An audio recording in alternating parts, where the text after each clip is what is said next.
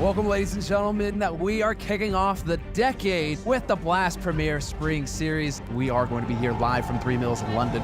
We do have the very best in the business, the best in the world competing here at Blast Premier. Who were on the way up and up last year. I'm hoping that we get some good Counter-Strike. We've had to take everything online. Blast have run into this challenge head on. We are pushing the limits of what's possible with the online broadcast. 1 versus 4. For 754 days, we've been without a stage, without a stadium, without a crowd. But now Blast is finally back where we belong. This is an incredible electricity in the air. Can you let me hear you roar? Today in Lisbon, we will show everyone that we live and breathe Counter-Strike. The return of the Royal Arena and a chance for a new monarch to now be occupying the throne. Send off 2022 in proper fashion. Let's do this, Abu Dhabi! It all comes down to this, to define how we end the last season in CSGO. It's time to make your country proud. Get loud! Abu Dhabi, make some noise! It feels like the stage has been set wonderfully. It is you who sets the stage with us. Make some noise!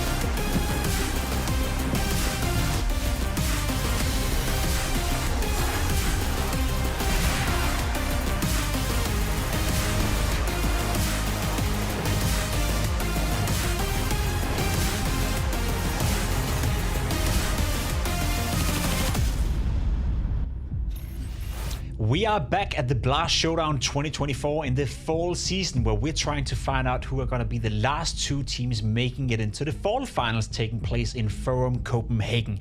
I'm joined by none other than Snake, as I've been throughout the entire week so far, and I guess it's fair to say, Mau, we had some good Counter-Strike to offer. I guess you could say that, Pimp. I think people already remember this tournament for the spicy AMKAL NIP game. That's probably been the most iconic one thus far. But no, actually, in terms of some of the teams that are the favorites, yesterday they were all taking the W. VP, Complexity, the Falcons, and that is what we want to see. We don't want to see more NIP AMKAL in that form. No, we don't, and I guess despite these results, you know, showing 2-0, 2-0, 2-0, there were some close maps in between. We had some overtime, etc., etc. So it wasn't as lopsided or as one-sided as it perhaps looks like on the schedule. We also had the traded Player of the Day's vote taking place yesterday and over the night, and we have the results ready for you, starting off with none other than your favorite Norbert. Yes, Norbert getting a little cheeky with it with the knife. Look at the jump scare. I love that. Me too. I'm not gonna lie, Brood Monster's 1v4 clutch you're about to see with the AWP is probably my highlight of the day. An amazing display coming in from Brood Monster, and look at the score right here. It's 11-7, Zero Tenacity pushed VP all the way to a 13-11 game, and with this 1v4 clutch, that was kind of what kickstarted Zero Tenacity one more. I like that. Sitting in boot camp, sitting in land, celebrating himself. He should. That was well played. Yes, and Jackie's gonna narrate my favorite play of the day. Someone's put a banana peel on the ground. Oh no, they've even done it with a black and white. A sad day for this man. Who would leave a banana peel in Sapek's path? Met his porch dream, slips away. Rumors has it that it actually was you, Snake, who left that banana peel. Is there anything you want to elaborate on? I mean, I just couldn't find the trash can. Well, you did leave it on Vertigo, right? So that is one big trash can. So I guess in that sense, you kind of hit it on the nail. You know, we also do have games today that we want to cover. Today's schedule, and we are slowly but surely moving closer to find out who are going to make it to the fall finals. We still have 2 quarterfinals to start off with. We have Big taking on GamerLegion. We have Cloud9 paiN, and then we have AMKAL OG later on tonight, which is going to be the first semifinal where we can book one of the spots for the final itself. So it should be very, very interesting. We also have the GGBet predictions for the day, and I guess that game is also shaping up to be quite close. Yesterday there was no steals, so we're just going to see the results and what we have predicted today. And I think you and I, Maui, we agree there's a couple of GamerLegion believers, there's a couple of paiN believers, and I guess those 2 games are also the 2 closest ones to call. Yeah, I'm actually surprised more people pick GamerLegion than Big, but I think there's a lot of promise on that GL roster, so I don't blame these guys, and probably they're looking for a steal here or there. Yeah, it should be interesting.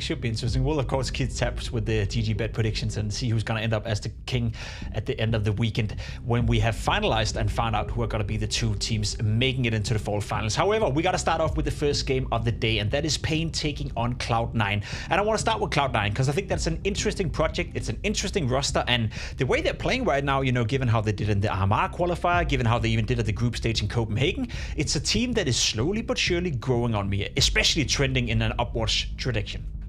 Right. When I watch Cloud9 right now, I see a lot of firepower, and my biggest concern in the beginning was seemingly a lack of cohesion, the fact that a lot of these players like to play a little bit more stationary, more passive. Like, essentially, you do have 3 anchors on this team, but good for them. I think that the quality of players has risen above what so many other teams have troubles with, going through the gauntlet of online qualifiers, going 3-0, for example, in the RMR close qualifier, when even some pretty solid teams with some storied players like ENCE actually fell out. So good for Cloud9 right now, and I feel like there's a lot of potential with this team because I think they're still ironing out a lot of different kinks. Yeah, I mean, you have AMKAL, who just a couple of years ago were arguably one of the best riflers in the world. You had Boomich, who were part of that Na'Vi lineup in 21, who dominated Counter-Strike. So you got that experience, and then you have HeavyGuard. You have HeavyGuard, who's coming in as this new, interesting player that I think so far in Cloud9 has done tremendously well for himself.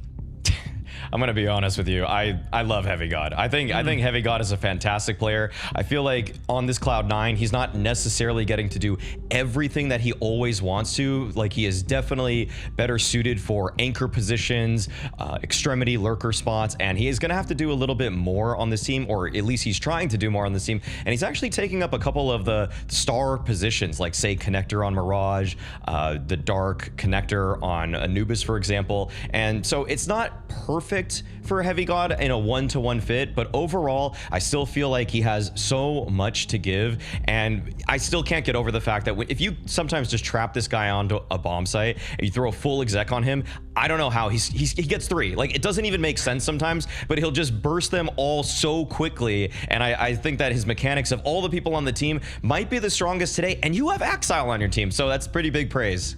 Yeah, it's a big statement right there. You know, another guy who's also been around for a long time and a guy who have an awful lot of experience and knows what it's like to win when he's playing Counter-Strike is Boomich. And we had James Banks catching up with him coming into the game. How far you are away from being ready to compete with some of the best teams, right? Because if I'm looking at Cloud9, we expect you to be challenging the tier 1 teams. How far away does that feel for you guys? Oh, of course, it's our goal to like be a normal tier 1 team. And have the stability, but you know, when you have the young team, 3 new players, you should think about easy goals at first moment, you know, because it's 3 different guys from 3 different teams, and you know, you should try to build the team understanding first, and after that you should think about better goals. Okay, I like it. And how is that going in terms of implementing your new players, setting these goals? Like, how have you done it? Is it a new challenge for you? Of course. Everything is new goal in your life, so I'm just keep trying. You keep trying and you've got a smile on your face while saying it, so I'm happy to see that. Now today though, this matchup, you're going up against paiN, which is a very different style of team compared to what you've been playing against. What are your thoughts on them when you prepared for them? Oh, you know, every time you should prepare to hot Brazilian guys, because they can be really fast, you know, and really furious. So paiN Gaming is really good team, and they showing the great emotions on LANs. So I don't know how they're playing in online, but I think still these hot guys, and we should be ready like every round. I think Boomich is right saying that you should respect paiN Gaming, and you should definitely be aware of what kind of quality paiN Gaming can come in with. And I think that's where I want to steer the conversation, Maui. We have Cloud9, a team that is trending upwards, a team that did well at the RMR qualifier. And then we have paiN Gaming, who in Cologne did way better than anyone would have anticipated. It does feel like whoever Big0 gets to work with, he will make the most out of it. Yeah, I feel like it's really easy to get wrapped up in how impressive paiN's results are when they actually end up at these big competitions. But I actually also want to lightly pump the brakes on paiN. I feel like it's really easy to get wrapped up in just looking at the pure results and seeing how deep they're going into some of these tournaments. But I also want to highlight the fact that even though they were at an international event like Cologne, just leave this graphic up for just a second. Like, look at the teams that they're beating. They beat Imperial, MIBR, and 9Z, the Mongols. I want to also just open your eyes to this one fact really quickly. They're not actually beating European teams when they go to these. It's kind of a weird situation where paiN actually have ended up multiple times playing at international events, but then they just keep beating the Brazilian opposition that they're already beating at home too. It's really strange to me. And I actually went back and had to check, when's the last time paiN actually beat a European team? You're not going to believe this. It's in May. It was 3 months ago that they actually last beat a European team. Sure, they beat the Mongols, which was impressive too, but I think Cloud9 is a bit of a different beast when we actually talk about this head-to-head. Yeah, let alone, as you saw on the graphic, not even taking a map away from any of these European teams. So you'd argue that the games and the series haven't even been close. So I fully agree with you. You know, result-wise, they look decent, but maybe we got to pump the brakes a little bit. One player, though, that I don't want to pump the brakes on, one player I have the huge admiration for, and a player that I think is absolutely fantastic at what he's doing, is Big0. And we had James Banks catching up with him heading into the game.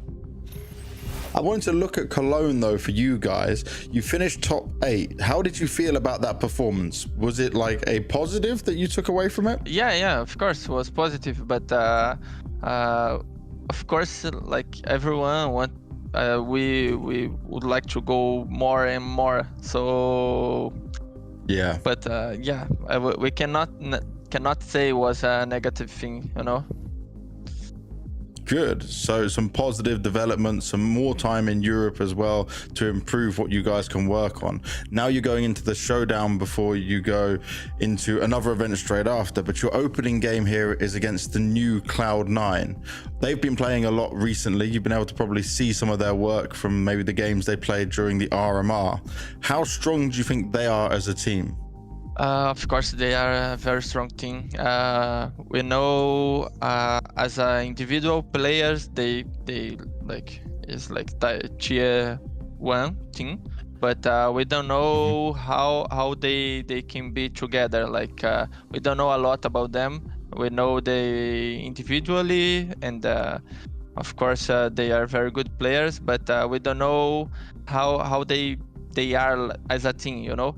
But of course we expect the I don't know, the high tier, you know, always. And well, that's a little bit interesting to me that he's saying that they don't know a lot about Cloud9, because I feel like there's a lot of material out there already on Cloud9 from Copenhagen, from some of these online qualifiers, etc., etc. So I want to steer the conversation into what you think about this game, and we may as well bring up the GG Bet predictions as well and see what they think. But for my money, it's a relatively close game, but I'm going to edge and lean a little bit towards Cloud9.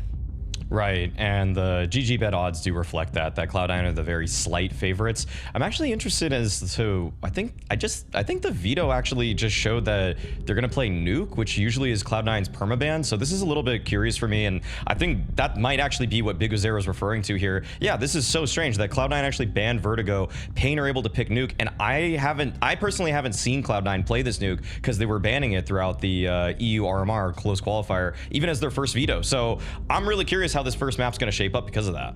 Yeah, I wonder if they're using the showdown right here to test their playbook and test their map pool just a tiny bit, and maybe they're moving into that 7 map pool theory that a lot of teams right now seem to fancy a lot. However, we are going to find out whether or not that's going to be a mistake, as we have Nuke coming up, but we're jumping on a quick break, and when we come back, it will be with the Nuke taking on the first map here between paiN Gaming and Cloud9.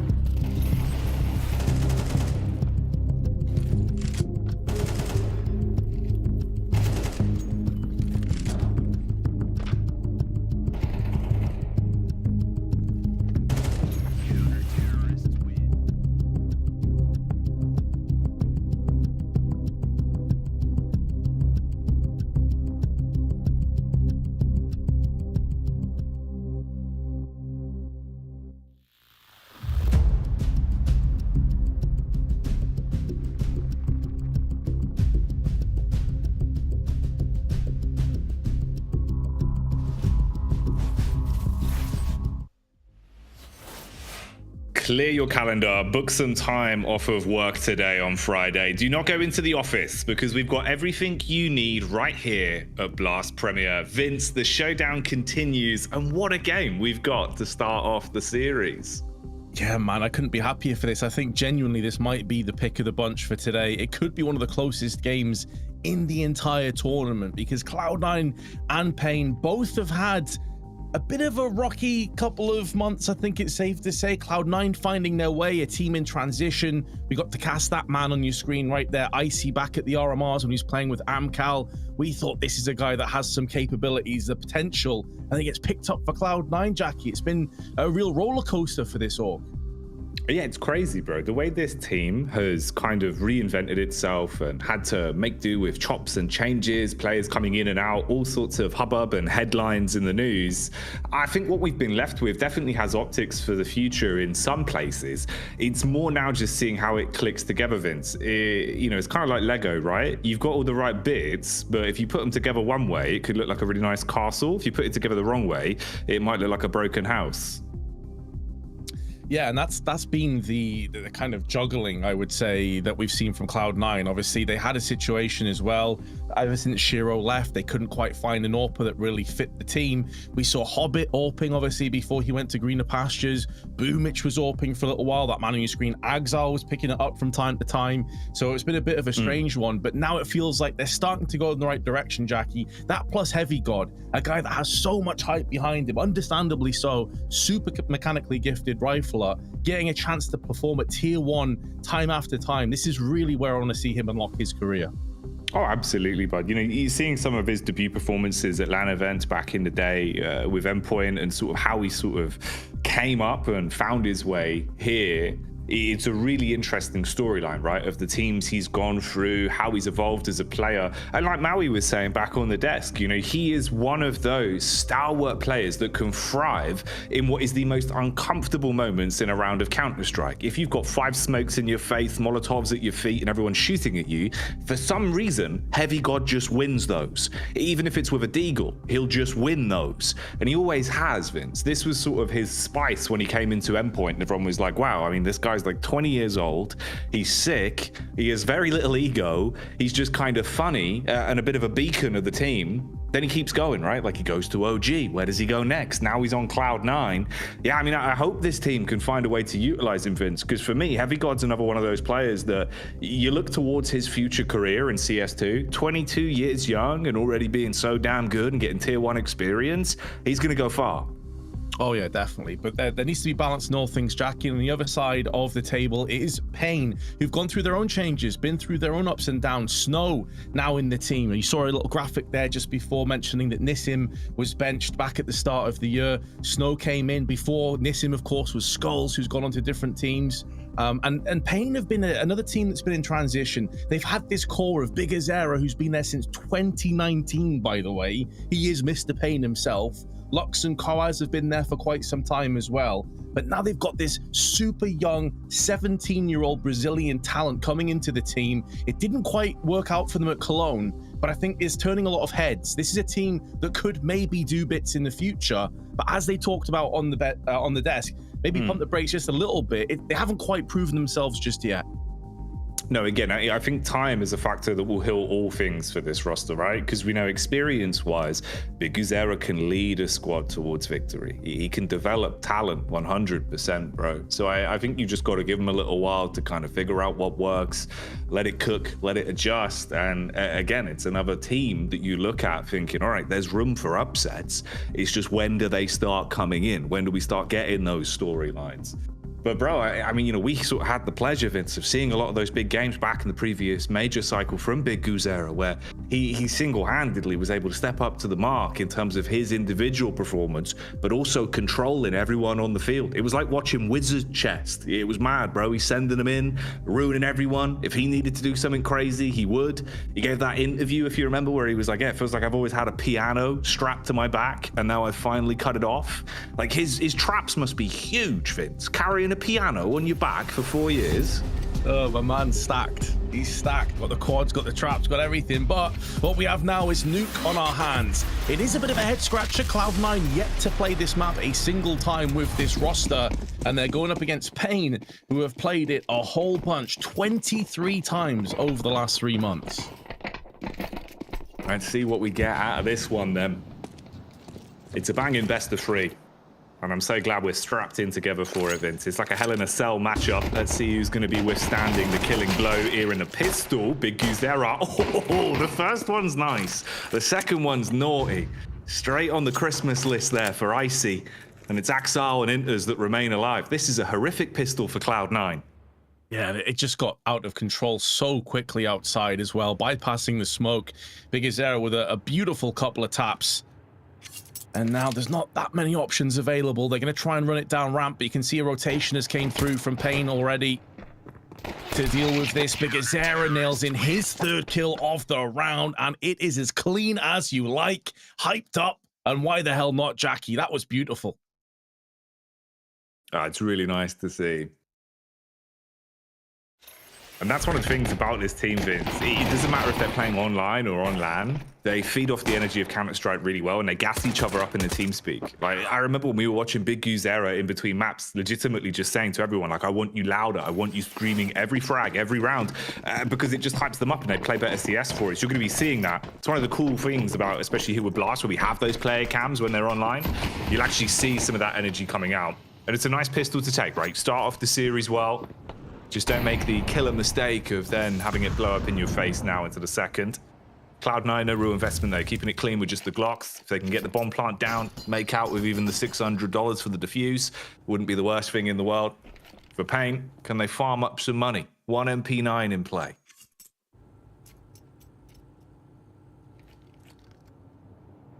MP9 is getting aggressive, though. It wants to be hitting in on the lobby crunch. If the call comes through, Koaz will start to make a move. A player that has definitely quietened and cooled off a little bit since the major cycle, but back in the RMRs, he was another one that we were looking at, posting up some big numbers. NQZ, of course, for those of you that are unaware, is going to be donning the AWP whenever possible. But right now, with that A1S surgical precision, removing the head of Icy and standing in angle, missing a whole bunch of bullets, and does get punished. The Glocks have prevailed for 1, and considering that Koaz is down at 5 HP, this could get costly.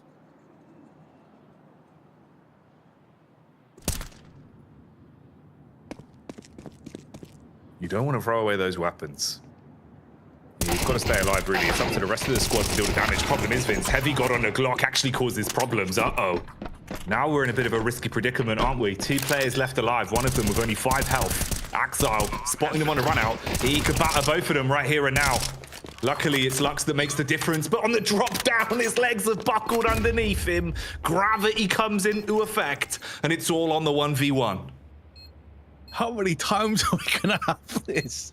Oh, AMKAL, slightly worse for on the positioning, but he's made noise. Lux has given his position away now and has to rush this one down. He has no kit, has no utility, but will get the kill. Will just about hold on and secure the clutch. But considering that Cloud9 came into that round with effectively 5 Glocks and pretty much nothing else, to get 4 kills and make paiN sweat is a ridiculous outcome. Mate, that was really quite terrifying, actually. Oh, heavy god on the Glock fade. He was just battering Big Guzera. Like, his face was getting pelted with bullets all over the place. And then it's unfortunate. He takes so much damage. He's trying to bounce off the yellow for the drop down so he doesn't take it on impact. But slight miss. He's so low on health. He craters and gets left in a coffin. So an expensive round. It's like really quite costly stuff there for paiN.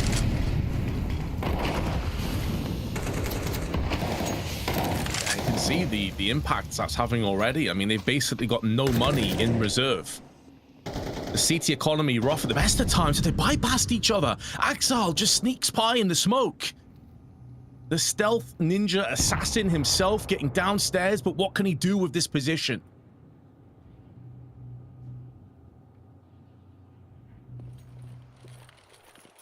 It's got a lot of space. Potentially a backstab that could have reverberations in the round as well. If you can find NQZ on a backstab here, towards the secret stairs. Yeah, this one should be free. There's the headshot. Shuts the man down, gives him a little bit of room to breathe. Ooh, even spotting out the second back towards the vents. Lux has a bite taken out of him. Maybe a little bit more to be done as well, Vince. He's getting the cavalry down towards the B site, but he's even smoked off the position for kowers, and it's just gone wrong. I mean, a 2 versus 5 into the round with complete control of B. This is a guaranteed first round on the board for C9. This is where that economy and the complete tatters it was left in from that 4K in the previous round is going to catch up very abruptly for paiN. Beautiful work by Axile, and it's not just the couple kills he gets, it throws the entire CT side into dismay. The chaos builds. They're not sure where the angles are going to come from. They have to send the cavalry downstairs, and that leaves every single other part open. Very well done for Cloud9. They dial it in. 2 safe weapons will be forthcoming. None of Cloud9 can get close. And if we were a bit concerned about Cloud9's nuke, because we really haven't seen much of it, well, that's definitely going to build the confidence somewhat. It was a map, going back to the RMRs, you know, we were discussing Icy before. As you can see there, Axile collects the reward, and NQZ probably got a bit of a jump scare from that one. But this was a map that Icy was very good on when he was playing for AMKAL. We saw him time after time. He used to occupy ramp with the AWP, and he was just locking it down by himself. Oh, he was, dude. It's definitely his better map for me in terms of the sort of impact he would have. And it feels like he's blossomed a lot more, Vince, since when we saw him on AMKAL. You know, it felt like on a game-to-game basis, either map by map in some instances, he would be either hot or cold with hitting some sickening shots or missing the easy ones. It feels like the gap between that has started to thin a lot more now. He's a lot more consistent in some of those rounds. And that's what you want, because he's got a lot of impact potential to him. Boomich again finds the open opportunity to make a move down secret early on into this round. And Lux is inside of the vents. You've at least got a bit of backup down towards the B site, and Boomich hasn't overly extended round just yet, so they can catch him if he goes too deep. And the MP9 on the close angle towards Squeaky could be pretty lucrative if they come running at you, but he wants to pass the util over to Snow. Makes a bit of noise on the drop off of the hut. And Boomich is finally testing the waters once again.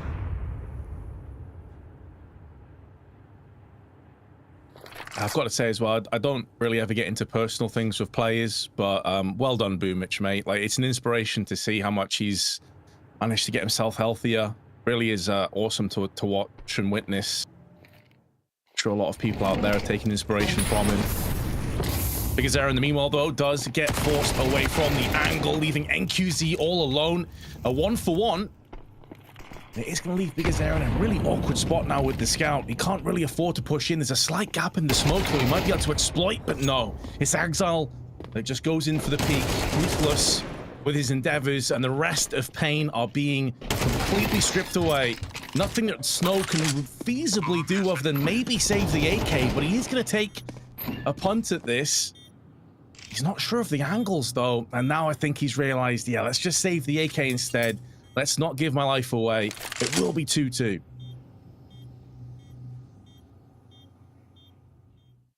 So paiN take the pistol in the following round. Since then, it's been a lot better for C9. Icy had the rotate inside of main, just on the edge of the door now. Snow, he's going to be pushed from 2 angles at once. They can guarantee the trade. Ooh, bit of a delay on the fight, actually. They might have given him a way to win both of these, Vince.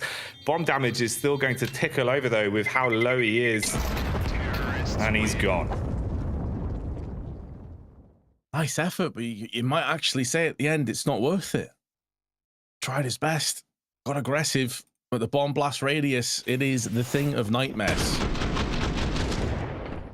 paiN definitely have a lot to think about now. You've seen Cloud9 with that aggression through Axile on vents, and then more protocol standard gameplay in this last round that's yielded them results. So they're keeping paiN on their tiptoes as well. These are like little elements, little pieces that are going to be bouncing and reverberating around in the back of their minds.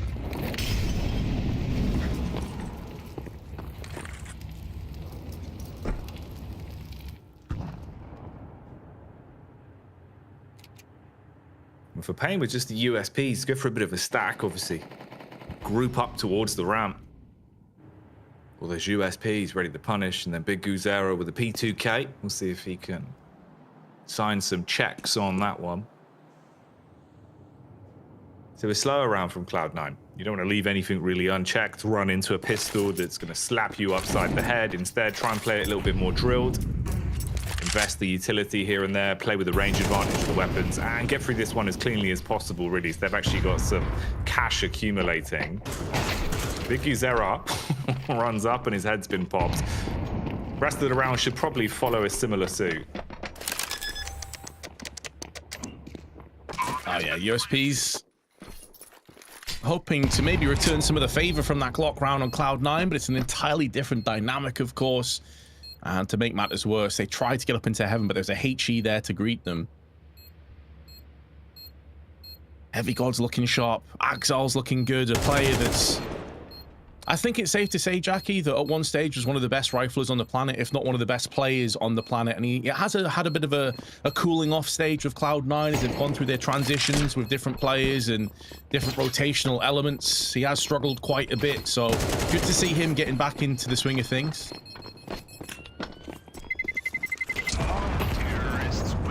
Fair play as well, by the way, on the actual commit to get him to hang around by the bomb site, Vince.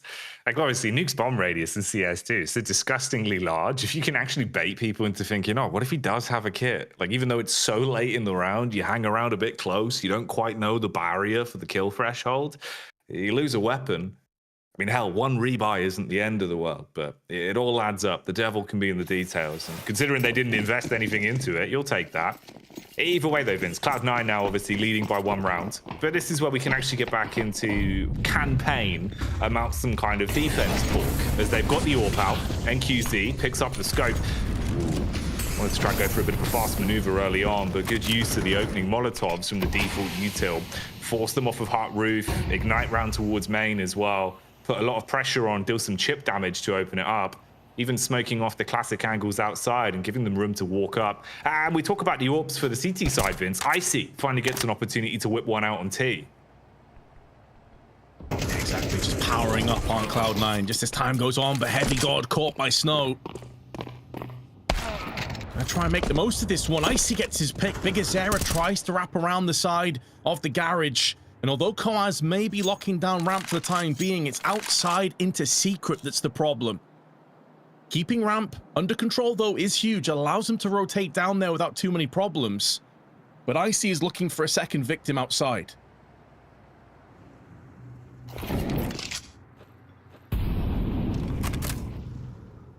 Lux going for the quick jump spot. Hoping to get the information and be able to make a play. Backs up towards the sink.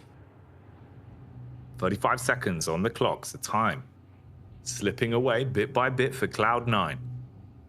They've got to clear this and hit the shot pretty damn quickly. If Lux gets away with murder, problems could arise. Throw the AWP, grab the AK, the rifle down in the dirt, enters with the trade, but surely it's too little, too late. 17 seconds in a 1 versus 3. You've got to give up the goose on it.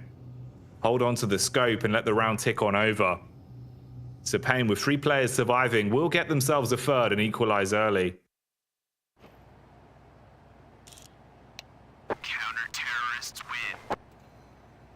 So AWP will be afforded into the next round. And Icy did have some impact. It was Big Zera that he caught outside. Very important kill, though, from Koaz in the ramp. That's where things seem to just shift on their head. And this is that shot we were discussing before. Nicely done by Icy. Huge double hold from Lux, though, as well. He got 2 kills. I think he even tagged with 3rd player here as well. Really nicely done. It's shaping up to be that super close game that we're anticipating. How's Heavy God already lost 61 HP? Was he right-clicked at spawn? Has he been shanked up? Not ideal, but... Main man Heavy God. Can't be doing him like that. Maybe it's just a love tap. Let's see if it powers him up in a round. NQZ here at the shooting gallery. He's down at the carnival, Vince, and he's winning himself a big fluffy teddy bear. That's 1 point. Needs 3 for the big prize. Let's see if he can get it.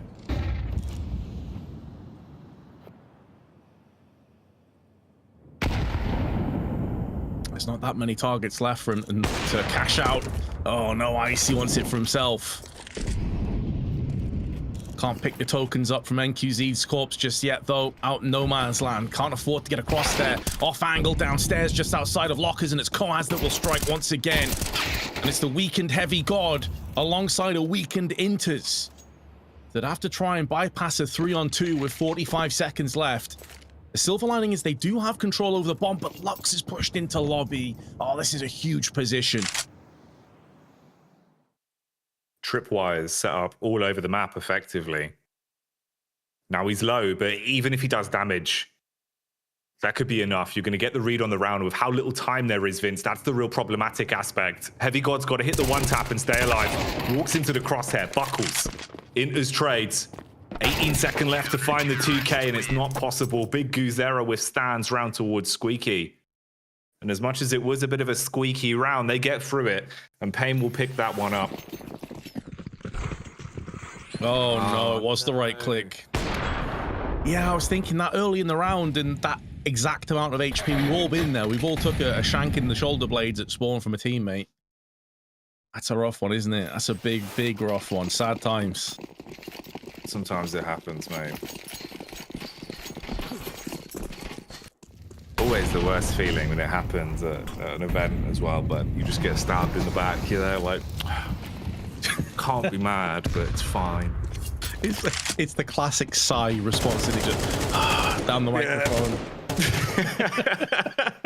Full passive aggressive. I didn't mean to. It's fine. Yeah, I think the worst one by far was, I remember at an event we were playing at, a teammate of mine thought it would be funny to mess with a guy in a 1v1 clutch on Vertigo, Vince. And he just went, I'll flash for you. 3, 2, 1, flashing. And he's peeked off the back of the flash thinking it was a 2v1. Just got rinsed. He was so angry. Oh, we lost the whole LAN. That's a full tilt. Oh, surely paiN can get back into winning ways here and extend that lead to 5-3. Surely. We saw Glocks nearly dispatch them. There are some Tech-9s and Deagles. And they've managed to all wiggle their way downstairs without too much confrontation. But judging from the positions right now from paiN, it seems like they're very alert to this being a possibility. And Quaz is going to go for walk here. If the double door's open, this could get a bit scrappy from his perspective. But someone has to start making moves on the T's. There comes the double door peek, and he's getting peeked from 2 separate angles, but the Deagle lets Heavy God down. And Quaz will oblige with 3K. And the round is paiN's.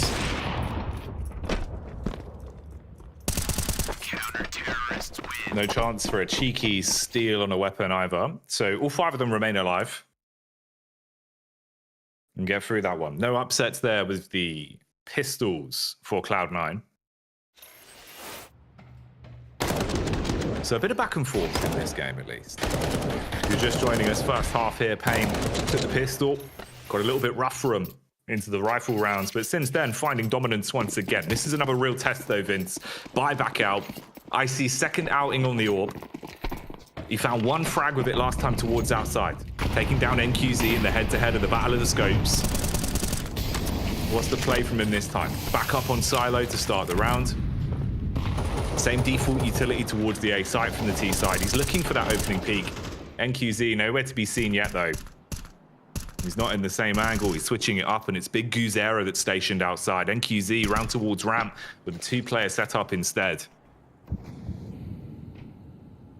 For the first time, Quaz wants to get aggressive here. That's a good grenade. AMKAL shedding 40 HP. This push, it's a double stack as well. They've got NQZ behind Quaz. They've given up outside control, not for the first time. Bypassing that, double peek in, and Inters misses his chance. The trade's looking sharp on the side of paiN. They have dropped the bomb out in the open. That could be a tentative prospect to go and pick it back up again. Big Azera with the easiest of picks, catching Boomich completely unaware. And this kind of aggression from paiN is yielding so many results. It's not the first time we've seen it, but it is the same outcome. Looking for a save back at T-spawn. There's not much opportunity for paiN to nail down these 2 players unless they get aggressive. A Cloud9 struggling now, Jackie. It was looking like they were going to build a really solid half, but the Brazilians have other thoughts.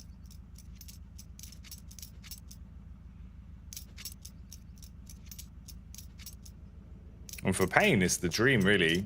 Chain a couple rounds together on the CT side, get everyone warming up.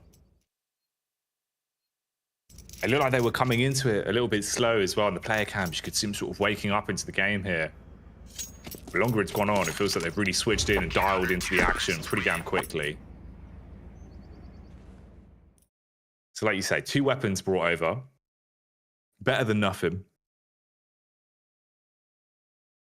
But still, got to find a solution against what paiN are bringing to the table. Playing with a lot more confidence as well, Vince. I think that's what we've seen them develop. You know, first couple rounds was a little bit slow in terms of some of the fights they were going for. You saw Cloud9 just getting in their faces, taking rounds where they didn't even have the best buy to work with. Longer it's gone on, paiN are now fighting back into that. They do go ahead and call in the timeout, though.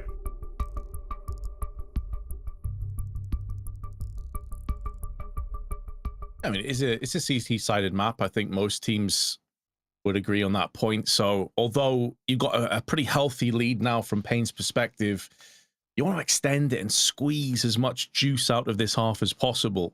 You can end this like 9-3. That's damn solid. The Cloud9 will also be thinking, look, we've got a buy coming around the corner. We've got an AWP, we've got an AK in play. A few players don't have that much to play with, but we can still squeak out like a 7-5 half here, which would also be pretty solid. And look at that aggression as well. Icy wanted to go for it, but the door opens in his face with a Molotov behind it. So yeah, no dice for him.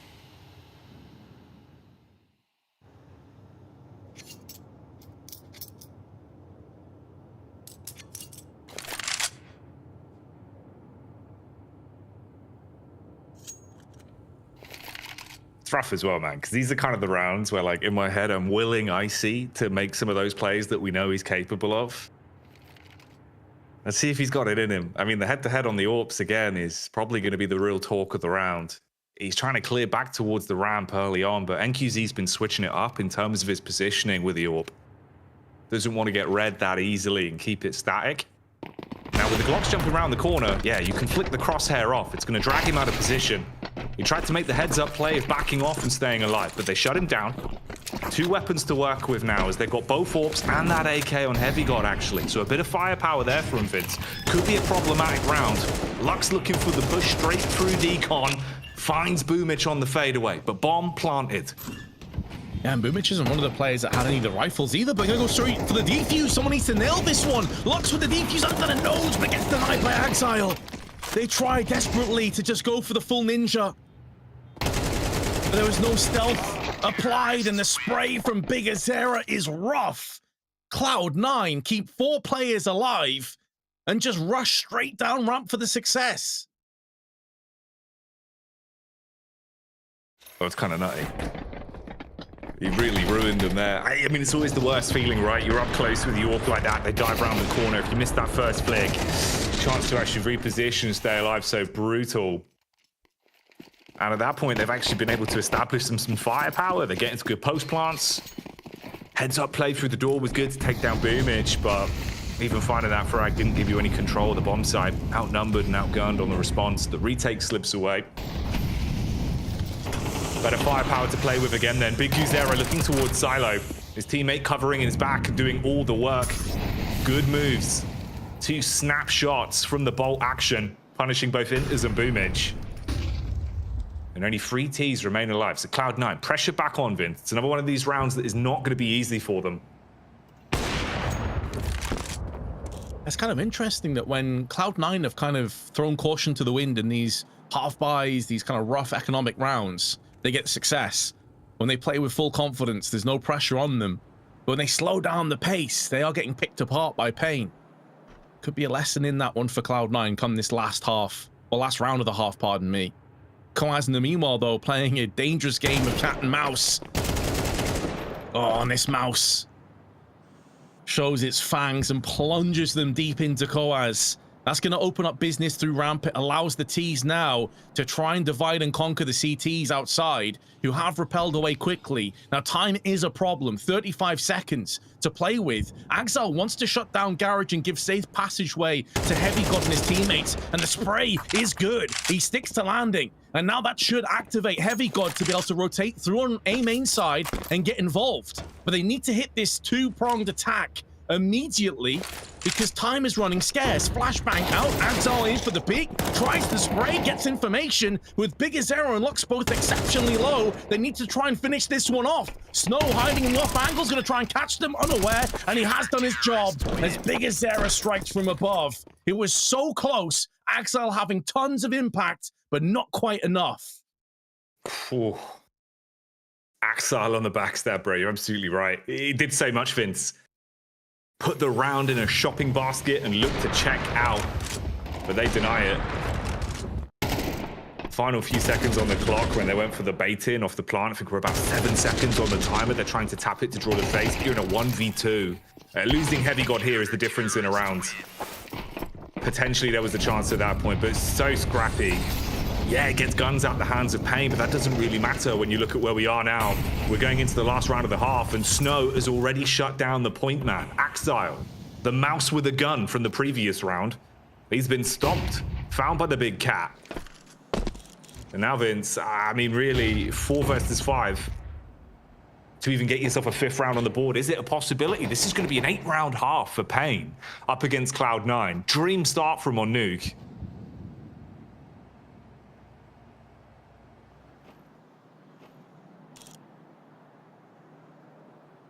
A couple of lulls in the action as far as paiN are concerned, but that's always the marking of a really solid team, is even when you are struggling, you manage to just grind the wins out some way, somehow.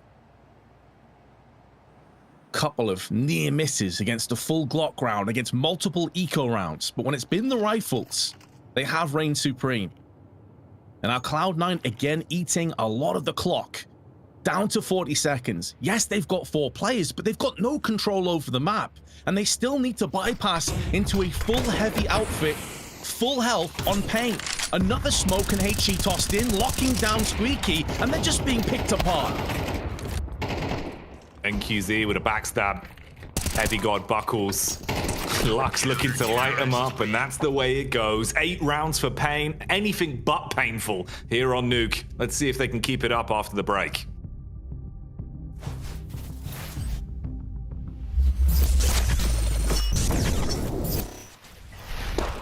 I'm looking at an R8. JL has an R8. Oh, hell yeah. For sure. He's outside of the doorway. Oh, and he got a kill. Oh, another one. What? Oh, what? For the first time in competitive play, it's a 3-4 frags off the R8. The real hand cannon. Wow. And that's his Red Dead Redemption for the last round.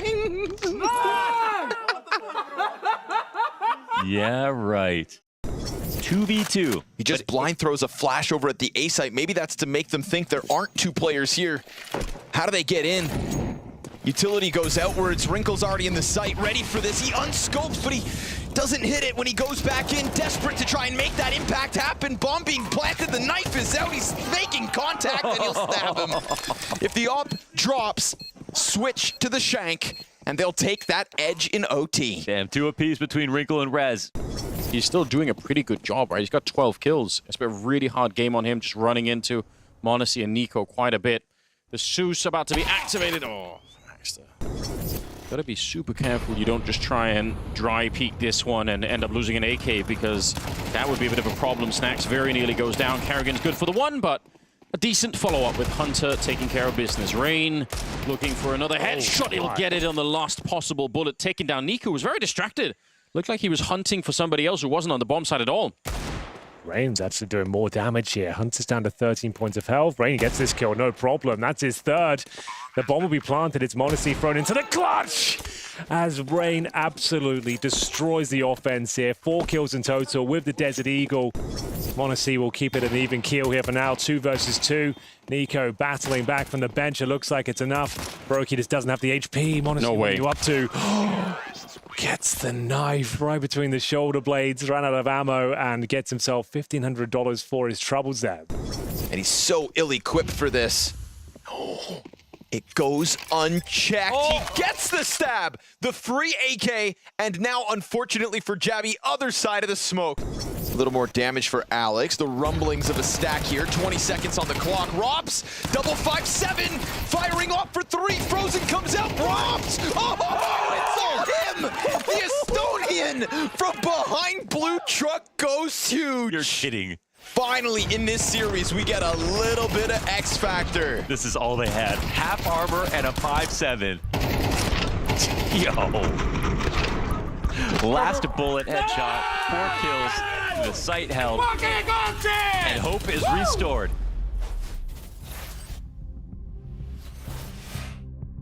All right then. Woes for Cloud9 here on Nuke Vince. Whereas for paiN Gaming, it's all smiles. You can see how they're feeling. The difference in the body language, that human element of Counter-Strike really reigning through for the story of the first half. But it's CS, Vince. It's always a tale of two halves, isn't it?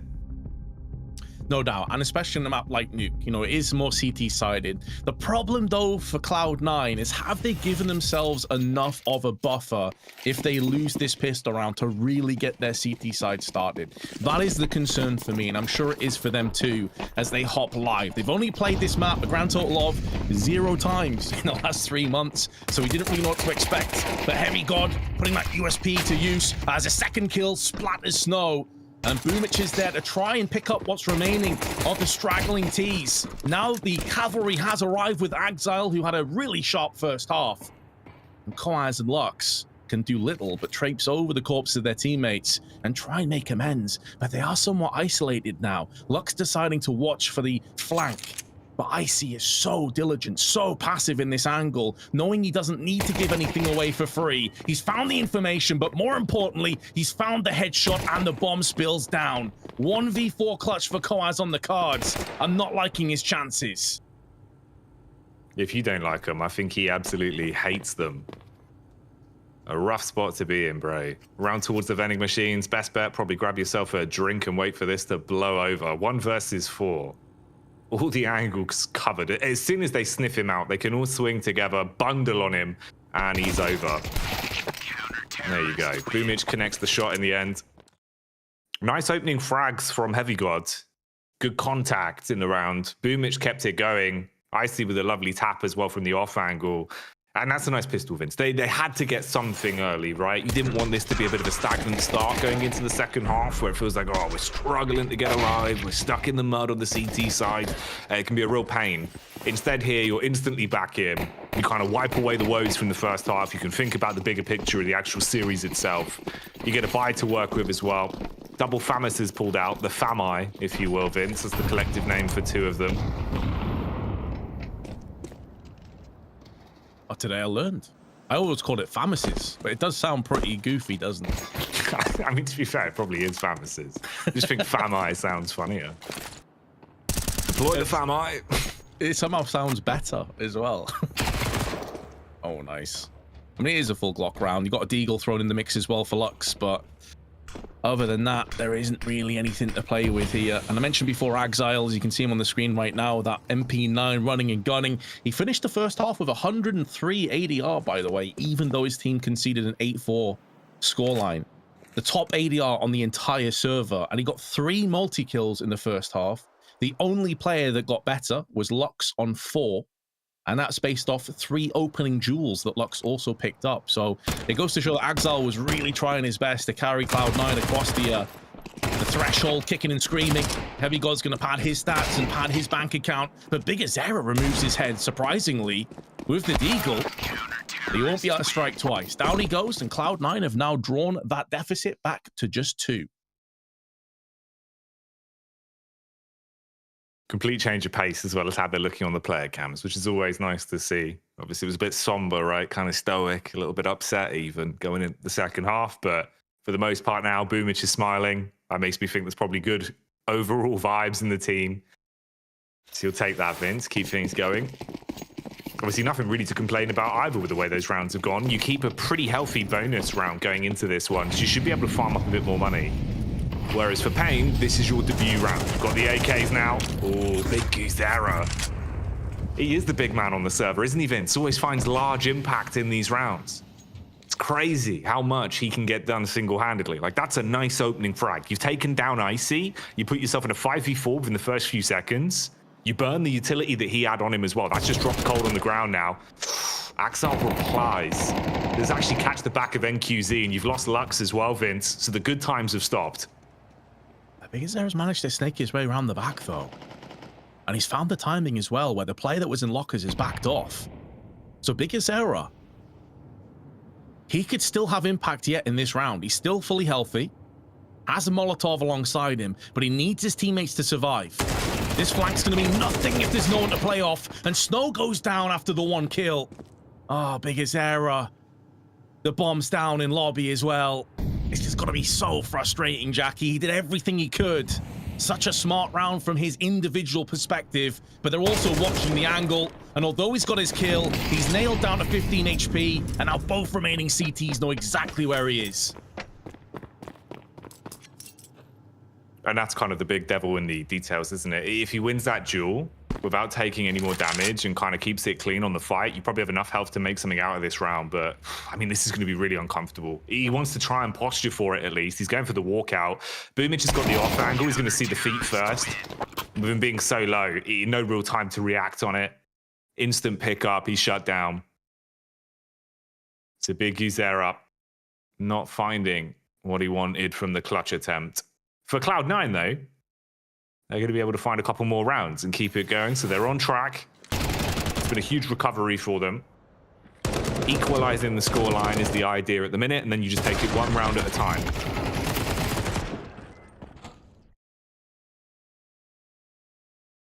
That's it, all the pressure begins to swell on the T side. He had a big lead, but that big lead has been cut down to size, and Boomich tries to get through that smoke. Flashes and smokes and mollies darted all over the place. Snow emerges out of the smoke with 2.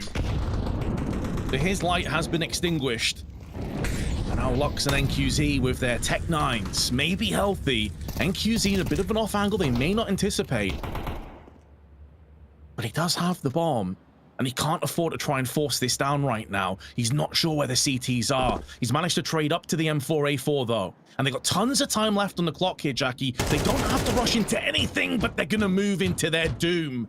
And that's in the hands of Boomich, who now has the bomb. And Lux with only 19 HP. Boomich being the big spider lurking in the vents there. You go down into his lair, he feels you on the web. Feasts on his prey. So that's a freebie. And like you say, bud, bomb just dropped cold on the ground. Not a lot you can really do. Lux can try his luck, if you'll pardon the pun. I mean, 40 seconds here, Vince. He's got a Tech 9. Even just getting a couple weapons out of their hands would kind of be ideal. Recovering the bomb, though, with where it is never going to be easy. And Boomich will hear the footsteps. Tries to bait it out by breaking the window on control room. It worked for a second, but Boomich still adapts and finds the pickup. So nothing to make it more costly. 2 weapons forced out of their hands. The round itself is a bit of a whitewash, and we keep on moving. We have got back to equilibrium. Although you could maybe argue that's not the case. Momentum, the positioning, the standing, the confidence building on Cloud9. So the scale's probably tipped in their favor. But in terms of the raw stats, it is 8-8. 4 rounds on the bounce to Cloud9. Another rifle round, lacking an AWP for NQZ. Has had a bit of a slow start to this game.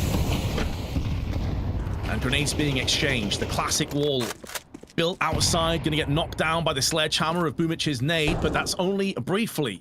But Kawaz has managed to make a move. Down in the vents, Inter seems to know this is a possibility though, and he's on the hunt, he's on the prowl, and he finds his prey. Kind of crazy how this second half is playing out ridiculously similar to what we saw in the first half, just with the names flipped, even with the flanks we're seeing down towards the vent. But difference is Cloud9, they expect it, and they actually shut that one down. Inter's doing his best die-hard impression. He knows what a TV dinner feels like, Vince, but they want to take a bite out of him. Bigazera's got the front covered, the Molotov forcing him to peek it as well. It's going to get dangerously hot in there, like a sauna as he goes up in flames. AMKAL on the ladder, looking for the reply back.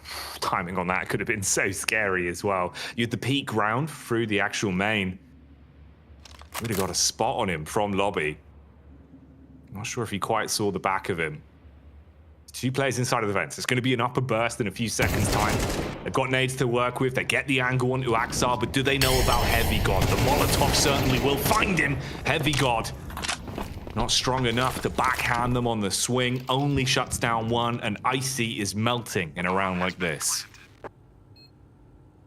To join Heavy God, who just got barbecued there on the vents. Very unfortunate. You said, do they know he's here? But they did their due diligence. They had a Molotov in surplus.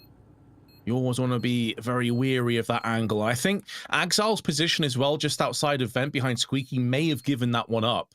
That's the kind of crossfire that's pretty standard for a lot of CT sides. So paiN not making the mistake of leaving any stone unturned. Icy going to hold on to the AWP here. paiN will regain the lead. As you said, it's a game of 2 halves, but each half has the capabilities of splitting right down the middle as well, Jackie. Many times we've seen a team come back into a matchup only to let it slip and slide when the finish line was tantalizingly close, and we have quite a bit of time before then and now, and quite a few rounds on top of it. Like a chocolate orange, mate. Crack it open, right down the middle. It's full of little segments as well.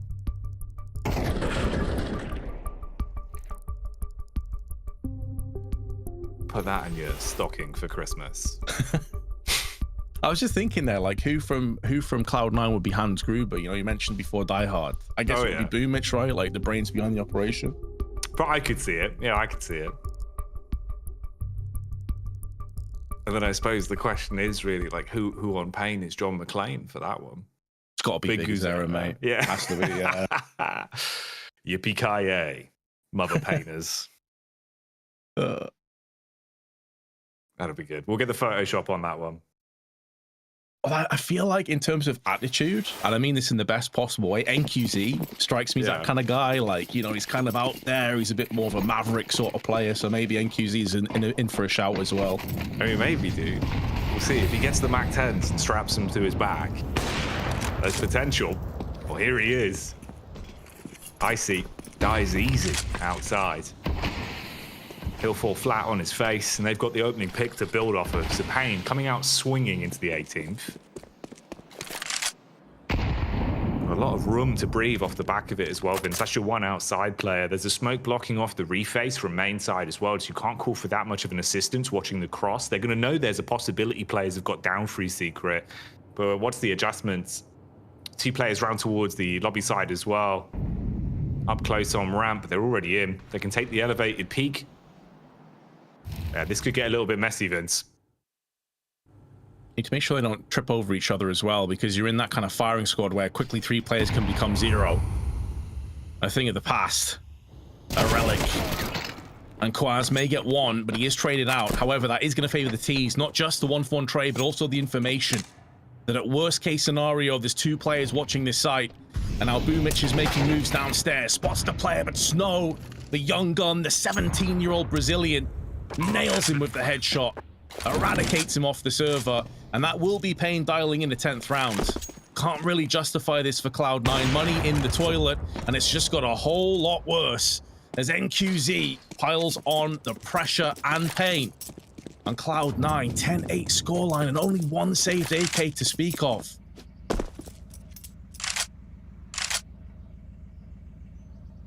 Yeah, this stings, bro.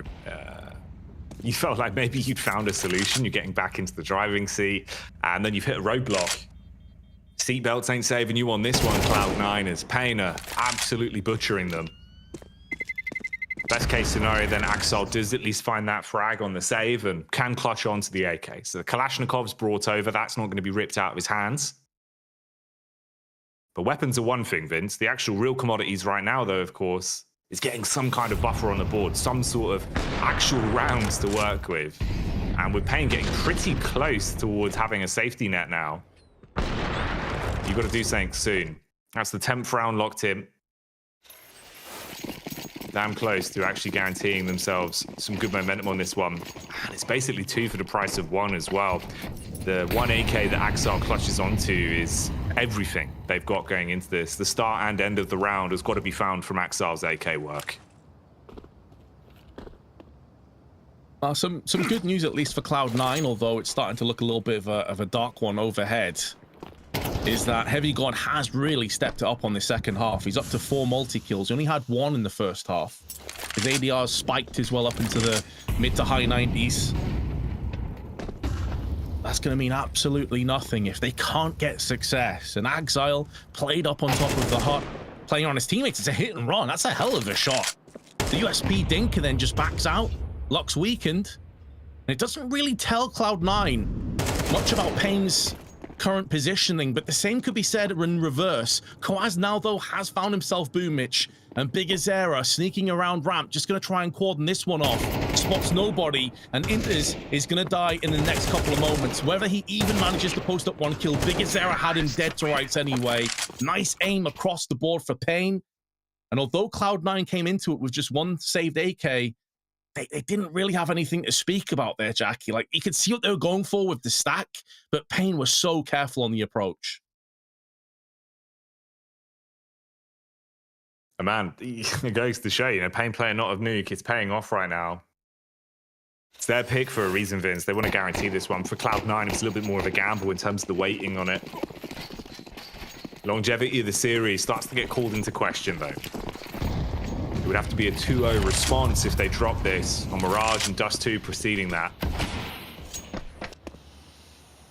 Whereas paiN, they're hitting them with that confidence, that aggression. And Inters is about to be tested once again. Ramp rush queued up, 4 players looking to hit him heavy. He's got the hot rod, but can he turn up the heat on the push? Here comes the first swing, little bit of shoulder shown. Baits out the swing, Cowers hits the head, and Inters is left for dead. Boomich, he sneaks back up on the off angle, but the problem is there's a wolf in sheep's clothing, and his name is Big Guzera, Vince. He's got to make noise to get out of control room, so it just depends when he wants to go for the play. Even if he opens the doors, there's an audio cue here. Yeah, I think he's waiting until his teammates get pushed down on ramp first. And then as soon as they take point contact, he's going to burst out. In fact, he decides to wrap around onto the vents. He's going to try and stop the rotation coming down from the shortcut. But I don't think it's going to be forthcoming. I think, again, Cloud9 have to just look to save this. You can't justify a 3v5 with no kit and a lack of utility when you have 3 save weapons potentially into the next round and a really bad economy. Man, this has got to suck if you're Cloud9. You were stampeding across to a pretty straightforward finish, it looked like.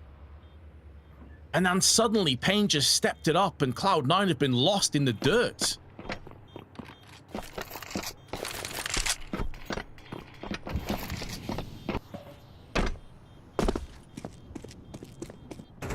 It was all going pretty well for him until it wasn't. And I suppose that's kind of how it goes, really, isn't it? It's like a metaphor for life on this one, bro. It's just slapped him.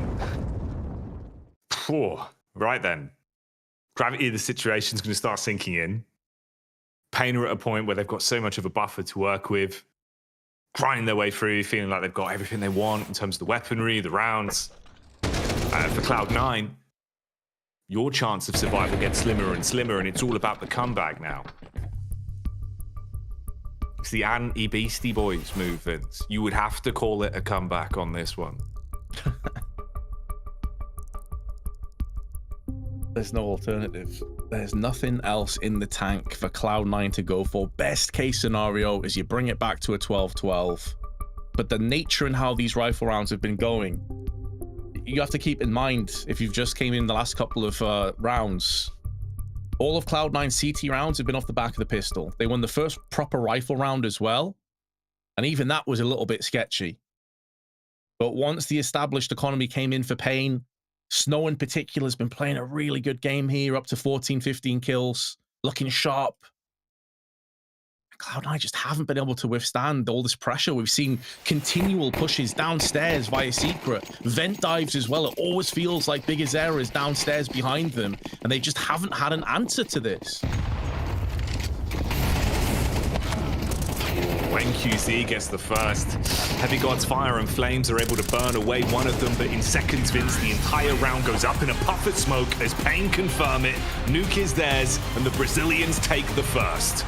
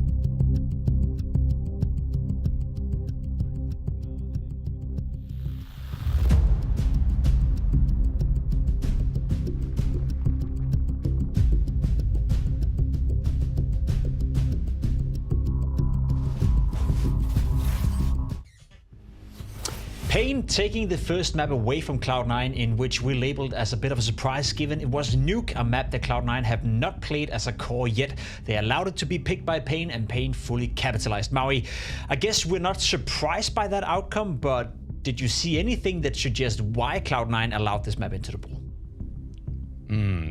The bright sides of Cloud9. I feel like they were weirdly better on pistol rounds and half-buy rounds and showed some of that explosive firepower that they have. But now when it comes to as a whole, the gun rounds felt fairly dominated by paiN. And so it's going to be back to the drawing board for C9 overall. And I feel like this is just in some way, I don't really know if this is the iteration of Cloud9 that I would really expect to be good at Nuke. Sure, you have Boomich, who was a Grand Slam winning in-game leader for a Nuke team, but I just feel like, you know, AMKAL didn't play it a lot. Icy has around 30 officials in his entire career on the map, and I just don't know if right now this is the exact group I want. You don't really have that like electronic presence, some guy that's just going to dominate outside as you did on some of the past iterations of, say, Na'Vi or even this C9. So good on paiN to actually take advantage of the fact that C9's really rusty, or not even rusty, they're just new on the map in general. Yeah, I think we saw that especially in the first half, and one of the players that took advantage of that was khaoS. I think that's a player that we don't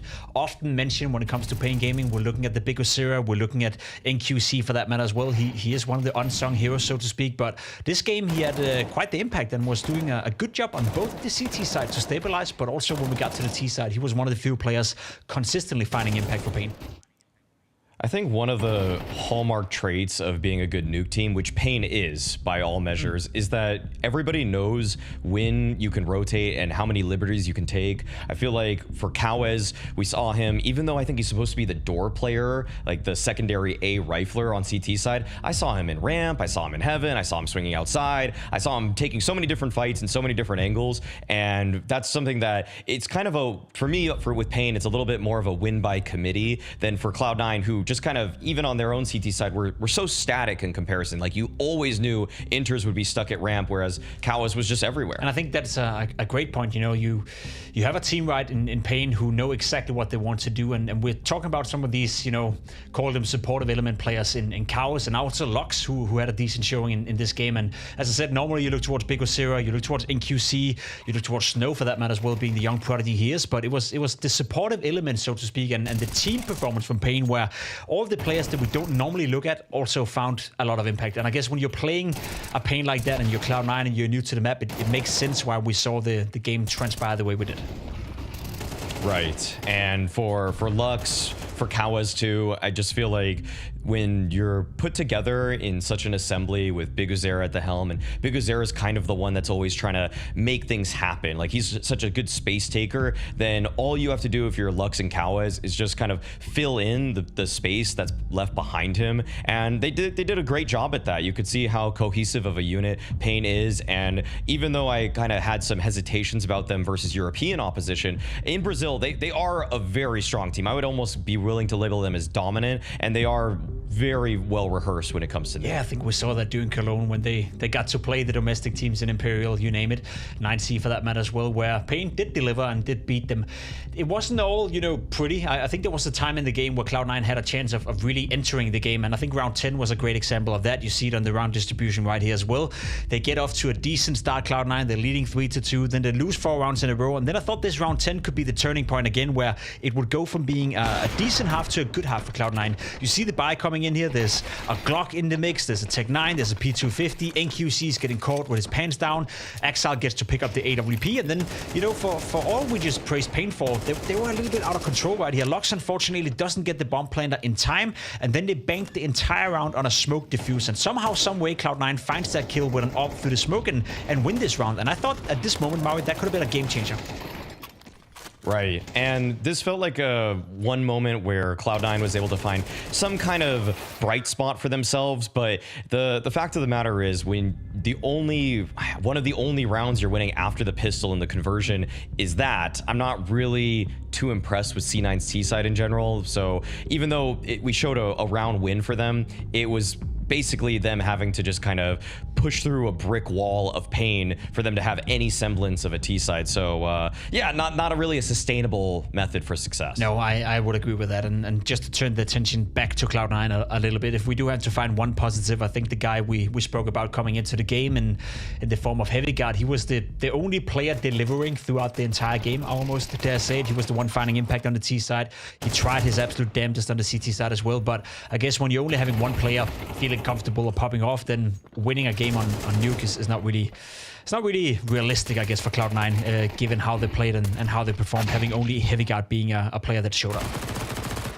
Right, and this is really kind of why I actually just still love watching HeavyGuard on the C9 team. That, yeah, they're trying something new on Nuke, okay? And I feel like they're going into this with a very rough game plan, but without getting the reps in officials, you could expect that everyone would fall apart. But no, HeavyGuard actually still holds his own, going 16 and 15, very solid in terms of the multi-frags that he was getting. Vince was sure to point those out throughout the cast, that he was consistently putting up good numbers, and even if he was mollied out of opposite vent, and he's always going to take one down with him. That's why it's just so exciting to watch him. Like, you can throw everything at him and he will always get something done. So props to HeavyGuard. Props to HeavyGuard. I mean, it does leave Cloud9 in a situation now where they are potentially one map away from being eliminated, and we are heading into Mirage, which by all means have been a very strong hold for Cloud9. They picked the map into paiN Gaming as well, and it's not like paiN Gaming can't play Mirage. We saw that in Cologne as well. They were playing and being tested on it countless of times, but Cloud9 on Mirage so far has been excellent. So is there anything that suggests to you that we're not going to see a much better version of Cloud9 now? I feel like this series has all the makings to go the distance. I really do like Cloud9 in terms of how they play this map. I feel like their T side can be really fluid. I think Boomich and Groove are in a solid understanding of the meta.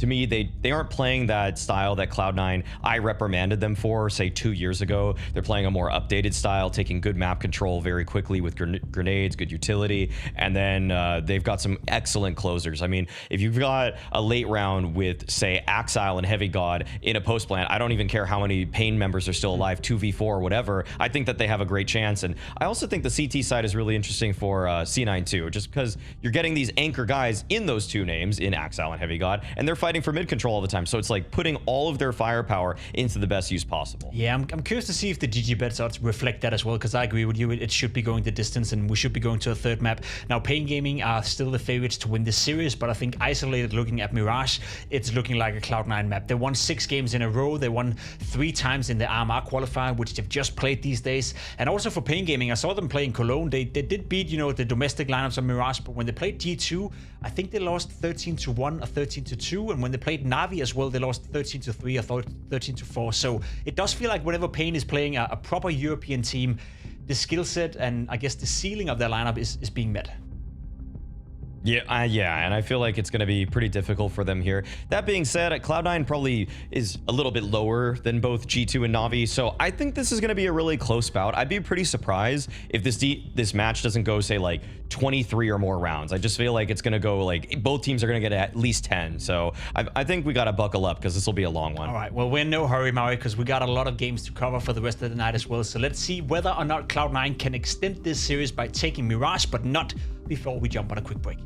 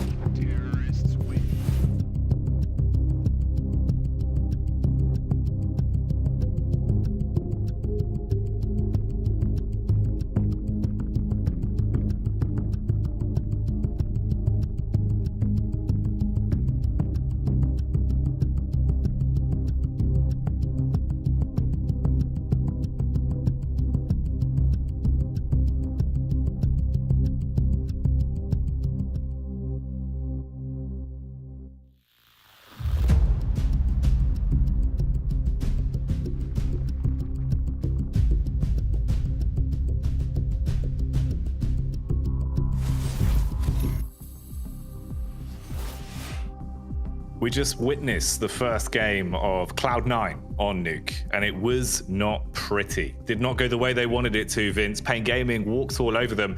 Now we get to something that might give us a little bit more of an even fight. Mirage being the second map in the series. Yeah, I think we saw some of the shortcomings of a team that just simply doesn't play Nuke, especially as this 5-man roster really being tested and picked apart by a very cerebral IGL in the form of Big Azera. But as you say, Mirage is more of a familiar battleground and a bit of a home for Cloud9. paiN and no scrubs on this map, don't get me wrong, but I think Cloud9 will be the favorites to take us to that all-important third map. They're starting on the T side, though, and occupying with quite a bit of utility as well. 2 smokes and a flurry of flashbangs as they look to try and rush onto the site. This grenade has damage written all over it as it softens multiple targets, but it is going to be Inters that picks up the first. NQZ now springs into action, but Icy removes his head before Big Azera gets one. It's a beautiful shot, but there's too many T's to deal with. And now Koaz, great first map, is going to have to go above and beyond and have one of the plays of the entire tournament if he wants a chance at even getting close of this. He's going to try and wait for that bomb plant to come in, so he knows one of those players is busy, but he's missed his chance. He'll get punished and Cloud9 take first blood on Mirage. Pistol rounds secured. Even with the big nade doing about 20 to 30 damage to 3 of the players there, the snowball that was thrown out. That's what happened to Snow as soon as they got their feet on the ground. Nice 2-piece from Inters on the Glock. And a round locked in. Thought maybe there was a chance with the timing. You get yourself back round towards bench like that. Not possible though. Okay, so pistol round for Cloud9. Good start. Awful lot better than what we saw from the first map in terms of coming out swinging from the get-go. For paiN, investments into 3 5.7s, a scout on NQZ, and a deagle in the hand of Big Guzera. Now, weirdly, Vince, for my money, these are the kind of rounds that paiN do pick up. They're damn good on these. I don't know what it is. A few 5.7s and a scout for NQZ, that's more than enough. They'll tag him up, soften him up, he'll come in and finish them. So let's see if there's room for shenanigans, as there's certainly room for Boomich up on short. He's been able to take a bit of map control off him, and Heavy God parks up inside of Con with a MAC-10. Simulating most of the map early on are Cloud9, waiting for those smokes to clear. For NQZ, he is anticipating, itching for an opportunity to put that scout to use up on the toll booth. AMKAL now waits out. Molotov tossed in. This is going to land on the balcony. This is going to force Lux out into the open and into the firing squad. That is AMKAL. And now they can try and close the noose up on Catwalk. Additionally, Snow had some real bright moments on Nuke, but he's been dulled down and put down to size. And yeah, Cloud9, they have managed to bypass all of the traps that were being put into place. Koaz may have tagged down onto Heavy God, and Boomich also low, but helping one another out and looking to traverse their way through this round without any casualties. It's rough because like everyone did their job of actually getting a couple of tags out with the 5.7, but obviously NQZ not really in the right place to respond with a scout and clean up onto the low HP players. Anyone but Icy could walk into him and just get shot in the chest and buckle under the pressure. Because they're low as well, they've got to move further away from that bomb radius, so everyone's starting to bustle their way up towards T-spawn. He's not going to be baited in for it. So they will survive with all 5 players keeping on to their weaponry. So 2 rounds picked up then, Cloud9. Nice start so far, Vince. Not falling at the first hurdle. Yeah, even walking into the stack site, able to withstand it, come out with all 5 players alive. They can keep this bonus and play now, 2 MAC-10s. Knowing that paiN are going to have very little to play with in this round. They know that NQZ saved the scout. Probably anticipate a couple of upgraded pistols alongside it, but they'll be anticipating some kind of a stack. And it's actually going to be more of an aggressive look from paiN. They're stacking 3 of their players up on mid. Going to be flashing their way into a peak, finding nothing forthcoming, so they can take 2 of that component and start to make moves through on Con. Heavy God taking point for his teammates, getting out aggressively through on ramp. Inters with his feet on the ground, but his head gets ripped off his shoulders. The scout of NQZ claps back. Reality will hit paiN in the end, though, as the weaponry on the T side is able to mold them. With Heavy God finding Big Guzera down towards CT spawn. It's only the PT-50 that's left. Few tap shots, 2 casualties for Cloud9, but the round itself is theirs. And they get through all 3 of the opening rounds here on Mirage with very limited casualties. And overall, good success. Of course, for paiN, though, you've been biding your time. Outside of the one round with the 5-7s, we've never really seen them with any kind of firepower to play with. So let's see what they got for us in store now. That's where the real game's going to begin. We'll see if they can carry on with the success they had on Nuke in the first map. NQZ Vince gets that opportunity to don the AWP. Will he have the upper hand here in the 4th? They'll certainly be hoping so, Jackie, but he has been smoked out early on. They're going to pick up the pace. Cloud9, been pretty straightforward, pretty slow and steady, but now they want to get out into the open and take the fights. Oh, the timing for Koaz so brutal. He looks to his left-hand side, trying to defend his AWP of NQZ, and in doing so, deems his own life forfeit. AMKAL will capitalize on that one, and Heavy God up close. Likes to be an aggressive entry frag type style. Guzera, though, not for the first time, bypassing the smoke, but Heavy God is there, bodyguarding the bomb plant. Snow keeps the dream alive, but AMKAL gonna melt him out with the AK. And Cloud9 maintain the player advantage in this post plant. Lux, though, takes it down into a 2-on-2. He's been tagged to 55. 2 separate angles of aggression that the CTs have to be weary of. And now NQZ pivots in, spins and gets the insta-frag onto Inters. Boomich baited out by the corpse on top of the staircase, and that allows them to just stick the defuse. Oh, he thinks this is a fake. He doesn't want to come out too prematurely, but in doing so, he's going to give this round across the full 10-second defuse. NQZ ice in his veins, and sure he dies, but he gets the round anyway. That's what they wanted. The big ticket item secured. Frustrating for Boomich. They pull it from right underneath the noses of Cloud9.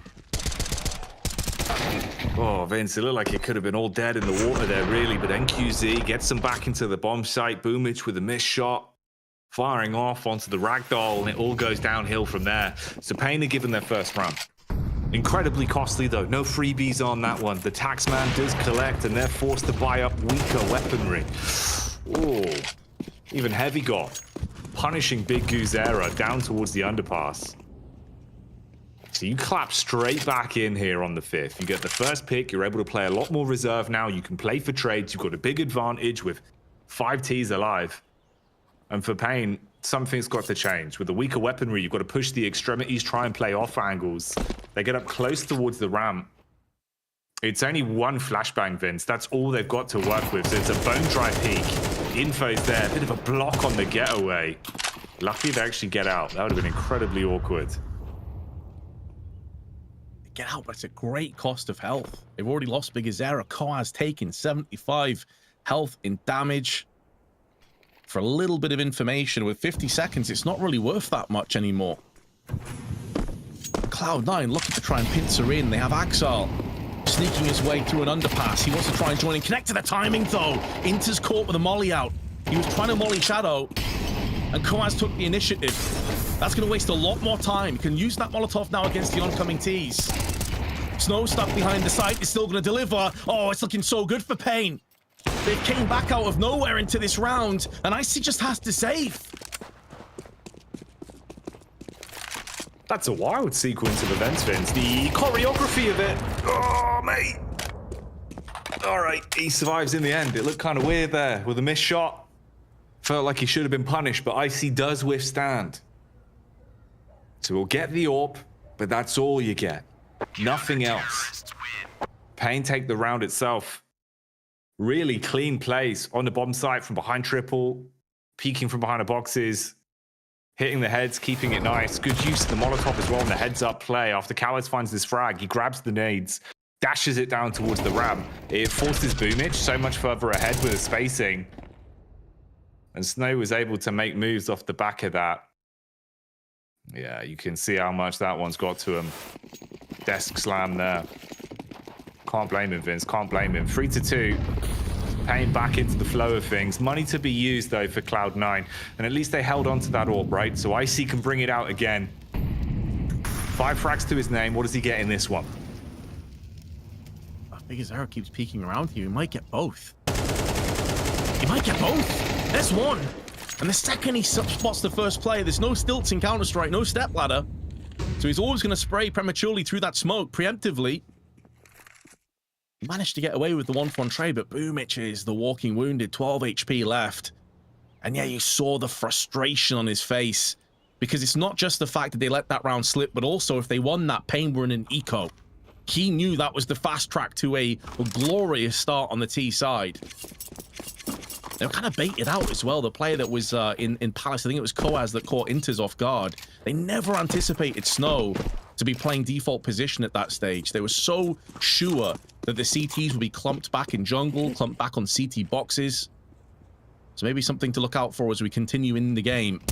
The Koaz going for that aggression. Heavy God now caught with a nade out. A flashbang tossed in, but there's absolutely nothing. And Koaz continues to just pluck away the T's. I'm loving this aggression, Jackie. You wouldn't expect a double peak in 2 different particular moments within the round, but paiN have just got away with it.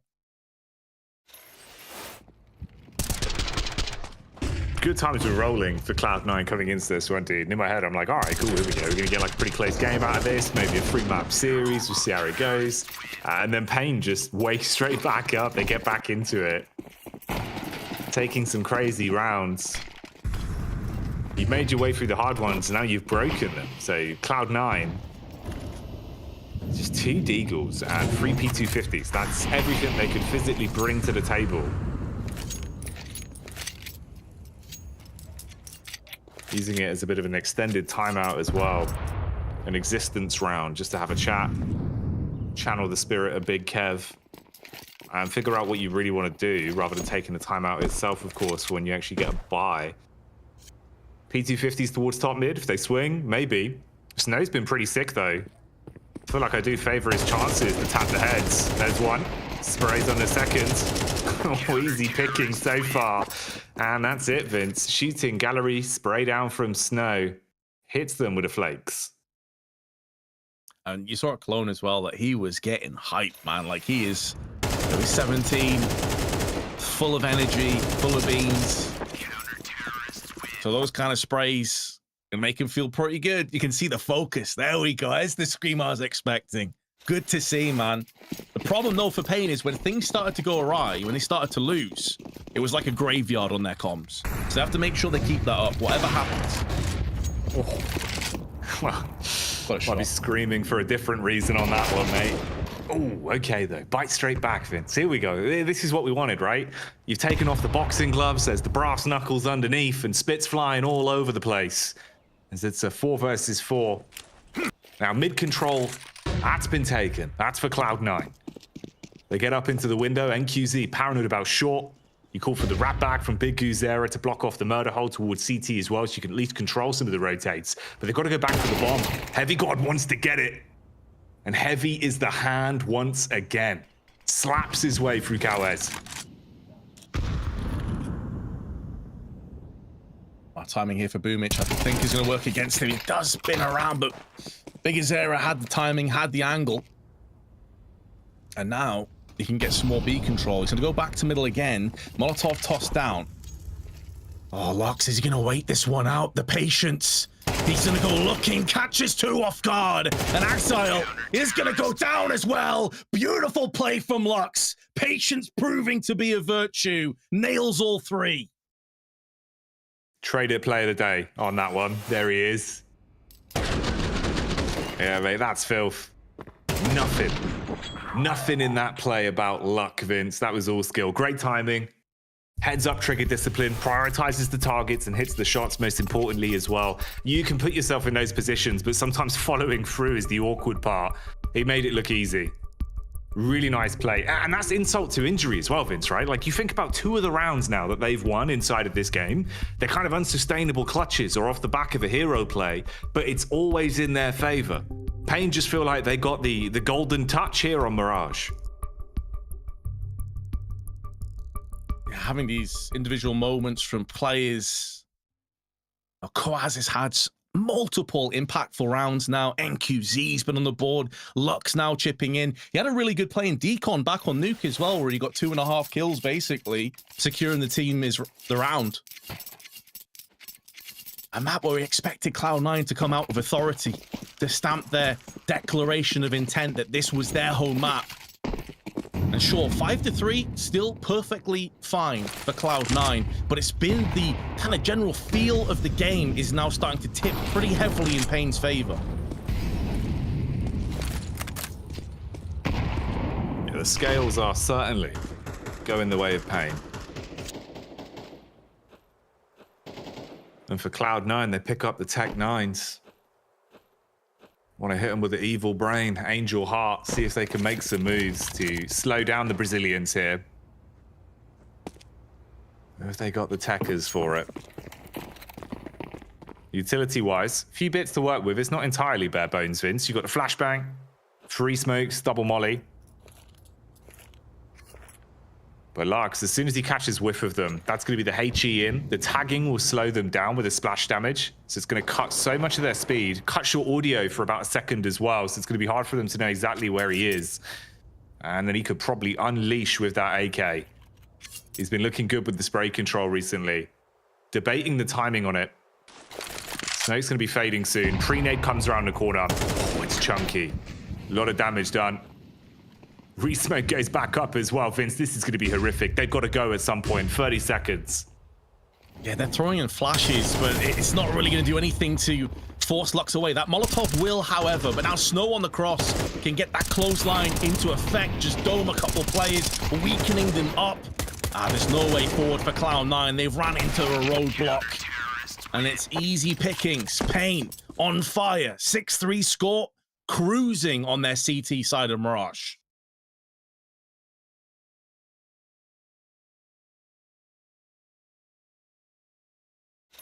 Running away with it, bro. It's kind of crazy how smooth this has been actually for paiN. Insane rounds. Leading by 3. You lost the pistol in the following 2. Since then, it has been nothing but paiN Gaming's matchup here on Mirage. If Cloud9 thought this was an oasis, they are sorely mistaken. It really has been a mirage for them, and the sand is in their eyes. Miss smoke. Still adapting to the change. No jump throws. Gonna block off the connector line of sight as well for NQZ.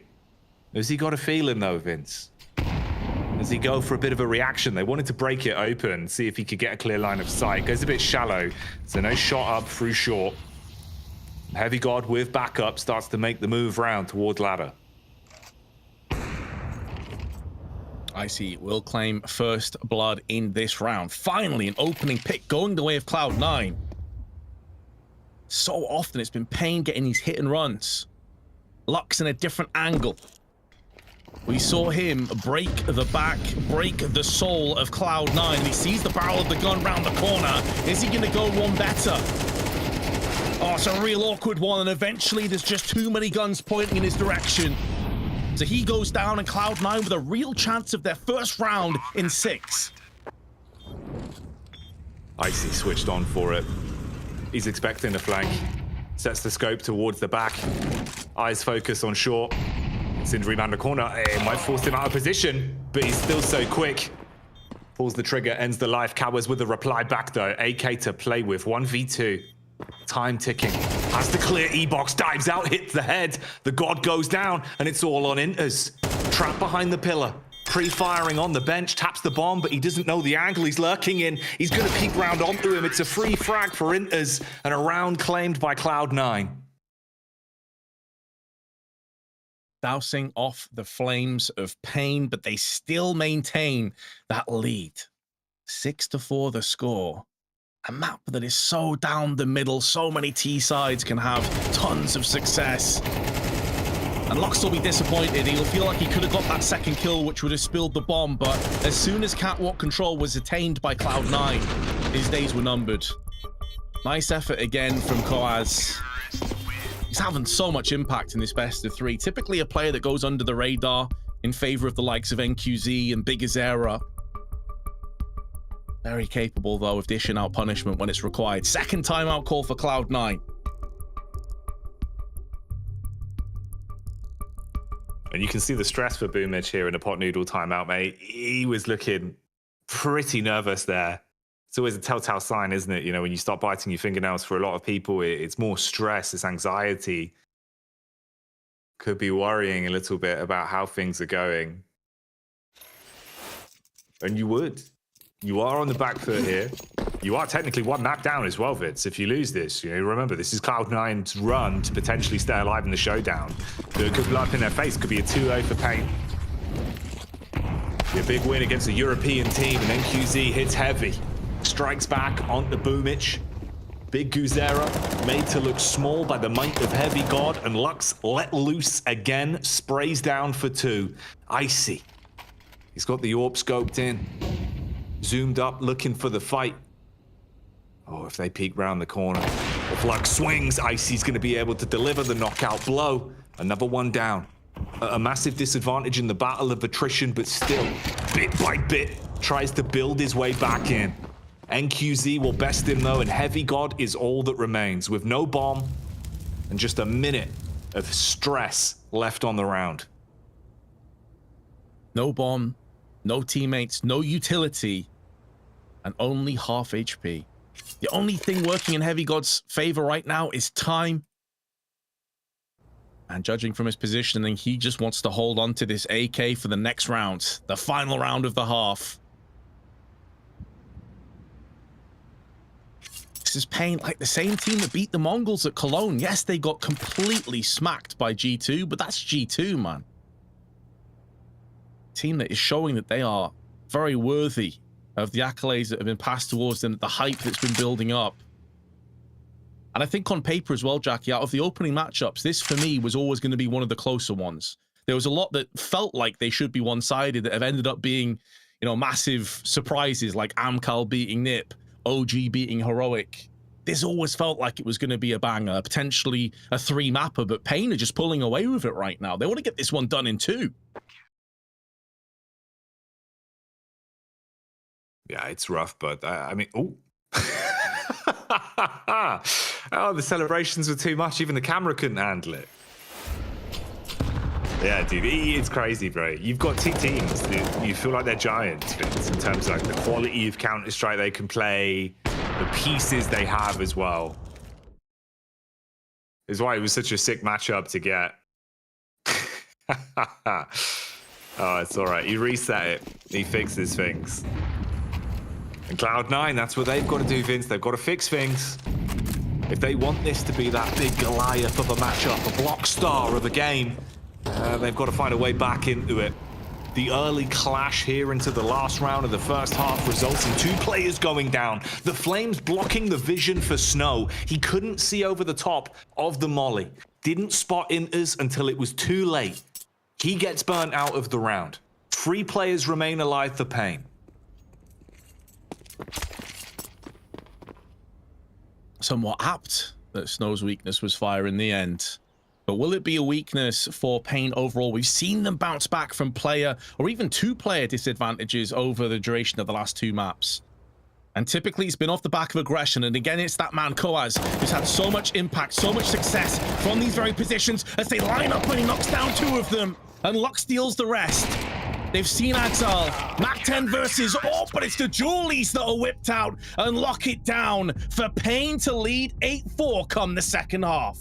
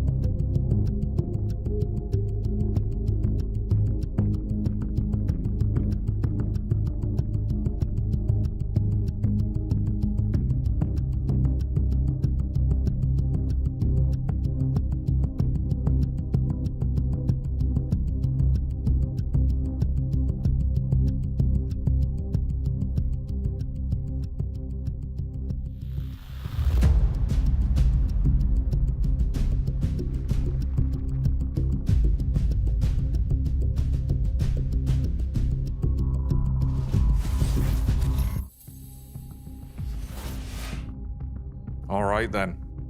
Here we go, Vince. Do or die for Cloud9.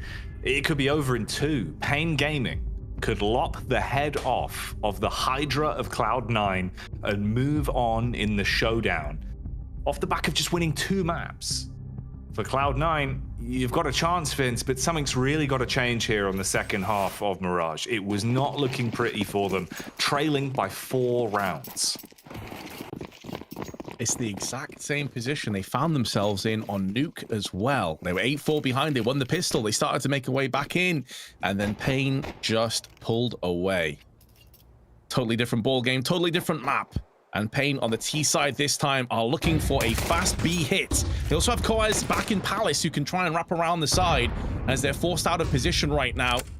And a rotation comes in. boomich is making moves back to A. coeS has made noise, and it's completely caught them off guard. They've sent 2 players off. But for paiN, they've not fully struck on the B site. They're coming through underpass. They want to try and end this one on A. All right, it's all going to kick off in a second here. Icy, 2 guns in his hands, looking to have some fun with it. But the dual Berettas don't deliver, and coeS is able to upgrade. Tap shot towards the ticket booth. Looking to stamp some authority here on the 13th, and he gets the better of boomich as he buckles. Only 3 CTs remain. Spread thin.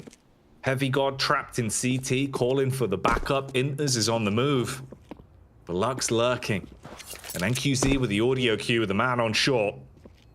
He's going to be able to cut off the rotate from Axel and make it awkward. Maybe there's room for it to change, though. Hang on, here we go. Pistol starts to punish back for the CT side. And coeS, can he thrive in the chaos here with the Julies, battering down with the bullets. A barrage of shots. And 2 frags added to his tally. A pistol round taken for paiN. Oof, man, that's a huge round for coeS, but the 2 players in connector and underpass allowed Axel to kill both of them, are breathing a very deep sigh of relief because they nearly let this round get back into close proximity. A real scrappy, chaotic one, though. Multiple rotations. The Cloud9 head must have been spinning how many times boomich was going back and forth up on the CT spawn. But it is going to be paiN securing that second pistol and putting themselves now into such a strong position here on Mirage. It's an A stack, and paiN sending everybody over onto B. They'll be checking their angles, making sure there's no shenanigans afoot. But they're just going to rush in now. They're going to find out. It was a bit of a bad flash there, bounced off the window, doesn't matter. paiN have the sight, have the control, have the information, and they will have a 10th round. paiN just walking over them in the series, Vince. Looks like they're destined to go deep into showdown here off the back of besting Cloud9 in this BO3 if they can just find a few more rounds. It's like you say, they're moving up to 10. Oh, mate, easy taps on a peak from short. He's giving out all the haircuts. A bit of money to be made as well with the Mat 10. And that's the way the story goes for the CT side of Cloud9. I do like the monitor reflection in the glasses there for Axel. It kind of makes him look like he's some sort of anime villain, Vince, every time. It's pretty good. Well, they'll need him to be that, right? Like, have that arc, that full villain arc right now if they want to try and steal a way back into this. This is where nefarious intentions have to come out. You've got to get vicious if you're Cloud9. Get in their face, make this uncomfortable. Because right now, paiN are looking like everything is going in their favor. Haven't looked like they've sweat at all for the most part on this map. And they're just going to dial it in for another B hit. Icy stuck out, flashbang in the eyes of Axel, but they've at least got the first pick as the molly's burning multiple players alive. Axel's down to 20. Inter's forced out of position alongside Icy. And such little time has elapsed that they can just pull the plug. They fall back out of B. You don't have to commit to it. No reason to. I mean, you lose one player, sure. You can just cut noise on it, bail back towards T-spawn, and see what you want to do. The old double fakeroo as well, hoping someone was close, either towards top mid or round towards the ramp side. They hear the audio cue of you all just thunderfooting your way towards A, and then do it again. Go back towards B, reset on a round, and hope for the best.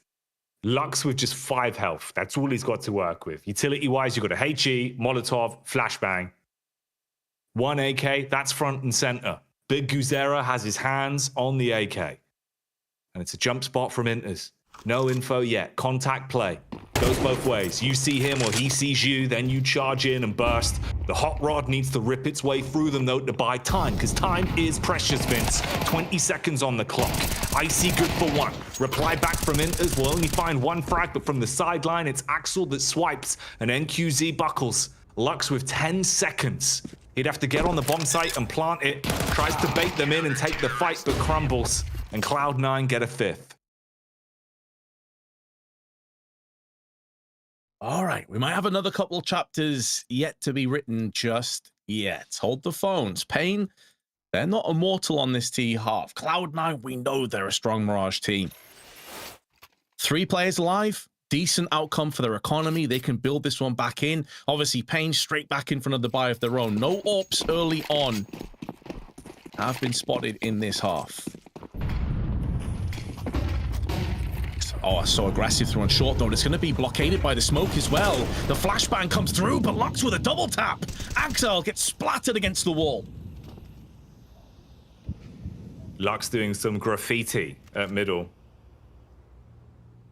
As he sprays that one everywhere. Cloud9 behind by 5 rounds, and you're down a man again.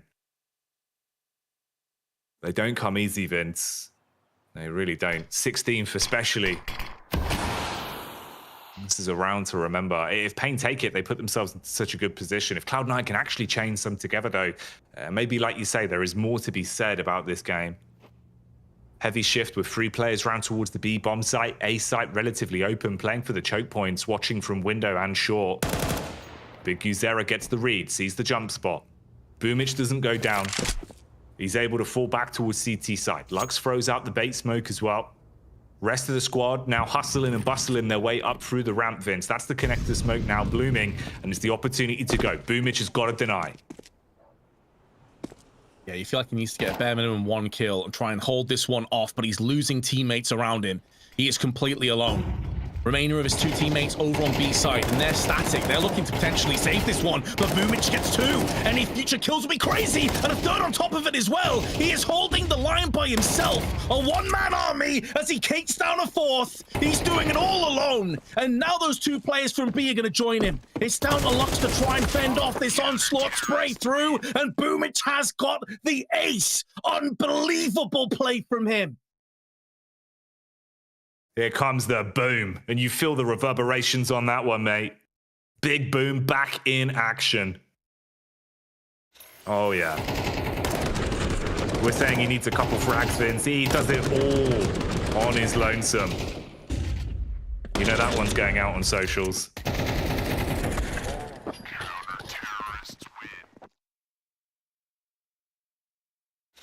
Just a small smile. I guess it shows how much they're struggling in this game. That even an ace, even a clutch of that magnitude from that man, and a small smile on the face because he knows they've still got a job to do. That's the crazy part, right? Is that's just the beginning. That play, that's the open door. Before, it looked like you couldn't find a way in. Him stepping up like that is going to command the rest of the team to try and dial in as well. Those are the sort of plays, bro, that we're sat here kind of hyping up, expecting Heavy God to be making. Heavy God's been pretty quiet. Need to see a bit more from him now. Whole team's got to play together as the 5 fingers on one hand here for Cloud9. Make a fist and punch straight back on Mirage. For paiN, the economy comes into question. Glocks with a single Tech 9 in the hands of Lux. 1 smoke. That's all you've got to set yourself up for a play in the 17th.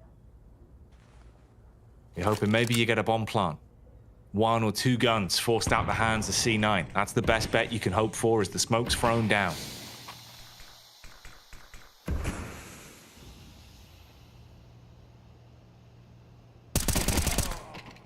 That kind of play from Boomich not only got them into an anti-eco round, but it could have been the catalyst for the comeback.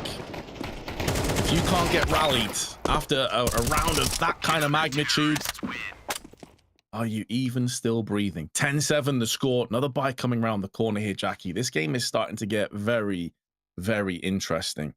But as a caveat to that, it has taken crazy individual efforts to keep Cloud9 in this game. Yeah. It's not really something that you can consistently bank off getting going in your favor. No, exactly, bro. It's the repeatable rounds, right? That's what you want to be winning. It's always well and good to take a clutch like that, but how many times is Boomich going to pick himself up an ace? You need everyone firing now. Is that the splash of cold water that wakes Cloud9 back up? Or are the clouds going to part to make way for paiN to move deeper in the showdown? Icy, armed with the orb. Feels like we haven't really seen him on the gun for a while now. Having it in his hands, let's see what he can do. That's rough, bud. The peek out from AMKAL, taking the fight onto Lux. He should win those every damn day, but Divine Intervention comes into effect. Lux survives with a single point of HP. They really expect a player of AMKAL's capabilities, his individual prowess, to come out ahead pretty convincingly and cleanly in that kind of a trade. And it really does stack up the pressure now, and that's why they're going to go down. But still, Boomich gets the drop on coeS, one of the players that's been playing at the highest levels on this map. Bested by Boomich, who is going to be feeling pretty much untouchable at this stage. Icy's going to go down as well. Not baited out from the shoulder peak, but there is a player, a snake in the grass of jungle, and Icy cuts off the head of Bigazera. Icy's getting activated, Vince. Oh no, he ain't. He's been punished with the uppercut. The big boxer of Lux finds the flick. It felt like he was about to do something sick on the orb, but that timeline's denied. And now we're living on borrowed time, like Lux is, with a single point of health, blown out of the server by the nade from Inters. And NQZ, can he bring the paiN down on them? Misses the tap, Inters cleans up, and Cloud9 survive another test.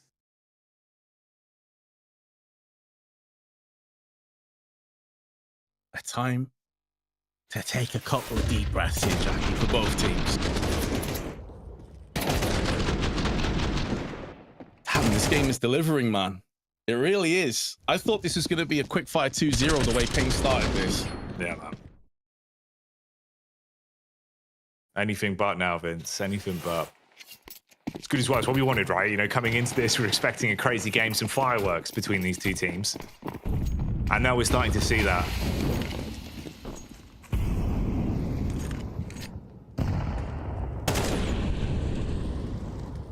This is where that pressure is going to start to feel very heavy indeed for paiN.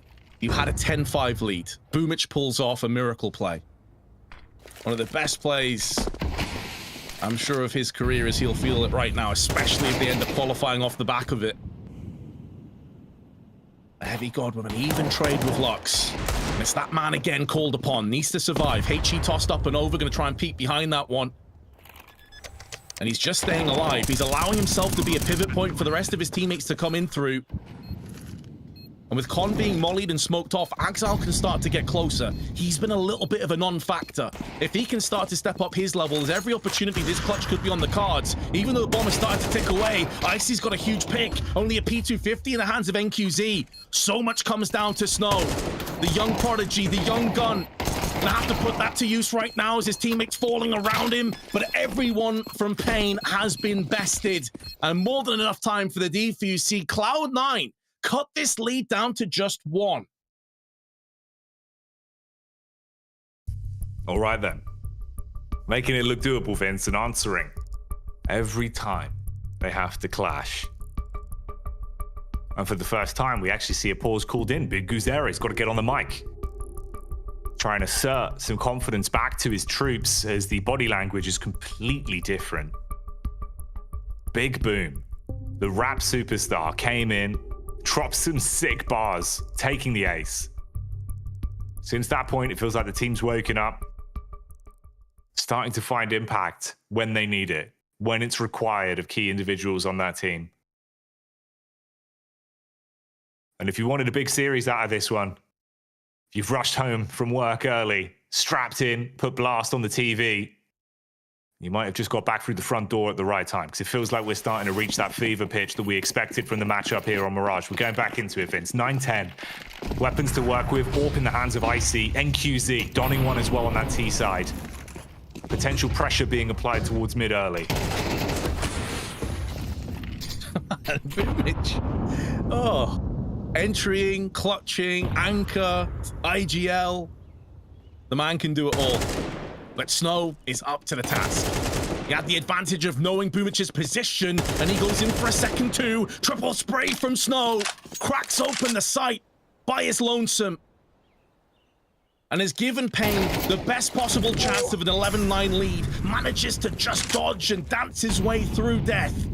And survives to tell the tale. AMKAL nearly nailed him. Freaked me out on the peak there with the molly. Expecting him to swing with the unluckiest timing. But the cogs are still turning for AMKAL. He wants to peek towards ticket booth, but NQZ stamps a hole straight through him. And for Icy, it dawns on him the reality of the round that's left in front of him. You've got to walk away. You've got to give it up. There's no equalizing the scoreline here. It's just paiN taking it to 11. And Cloud9, like their namesake, are stuck on just 9 rounds. And this is the danger zone, Vince. For all the comeback they've mounted, this is where pressure really is on your shoulders. Your opportunity to make mistakes, those 1 or 2 chances you had where, yeah, maybe you have a bit of a struggle of a round or a missed shot. You don't really have that luxury anymore. It's got to be crystal clear from this point forward. It's a good opener from Boomich. Like you said, man, he's doing it all. He really is. Like, he's coming in with a big clutch round. He's looking to get aggro early. Need a bit more help. Need someone else to step up to the plate, Vince, or else paiN, with the way this team is playing overall, that's what's going to be what wins them the game. Snow as well. Like, fair play to him, right? You're coming out absolutely swinging. Must feel comfortable. Online CS. He's just thriving with how he's playing it. He's cooking up a storm as well, man. Like that 3K is so huge. It's not just it's like a combo breaker, right? Like, you've seen this flurry of punches and kicks and headbutts from Cloud9. I said they had to get savage, they had to get dirty, and they did. But there's the combo breaker from Snow, and it throws Cloud9 into disarray. A dynamic round, a vigorous round from Snow. And did it all alone, by the way. There was no supportive element there. He was on the other side of the map to his teammates who were occupying mid and trying to make a play over on B. Huge. Absolutely huge. And it goes both ways, right, Jack? You were talking about, like, you can't bank on individual performances carrying you through rounds, but there's always the opportunity that the opposition has a blinder, a miracle play of their own. And now they're on the back foot. They're getting aggressive up mid, though. Heavy God using that smoke as a bit of a sanctuary. When you need a miracle, Vince, you might reach out to a god. Heavy God towards top mid could be exactly that, but Lux, he doesn't give a damn what he thinks he is. Bullet to the brain, he dies all the same. Heavy God out of the round. And Cloud9, that sinking feeling, once again comes back to the top. Icy with the timing on the adjust as well, wanted to nade off the wall and take the peak with the flashbang. It gave them solace on close ramp. They've got into a better angle. Oh, big Guzera on the peak up. They don't expect it, but luckily Inters catches wind. There is a reply. 4v4 Vince, they're walking their way out ramp. Boomich has to do it again. This time Snow has backup. Has a couple of helping hands. This is exactly the same position that Boomich went nuclear. But it's a dud this time around. A fizzled out attempt, and AMKAL's woes continue as he's bested by Lux and paiN on the brink, on the precipice of having 3 match points and knocking Cloud9 out unless Inters can take inspiration from his leader. And it's not going to happen. NQZ nails him for the 12-9 score. paiN Gaming. So damn close now to locking it down, taking it in 2, Vince. It's a hell of a matchup to win as well. Big result here against Cloud9. The new look Cloud9. especially with the resilience shown off the back of Cloud9 trying to mount comebacks twice in both of these games and being unsuccessful. If this is how it finishes, and what have you got? What tools are the trade you really have to even clap back against it, man? Like, it's broken here. Cash is in the bin. You've got to change your style of play. Icy just goes for a confidence maneuver. He walks into the crosshair. Icy down, but AMKAL finds success against the brains of the operation. It's a big Guzera. He's severed from the rest of the squad. It's a 4v4. But the stark contrast is the firepower. Have to do so much with so little. Prime efficiency required here for Cloud9. And meanwhile, the Brazilians, they're cooking up a whole bunch of aggression through on Con's side. They smoke out the window.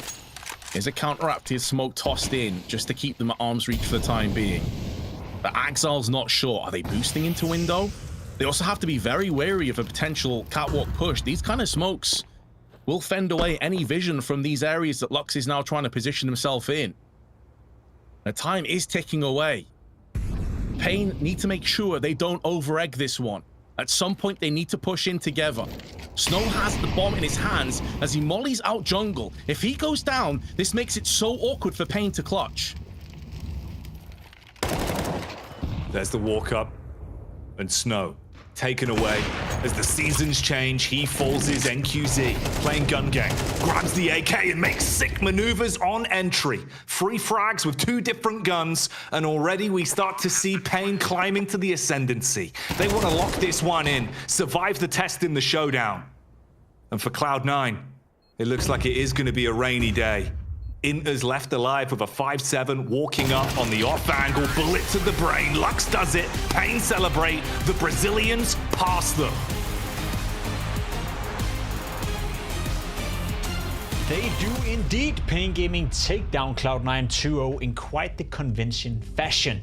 I am slightly disappointed in Cloud9. I thought they were going to be able to put up a much better fight and let alone push it to a 3rd map, but we gotta give credit to paiN Gaming for finally getting a win against a European opposition.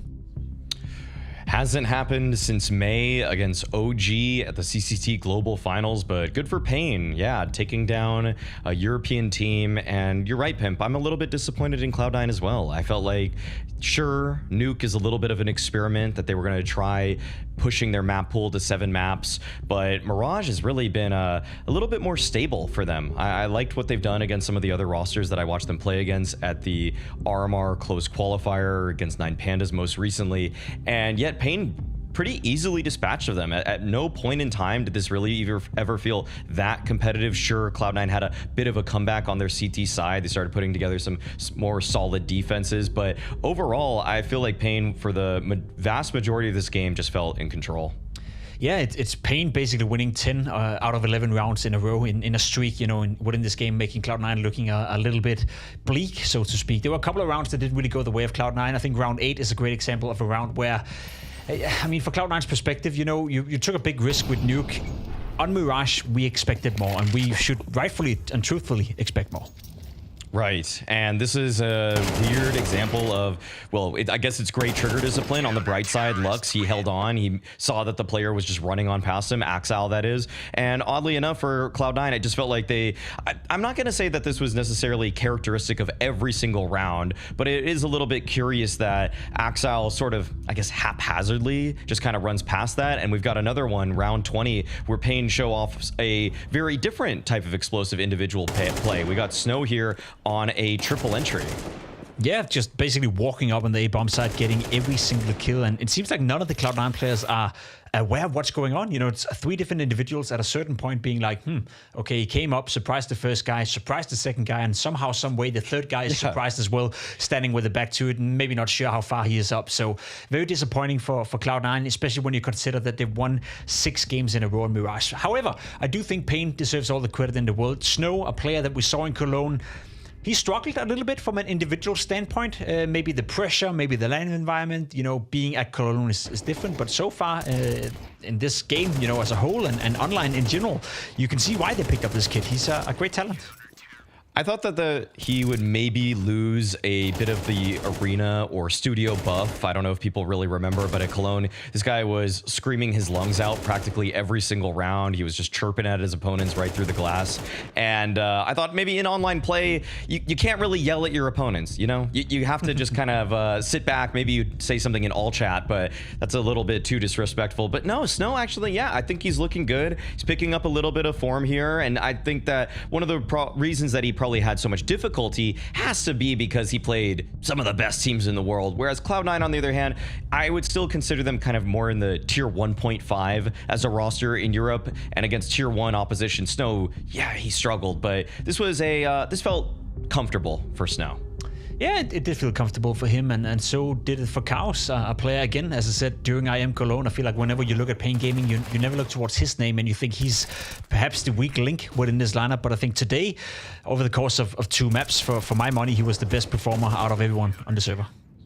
I can't really disagree with you there. I feel like what he did on Mirage definitely elevated him, and yeah, I think the thing is with Kawes, with Lux, and I think paiN is actually shaping up really well for me, because I now look at them with Kawes having this kind of performance, and I truly have a hard time picking one player out and saying this is a weak link, because I look at some of the other Brazilian rosters and how they're kind of moving some players around. Maybe there's one guy here or there that's a little bit weaker, and paiN, because Big Uzera is such a great force as an individual. Sure, he didn't have the best Mirage, but as overall, I really don't see an individual player where I'm like, oh, if they just got rid of this guy, they would be punching up and being a top 15 team. I think this team has everything they really need right now to be a top 15 team in the world. I don't see why there's any reason you wouldn't consider them to be Brazil's best representative right now, because Furia still feel like they're finding their form, but paiN seem like a much more settled product.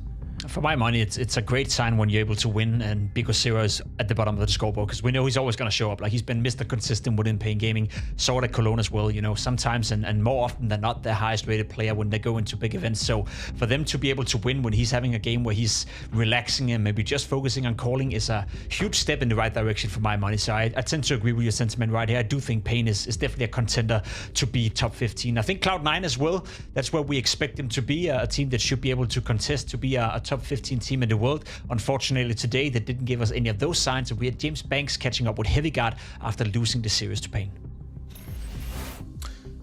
Heavygod, you've got the positives of making it through to the RMR, right? And then this one maybe not as good. I wanted to just first ask around the option to ban out Vertigo, not Nuke. Was this where you guys just wanted to play around with the map pool, you know, give it a test against a team like paiN?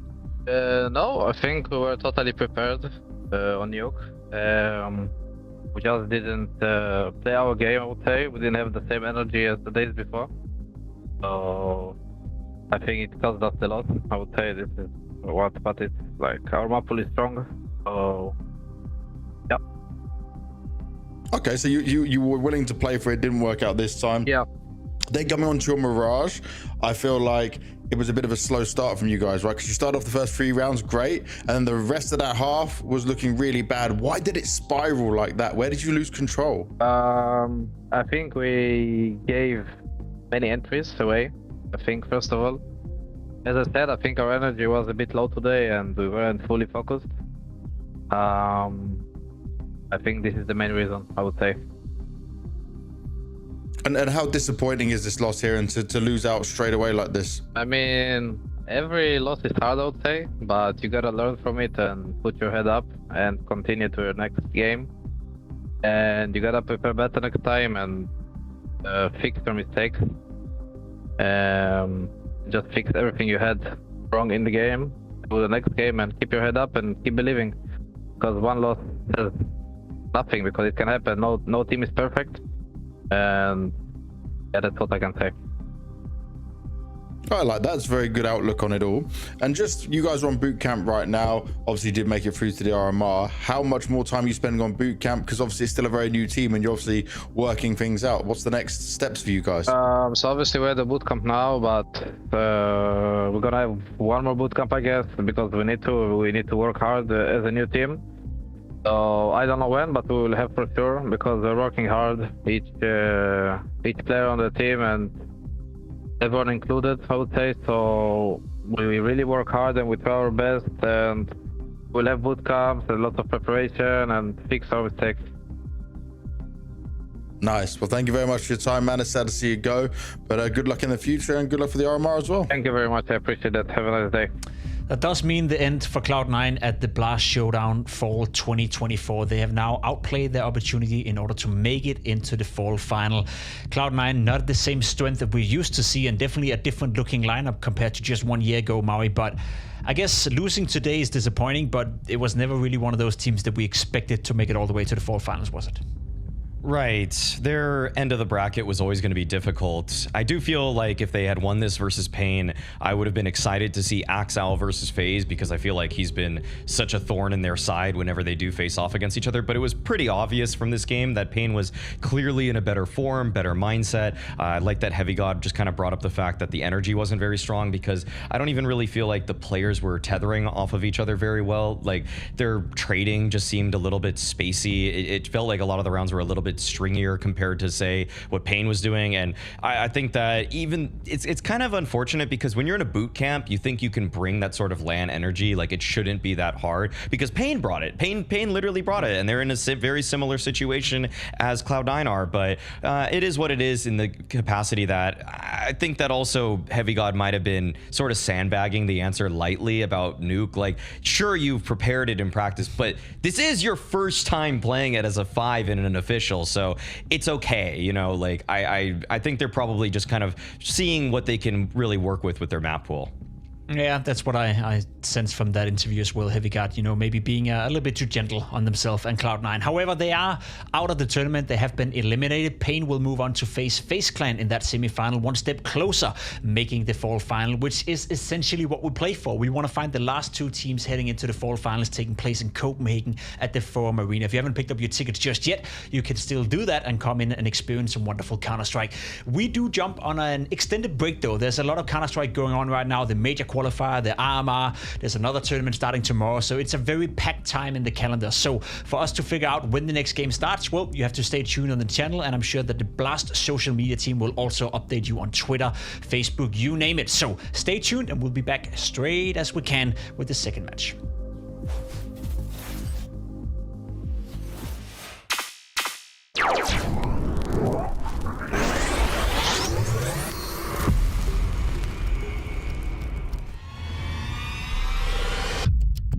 This is going to be a bloodbath today. 6 teams, it's quality over quantity, and everyone seems to be on their game.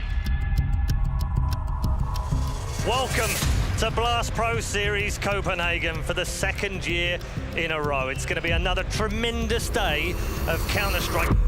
Your explaining days are over, because you are sportsmen. To win this may actually be a harder mental task than winning the major. Seems like the fans are ready. Are you guys ready? Wow.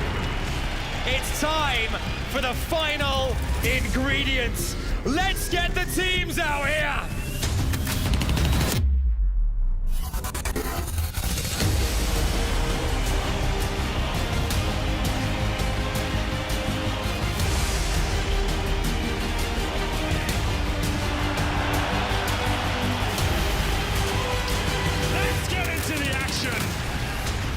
Lady wants to swing. Never mind, swinging 6 HP. Contention here. Double orb setup picked up.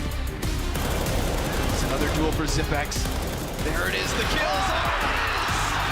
And there's just one player left. Trying to work into the bomb site, but he faces a legendary team. Back in the action. I know, my heart's racing right now, like 1,000 beats a minute.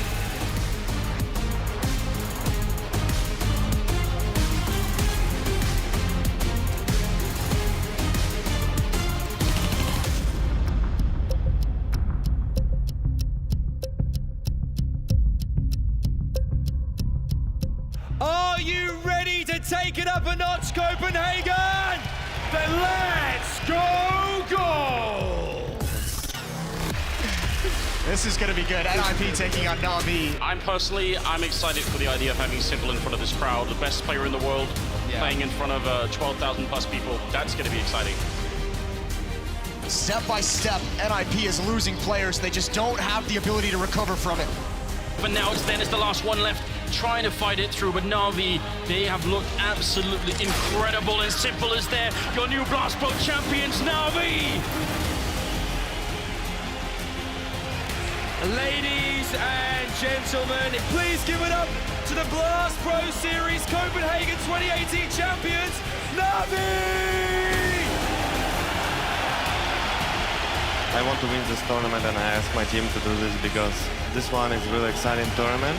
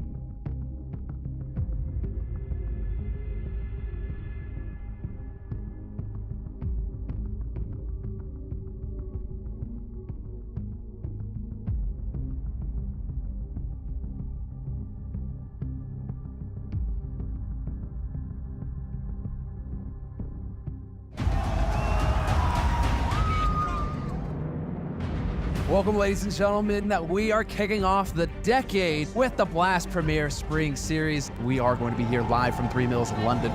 We do have the very best in the business, the best in the world competing here at Blast Premier. Who were on the way up and up last year. I'm hoping that we get some good Counter-Strike. We've had to take everything online. Blast have run into this challenge head on. We are pushing the limits of what's possible with the online broadcast. 1 versus 4. For 754 days, we've been without a stage, without a stadium, without a crowd. But now Blast is finally back where we belong. This is an incredible electricity in the air. Can you let me hear you roar? Today in Lisbon, we will show everyone that we live and breathe Counter-Strike. The return of the Royal Arena and a chance for a new monarch to now be occupying the throne. Send off 2022 in proper fashion. Let's do this, Abu Dhabi! It all comes down to this, to define how we end the last season in CSGO. It's time to make your country proud. Get loud! Abu Dhabi, make some noise! It feels like the stage has been set wonderfully. It is you who sets the stage with us. Make some noise! 2025 sees Blast Premier launch a brand new format where each event is a standalone tournament that crowns a winner. Blast will run 6 tournaments in 2025, split into 2 seasons of 3 tournaments. The 3 tournaments in each season will have unique formats and storylines to bring fans the best Counter-Strike across the year. The Bounty is an innovative new format featuring 32 teams. The Bounty is made up of 30 teams from the Valve Global Rankings and 2 wildcard teams selected by Blast. Teams will play a BO3 single elimination, with the first 2 rounds played online in week 1 from European servers. The 8 quarterfinalists will play the second week in a LAN tournament from the Blast Studios in Copenhagen. These teams will play single elimination BO3 quarterfinals and semifinals before a BO5 final to crown the Bounty champion. Teams will come into the tournament with a bounty on their head based on their seeding. When a team wins a match, they secure 50% of the bounty won as a guaranteed payout. The other 50% of the bounty carries over to the next match and gets added to the winning team's total bounty. In the opening round, lower ranked teams will get the chance to go bounty hunting and select who they'd like to play from the highest ranking teams. After each round, seeds are reset based on the previous round's results, and again, the lower ranked teams get the chance to select their opposition from the higher ranked teams. The Open is the grandest of the Blast Premier tournaments, with the final stages played in iconic arenas. The Open is a 16-team tournament. The top 12 teams from the Valve Global Rankings are invited to the Open, with the other 4 spots coming via regional qualifiers. The first week of the Open will be played from the Blast Studios in Copenhagen, where teams will split into 2 groups of 8 to play out a BO3 double elimination format to identify the 3 teams to advance to the playoffs from each group. The 6 teams that advance to the playoffs are then flown into the city hosting the arena final, where they will play single elimination BO3 quarterfinals and semi-finals before a BO5 final to crown the champion. In 2025, the Opens will be played in Lisbon and London. The Rivals is the battle of the elite. The Rivals is an 8-team LAN tournament. The top 8 from the Valve Global Rankings are invited to the Rivals to settle who is the best of the best. The 8 teams will face off in a BO3 GSL format, leading to a single elimination playoff bracket with quarters, semi-finals, before a BO5 grand final. As well as competing for glory and prize money, Blast are investing in teams and the wider ecosystem through participation fees that will be paid to each team attending a tournament to guarantee income for them, and a year-wide membership program that rewards teams competing at multiple Blast tournaments across the year. Hey, I'm Kerrigan, and welcome to Kerrigan's Tier List. For sure, Counter-Strike 1.6, S-tier, banging game, the game I grew up with. Source, that's a D-tier, trying to make the game better. Complete Source, no chance. Condition 0, you know, I'll bomb at C-Tide just because it's better than Source. Everything else is better than Source. If you have a Counter-Strike 2, I'll put that on a B tier, and then I'll put CSGO on an A tier. CSGO was a D tier when it started out. It got really good at updates, went to an A tier. And I know CS2 is gonna be a tier at some point. Ever gonna touch Counter-Strike? No chance.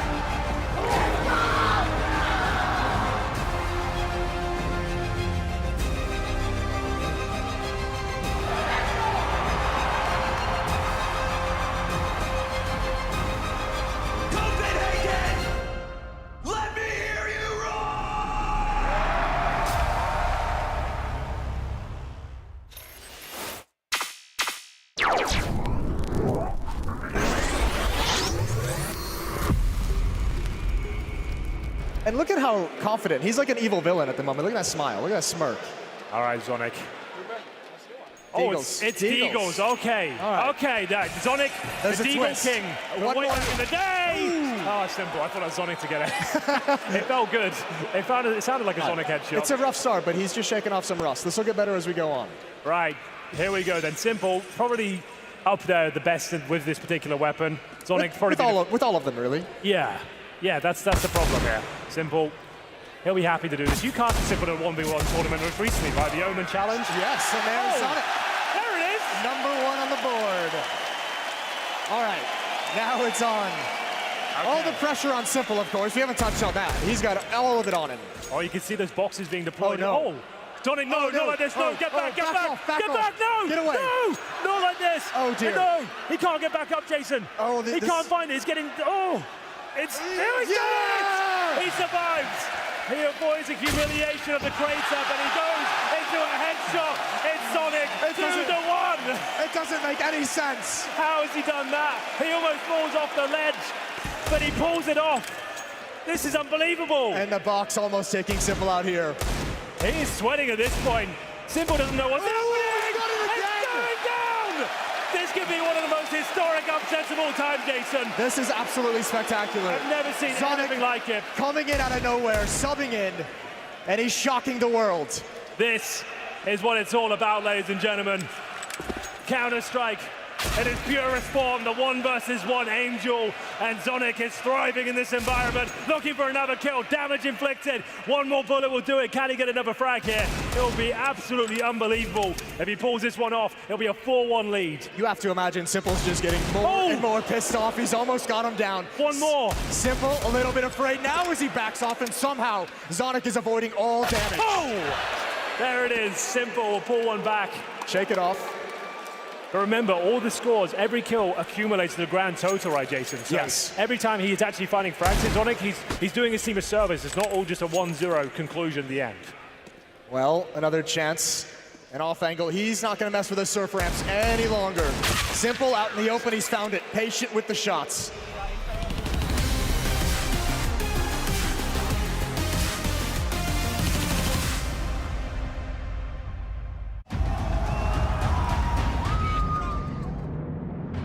Welcome, ladies and gentlemen. We are kicking off the decade with the Blast Premier Spring Series. We are going to be here live from 3 Mills in London. We do have the very best in the business, the best in the world competing here at Blast Premier. Who were on the way up and up last year. I'm hoping that we get some good Counter-Strike. We've had to take everything online. Blast have run into this challenge head on. We are pushing the limits of what's possible with the online broadcast. 1 versus 4. For 754 days, we've been without a stage, without a stadium, without a crowd. But now Blast is finally back where we belong. This is an incredible electricity in the air. Can you let me hear you roar? Today in Lisbon, we will show everyone that we live and breathe Counter-Strike. The return of the Royal Arena and a chance for a new monarch to now be occupying the throne. Send off 2022 in proper fashion. Let's do this, Abu Dhabi! It all comes down to this, to define how we end the last season in CSGO. It's time to make your country proud. Get loud! Abu Dhabi, make some noise! It feels like the stage has been set wonderfully. It is you who sets the stage with us. Make some noise! 2025 sees Blast Premier launch a brand new format where each event is a standalone tournament that crowns a winner. Blast will run 6 tournaments in 2025, split into 2 seasons of 3 tournaments. The 3 tournaments in each season will have unique formats and storylines to bring fans the best Counter-Strike across the year. The Bounty is an innovative new format featuring 32 teams. The Bounty is made up of 30 teams from the Valve Global Rankings and 2 wildcard teams selected by Blast. Teams will play a BO3 single elimination, with the first 2 rounds played online in week 1 from European servers. The 8 quarterfinalists will play the second week in a LAN tournament from the Blast Studios in Copenhagen. These teams will play single elimination BO3 quarterfinals and semifinals before a BO5 final to crown the Bounty champion. Teams will come into the tournament with a bounty on their head based on their seeding. When a team wins a match, they secure 50% of the bounty won as a guaranteed payout. The other 50% of the bounty carries over to the next match and gets added to the winning team's total bounty. In the opening round, lower ranked teams will get the chance to go bounty hunting and select who they'd like to play from the highest ranking teams. After each round, seeds are reset based on the previous round's results, and again, the lower ranked teams get the chance to select their opposition from the higher ranked teams. The Open is the grandest of the Blast Premier tournaments, with the final stages played in iconic arenas. The Open is a 16-team tournament. The top 12 teams from the Valve Global Rankings are invited to the Open, with the other 4 spots coming via regional qualifiers. The first week of the Open will be played from the Blast Studios in Copenhagen, where teams will split into 2 groups of 8 to play out a BO3 double elimination format to identify the 3 teams to advance to the playoffs from each group. The 6 teams that advance to the playoffs are then flown into the city hosting the arena final, where they will play single elimination BO3 quarterfinals and semi-finals before a BO5 final to crown the champion. In 2025, the Opens will be played in Lisbon and London. The Rivals is the battle of the elite. The Rivals is an 8-team LAN tournament. The top 8 from the Valve Global Rankings are invited to the Rivals to settle who is the best of the best. The 8 teams will face off in a BO3 GSL format, leading to a single elimination playoff bracket with quarters, semi-finals, before a BO5 grand final. As well as competing for glory and prize money, Blast are investing in teams and the wider ecosystem through participation fees that will be paid to each team attending a tournament to guarantee income for them, and a year-wide membership program that rewards teams competing at multiple Blast tournaments across the year. Hey, I'm Kerrigan, and welcome to Kerrigan's Tier List. For sure, Counter-Strike 1.6, S-tier, banging game, the game I grew up with. Source, that's a D-tier, trying to make the game better. Complete Source, no chance. Condition 0, you know, I'll bomb at C-tier just because it's better than Source. Everything else is better than Source. We have a Counter-Strike 2, I'll put that on a B-tier, and then I'll put CSGO on an A-tier. CSGO was a D-tier when it started out. It got really good with updates, went to an A-tier. And I know CS2 is gonna be a A-tier at some point. Ever gonna touch Counter-Strike? No chance.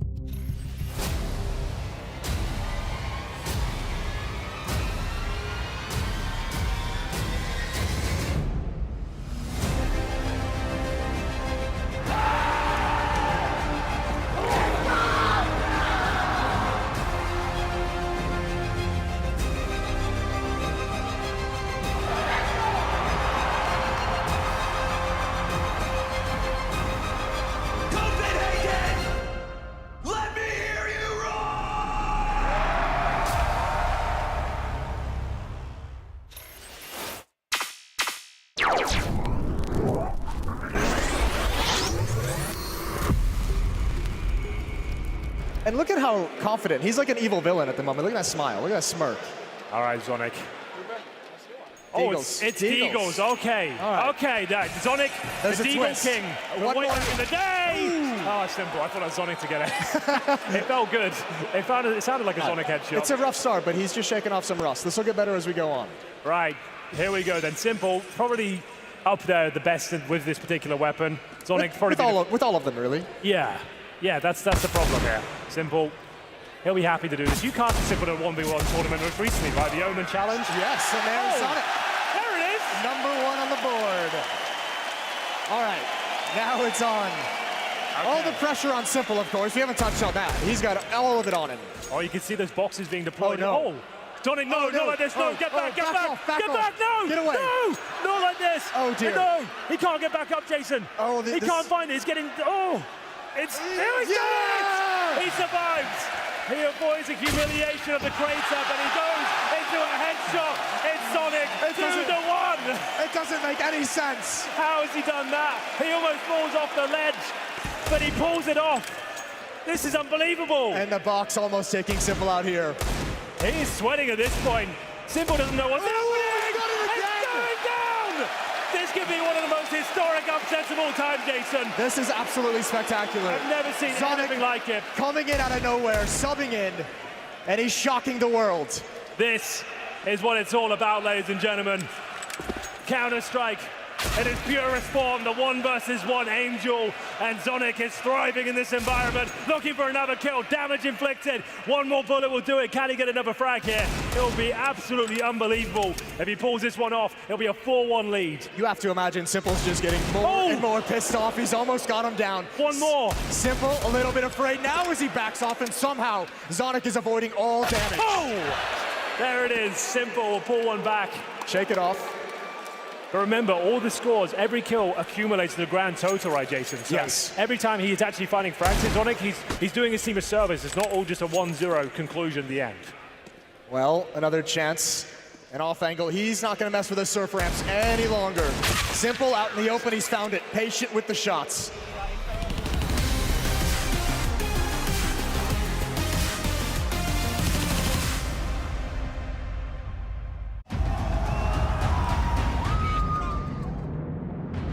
Welcome, ladies and gentlemen. We are kicking off the decade with the Blast Premier Spring Series. We are going to be here live from 3 Mills in London. We do have the very best in the business, the best in the world competing here at Blast Premier. Who were on the way up and up last year. I'm hoping that we get some good Counter-Strike. We've had to take everything online. Blast have run into this challenge head on. We are pushing the limits of what's possible with the online broadcast. 1 versus 4. For 754 days, we've been without a stage, without a stadium, without a crowd. But now Blast is finally back where we belong. This is an incredible electricity in the air. Can you let me hear you roar?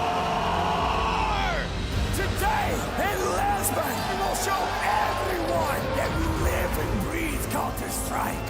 The return of the Royal Arena and a chance for a new monarch to now be occupying the throne. Send off 2022 in proper fashion. Let's do this, Abu Dhabi! It all comes down to this, to define how we end the last season in CSGO. It's time to make your country proud. Get loud! Abu Dhabi, make some noise! It feels like the stage has been set wonderfully. It is you who sets the stage with us. Make some noise! 2025 sees Blast Premier launch a brand new format where each event is a standalone tournament that crowns a winner. Blast will run 6 tournaments in 2025, split into 2 seasons of 3 tournaments. The 3 tournaments in each season will have unique formats and storylines to bring fans the best Counter-Strike across the year. The Bounty is an innovative new format featuring 32 teams. The Bounty is made up of 30 teams from the Valve Global Rankings and 2 wildcard teams selected by Blast. Teams will play a BO3 single elimination, with the first 2 rounds played online in week 1 from European servers. The 8 quarterfinalists will play the second week in a LAN tournament from the Blast Studios in Copenhagen. These teams will play single elimination BO3 quarterfinals and semifinals before a BO5 final to crown the Bounty champion. Teams will come into the tournament with a bounty on their head based on their seeding. When a team wins a match, they secure 50% of the bounty won as a guaranteed payout. The other 50% of the bounty carries over to the next match and gets added to the winning team's total bounty. In the opening round, lower ranked teams will get the chance to go bounty hunting and select who they'd like to play from the highest ranking teams. After each round, seeds are reset based on the previous round's results, and again, the lower ranked teams get the chance to select their opposition from the higher ranked teams. The Open is the grandest of the Blast Premier tournaments, with the final stages played in iconic arenas. The Open is a 16-team tournament, The top 12 teams from the Valve Global Rankings are invited to the Open, with the other 4 spots coming via regional qualifiers. The first week of the Open will be played from the Blast Studios in Copenhagen, where teams will split into 2 groups of 8 to play out a BO3 double elimination format to identify the 3 teams to advance to the playoffs from each group. The 6 teams that advance to the playoffs are then flown into the city hosting the arena final, where they will play single elimination BO3 quarterfinals and semi-finals before a BO5 final to crown the champion. In 2025, the Opens will be played in Lisbon and London. The Rivals is the battle of the elite.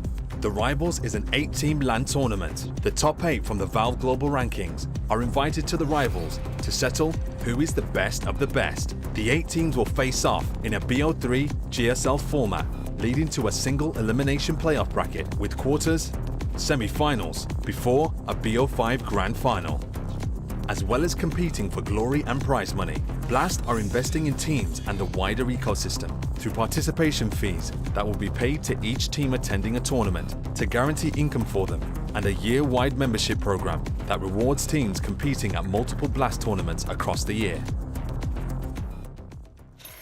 Hey, I'm Kerrigan, and welcome to Kerrigan's Tier List. For sure, Counter-Strike 1.6, S-tier, banging game, the game I grew up with. Source, that's a D-tier, trying to make the game better. Come play Source, no chance. Condition 0, you know, I'll bomb at C-tier just because it's better than Source. Everything else is better than Source. We have a Counter-Strike 2, I'll put that on a B-tier, and then I'll put CSGO on an A-tier. CSGO was a D-tier when it started out. It got really good with updates, went to an A-tier. And I know CS2 is gonna be a A-tier at some point. Ever gonna touch Counter-Strike? No chance.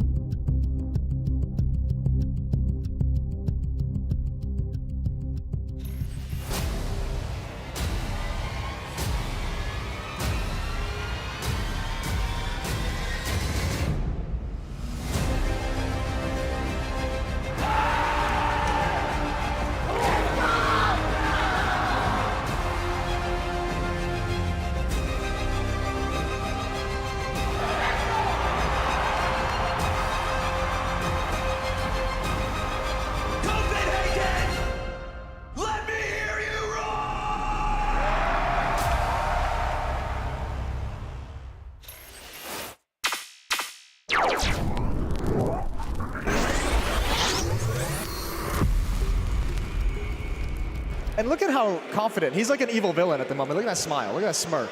All right, Zonic. Oh, it's Deagles. Okay. Right. Okay, Zonic, There's the a Deagle twist. King.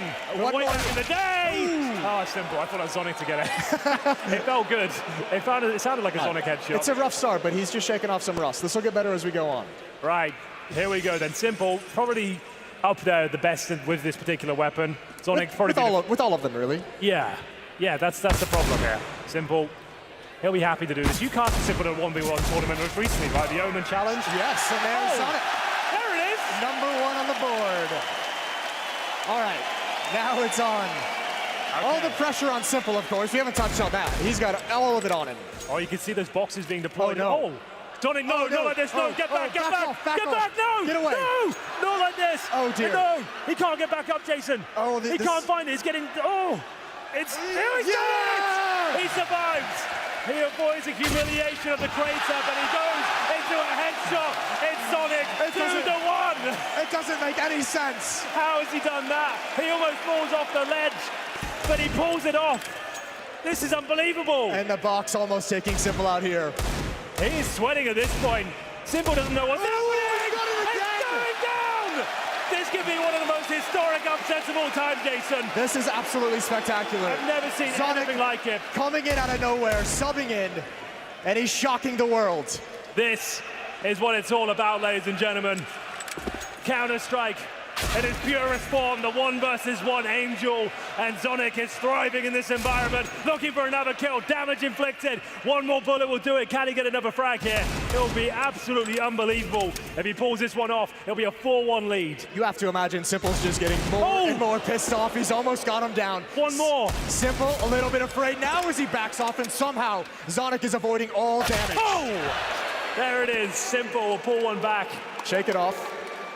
But remember, all the scores, every kill accumulates to the grand total, right, Jason? So yes. Every time he's actually finding frags in Zonic, he's doing his team a service. It's not all just a 1-0 conclusion at the end. Well, another chance. An off angle. He's not going to mess with the surf ramps any longer. Simple out in the open. He's found it. Patient with the shots.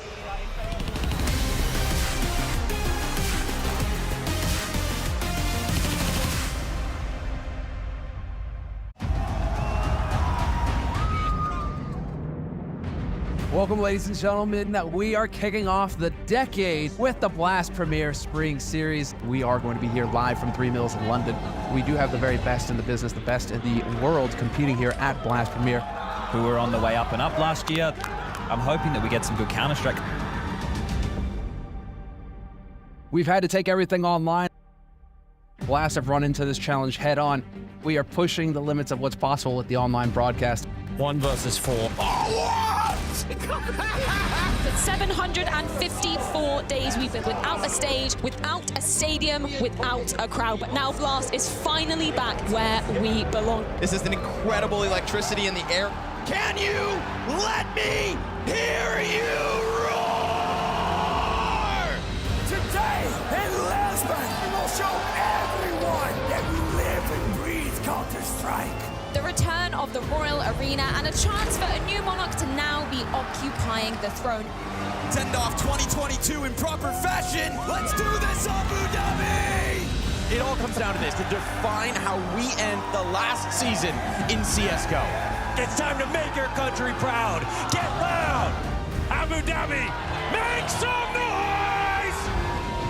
It feels like the stage has been set wonderfully. It is you who sets the stage with us. Make some noise! 2025 sees Blast Premier launch a brand new format where each event is a standalone tournament that crowns a winner.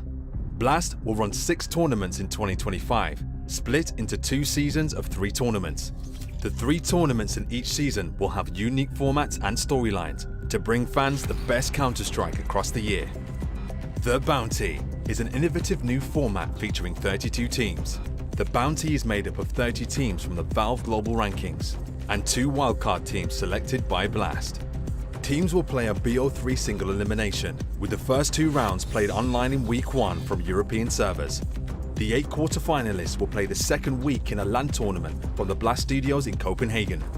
These teams will play single elimination BO3 quarterfinals and semifinals before a BO5 final to crown the Bounty champion. Teams will come into the tournament with a bounty on their head, based on their seeding. When a team wins a match, they secure 50% of the bounty won as a guaranteed payout. The other 50% of the bounty carries over to the next match and gets added to the winning team's total bounty. In the opening round, lower ranked teams will get the chance to go bounty hunting and select who they'd like to play from the highest ranking teams. After each round, seeds are reset based on the previous round's results, and again, the lower ranked teams get the chance to select their opposition from the higher ranked teams. The Open is the grandest of the Blast Premier tournaments, with the final stages played in iconic arenas. The Open is a 16-team tournament. The top 12 teams from the Valve Global Rankings are invited to the Open, with the other 4 spots coming via regional qualifiers. The first week of the Open will be played from the Blast Studios in Copenhagen, where teams will split into 2 groups of 8 to play out a BO3 double elimination format to identify the 3 teams to advance to the playoffs from each group. The 6 teams that advance to the playoffs are then flown into the city hosting the arena final, where they will play single elimination BO3 quarterfinals and semi-finals before a BO5 final to crown the champion. In 2025, the Opens will be played in Lisbon and London. The Rivals is the battle of the elite. The Rivals is an 8-team LAN tournament. The top 8 from the Valve Global Rankings are invited to the Rivals to settle who is the best of the best. The 8 teams will face off in a BO3 GSL format, leading to a single elimination playoff bracket with quarters, semi-finals, before a BO5 grand final. As well as competing for glory and prize money, Blast are investing in teams and the wider ecosystem through participation fees that will be paid to each team attending a tournament to guarantee income for them, and a year-wide membership program that rewards teams competing at multiple Blast tournaments across the year. Hey, I'm Kerrigan, and welcome to Kerrigan's Tier List. For sure, Counter-Strike 1.6, S-tier, a banging game, the game I grew up with. Source, that's a D-tier, trying to make the game better. Come play Source, no chance. Condition 0, you know, I'll bomb at C-tier just because it's better than Source. Everything else is better than Source. We have a Counter-Strike 2, I'll put that on a B-tier, and then I'll put CSGO on an A-tier. CSGO was a D-tier when it started out. It got really good with updates, went to an A-tier. And I know CS2 is gonna be a A-tier at some point. Ever gonna touch Counter-Strike? No chance.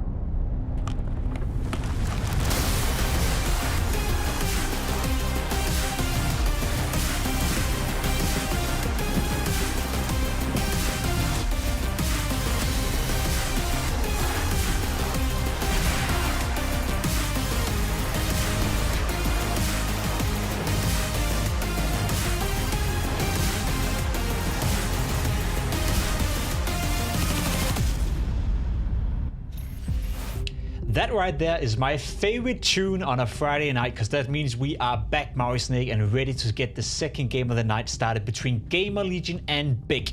And as I said, you know, right now there's a lot of Counter-Strike going on. We have the AMKAL qualifiers, we have the Blast Showdown, and there's plenty of tournaments to be played out here.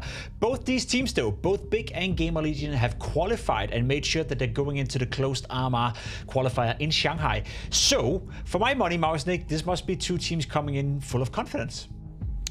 You have to think so, and it makes you wonder what level of Counter-Strike they're actually going to play here, because I feel like both of them are probably patting themselves on the back right now. Job well done. We got through the closed qualifier. We're going to be playing the RMR. Our major chances are alive, but also their Blast Fall Finals chances are alive. They're very alive. You only have to win a couple BO3s at this point for both of these teams, and then you make it actually all the way to Copenhagen. And so obviously these teams want as many opportunities as they can to play in front of a crowd.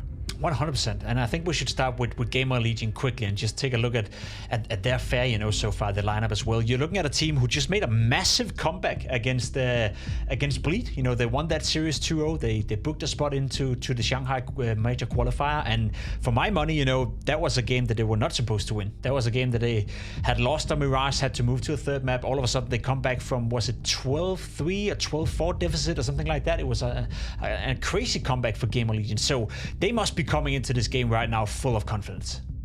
I feel like when you win a game like that, and I think you're right, I think it was 12-3, you really feel like you can do absolutely anything and get away with it at this point. For them and for GamerLegion as a whole, I feel like I want to just give a little bit of props to ZTR. I mean, his B-holes there at the end of that versus Bleed were really impressive, but it's kind of weird. This could kind of just turn into a post-game segment for a game that's for a different tournament. But no, I think that everything they did, I mean, I saw moments from Volt in the first map as well. It was overall just like the players that I wanted to see come alive for GamerLegion did, the ones that I feel like are a little bit more tenured, because as much as I believe in the potential of Slend, Ondu, and Flamus, I feel like it's more likely for me to expect them to actually sort of fall off as individuals in a high pressure moment. And I do guess if we take a look at the world ranking for GamerLegion, right? We remember how well they did during the Paris major. We remember the highs of this lineup when Neelan and Vol came into the lineup as well. Snacks joined them, and it's been a team that has been trying to stabilize and try to, I guess, position themselves as a top 10, top 15 team. As of recently, though, it's been kind of hard for them to find their footing. Obviously, the loss of back in the day, Shuhei, Emma, and AMKAL, that was rough for them. Then they rebuilt with Snacks, and they had some decent moments, and now Snacks has gone to G2, and obviously you have to rebuild with a new in-game leader. So where do you see this GamerLegion lineup as of right now? Is it fair to say that the aspiration should be top 15, top 10, or is it more so just trying to stabilize and become a top 20 team again? I feel like for GamerLegion, their objectives as an organization, and they can all DM me if they want to correct this, but I feel like they are more of an organization that's kind of sort of a farm team in a way. They're looking for talent that's kind of coming up in tier 3, and I would consider them to be more or less like a tier 2 team. And that's not to say that they aren't putting money into this team. Like they're probably paying their players a reasonable salary. They definitely have a lot to work with, given that they've acquired sticker money a couple of times now. And so when it comes to ZTR and the rest of the gang, I feel like there's definitely going to be some pieces here that rise up and get poached to other big teams, and they're going to have to go through the rebuilding process once again. And for me, if I were running GamerLegion, I would say that my objective as an organization is to make the major. That is my biggest goal every single season. If we make it to also like a Blast Fall Finals or any other type of big LAN, like a Cologne, whatever, what have you, then that's also just like the cherry on top. But we're trying to make sure that all of our players look marketable in a way where we're competitive enough that we can show that against the best teams in the world, but beating the real top 5 teams in the world, the real top 10 teams in the world, seems a bit more unlikely. Well, I guess getting to the AMKAL then and going to Shanghai is a great step in the right direction then for GamerLegion, taking down Bleed in the process. We have seen GamerLegion change over time in terms of the roster, and especially when it comes to in-game leaders. I kind of want to prove your point by saying that yes, that's one area where they've been able to, I wouldn't say make great talents, but those talents that you see on your screen right here in Shuhei, Neelan, Snacks, and now CTR, it's a great window of opportunity to showcase yourself as an in-game leader. In particular, Shuhei, what he did with the lineup was fantastic. Some may say Neelan never really found his footing, and Snacks had moments, of course, but do you see CTR as a player that can now come into GamerLegion GamerLegion and maybe go down the same route as Shuhei did back in the days, where he make this team somewhat relevant and by then, you know, market himself for some of the better teams? Yeah, I mean, I could characterize this in a multitude of ways, going down every single in-game leader that GamerLegion has had, but I feel like, if I'm being completely honest of everything that I've seen in the server, I really think that ZTR is actually the best caller that they've had since Shuhei. That doesn't mean that he's necessarily the best overall player. Like, I think Snax is a better overall player than ZTR, but I think that actually, if I'm taking purely the ideas, purely the calls in mid-rounds and the game planning, I actually think ZTR is better than Snax. So yeah, I think he has a great chance to actually get onto a better team in the future. I love that take. That's very interesting and something we get to see for our own eyes now as they take on Big. And speaking of Big, another team who made it to the RMR, another team who's, again, trying to rebuild, trying to find their footing. They've been trying to go back now with a German-speaking team, you know, and gone away from the international prospects they had before. You're looking at Tapston, Crimbo, JDC, who's been there before, CEST back in the fold, and then Rigon. And I think for my money, if there's one player I want to point out right here and one player that I find incredibly interesting in this Big project, it is Rigon coming into it. How do you see Big fare themselves in this rebuilding process? I think that they've already liked what they've gotten out of their pieces. I mean, last season they actually failed to even qualify for the RMR itself, and so now that they've actually done that, I feel like they're liking the addition of Rigon. I feel like Rigon for Proces was a huge upgrade for them, given that they were able to maintain their German-speaking identity, because Rigon is multilingual, and so because of that, Rigon, to me, when he was on Guild Eagles, Bad News Eagles, he was always actually making some of the most cerebral plays for that team. He had a lot of firepower, but comparing him, say, one-to-one with Juan Flatro, who was usually just kind of this unbridled talent, I always felt like when I watch Rigon, I'm seeing a guy that's picking his spots a little bit more wisely, sometimes even getting the opponents off guard with his timings, and so he's the exact kind of person that I think, give him a little bit of time, like even a month or two, and he's going to figure out what it's like to play in this big system, which is very tactical. And I also feel like when this team's actually going to hit its ceiling is probably going to be once he actually acclimates to this whole like multi-layered leveled style that Tabson likes to go through, and then realize, okay, these are the windows of opportunity that I have. And I think he's still limit testing in those moments. Alrighty, well, I'm curious to see what the GGBet live odds are suggesting in terms of who's the favorite in this matchup. They do favor Big a tiny bit right here up against GamerLegion. Would you agree with that sentiment quickly, Maui? Is this a game for Big to lose? Yeah, I think that Big is slightly favorites, but it's a close one at that. Alrighty, interesting. Hopefully we get a close game at our hand. We are ready to get the game started. Big taking on GamerLegion.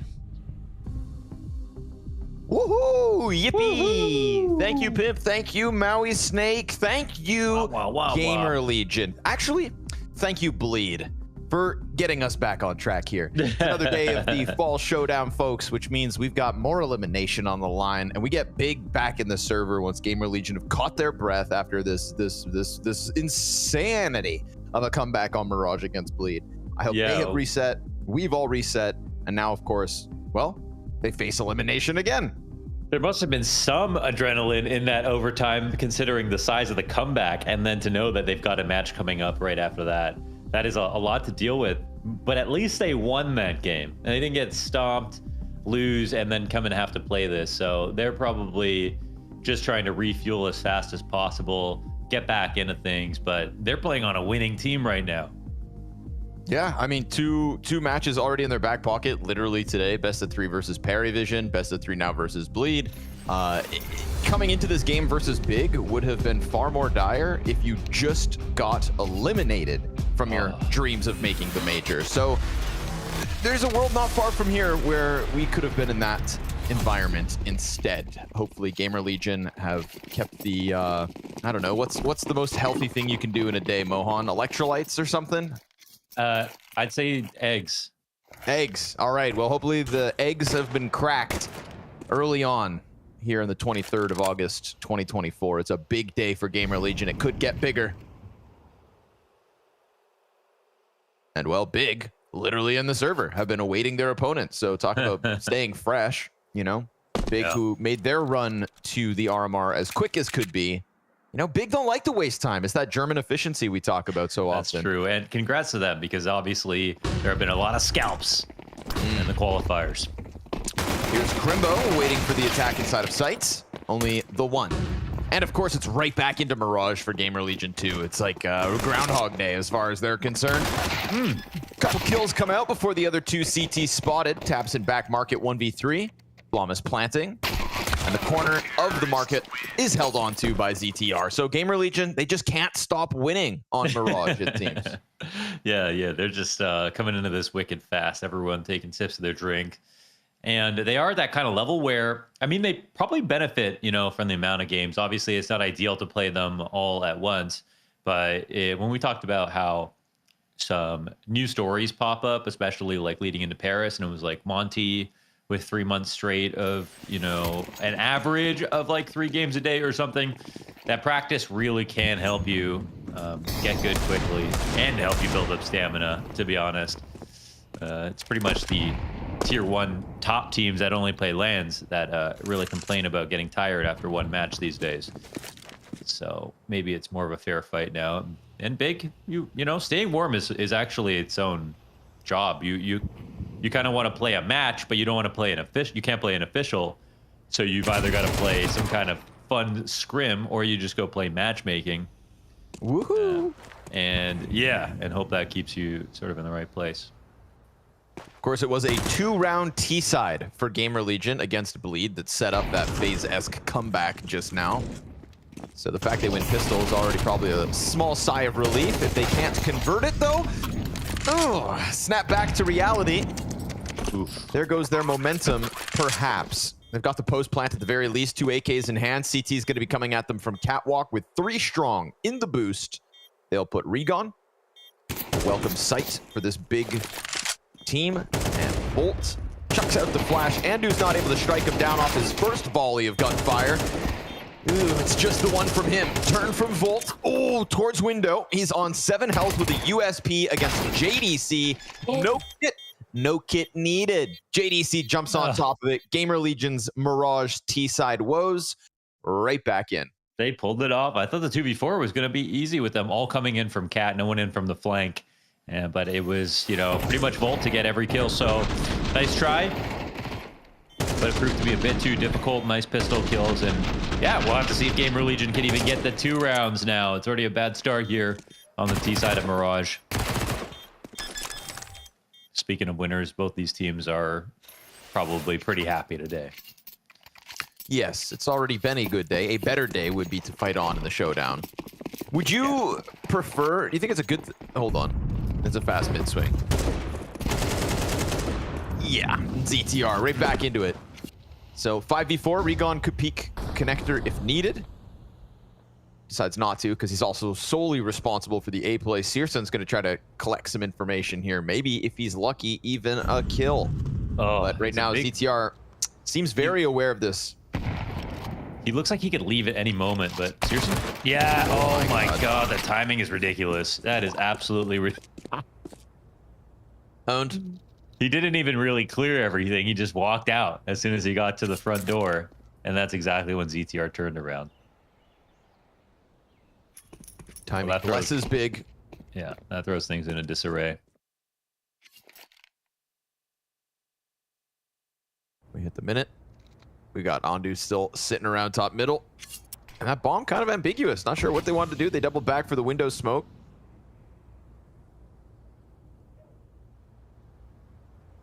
Picking up some utility off the dead bodies. And doubling back towards A eventually. Of course, you've got Crimbo pressed up against Palace with his MP9. You've got Regon concerned of the other 2 entry points, but they're assuming they'll make a little bit more noise. Surely it's not just going to be the dry walk-in and with the smoke grenades. Andu has to speed up, He can't just sit here for this timing when they're coming up the ramp, so he's going real slow. But there's 2 players here on the A site ready to frag him. No one's flanking connector. What's Andu doing? Just waiting around, man. Hanging out, waiting for Flamus to get the entry like that and like that. And then he's going to start walking up Con to die to JDC, who finds himself in a clutch. And while the hands of Flamus are busy, JDC gets onto the stairs. Ooh, the smoke gives cover to the cross towards box. JDC makes sound on the drop. And as the smokes fade, Flamus, big 3K of a round, absolutely picks up all the slack and had to do it from start to finish. Man, I thought that was a done deal with, of course, Crimbo under balcony, but Flamus does such a fantastic job. That last peek is ridiculous. I mean, he pretty much knew exactly how far JDC would have gotten, and yeah, he tried to shoot to mask the drop sound, but he was exactly correct. This is just such a great display of his mechanical ability. And we know Flamus, you know, he'll get 27 deaths in a game and then have 20 kills. They're all headshots. He's just happy to take fights every single time, so he's a very explosive player. Sometimes it works, sometimes it doesn't. Today it does. Yeah, if you tell Flamus that he's allowed to die in any given round, he is going to bring somebody with him. You know, that is his identity. Oh my goodness. Wow. Taps in, nice pistol. The P250 into the Palace Peak. Just kind of stuns GamerLegion for a second.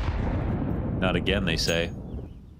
I feel like that kill, that sequence of kills from Flamus, that's kind of indicative of what you were mentioning before, where it's like you're playing officials, you're staying hot. You know, that's a mechanical level that just brought back the comeback versus bleed. So he could be up to 90 deaths today. He's seen it all. You know what? You say that, we actually should tally his deaths over. Yeah, I'm gonna go to threes.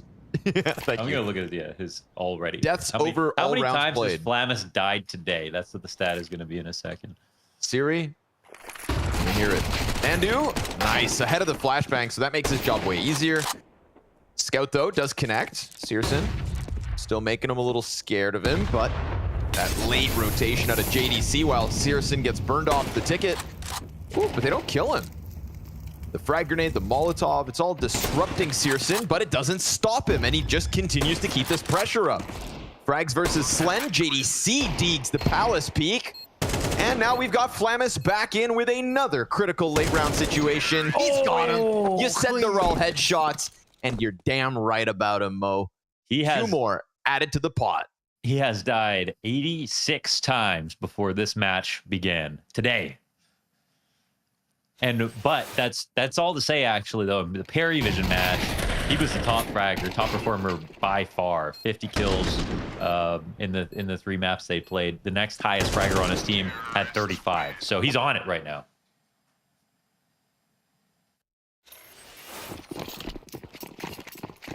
And that's a big one, too. 2 back-to-back impactful moments to give GamerLegion a clear advantage finally over Big. The Force Wars are over. They have officially secured a T side already, knowing how good their CT side can be. So they got their work cut out for them. Especially with these dinky little USPs. Try to all climb out the window. A little bit awkward, a little bit scuffed. Yep. You know, I think that looked cooler in their minds. 4 guys climbing out of a smoke, separated from one another.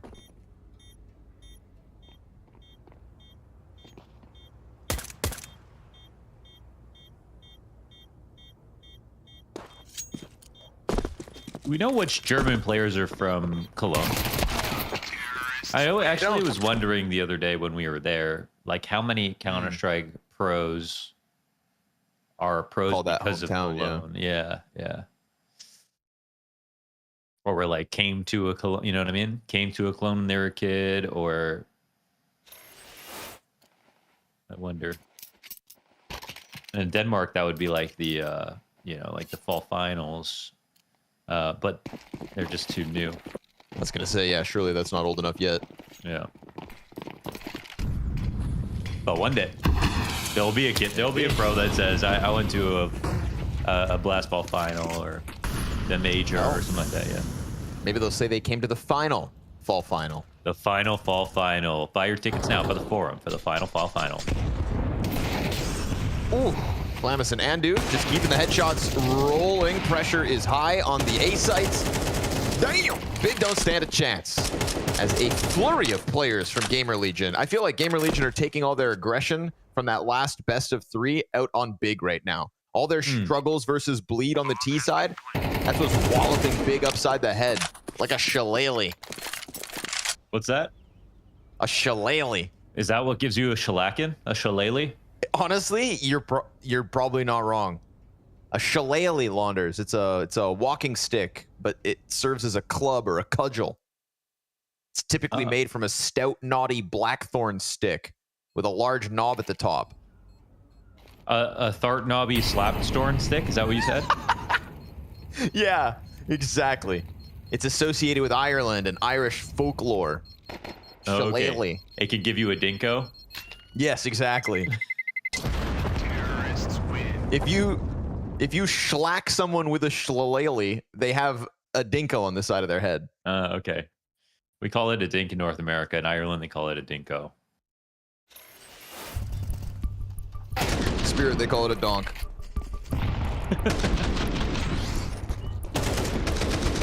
So, yeah, these guys just got whacked upside the head, to put it bluntly. Bluntly is a great word in this context.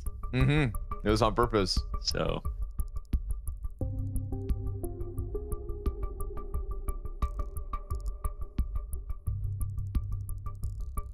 Whoa! That's how you stay hydrated, son.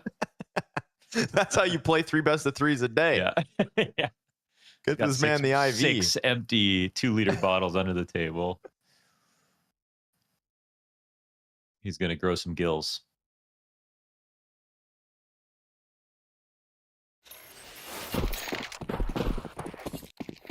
Rough go over here for Big, taking a bit of a beating and banking on the solo M4 of Crimbo here in round 7. Nope. Damn, that M4 hits the dirt instantly.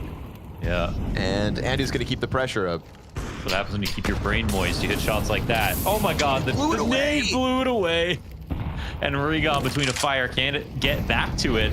Where is that gun? Oh, that's brutal. Oh, it's not just brutal. It's a little bit rude. You know, it's a little bit rude. It's also, you know, it's probably on purpose, right? His teammate just died there. They're like, all right, let's just see if someone goes and tries to pick this up. Oh my god, GamerLegion are just showing us levels now. They didn't even need a T side the last time they played this map. Now they just love T side.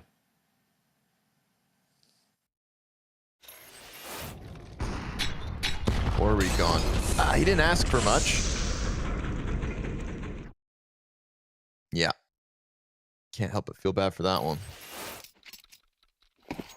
I just realized poor Regon's not at the Berlin International Gaming Boot Camp facility. Big are always together. But mind you, I wonder if Searson is too.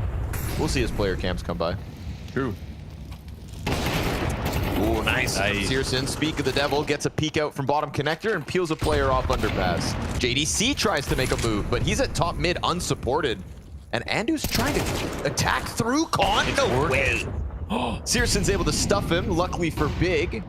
That is an ambitious attack from Andu. Crimbo's going to go for the apartments flank as Bomb gets scooped up by Slend. I feel like this round's getting stringy. Yeah, this push is so rare, but it's Big or managing to pull it off a couple of times. But I think Crimbo heard the scope, so seems like he's a bit nervous about going for this. And Slend, will he miss the timing? Is this going to happen again, or are they going to cover this properly? Oh, Volt clotheslined at the doorway. Crimbo can back off. Volt swinging in, kind of clears it, but also at the same time this is a great play from ZTR, man. Great play. He's not watching the second doorway, but yeah, it's perfect. Nice. Perfectly positioned with the full-blown audio. Deep smoke. Searson. Too deep. Yeah, misses though. Got ahead of it, made the right play, but whiffed. All the right plays being made in a sequence of events here from Big, but a missed shot for the first time, and Searson could have cost them. GamerLegion looking for the 7th. As Regon looks to get active up cat, he just got past Slend's timing on a deep peek. So sure enough, he goes right into it, right? Visualized perfectly, but unbeknownst to him, ZTR's position. He thinks maybe he is all the way back in market. He's got that kit so he can put the pressure on with the stick, but insta headshot from ZTR, MVP of the round. The in-game leader steps up. Man, that was very nice from ZTR. I mean, I feel like if he had gone for the delayed peak, Regon would have been perfectly prepared for it. His swing on Van was absolutely fantastic. I mean, that was not easy to do at all. Slend could have very easily killed him. He didn't first bullet it. And unfortunately, though, there's a big underscore here on the round for Searson, who misses a shot that is totally given to him. And he punishes the fact that the smoke goes too far. He could have turned that whole play on its head, just hitting an easy op shot right there. Very, very unfortunate, especially considering they're got pistols now. GamerLegion 7 rounds. Could have been another turning point. We've had a couple of potential turning points to Big's favor, but the whooping continues. Already out ramp R3. Nobody keeping this one a secret. The presence of GamerLegion very obvious as they are looking to just trade their way forward. Eventually, Searson's pistol is going to get into the flank, but by the time he arrives, everybody's dead. Stairs full cleared by Andu. Searson shows up a little late to the party.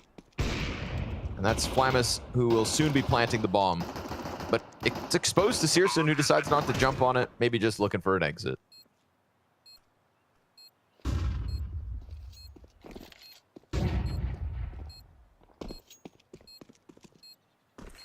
The game that you couldn't really anticipate. I mean, Big had more time to prepare for it, that's for sure. It's kind of a matchup that, like, you know, under normal circumstances, GamerLegion would have a lot of notes probably about, you know, Big, and instead they've just got to go off of their history and I think sort of freestyle it. ZTR, it's a lot of pressure on him to come up with some good stuff, but it looks like they're doing a great job with it. Big, on the other hand, they had a little bit more time to chill, but still, it's not like they had even a day to prep. I wonder what the veto was done, whether GamerLegion, you know, are coming off of the back of that Mirage comeback before they picked this map, or if it was done earlier today, before their other series. Yeah, that's a good question. I'm not quite sure about the order of operations. Yeah. Right? Not to pull back the curtain on the Counter-Strike magic. Oops.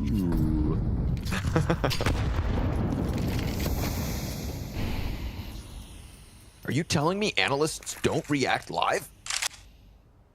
Sometimes it's actually a stylistic choice. Sometimes. It is stylistic. Yes, they like. I never like to know the vetoes before they go live. Yep, I think that's the general consensus. I'm just. That'd be like using analysts using an X-ray to look through a Yu-Gi-Oh pack. What fun is that? Whoa! To know that you got a secret rare 1000 dragon before you opened it. Imagine that, a whole $4. How dare you? Grimbo along the wall. JDC is going to help him out by making sure Cat stays contained, so he never has to panic. And he brings one down, but there's the answer. And doing Flamus again. It's headshots, baby. It's headshots every time from GamerLegion, I tell ya. JDC trying to keep that pressure up, trying to keep the player off plant. Where's he going? Go. He's in the middle of the site now. JDC turns back. Are you for real?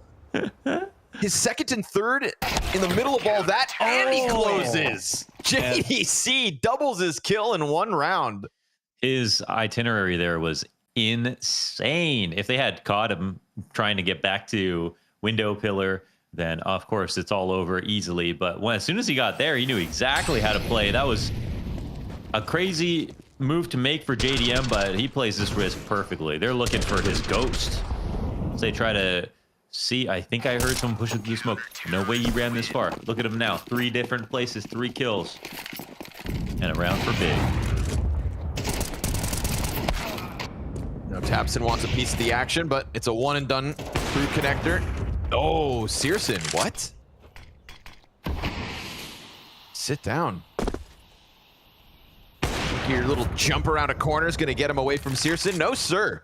The op is definitely a part of Big's success so far this evening, barring that one unfortunate miss inside of B site that could have closed the round down. You know, but if you just forget that one shortcoming, Searson's been hitting shots. I do have a short memory. Classic Searson. Streets know that. Only thing with this angle is, Nay. Yeah. JDC switches to the M4. He's got a frag grenade.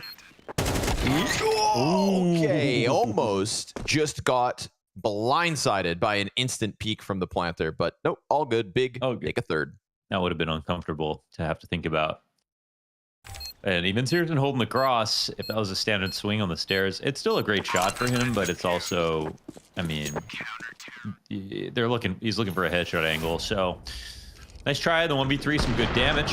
That's crazy. But overall, what a shot. That was a little online. No, it was a little online. A little bit. Are you telling me that there's a significant difference between the gameplay of online and offline Counter-Strike, Launder? Yeah. Big time. Big time. You got to be good at both. And now it's Big's time. Two different things. Like when Xantaris, he knows how to play on 100 ping better than anyone. It's a skill. He's like me, for real. That's what you do in Europe a lot. Nice one. New position. He's going to stick around for the second, so damn, Searson starting to come alive. Yes, he could have won that one extra round, but he's not missing now. 3 kills from Searson, just dominating bottom middle and sending GamerLegion spiraling towards that A site. This is a nice little resurgence from the big clan. 3 rounds in a row at the end of the half, perhaps. Missed shot from Slend in response. Counter-Terrorist's going to surround the bomb site and wait for that commitment.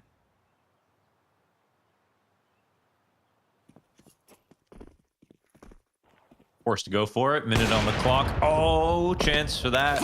Shot doesn't go in. Pete from CT taps in, coming at it. Making sure to shut this one down. So yes, 3 rounds in a row from Big. That's what we like to see. A little life in them off of the back of the Searson op impact. Searson.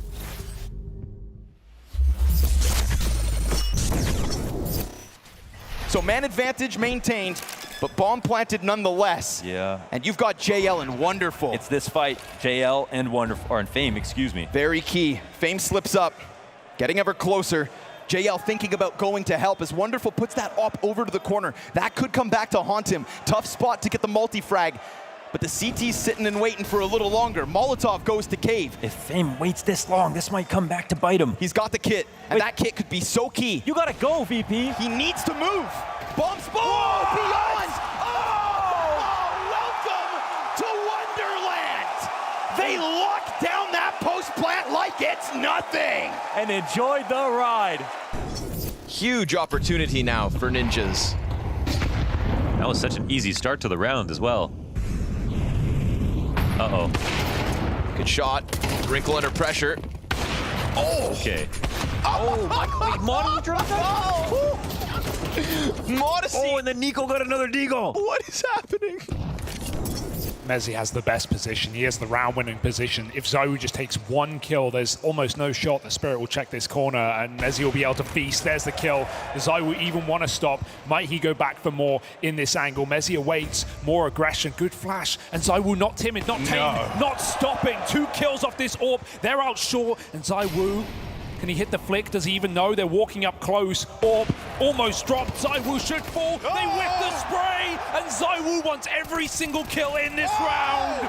4 frags from the Frenchman, and it's done like that. And he is getting climbed on top of from the murder hole. Zywoo comes out with a USP frag. It is Slend and Andu 2v5. No plant. Not yet. He goes back in on it. The market aggression is yet to come out, and everybody else looking to gun forward off the catwalk. A near collateral shot. It's damaged, but it's a double. Oh, just when they thought they had this queued up. Unless Spinks can end it. As he has been trying his damnedest and could still get this done. 20 HP for Slend as he slides past smoke, and Spinks blindsided by it. What a play. Excellent opping off the bench. What a play. He clicks the scope even once. He's dead. Even way. Oh, God. Snacks. Okay. Gonna be down to the AWP. I think Broken's got this. We've got a sense, Henry. Well, let's see if you're right. Could be on to something as he does take down Nico. Gets a chance for a reload now. AWP versus AWP. Monacy versus Brokey. And Brokey, ice cold. Stops moving, just holds the corner, waits for Monacy to get closer. You can see Monacy's just trying to get out there, making a bit of noise. So now he definitely knows where he is. No element of surprise any longer. Taps the bomb once, and it's broken to clutch it. You're on point, Henry. You called it a quad kill and a clutch for Brokey. Don't use such hash words. A little action out of Searson to get the big resurgence online. The op found his impact in the final 3 rounds of the half. This is a GamerLegion coming off of the back of a massive comeback versus Bleed. But in that comeback, of course, it was their flat T-side on Mirage Launders that got them there, which means they've already had a fantastic CT side on this very same map mere 30 minutes ago. Mere 30 minutes why ago, not? literally. literally today. Earlier, not long ago. But instead of winning the pistol, they may have to bounce back. We get the peek into the Palace where they lose their first. JDC more than content to tap Volt out of the round. Little posturing here from Big, expecting some of these moves from GamerLegion, perhaps. Ooh, that's a nice find here for Slend. Every little bit counts. No punish pick on Mirage here versus Big Clan. GamerLegion could have even had a much stronger lead on T side. I really don't think that this game is over. Crimbo with a massive idea. He's sitting here waiting outside. If paiN comes back for a kill with 5 health. Bumblebee sort of moseying over now, but CTs, look who's meeting him. Bzz. Yes, GamerLegion buzzing to get into the B site. 2 players behind pillars, a third to support the market. Everybody's here for Big, hanging on with the kill from Tapson. Oh, Crimbo gets bested. Slend tries to wrap around sight. He too gets toppled by Tapson, and it falls onto ZTR to try and have to close the pistol. He waits for the market push, doesn't come through. They're worried about the flank. They don't know where. They'll have a chance. Oh, he gets out. Oh my god, they didn't see it. Oh my goodness, doesn't matter. Regon still gets his second of the round, so Regon and Tapson with 2 kills a pop. And pop. That's Big with a pistol. Yeah, at this point, it's a little bit now. Who knows who's going to win it? They had the right players in the right place. They had the opening kills. This is a very good setup to the round. GamerLegion got outgunned in this spot, but I mean, they had every advantage to just clean up on the site. Nice shot from Tapson. There's second to last kill. And this will thin the lead down even more. Big, probably sitting up straight right now, warmed up themselves. 2 Palace, they'll charge. That's fine. JDC, no ego. They'll just walk away. And take the freebie of the P250 out of Andu's hands. Then we get 4 players barreling up ramp into the A site with the full-blown execute. So GamerLegion just have too little to stop this. Searson, knife him. Yeah, why not? Would he do it? No. No.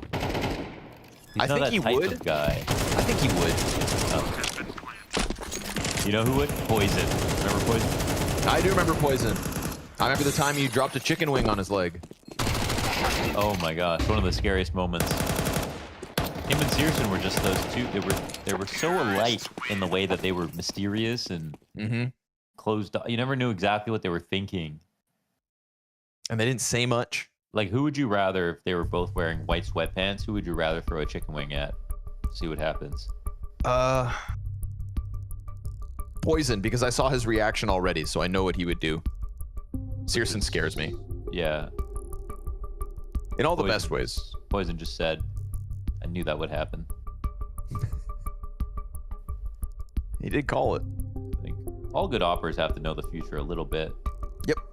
Great at where to start predicting. The round. Yeah. Whoa. Wow. It's a dance party. Oh my God, we're in the club. Thank you, Regon. Reminded me to stand up and stretch. That's right. Touch your toes, folks. That's how you play 3 best of 3s a day. You don't get there by being in a sedentary lifestyle. That's right. Listen to Dr. Strawn over here. It's important to bounce every day. Yeah, Wanders. okay, Mr. Standing Desk. I like to start my day with a little bouncing. Pad.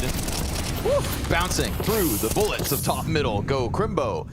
It's a fast one from Andu into connector, but also check this out. Regon slides out ramp just to make things weird. Ooh, almost got away from Flammus, but he'll clean up his kill. And so what was looking like a confident top mid swing from Big has been turned back to the 3-player ramp hit instead. Drat. Now they've got no map control, have to go back into the A play.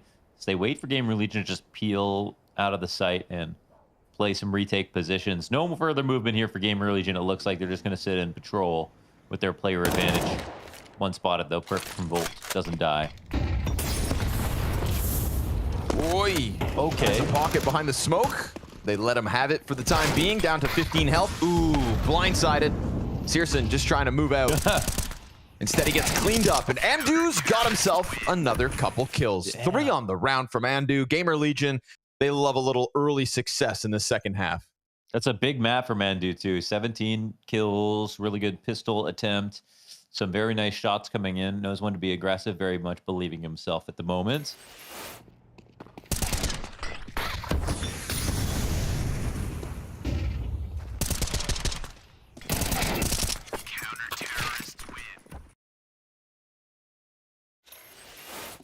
Imagine you play 3 series today, you win them all. Imagine that. Oh, they didn't beat paiN. Never mind. Yeah. If they had won their first game of the day, they wouldn't have had to play the second. True, true. But alas, poor Yorick. This is where life has led us. Have to play more video games. Oh no. However, will I pay my rent if I'm playing games all day? Oh, wait. What a time to be alive.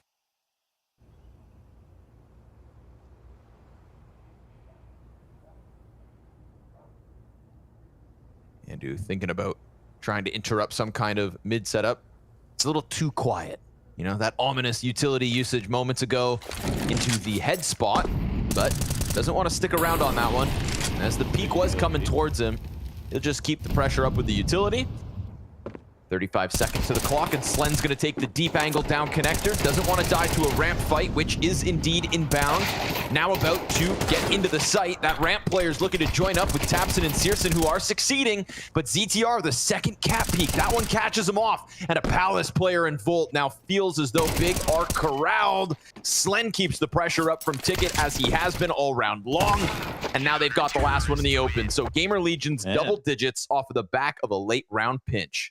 And that's one where the fragging looks a little bit messy, but they actually have such good information and so many players in the right spot. They just had to get themselves so many chances to fight back. They don't even have to hit a nice shot in all of that. They've got everyone, you know, this peek from Slen. They have Andrew throwing the right grenades into connector. I mean, his molly is really important because they maul him off cat at the same time, and that just gives his teammates more time to rotate over and to get into those positions. And I think he's just been having a great match so far from the perspective of fragging and utility.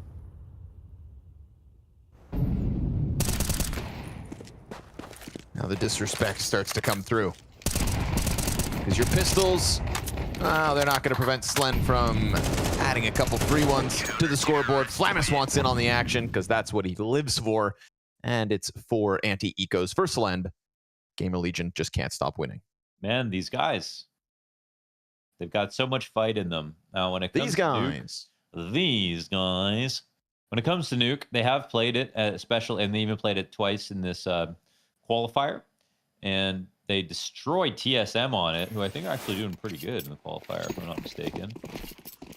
Yeah, they literally 2-0'd their last 3 series straight to get the RMR. And so yeah, they destroyed them on Nuke and lost at paiN, but it was close. It's very possible Big don't have this as their, you know, Big have always been in a weird place when it comes to their map picks. And Nuke is not their strongest map, for sure.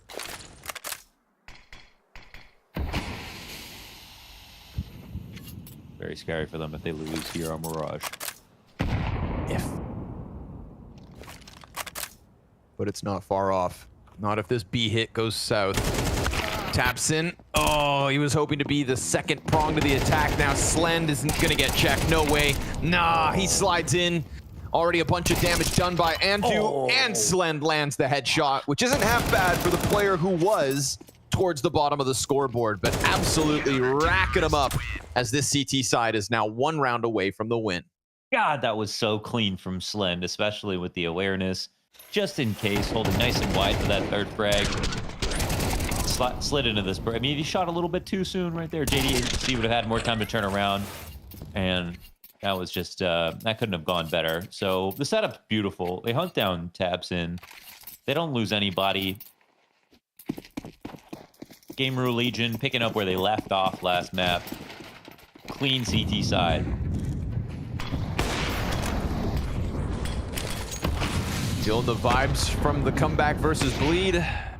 riding it all the way to a potential easy win against Big.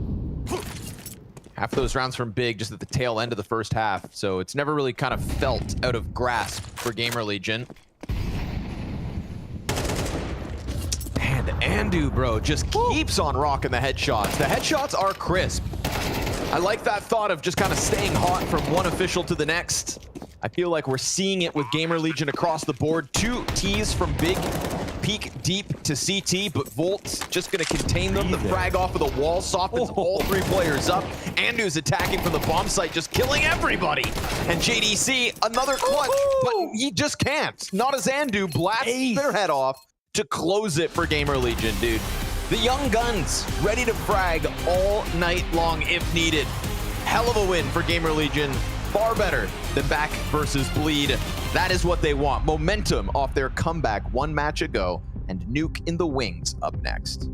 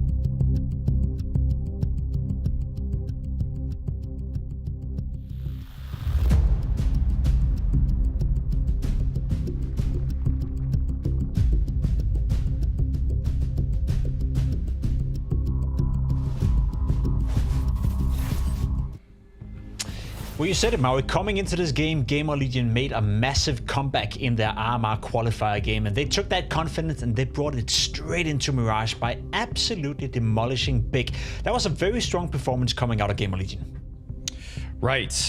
We saw that they kept some of the individual form, the fire even from the game against Bleed, and brought it right into this one. I mean, there were several individuals who probably got way more out of some bad situations than they should have, because I think they're still hot.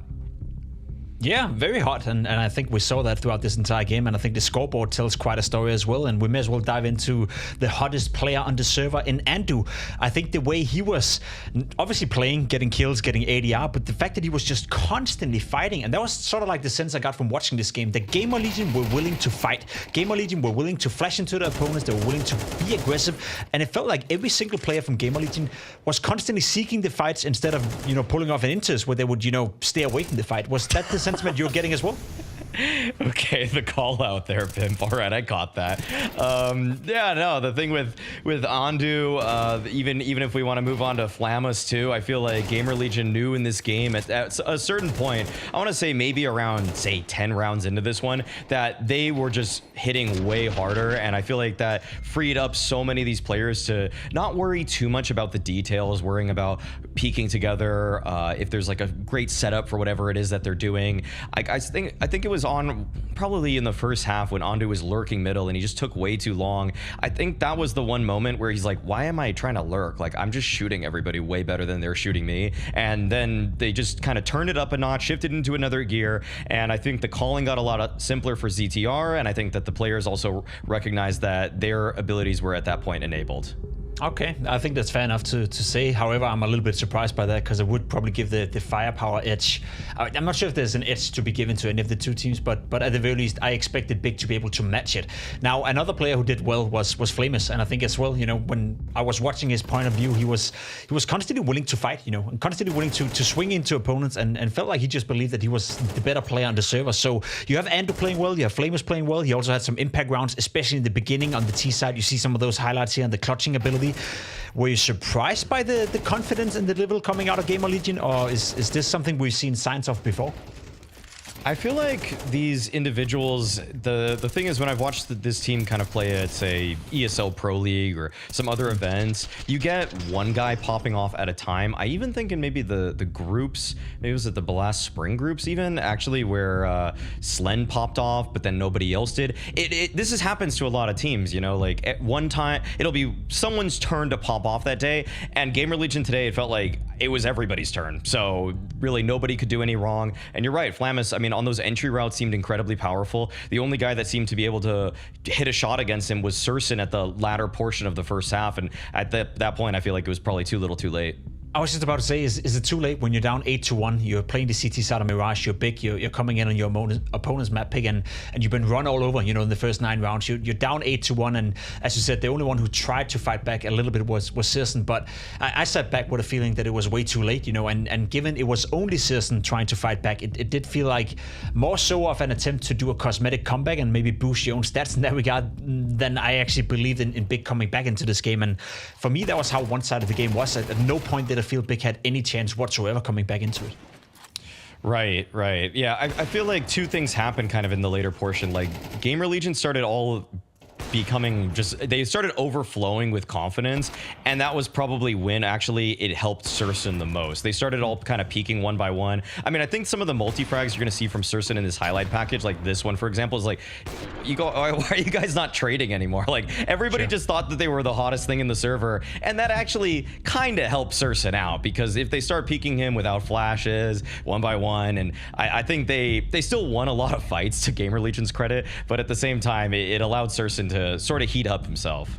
Yeah, it did, and I think if anything, he can maybe take that momentum and carry that on to the second map, which is going to be new. There's just one final point I want to ask you about right here, and something we didn't have time to cover in the pregame. For my money, tabseN, 2 years ago, 4 years ago, he was a hot prospect. People were, including myself, saying he could go to G2, he could go to FaZe Clan, he could go somewhere else and use that for firepower and use the calling abilities that he taught himself. He's been very disappointing this year, dare I say it, and from an individual standpoint as well, he's lost that edge. So do you feel like tabseN and maybe that whole hype train of tabseN, did it die this year? Did it die last year? Or were we heading together with this guy? Man, I would really like to hear something more about why tabseN feels like his individual form has not been consistent, because that was the thing that he held on to for the first, I would say, even two 2 years of in-game leading is that his own individual ability was still probably, to me, like maybe top 40 players in the world at least, you know, which is very good for an in-game leader by all metrics. So I don't know what it's been this year. Maybe the switch to CS2 really hasn't, because I think the one thing, actually, if I really want to dive into his mechanics, like he's had always really good crosshair placement, and he's been good at just kind of the subtle shifts in micro corrections. But I feel like in CS2, you just need to be a little bit more active, swing a little bit more into the angles, be the one willing to take the initiative, which we saw all of GamerLegion did. But I think tabseN wants to rely a little bit too much on, say, crosshair placement and reacting to opponents, which it's just worse in CS2 in my eyes. Yeah, I think maybe the same logic was used a little bit with Nico in the beginning when he switched from CSGO into Counter-Strike 2. Obviously, we know Nico being a guy with arguably the best crosshair placement in the game, so maybe there's something to be said about that, and having that play style for some players, it's harder to adapt than others. However, Big will have to adapt now as they're moving into the second map, which is their own map pick in Nuke as well. You and I were talking in the green room, James asked us as well. You're looking at the Nuke statistics for both Big and GamerLegion, and by all means, none of the two teams, you know, seem that impressive, at least by paper, when it comes to Nuke. They don't really pop off the page, but I really feel like one thing that can assist Big in this one is that, to me, actually, I'd say for some time now, JDC has been one of their standout players. I've really liked what I've been seeing from JDC. I feel like everybody's been elevated when they're around him. I feel like he's one of the players in the server that has the best idea at all times of how to tether off of teammates. And one thing that he gets to do on the T side of Nuke, because I assume Big's going to start there, is that he's kind of just floating all the time. He just gets to kind of go where he wants to, whether that means he's supporting cersei, supporting an outside play from on top of Silo, or just kind of grouping up with the team. I always feel like everybody sort of gets better around JDC, and I feel like this is a map that, for whatever reason, I think Big are liking it because JDC is so mobile, so fluid, and he's just making everybody around him look like, I'd say, like 10% better.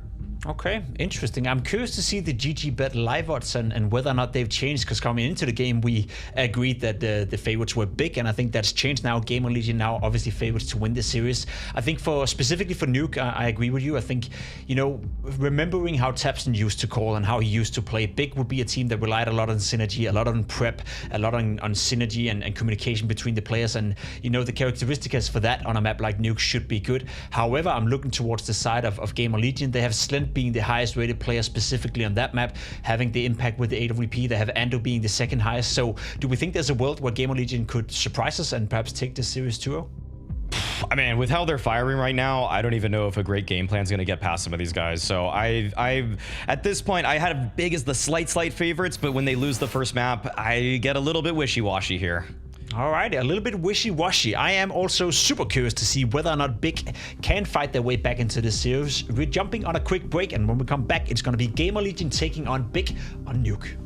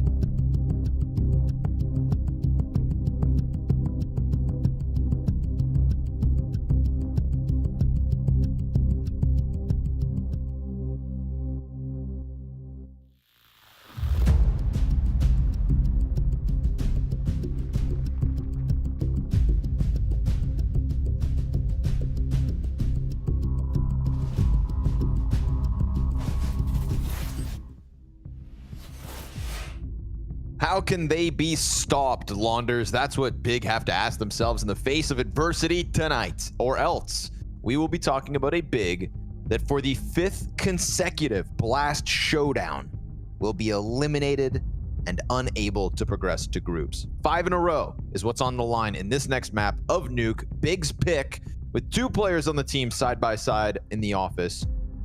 Crimbo and Tapson trying to lead the charge here for the rest of the camp to follow through. And you can see it, an emphatic Tapson, because he doesn't want to lose in this fashion, Launders, to a bunch of kids. And it might happen anyways, because Mirage was possible. It didn't happen. Nuke isn't guaranteed. And I think for GamerLegion, they're quite happy about the fact that they've got Nuke coming up.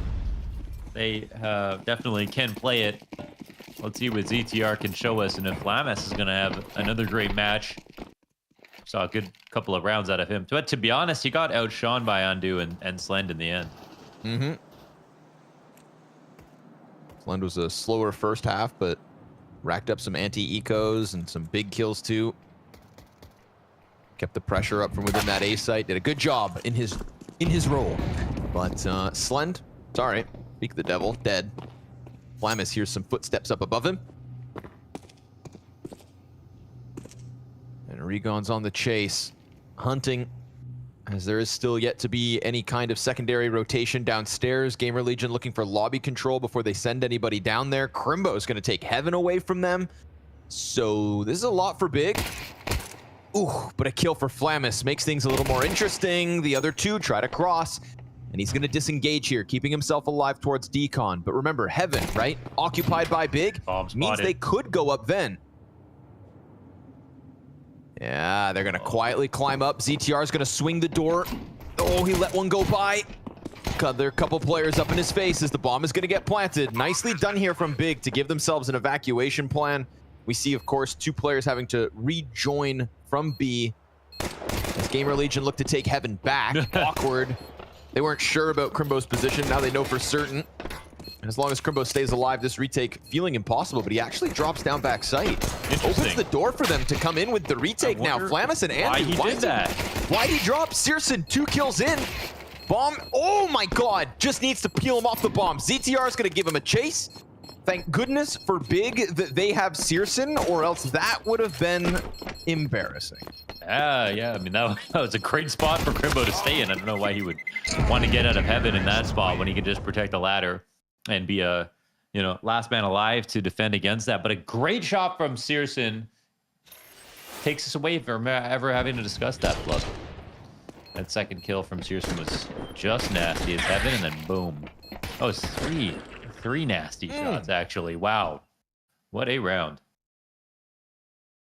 So straight up 1v4.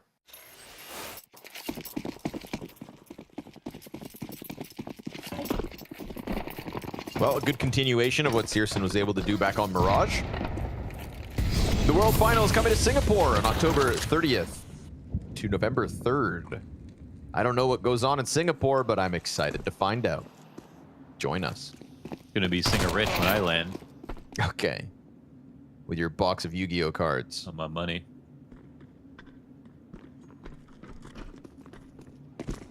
Very quickly crossing down into the lower site. No contest from GamerLegion. They can challenge the MAC-10 in the vent, or they can walk away and save their dinky little USPs. Very cutesy, very demure USPs. Not doing too much.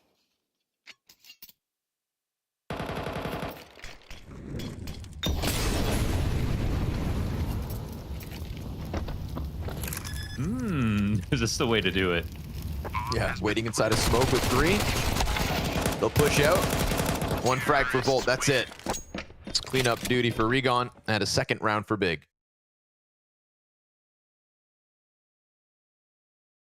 If you had an office, would you go to the office to play? Yes, I would. I think it's important to differentiate between work and play spaces. I think so too. That's why I'm wearing a suit. Oh, I thought I was the only one.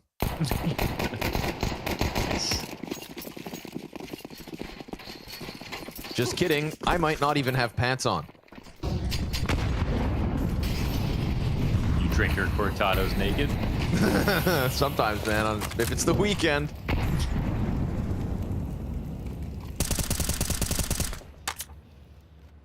First gun round from GamerLegion, and they hold off any immediate A hit. But then that volley of utility comes through, and ZTR is thinking about challenging inside of it. tabseN's just looking for something to shoot at, and ZTR never comes through. So A site falls to big for the time being. JDC cautious with the bomb. They open it up, and ZTR is going to find a recon as he tries to fight through, looking to kind of get a kill alongside the plant, but it's not going to happen. And no heaven control this time. You don't have Crimbo flanking around outside. So we'll see this full-blown retake come through from GamerLegion. Ooh, squeaky smoke here. Yep. Oh, on top of it, get the kill. But there is this slow-burning Searson flank to heaven. Eventually, he's going to get his play found out, but Volt's going to keep eyes on it. Ooh. Okay, they took a little bit too much time to get the bomb planted. As we see, that actually could have been a round that comes down to time. The 10-second stick coming up for GamerLegion. I don't know if they have a kit on anyone else. They probably should, but they also had time to put that together. And that's a nice bait, though. They get Crimbo to bite on it because they smoke him out Squeaky, and you can see here Slend is just waiting for this moment, knowing that he can't bear the thought of sitting behind that smoke. Shout out Slend doubles down as well for the next peek inside of main. So bringing the individual level to the table. Every time I hear these, I think maybe it's you. I'm so not used to that. Yeah.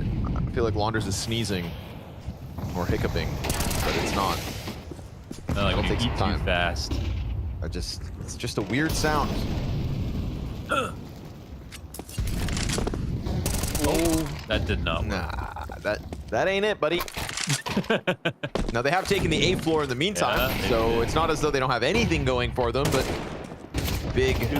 Taking too long to looking plant, for main though. control. They got that wraparound from outer silo. The bomb is down in the back of the A sites, and Slend's happy to just keep on fighting here.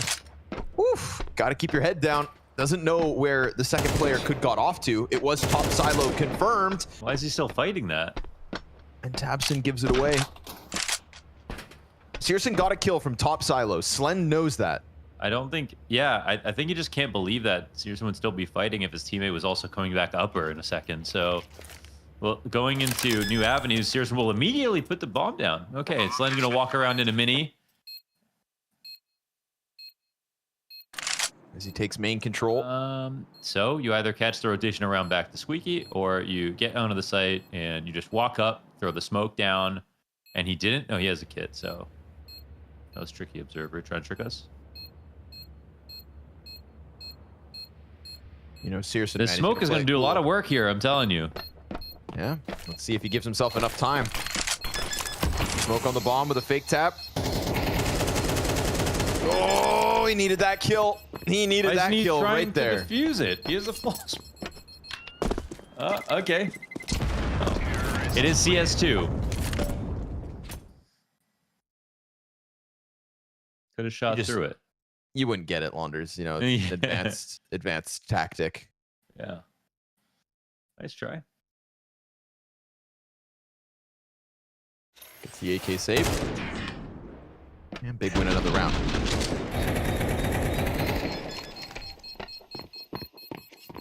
I love this new smoke effect. I'm gonna keep praising you guys for that one.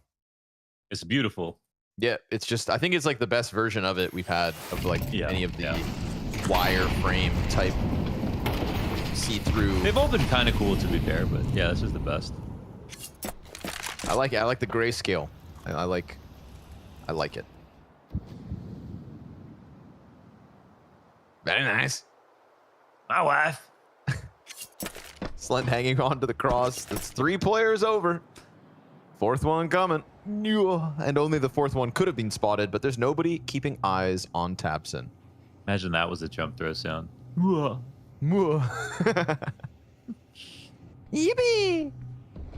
Uppies.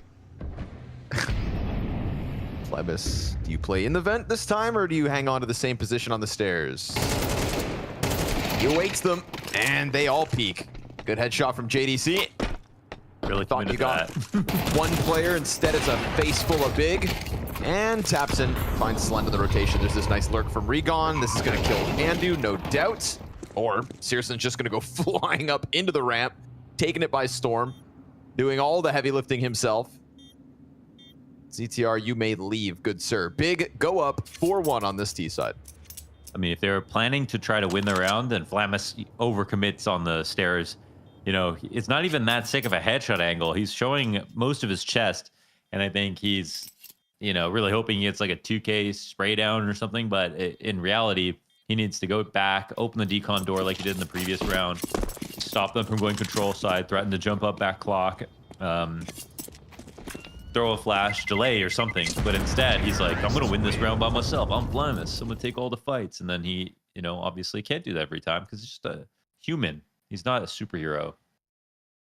So, unfortunately, the round kind of ends with that. There's certain parts of the map where if you die, it's over because the team that's attacking is going to get into your sight before the rotators can get down.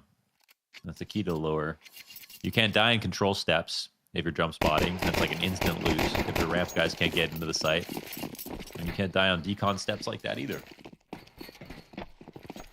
You really got it all figured out, don't you? Some of us do. Only you had the mechanical ability to go with it, Lunders. If only.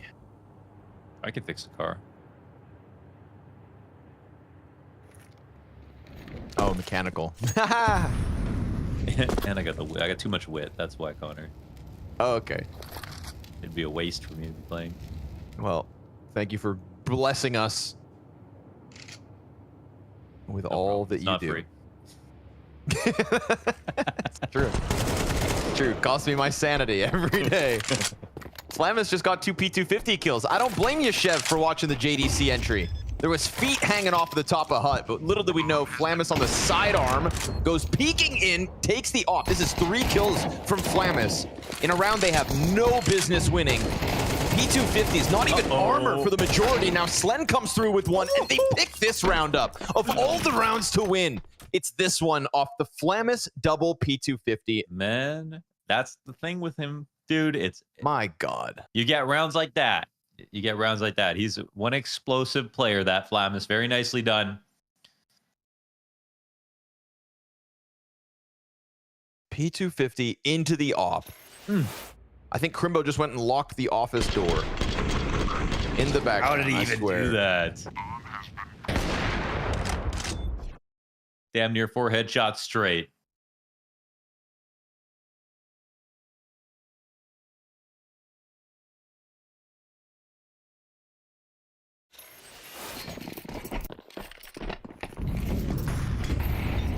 Don't let it slip away.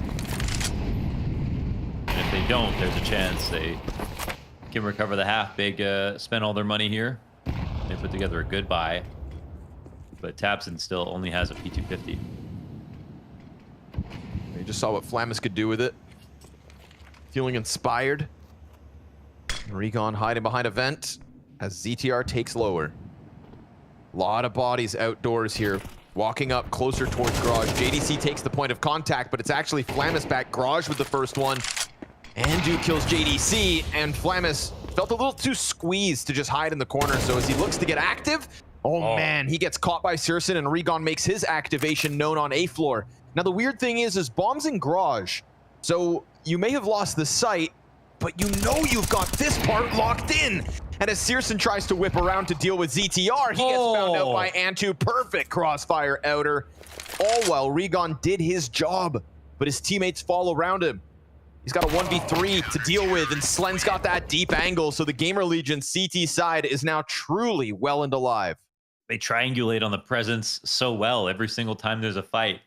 I think ZTR is a key piece of the puzzle coming out of Secret. Like, that ties everything together outside. If they don't have that push going on, then it'll definitely just be an upper walk. And the bomb, yeah, it was in the front. You know, on Tapson, tries to fight into Big Garage, and then everything slows down because they have to try to get that back. So I think maybe their original plan was try to get to heaven or go ramp or just follow some frags outside. But, you know, once that bomb is spotted, there's just such a big incentive to try to trap those players in.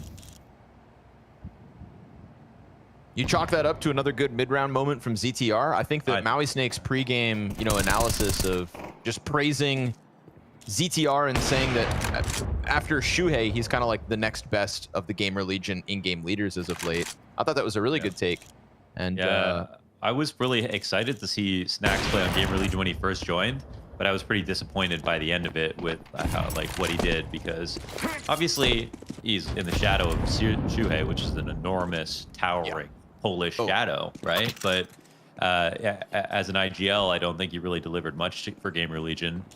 And so ZTR, on the other hand, Metasport Online BO3 versus Simple and Falcons, and won. Incredible stuff.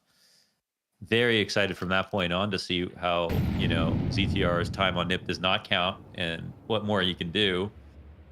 And so for him to come on a GamerLegion, I think definitely he's shown how much growth that he's had. And the players are looking very strong behind him.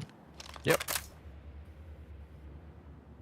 And not to misquote Maui Snake, of course, he was saying that on an individual level, mechanically, maybe, Snacks is still the better player, but when it comes down to just the calls themselves, it's been so clear that ZTR comes in with game plans and has strong mid-round moments, and it feels like, GamerLegion, when they do drop the ball, I don't think they never really kind of feel scrambled, if that's the right word. I think their T-sides with Snacks were weak, and to be totally fair, they played a lot of overpass. Obviously, it was a primary map they played, and that was not a map where you got a lot of T rounds, even if you were pretty good.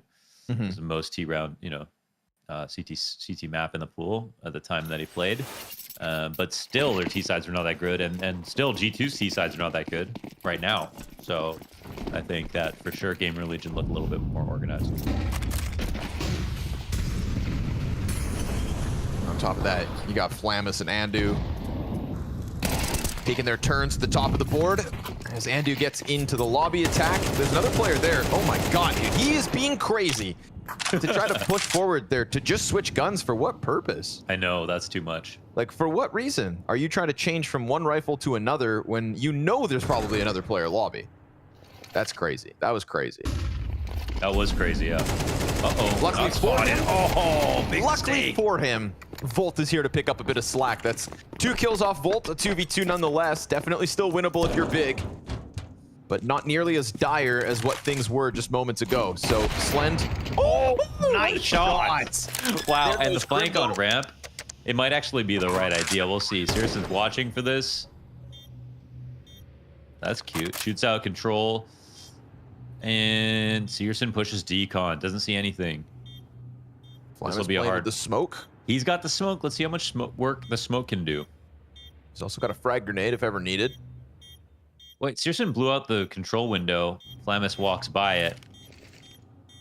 Searson's got a nade as well if ever that smoke goes on top of bomb. Oh, that's pretty good. To open it, and as he does, Flamus gets the duel. And Searson's just going to keep himself alive, so smoke is much back, like though. that other 1v1. The smoke is back! Oh! Don't sweat it. Searson's got it. He was right on the money. Woo! That was a close call. But actually, a really important round here for Big. Right back on their feet after this whole spray down. Damn near got 3.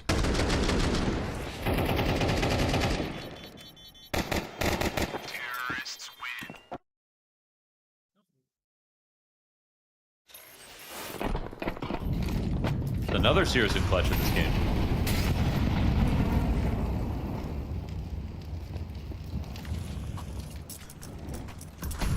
They're 1v1 boiling down to a weird smoke play. So close to sticking it this time around, but no cigar. So that's 5. That's a solid T-side for Big. Secured and more to go. Both on the backside jiggle. Flamus adamant about finding a duel outside. Oh, he's not far off. Here's a quick pounce though, through the fire. Oh man, Volt does a bunch of damage. Not sure if backside's compromised. ZTR waiting to come up from the vent. Volt is still alive. We get this rebound from Crimbo and Searson as they each find a kill apiece. Searson slicing one away from backside, but nice shot from Slend. Stuffs him up close. He's on it. Crimbo, who had gotten a kill outside main moments ago, has made quick work of the rotation towards Hell. Will this catch off the players in sight? No, sir. Slend with eyes above him. How long does Crimbo let this cook? I mean, they are watching for his walkout. Scrolling for more than one position. Late round Crimbo up in heaven. Oh, it's a clean shot. Now, this is max difficulty. They got 2 players waiting for this exact peak. Oh, but he does hit another one. Unreal. And Andu has the audacity to swing into that peak, bro. Crimbo's taking your teammates' heads off left, right, but not center. Hang on to by Andu. Is that just as impressive, though, that Crimbo realizes the second guy's going to peek from behind Tetris when he wasn't spotted, right? Crazy stuff. But not the win. Oh, what a round and a Volt. Yeah, I feel like we hadn't really had to talk about Volt across Mirage, and then now in back-to-back rounds, he goes with that, 2K attempt over towards ramp that almost kept him in it, followed by a big impact off of the back of A-site. So this is GamerLegion tying the game up and securing an anti-eco. Crimbo's gonna send a couple flashbangs in the rooftops. ZTR from top hut, helped out by Flamus. Yeah, all's good here for GamerLegion, locking it down without a casualty to secure themselves a lead. And he's got them back on their feet. It's a nice one here from Volt and GamerLegion as a whole. On the CT side, it's close. I mean, it's still a very good T side overall here for Big. Couldn't tell you exactly what's going to happen next now. But, yeah, who'd you say is, like, the better team in this half? I think they both played pretty well. I think they've played well, but I'm going to give the edge to GamerLegion. I think the fluidity in some of their team play and trading has been praisable.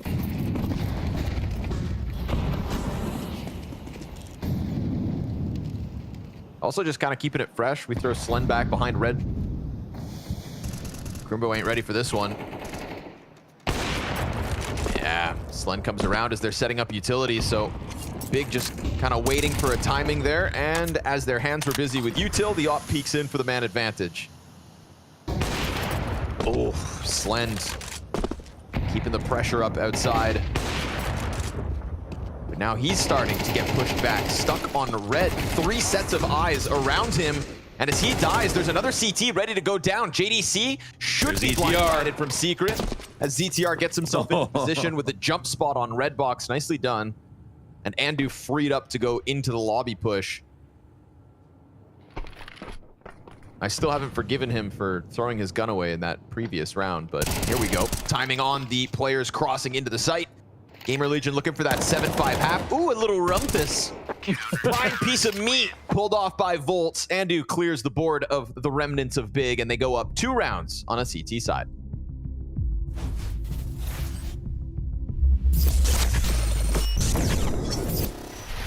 And in terms of loss bonus, there'll be a second stage next round. That's going to be $1,900 per player. If Nigel saves the orb, they're still in a lot of trouble here, but he doesn't really have a choice now. MIBR will find double digits at this point, but will they find the final frag? If they do, it will almost guarantee the next one for them. Quick scope comes in. Nitro nails it, just trying to fight for his life at this stage. And we'll see if this is going to be enough. Fallen low HP, it looks like, oh no. He's got a kit. No. He can do this, Anders. He can do this. He's coming in, and I think he's done it. He's pulled it off. Team Liquid win the round. It's Nitro with the ninja defuse from hell. But they're already going to be saving. Electronic actually will catch Config. He was sneaking in to try and catch them rotating out of the A bomb site. So I still don't think they should be going for that. They're sort of running into CT spawn as pretending like they wanted to go for it, but that is never going to happen. Simple has a kit, so I don't know. Kill Blame F and rush and then defuse the bomb. It can happen right now. Yeah, that could definitely happen. He's got the deagle. I mean, 2 headshots. Simple could definitely deliver that. Oh, no way. No, he's too far away now. I think he'd have to run. Dude, no. Oh, no. He's got time. He's got time. He can do it. He's almost there. Oh, no. Complexity. I can't believe it. They didn't check it. They left the bomb site and Simple ninjas the round. That's why I didn't get the gun, Semler. Who needs it? Oh, get out of here, Anders. Get out of here. They've done enough to force Glaive into the clutch. A swift breeze would push Naf over, leaving just the leash to finish this. He already has 2 kills to his name. He's the only reason that Team Liquid still find themselves in the post plant. Op in hand.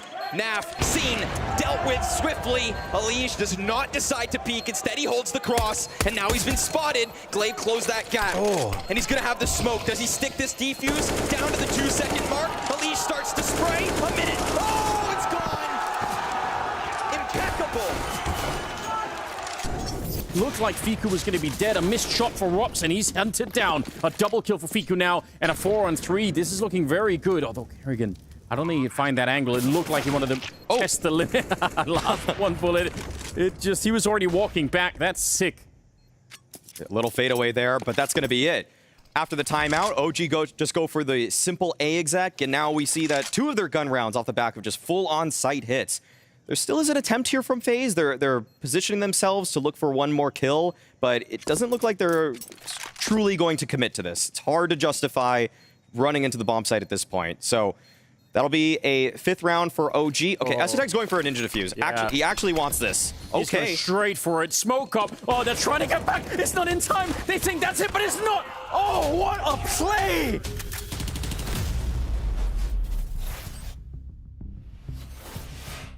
GamerLegion continue their tear throughout the day. A 3rd best of 3. In their sights, a 2nd win. Already with Mirage in their back pocket. Big's map pick of Nuke goes, I don't know, would you say that Big would be happy with that first half, Mohan? I guess numerically they'd be okay with it. It's just going to come down to if they win the map or not at this point, because 5 rounds T-side, yeah, that's sort of like more than serviceable, I'd say. A little bit. Rest on the pistol. Some of the rounds that they won were cool because it was Searson playing really damn well on that T-side. I mean, he had a 1v4, he had that 1v2 that he won on the lower site, so good impact from him. Yeah, more proud if I was GamerLegion for sure. Boy. Cool. Yeah, Regon from the rafters. Great shots. ZTR, P250 headshot lands, but Regon's got this one locking in. Yeah, they had that covered, man. What the hell? They didn't even see ZTR sneaking into midi, and they still got their first 2 kills because ZTR was waiting for someone to take contact first.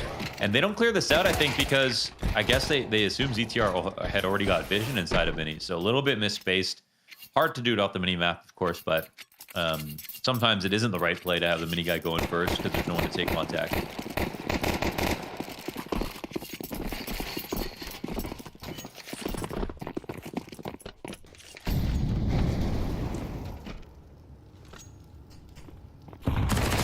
Afraid. Get his hands dirty here in round 14. Yeah, sorry, buddy. Nowhere to go. You can't run. You can't hide. Not from Big Clan. Yeah, they're like the Ghostbusters. Do-do-do-do-do-do. Do-do-do-do-do. How would Pimp sing that? What noises would he make? I don't think Pimp knows what the Ghostbusters are. Yeah, they have that in Denmark. Ghostbusters? I told you these are not real, Connor. I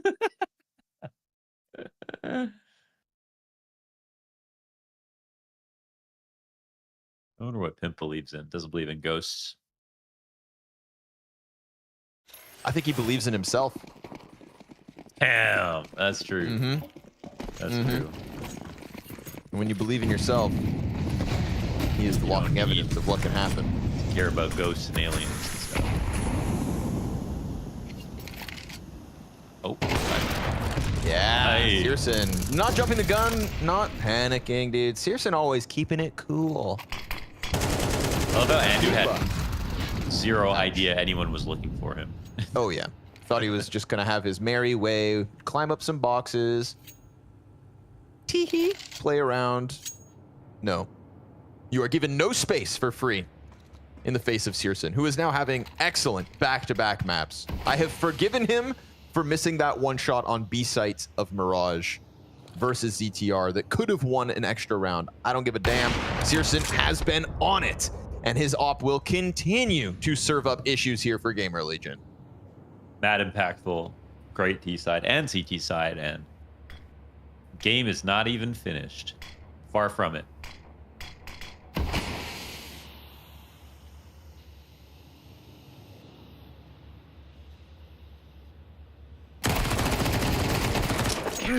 Nicely done Down from by Recon. Recon. Easy close here, Mohan. This is a big that ain't too stressed at the start of the CT side. Oh my god, it got so dark in Regon's apartment in the last 5 minutes.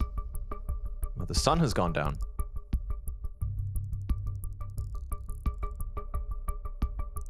Where does the sun go, Mohan? You mean if the Earth was round or flat? You tell me. I actually don't know exactly where it goes in the flat version of the world. How they do that. I think it's hanging on a string, right? That's the idea. Something like, yeah. Yeah. Just like me. Hanging on by a string. I'm the puppet master. You heard it here first, folks. Wonders manipulates me. With strings. I'm blinking, but no one's coming to save me. You are now aware of your breathing. Oh god. And aware of the pace of this one. Big, they hear it coming. Oh, the utility and hut won't save you at all. You thought you were gonna get past that Molotov? Regon's got your 35 bullet Galil chewing through you. Lamus beat 250 though. God damn, Regon was almost on for the ace, but cut down one shy as the fast A play gets absolutely shredded. Yes, it does. Clean. I don't even know how they're going. It doesn't feel like they're letting go of the CT side now. It's looked so clean. The pistol, for some reason, we just seen some anti-ecos, one rifle, but they just look so clean. I'm starting to see the map pick, right? I'm starting to understand why. 9-7. GamerLegion, are you moving too slowly? Is this the pace that Big want and you're feeding into it? That's the question. Is Searson too good today? Let's have to be settled like all great matches on Dust 2. Oh, saw that gun. Flamus has no idea. Locked in. Yeah, Flamus just walks back into it. You gotta be ready when Searson's on the prowl. JDC, a little warning as the barrel pokes out before the peak comes through, but ZTR still wins the duel by 23 health the difference. And Searson from lobby back to hell. This off is just hunting them down. And he gets the better of him as Regon accidentally jumps. Oops. That's unfortunate. And now Crimbo sliding out to try and keep them from doubling back towards red. They're going to go not from secret to main, but potentially all the way back to T-spawn. And they Crimbo lets them might go. If he spots it. Oh, that's the bomb spotted too. Ooh, they're going to be pissed.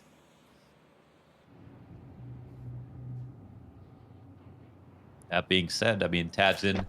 There's only 2 of them left, so they kind of do have to split the difference a bit. And I don't know if the smoke scares them because they don't have enough time to go lower. So they either go through it or they go through the hut. Oh, maybe they will drop. Maybe they will drop. Nope. Just literally disrespecting the smoke right away. Crimbo up in heaven to meet them. Yeah, we've seen Crimbo do good things from up here. Shots have been clean from Crimbo. That one no different. Health advantage immensely. Oh, denied the plant. Big. He's gonna plant again. He has to. Oh, he scooped it up late. No, he gets swept away. But yeah, that's fine. Nice nade by Crimbo. No kill, no gun needed.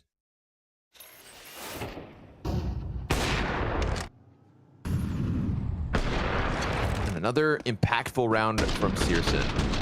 Yeah, and this is really unfortunate for Regon, who jumps coming out of mini like a Looney Tune. Bop. Dunked on. Regon loving that one.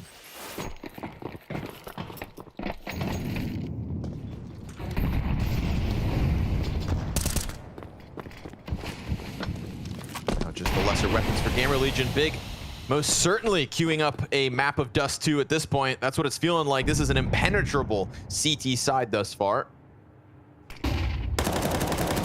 Crimbo's gonna mow down 2 players before they even exit the ramp. And as they do, he's got support from Searson's op. Searson gonna keep on hunting. Ooh, the MAC-10, not even able to get the better of him. Searson gets an assist on that one. Mohan, I haven't seen this much impact from Searson since the Club Thulu 2020 asteroid. The Cthulhu asteroid, like from H.P. Lovecraft. No, the Chicxulub asteroid, not Cthulhu. Chicxulub? Yes, the Chicxulub asteroid is the one that killed the dinosaurs. Oh, okay. It struck the Chicxulub region of Mexico. Just thought That would make share Sears that with you. quite old, yeah. I didn't know the Sheikh Zula asteroid came down. It was a long time ago. I guess Sears has been playing CS for quite some time. Yes, roughly 66 million years ago. Searson was only 4 years old.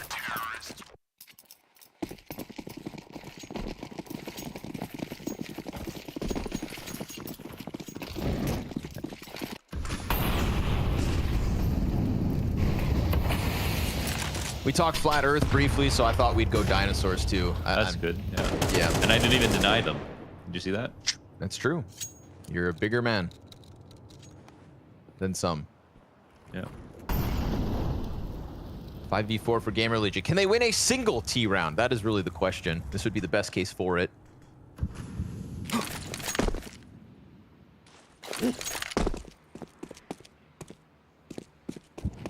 Wall of smokes outside.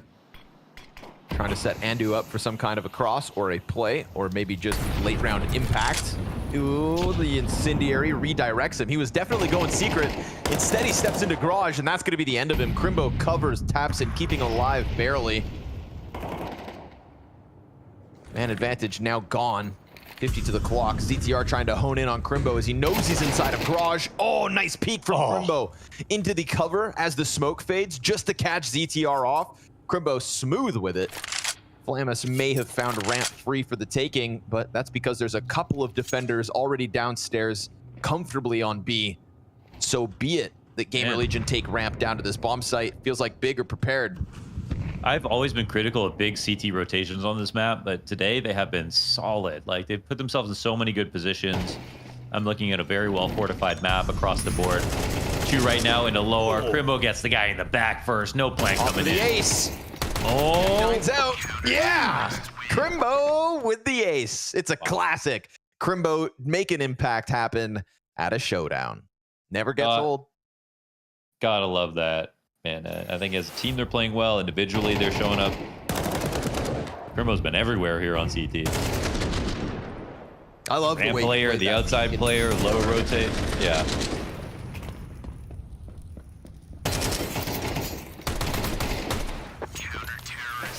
Just so slippery with these peaks. On fire are Big.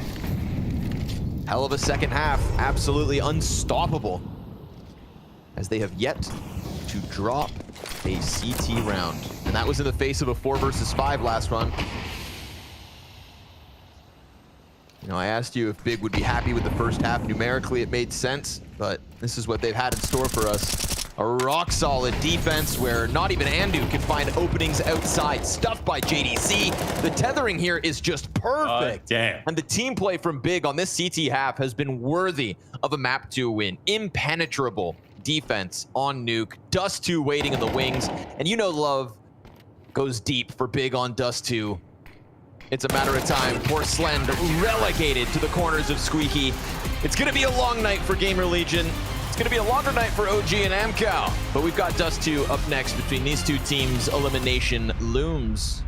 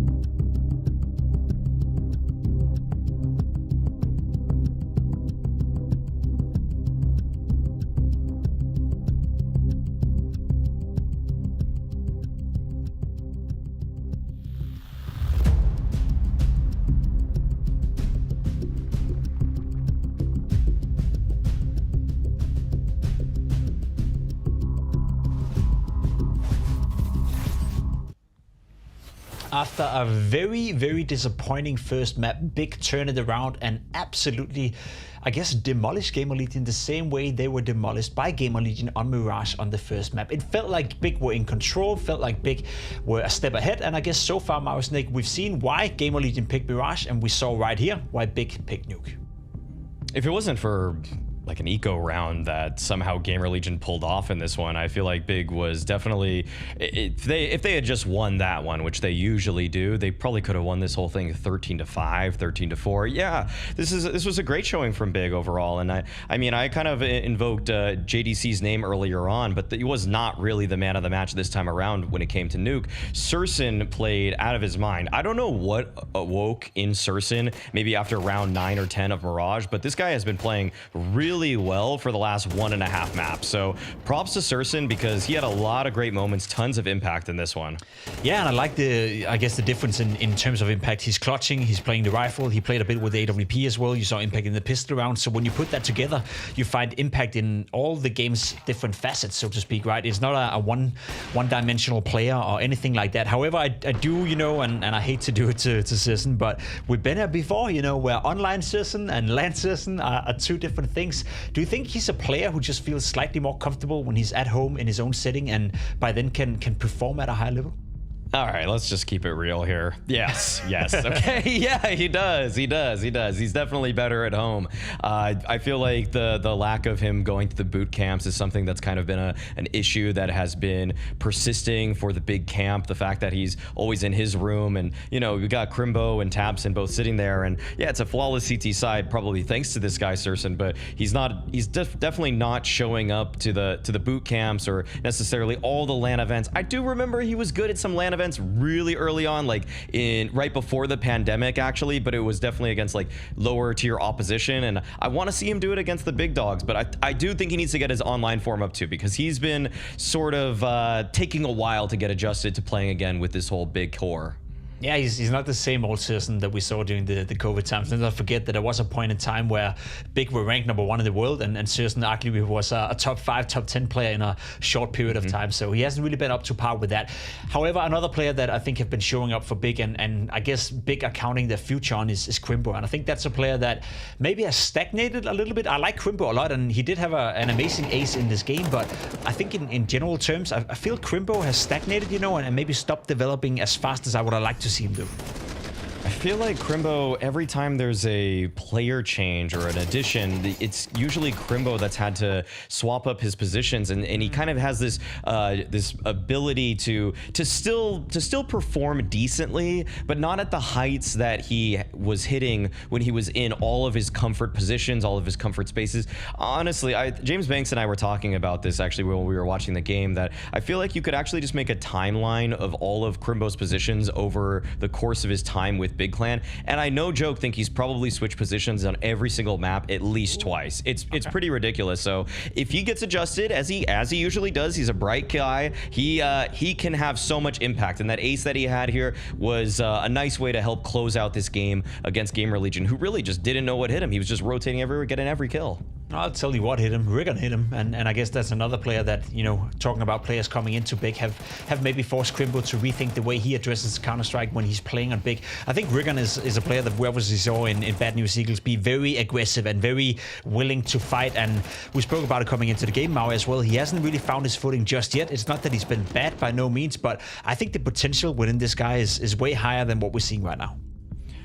I feel like Rigon he's still definitely adjusting to this team with Big. I feel like he's taking it really seriously. Everything I hear also from James Banks about Rigon, he just heaps so much praise on him. He's worked with him really closely back with the Eagles, and so I have a lot of faith also too in Rigon. And I feel like I mean, if James Banks is going to associate himself so closely with somebody like Simple, and he decides to do that with somebody like Rigon too, I feel like he knows how to pick him. You know what I mean? I mean, yeah, simple. We're gonna say same thing. Well, let that stand out. I see what you're saying, and I low-key agree. I think we're gonna have a higher potential. I think one player that we gotta highlight for GamerLegion, it wasn't all bad, even though the performance wasn't too great. Let's be honest. I think Flamus was again, showing up in spades and doing a good job. He went 5 for 10 in opening duels, but just the fact that you're involved in 10 opening duels on a map like Nuke tells me that you're willing to at least try to be the difference maker. And in certain positions, certain rounds, he was, but it wasn't enough for GamerLegion. No, unfortunately it wasn't. I feel like the man of today, though, for GamerLegion has definitely been Flamus from map 1 to map 2. It's definitely a lot of consistency in a GamerLegion T side that didn't have a lot going for it. The little bright spots, mostly on the CT side, I'd say, for Flamus, but either way, I just feel like this guy is just loaded with potential and skill. Loaded with potential and skill, and I think we gotta see more of that skill heading into the third deciding map, which is gonna be Dust 2. Now, it's been a pretty equal series so far. Big started off by getting demolished by GamerLegion, then the other way around here on Nuke.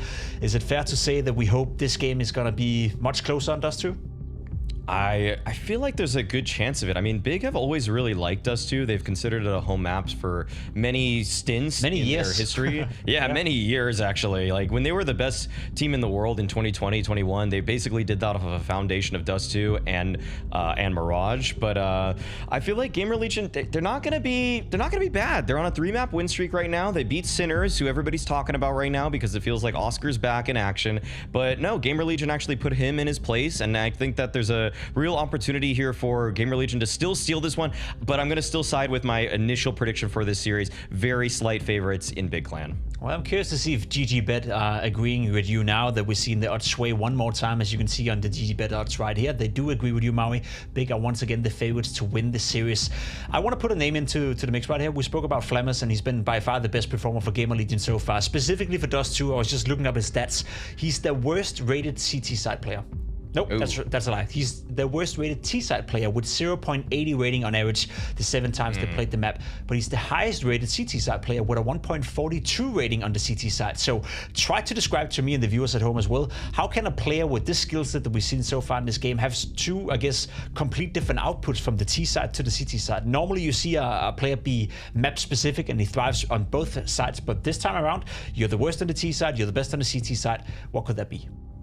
I feel like it's generally speaking on CT side, you get to call your own number in a particular way. And I think the way that GamerLegion's been trying to use Flamus is almost as a hard entry. And on Dust 2, if you don't have the proper supporting utility and timings for everything that you're doing, you're just going to run into a lot of oppers. And Flamus is a fantastic rifler, but of any map that's supposed to be an opper's paradise, Dust 2 has to be near the top of the list with maps like Overpass and Train. Okay, those aren't even in the pool anymore. It might be the best opper map right now, and Flamus just unfortunately isn't an opper. Yeah, you can imagine how it's like running out A long, on the T side, running out A short as the first guy, going out middle in a B split. It must be a living hell for Flamus, so it makes sense in that regard. Thanks for clarifying that for us, Maui Snake. We are about ready to get it ready to, I guess, figure out who's gonna progress into the semi-final of this bracket. It's the last game of the quarterfinals to find out who's gonna qualify for the fall finals. We have map number 3 ready, Dust 2 between Big and GamerLegion after a short break.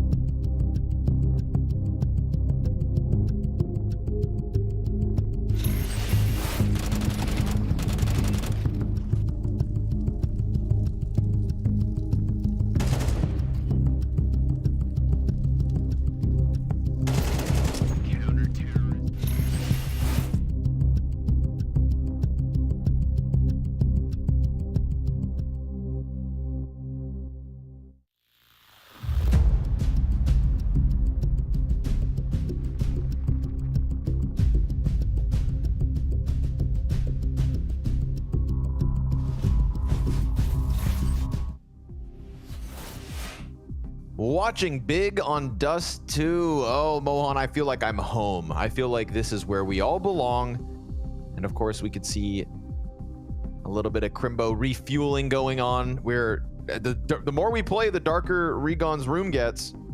Maybe he should buy a light. Yeah, he could turn on the light. I guess maybe he's a natural light merchant, and with the sun going down, he wants to respect that, the Earth's rotation and everything.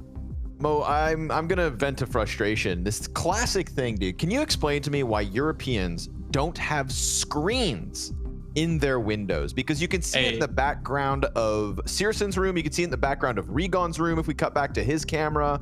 There's no screens in your windows. That's how bugs get into your house. Do these people not have bugs where they live, Mohan?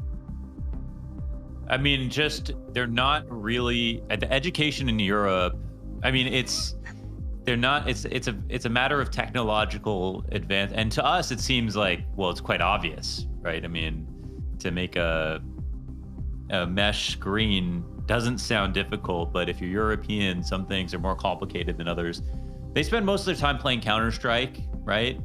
Skipping school, and don't really understand science that much. And I think instead, they just light up keyboards and stay in the dark and play video games. That's why we think Europeans are kind of such good teammates to have and so intelligent in Counter-Strike in game, but in reality, that's because that's all they do. No air conditioning, no screens. Come to North America. We'll show you how it's done. I have many screens. I got so many screens. I got so many screens. Hey, nobody got man. more screens than me. I have literally spare screens. You got binders in the basement. There are spare screens. If you need some, give me a call. Great price. Dust 2. Shall we, folks? We got another best of 3 to get to. And we got to figure out who's going home. Big or the GamerLegion. Little smoke for the long cross. There's no contest from GamerLegion on A until the Cat players get into the action, and Slend is going to be presented a chance to strike one down, but doesn't really overcook it. Doesn't want to die before the retake seemingly gets into position. A 5-player Cat retake. Ooh, and Crimbo's just going to pop up with the Glock. Peels Flamus off the play. And then they're going to get stalled out on this corner. Tough place to be in, trying to push past this corner with 5 Glocks staring you in the face. Finally, something goes the way of GamerLegion as Slend connects with a couple headshots, but then the bomb is at the halfway point, and what remains of Big just trying to keep their heads down, locking this one in, guaranteed. T-side kicks off with the pistol round win. It was a map and a half of believing GamerLegion were going to lock this up into now me wondering after the sterling CT side that was Big's nuke, and now them being on Dust 2, a home map for them. And now me thinking maybe Big will actually win this. I think that they clearly looked like they made improvements to their CT nuke. Rotation-wise, like setup-wise, you mentioned tethering. They just look like so on the same page in a way that I haven't seen from them on that map. Yep. So, I think that their Dust 2 is also a map that, even though they pick it a lot, needs improvement, and I'm sure they've talked about it a ton. I would bet today's the day that we see that improvement. Cross your fingers and hope so. We'll see if that prediction reigns true. I was just as the B site hits. Oh, gets absolutely stopped. I'm totally joking. The shot through the smoke, Palat with the scout, Slend. Yep. Slend is having a field day. Look at the way he's just running rambunctiously towards the close of it. He wants the 4K. He's got the 4K. Let me talk about it with you, but for everyone who's listening, my criticisms of Big Dust 2 is they pick this map all the time, but what they do wrong, or not what they do wrong, they highlight what is the easy thing to do on Dust 2, and that's play spawns, and they just do that every round. They do long control whenever they get a long spawn. And listen, if you take a long spawn half the time as an IGL, you're not having a lazy day. That's a good thing to do, you know, taking long spawns.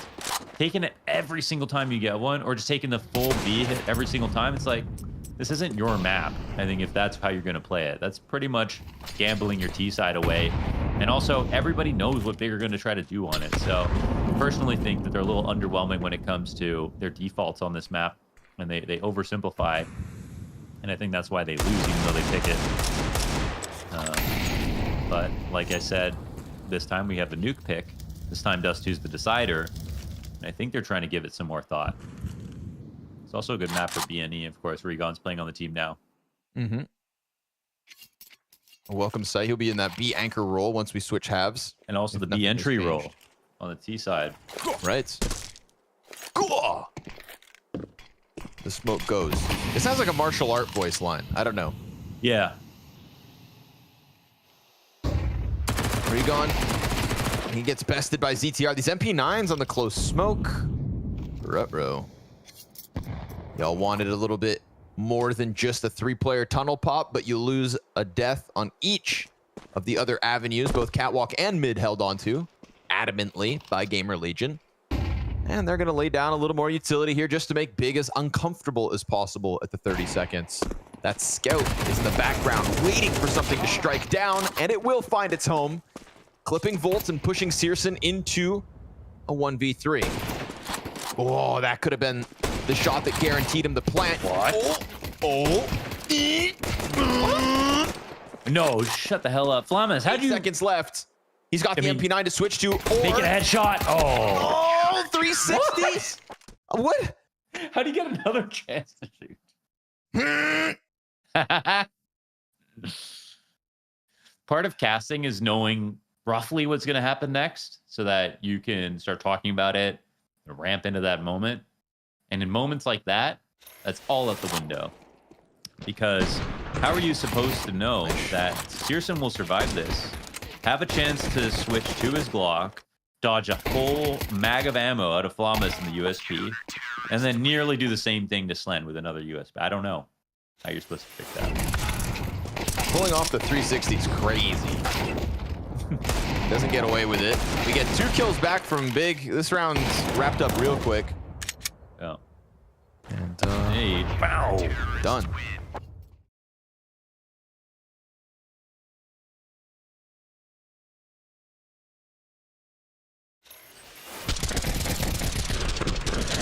Start we missed. Flamus, you know Flamus. Yeah. If there's blood in the water, he's on the hunt. So a big top mid swing from him is no surprise. It does cost them 2 players in the end, but back in the guns come Big.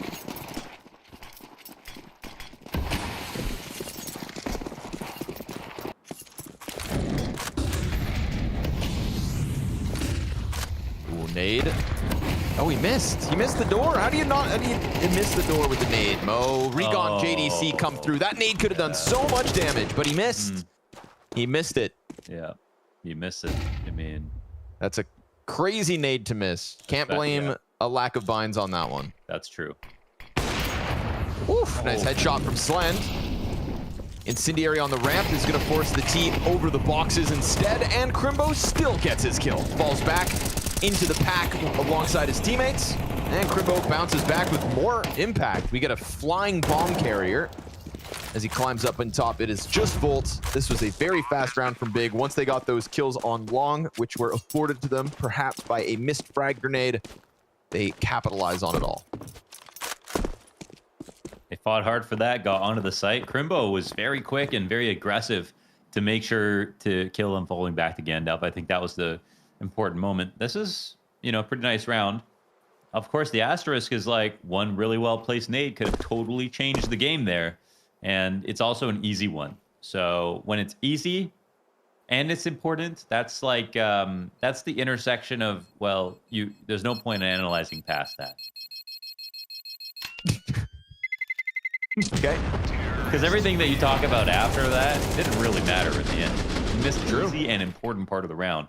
If you, as an analyst, you know, go back and watch this demo with your team, you're not going to really like pick on mistakes that happen past a moment where you miss something easy and important. You know what I mean? That's fair. That's a good way to break this down, Mohan. I really appreciate you emphasizing, you know, the insightfulness of really just kind of keeping it simple. Sometimes it's better to just keep it simple and not overthink.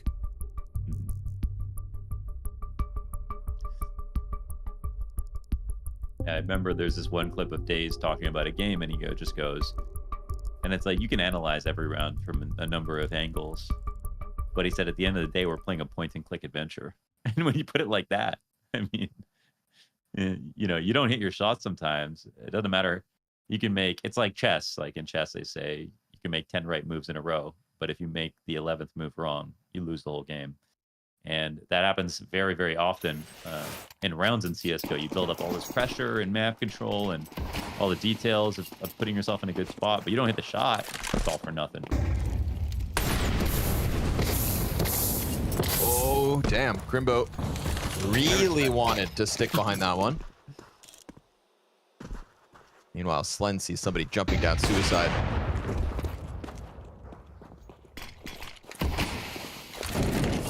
The CT op ringing out. That's JDC starting to work down bottom middle. Flamis locked into this position. JDC thinking about it. Oh, it's a half clear, and he steps into the AWP. Now in the hands of Searson. Everybody's been lit up. Oh, the nades are doing damage now. Crimbo and Searson, they've got almost nothing left. These MP9s could feast if they aren't careful. Well, that's the thing, right? Talking about having nothing left health-wise, it's just very little weapon-wise, too, here for GamerLegion.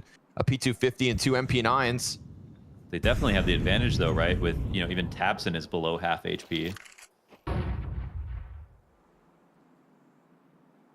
And they're going to Slend with the op on Cat. Oh, man. Does Andu play this? Oh, my God. You find him with a nade out. Oh, the timing is unreal. Slend just has to stay passive here. He knows they're coming at him as that player on long was looking to set things up, and nobody can deal with ZTR. I think they mollied themselves. Is that right? There was a molly, and I didn't see a CT throw one. Yeah. Yeah, that looks like the face of a man who watched his team molly themselves. Oops. Oops. That timing is valid, though, because it's 30 seconds.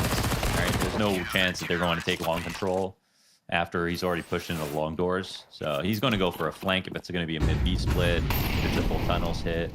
Him catching somebody outside of long there is a very reasonable thing to find when you've just got a P250.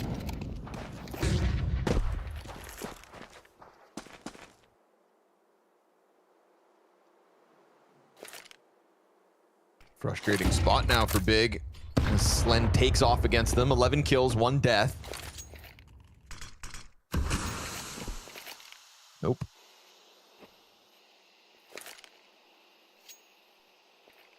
What could have been the run boost is not taken. Flamis.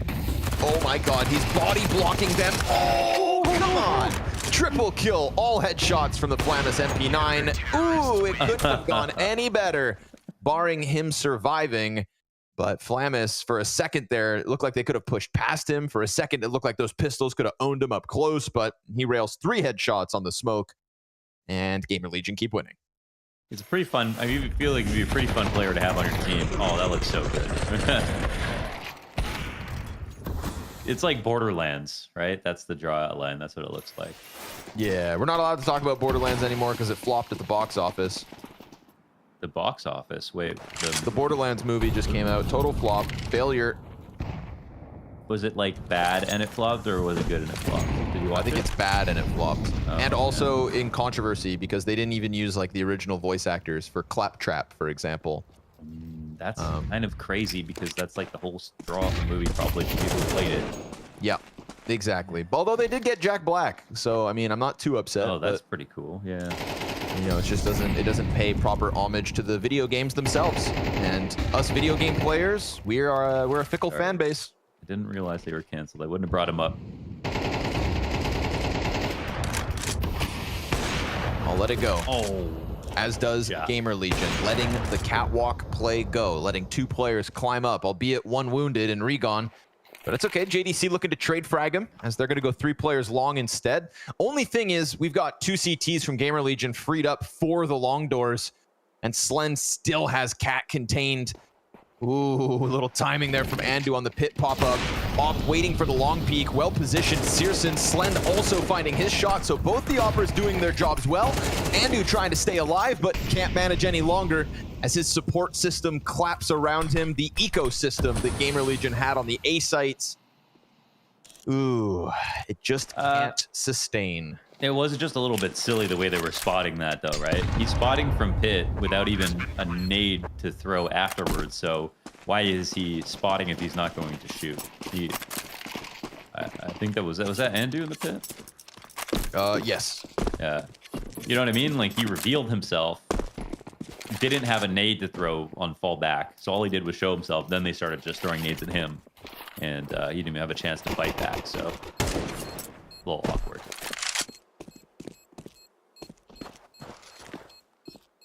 Maybe hoping Flammus could have set him up from the corner instead, but Flammus died to the op, and there was nobody for Andu to work with. There we go, big. Get up catwalk first. 3 players out long doors. You know, get a feeler past the threat that was Slend's op in mid. Is it Andu? Yeah. Crimbo just wiping him off the board like a bug from a windshield.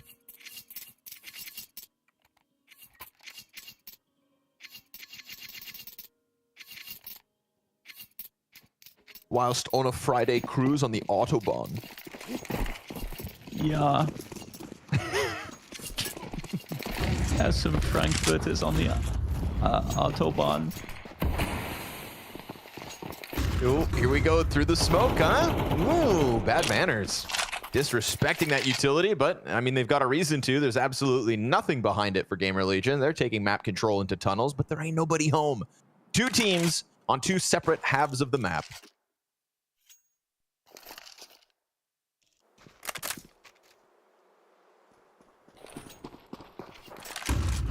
Bit of disruptive utility to try to get the op in position before the commitment comes out of big.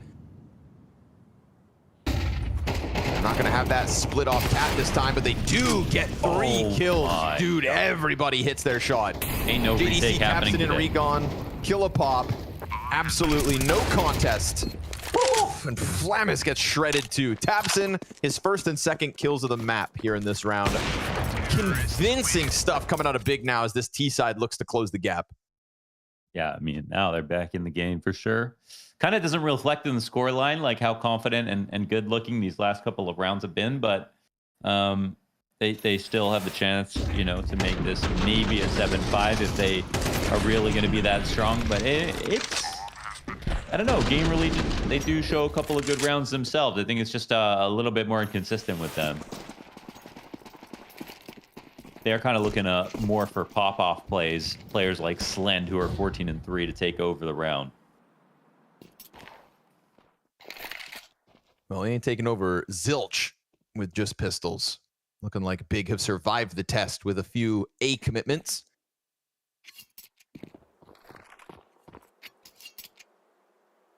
Slim chance that this Desert Eagle gets anything too impressive.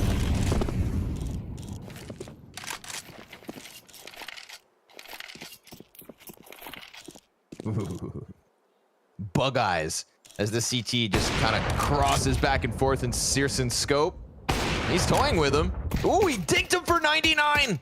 Oh, Slend hit that shot. He deserves the kill. That's unfair. Yeah, that's true.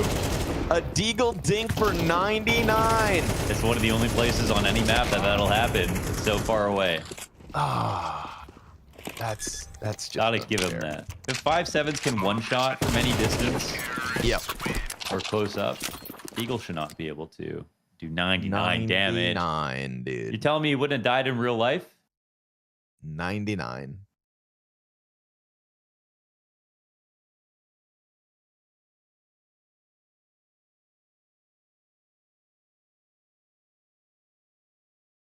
One HP makes a difference. And that lead is gone. We're all tied up at 5 rounds a pop. Here comes the GamerLegion buyback.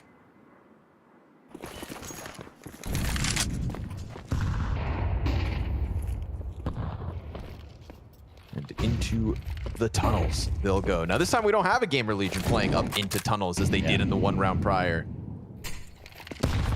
Not looking to get us frisky. Nice nade.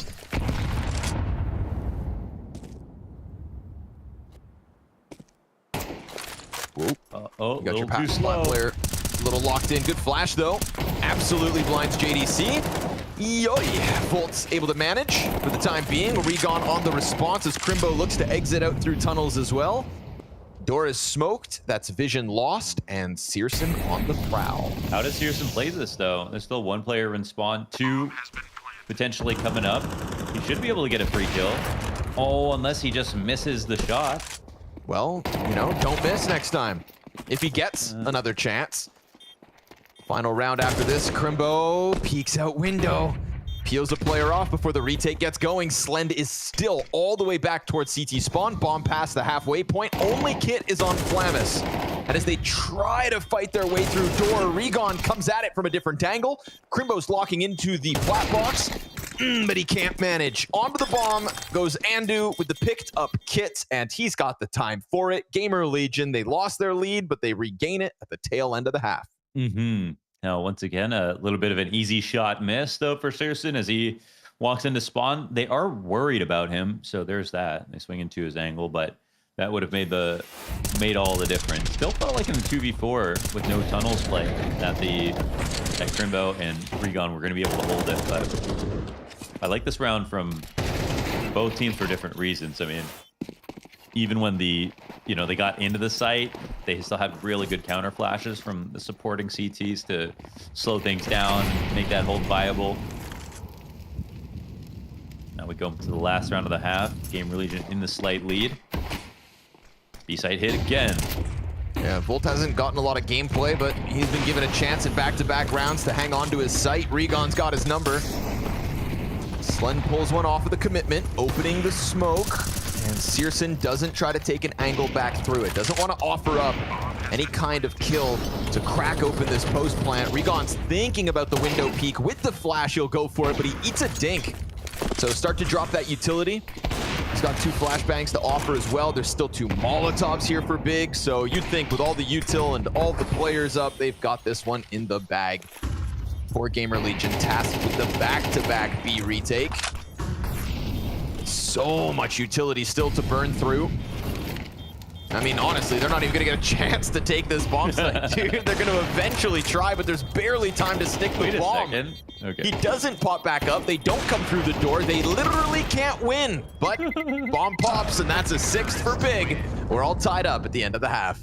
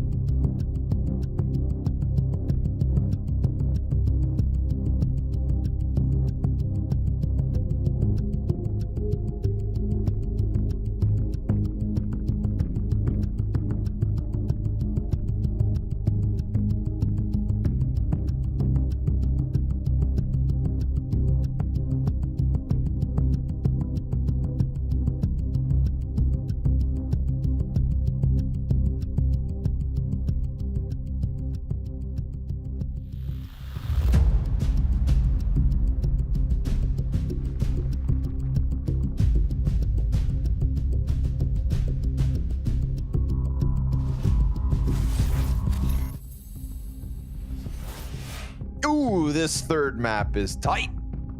Ooh. And they've been bouncing around all match long. How are they both throwing it the exact same way? How sad is this? Movie magic. No, I'm sorry. This is sad, bro. It's just Tabson and Crimbo playing ball together. I don't the know. rest of the team? That doesn't even really make sense because how come they're both facing left? Stop asking questions. Keep your loved ones safe.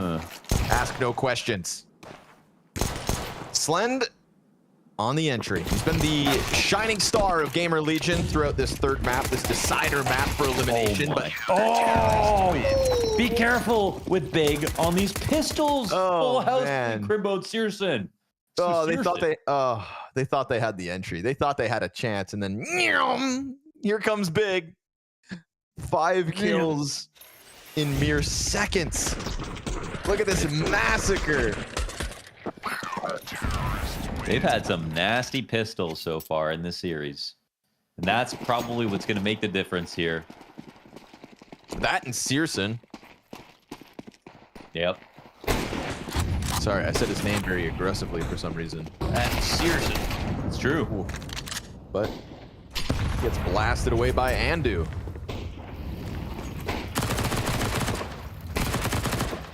Tabson. Feeling it, but you better be careful. You got to remind yourself you are 4-6, and this is a losable round as you have offered a chance over to GamerLegion here. Man disadvantage, of course, but still looming threats in that Scout Mac 10 and Tech 9.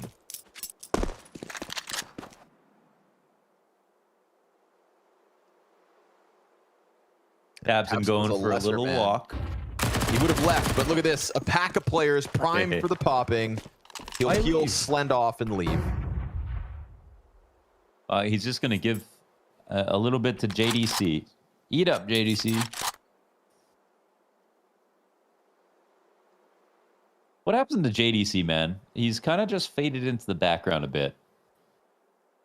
He's not quite as powerful as like his debut, and they're not playing Ancient anymore, so... Yeah, that's the problem. You gotta have more than one map in the pool, though. You'd think. CTR Scout Tech 9. Oh, a chance at the Crimbo kill. Oh, that's a cheeky reposition, though, from Crimbo. You see the crosshair not ready for him. Yeah.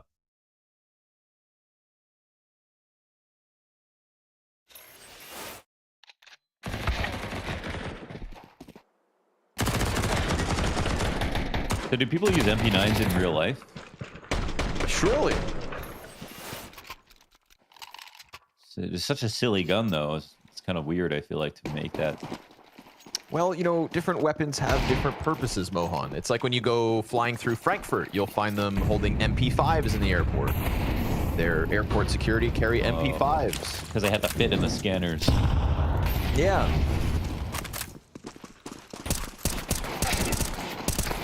Oi. Oi. Oi. These are pistols, and they're getting dinks in on JDC, but speak of the MP9. He's coming. Pearson goes is swinging. Still coming. Pearson's a hungry boy today, and he deserves it, man. He deserves all the stat padding on the ecos because he's got so many clutches, so many op kills this series. He has taken over.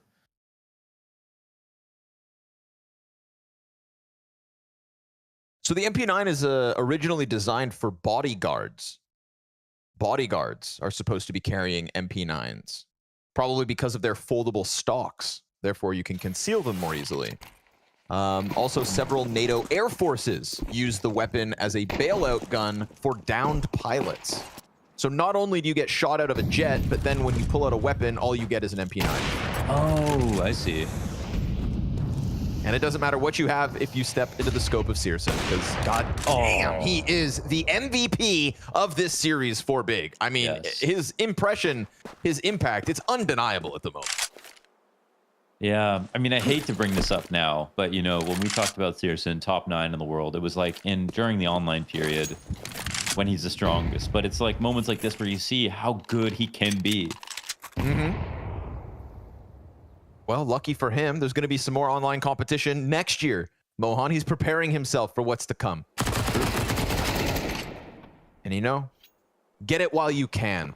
If Searson's transition to LAN is always rocky, soak it up, baby. It's not that he has kills. It's not that he didn't improve or anything going towards LAN, but he never really, you know, he didn't reach that top 9 in the world peak that he had. Top 9, top 8, can't remember exactly.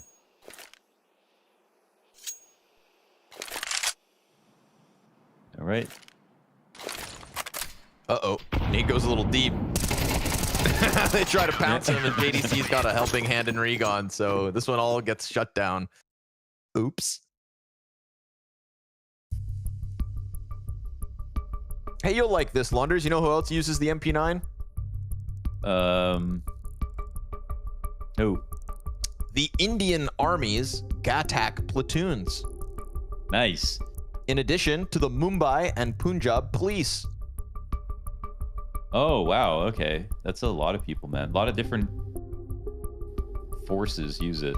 Yes, that's right. If I used it, I would jump and shoot. You know what? I can't advise this tactic, but you do you, man. Well, I spend more time training with the gun, so. MP9 developed in Switzerland.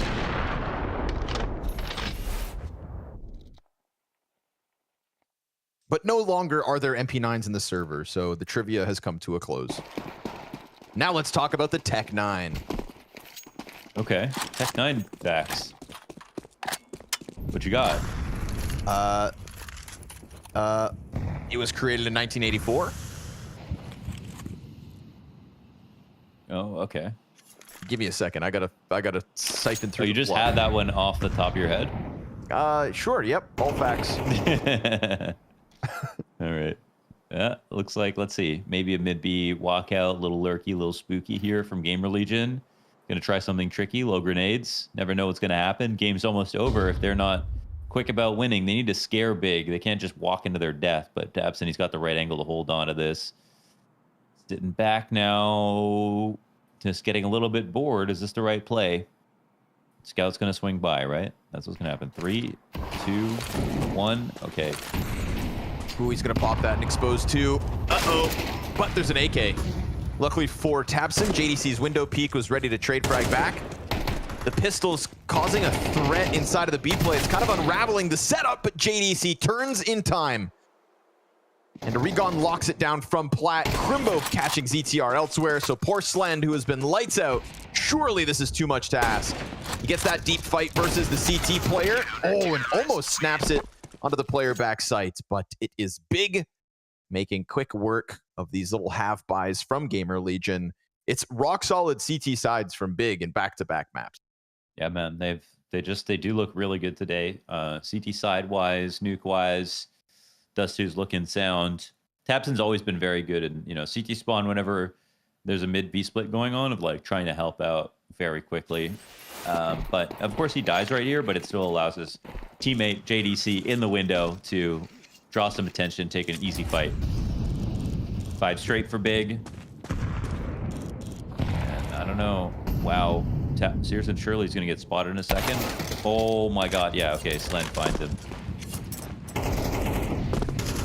Jesus, he went so far up there.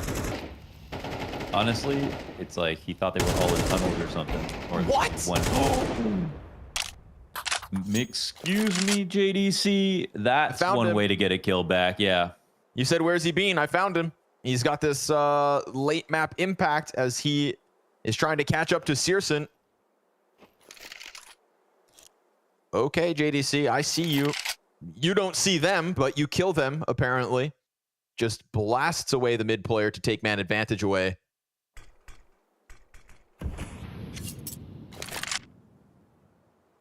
Tabson leaning back on the ramp. No assist from Crimbo just yet. And even then, Crimbo's got one flashbang that he could maybe send in behind Tabson to try to help him out for the peak. Wow. Tabson's just taking the fights. Yep, there's that flashbang. And Crimbo's helping hand alongside JDC's hold in middle just completely claws this away for Big. It's another 4v5 on the CT side for Big. Mohan, I'm going to drop a bomb. Yeah. GamerLegion haven't won a T round since Mirage. Since Mirage? Since Mirage. And it was on 0 CT side for Big, back on Nuke. Yeah. And now 6 rounds straight here. CT side does too. Wow. That is a stat. And we saw the it's not been T-side. lucky CT rounds either. It's been immaculate ones. And the T side is what kind of almost cost them versus Bleed back on Mirage prior to this best of 3. So it's not been the best of days since they qualified to the RMR. At least they've got that in their back minds, but it looks like their hopes of coming to the fall finals may be drying up. Scout versus the Op of Searson, who is hands down the MVP of this series. Man, look how active he's playing. And now, yeah, Regon did see ZTR, and ZTR saw Regon as well. ZTR seems to be pretending that Regon didn't see him, though. And is just holding for this one flank, but oh, also running. Wait, what? Just thinks that ZTR has maybe gone lower tunnels or something, or there's something funky going on. They're just all watching this now as time bleeds off the clock, and they're surely just going to commit back to long. I don't know. Regon's like, what the hell? That's one of those calls where ZTR's teammates are like, are you sure? Are you sure you heard a man running in the T-spawn? Or is it the fact that we have played 3 best of 3s today that starts to unravel your mind? Oh, they're going to go back to A. JDC just got that kill. No and this way. sends them back into the stack. Oh, God, they wasted all that time. This could be their last round. Their last chance to get a T round since Mirage. Oh, it sounds so dire, doesn't it? And that's because it is. It's a desperate one left. 5 seconds. You still got a plant. They don't even have the time. And unfortunately for GamerLegion, their hopes of the showdown fizzle out. Down goes the last man standing. Big comeback after losing Mirage. Impenetrable CT halves across Nuke and Dust 2. And that is a win for the Big Clan. They had to wait. GamerLegion may have qualified for the RMR, but they get eliminated at the showdown.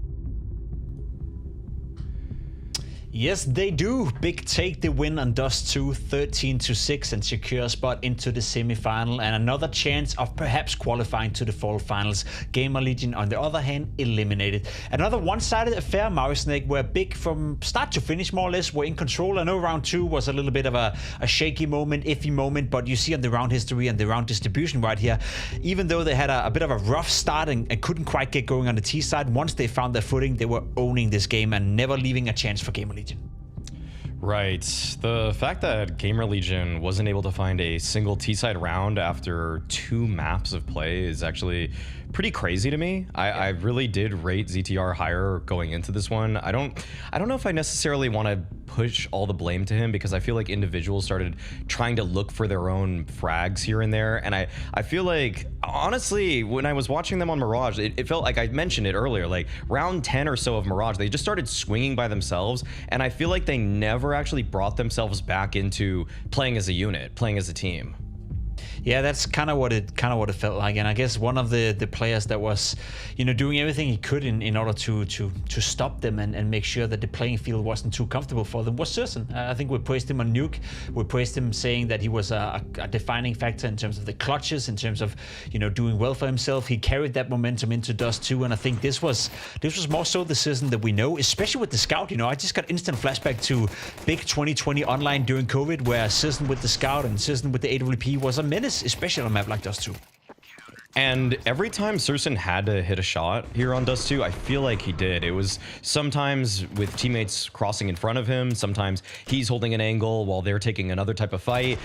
This was a Searson that was playing within the system of Big. Ignore the rounds where he's pushing with an MP9, but when he actually had the op, he looked really good. Like, he looked like he was fitting exactly what Big wanted from him. And it's this kind of game is what I thought I was going to get a lot more of when Big signed him from free agency when he was I think when 00 Nation sort of disbanded and they picked up JDC as well. I thought that they were going to get this, and I feel like there's been a lot of buyer's remorse for a while with Big right now for Surson. They had Montu, who was performing quite well. They wanted to switch back to German, and yet Surson didn't really reward them for that faith that they had in him, but now we're starting to see it. If we can expect more of this, if we can expect Surson to outperform his Opera component in Slend in the server, who for my money has looked pretty sharp. Like, I've liked what I've seen from Slend every time I see a GamerLegion game, but Surson today absolutely outdueled him. He had more impact than him. Not to take away all the credit from Slend, who did very well for himself, but if Big have this in their arsenal, they're a different team. Yeah, I agree with you. Then you look at Big, all of a sudden you have Crimbo, a stable, you have Tapson, who from time to time can pop off, and then of course Searson, who used to be that stable player who could do the difference. And I think for Slend, as you said, don't take anything away from him. I think he did absolutely what he could in order to keep GamerLegion in the game, and at the very least try to remain competitive for this series. But overall, personally, I don't know about you, Mari, I'm a little bit disappointed in GamerLegion. It's been 3 very one-sided maps. We haven't had a map where it went down to the nitty-gritty, so I guess for Big it must feel nice, obviously, to get the win, but from the viewing perspective and from the GamerLegion perspective, maybe a little bit disappointing that they weren't able to put up a better fight on 2 out of the 3 maps. I really just have to not get too down on GamerLegion for this individual performance, because they did play a BO3 right before this. It went to overtime. I don't know how I feel about some of these kids that are trying to hype themselves up when they feel like maybe the job is done already. The Blast Fall Finals is something that every player here should aspire towards, and if they don't really have anything on their calendar now that they've qualified for the RMR, why wouldn't you try in this one? But I feel like in a way this is almost like a loss by schedule, by having to play 2 games in the same day, or actually was it 3 even? I think they played it. This is their 3rd BO3, yeah. right? Yeah. So it's really, really tough to keep it together, and that's why some days I'm like, you had every reason that you should have played at 100%. I'll be a little bit lighter here on GamerLegion. I think that's a fair sentiment, and after all, GamerLegion have secured themselves a spot at the RMR in Shanghai, which I think was the overall goal for the day, and then of course a win against Big would have been nice. That wasn't to be the case though. GamerLegion have been eliminated, and that gives us an updated bracket that we can now look at as we are done with all the opening games, if I'm not mistaken, which means that we're soon about to take the semifinals ahead of ourselves. We see FaZe versus paiN, we see OG AMKAL, you have Falcon's Complexity, and you have Big versus Pro. I think as a brief overview of this bracket, Maui, there's been quite a lot of surprises, but some of the top dogs and some of the teams that we expected to make it all the way through in FaZe and in Complexity on each side of the bracket, hopefully and luckily still alive. I mean, one of these does not match the others, okay? Like the bottom left OG AMKAL one just doesn't seem to match the fact that we've got, FaZe versus what could have been paiN or Cloud9. Complexity versus Falcons looks pretty competitive too. And then you have OG AMKAL, and I'm glad we're gonna watch it soon. Yeah, we are. We're jumping on a quick break, Maui, but when we come back, we're ready with the pre-show for OG versus AMKAL, the first semi-final at the Showdown.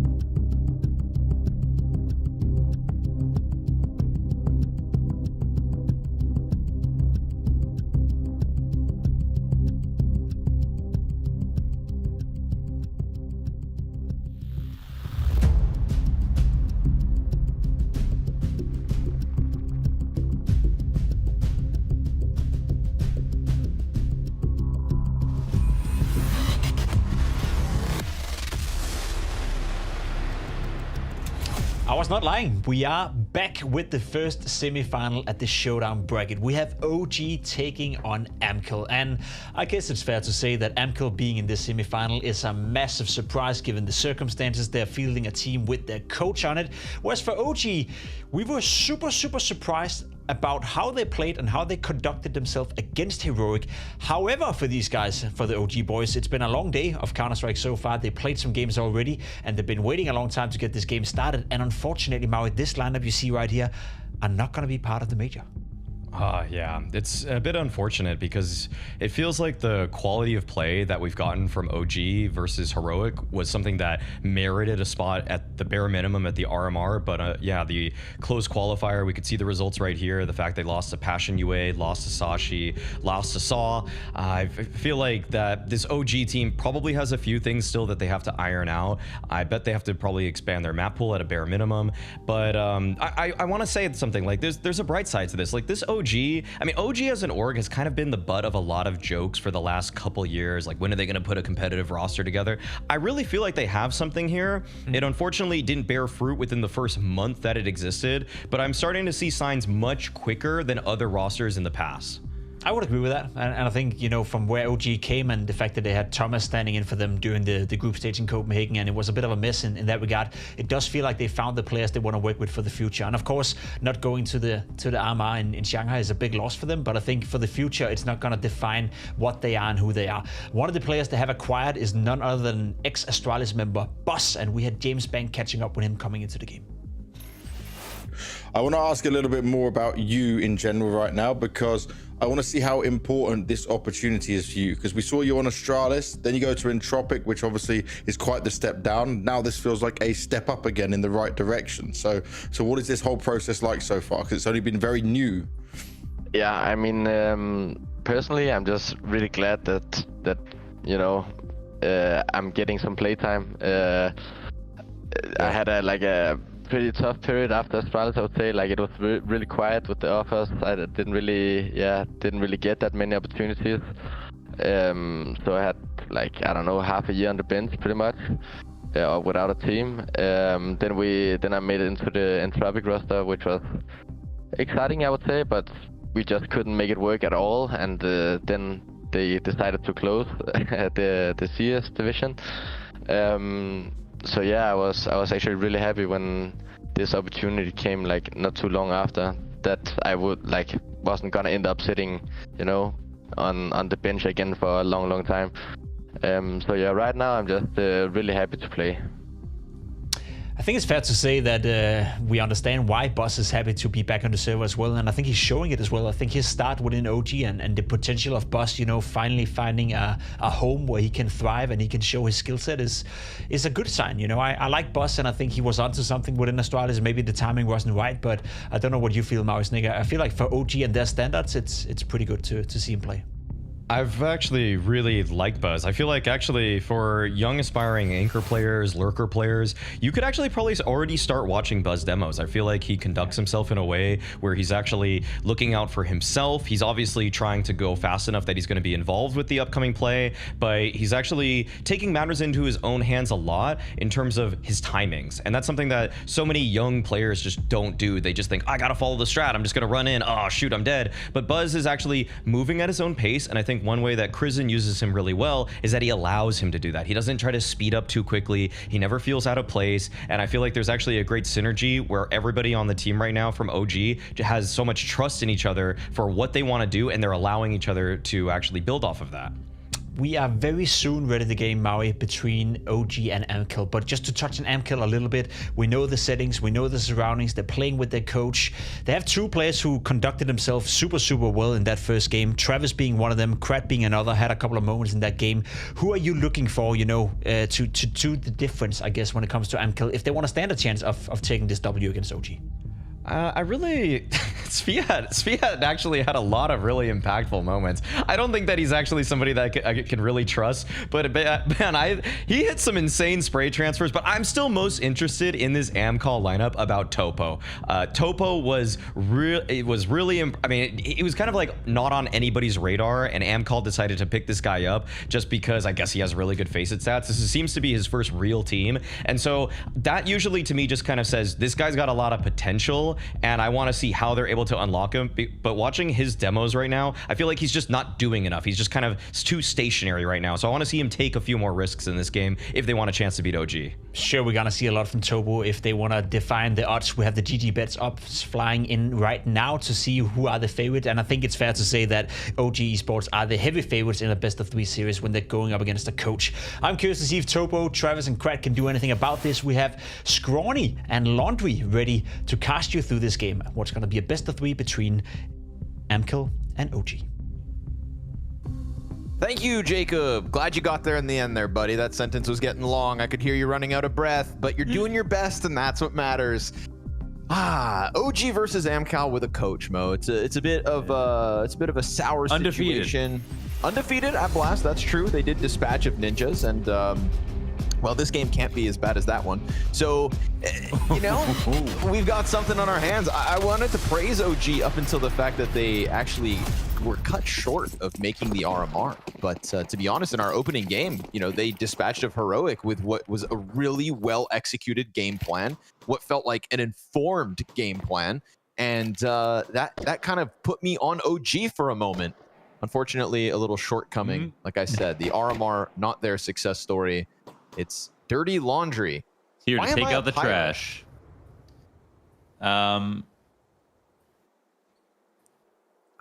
There's probably a great joke in there, but I can't think of it right now. Well, better luck next time. Yeah, damn, it'll come in a couple rounds. It's gonna be a good one. Watch. Plant's gonna go down here, and OG. Yes, I did want to say I do feel terrible because I feel like they are a new team, and so even though it's, you know, on merit that they don't make it to the RMR, I still feel like they showed so much promise, and maybe they had an off day. Well, that off day could very well continue into the evening. At the moment, they've got the bomb down, but they're still without a kill in this post plant. Uh-oh. Nexius and Moto have to double back. Excellently done there from Krad. He drew them all the way down into Catwalk. Nexius, you've got to stop the defuse, but it's already tucked behind boxes. So this double up, all these kills, that beautiful 4K that he just pieced together, all for naught because bomb wasn't planted, Cat. They got up onto the site and could have planted for Cat if they wanted to push that way, but they didn't have control of the site from that side. So it's no surprise that, you know, Nexius has to full strength fight his way out of it from this position. I mean, it's some great shots, and for what it's worth, I mean, they got the bomb planted. He's going to get a gun and maybe a couple extra grenades off of that. A little silver lining then. Preemptive smoke, but there was no molly. Waterfall smoke on the corner. And some AK shots rattling out of Fiku in order to push AMKAL back. Surely a coach should not be allowed to push AMKAL into the semifinals of the showdown. Because remember, the semifinals is where you then play for a spot at Fall Finals. AMKAL, they beat OG. They're one best of 3 away from the forum. I don't think I've ever seen another player get as many spray transfers as Sviat did, and that's not saying another coach.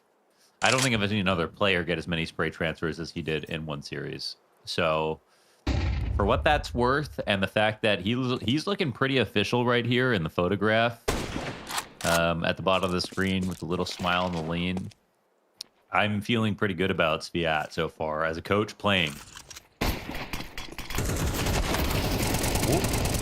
Nexius gets the opening.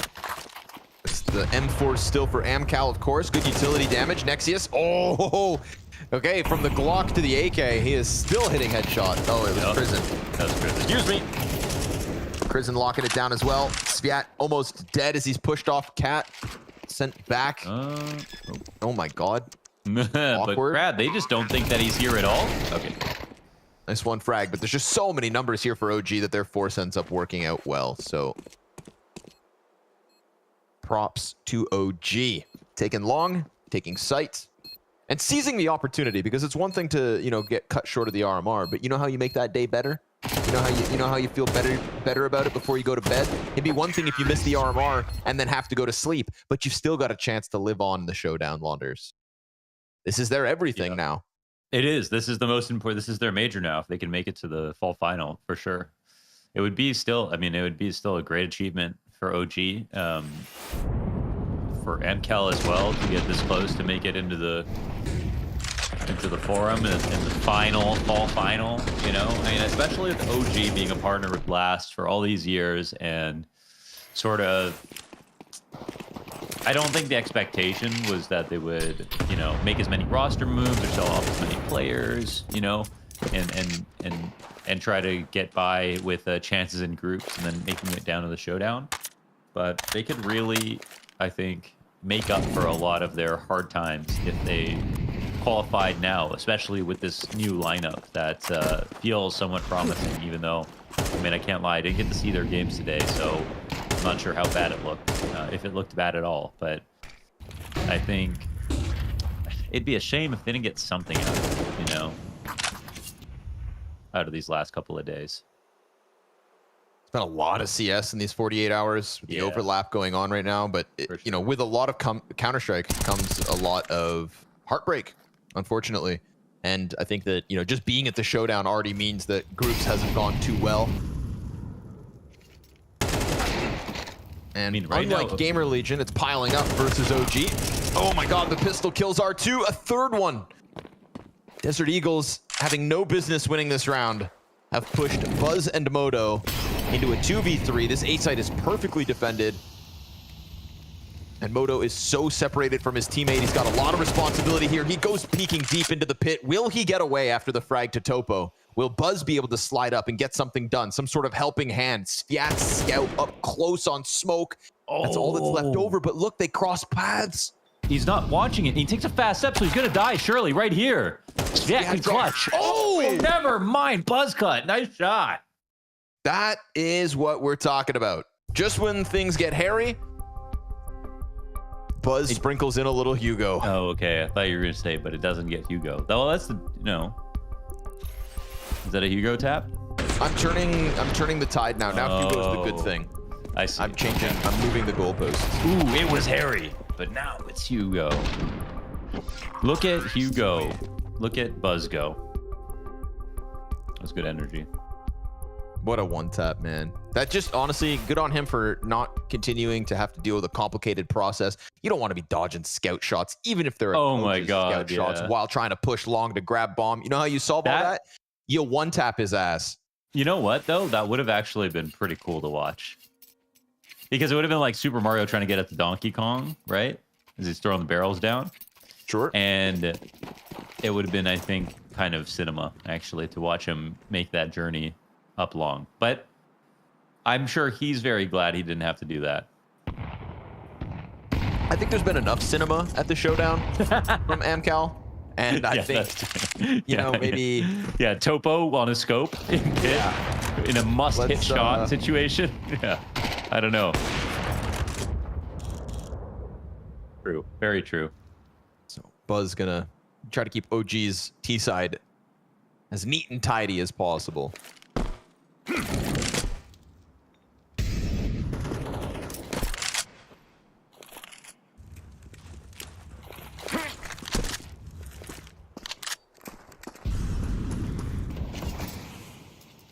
But these USPs stacked up on top of each other, could it cause a problem? No, because with Buzz getting the entry, that's going to actually peel half of them back towards the site.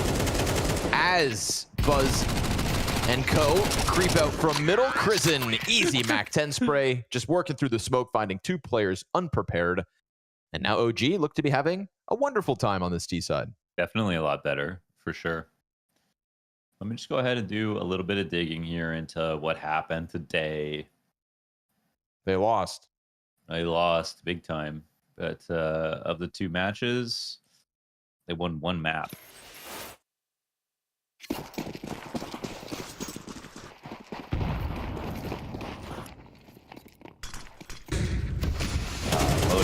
Moto definitely played some of his best CS in one of the games. And Buzz in the other, and that's about it. Crizin had a particularly bad series. 2 maps, 16 kills, one of them.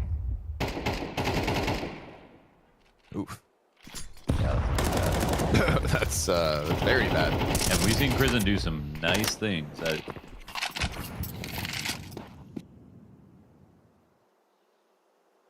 Right now, he's got some catwalk control going for him. Trying to call the troops further.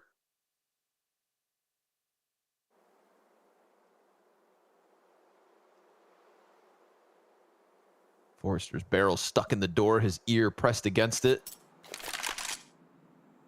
Can on a string. But no eyes on mid whatsoever, right? So behind this smoke, they don't know if it's 1 or 4 players. And that's why there's a little hesitation down in the CT spawn. Nice spot. They're too scared to go off of this. This would have been a good opportunity, actually, to try it. But if they want to cancel now and go out mid, I mean, you got to clear stuff still. Yeah. Yep. A little too excited about that prospect of catching the rotator. It's a full map. You know, you can't really trick them. They actually had a great chance of popping through that smoke or just getting ahead of it. One thing to try that in a 3v3. It's another when there's 5 defenders up. Yeah, definitely. So I suppose maybe he's just banking on somebody being CT instead, but even that would have been ambitious to wide swing. So no, sir, not allowed, Crizin. And with his death comes the folly of OG here in round 5. 3 players save in the face of the rifles out of AMKAL. Simple round. Simple round. Simple round.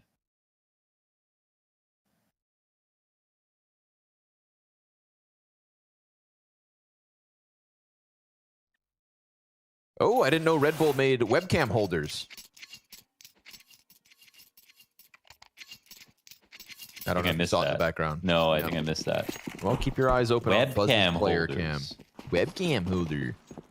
Are those called clips? No, they're called magazines. Gun jokes. Weapon humor. Guns. Such a laughing matter. Look at Sviat. He's smiling about it. He gets to use a gun. And when normally he's a coach, he only normally gets to talk. Now he gets to shoot. And he's been doing a decent job at it, man. He's been doing a very decent job at it. To approach into the mid play with 2 smokes on each corner. Flash for this exact position. Yes, Crizin's going to find Forrester this time. Not twice, my friend. They'll pop open the CT smoke, but they've already lost the B site. Jeez. Now that is what I'm talking about. That's the round they were looking for previous. They finally pulled it off. The mid B split, super smooth transition. Out of the smoke, great utility. They clear that close door. They did take a second to do it, but it's because they had that perfect flashbang that they had the extra second to wait.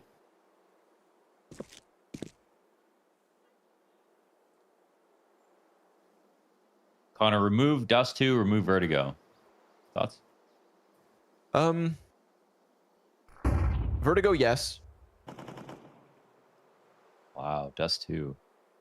You're biased because you just saw a great round. I know.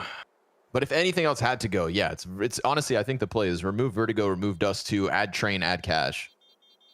Add Train, add Cash. Yes. Oh, man, the map pool would be pretty sick if they did that. I mean, even if they brought back Overpass instead of Dust 2 and then brought back Train instead of Vertigo, that would be a pretty stacked pool. I mean, Cash to me is like you're saying, like Cash to me is second fiddle, but I mean, Train's got to be coming. It has to be. I mean, it was in the trailer. They put it in the trailer. They put it in the trailer, yeah. Cash is a great Dust 2 replacement because it's going to keep the same sort of like very fun, fast-paced rounds. Going to be very popular in like Face It and everything. Yeah. Cash, Train, Mirage, Inferno. Yeah. Overpass. Anubis. Ancient. Yeah. Yeah, that's crazy, man. It's right there. It's right there, Counter-Strike. It's literally right there. You can just do it. Push a button. Well, actually, I don't think Cash is fully finished, so we can't do it just yet. Yeah, true. But Train could be finished. That's on y'all. At CSGO.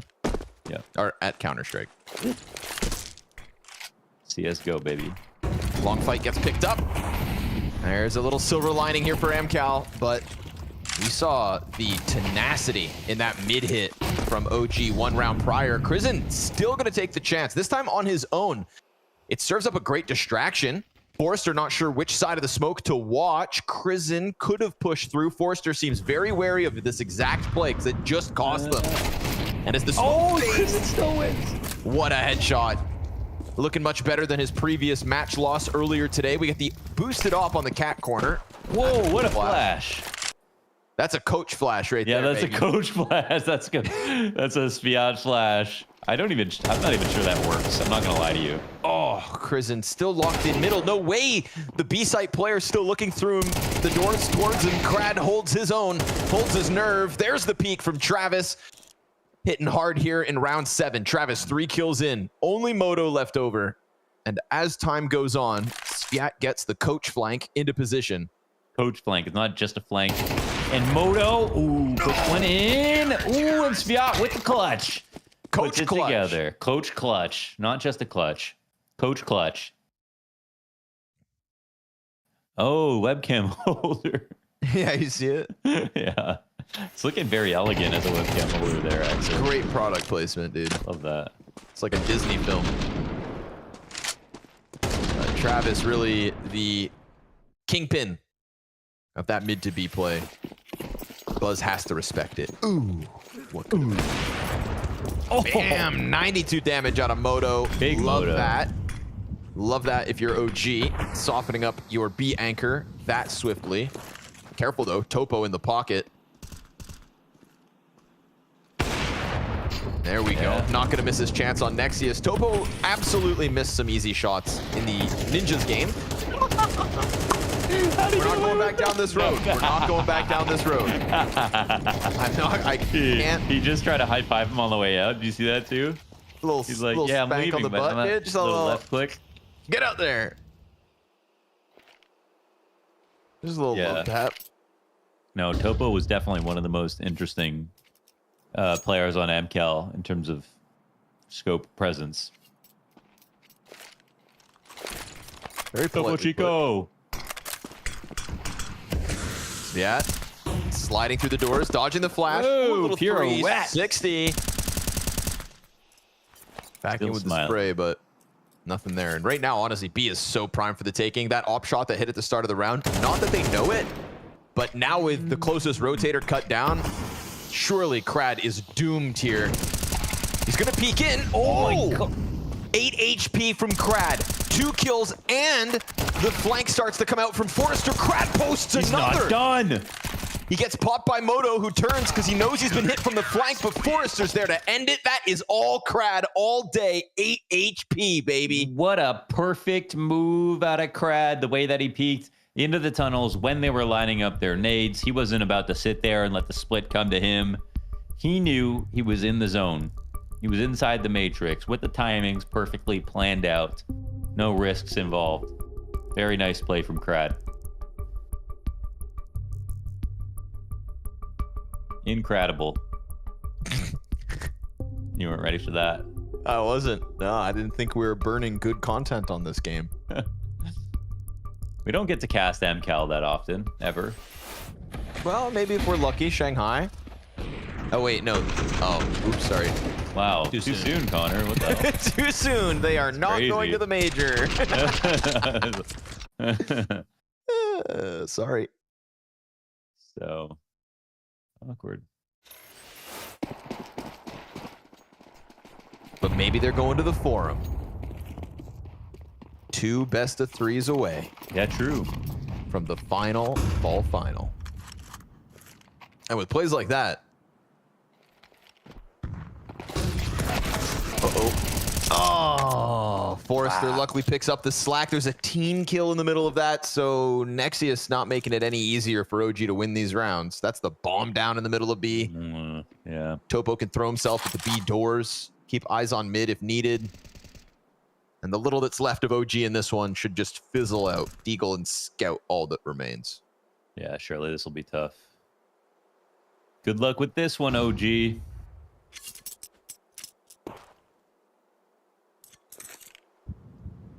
I'm really liking what we've seen out of Moto so far. I mean, the moments between the last game and his series earlier today at the RMR, and I think just op-wise, I don't know. He's a big playmaker, man. I think he's got my attention for sure. See if the scout's got anything left to say then.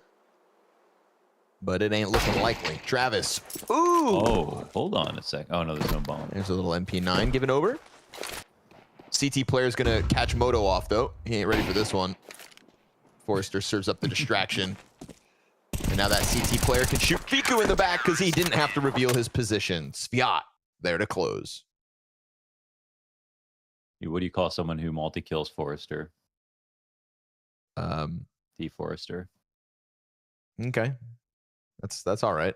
Yeah, I just sent it out fast because I didn't really think it was that good. You got to work on your material, Mohan. Can't waste it here in a match with a coach, Connor. Remember, you need a full-blown comedic stand-up minute by the time we go to Austin. To do Kill Tony? Yes, you have to practice your Kill Tony minute. You want me to do it? I want you to be ready. Okay. Oh, like Topo in middle. I'm down. It's a shooting gallery. 3 kills. Come on, ace, boy. Top mid, right side.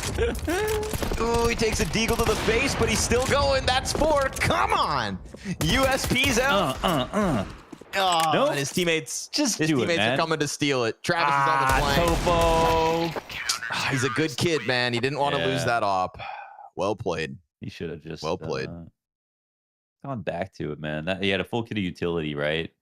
And so you got to say it's a smart move. It's the right thing to do. It's a boring right thing to do. It's investing your money into betting it at the casino. You know, that's what Topo did right there. Boring. Boring. Ooh, compounding interest. Ooh. Compound interest is the 8th wonder of the world. Yeah, well, it's not interesting. I'll tell you that. Put it all on black.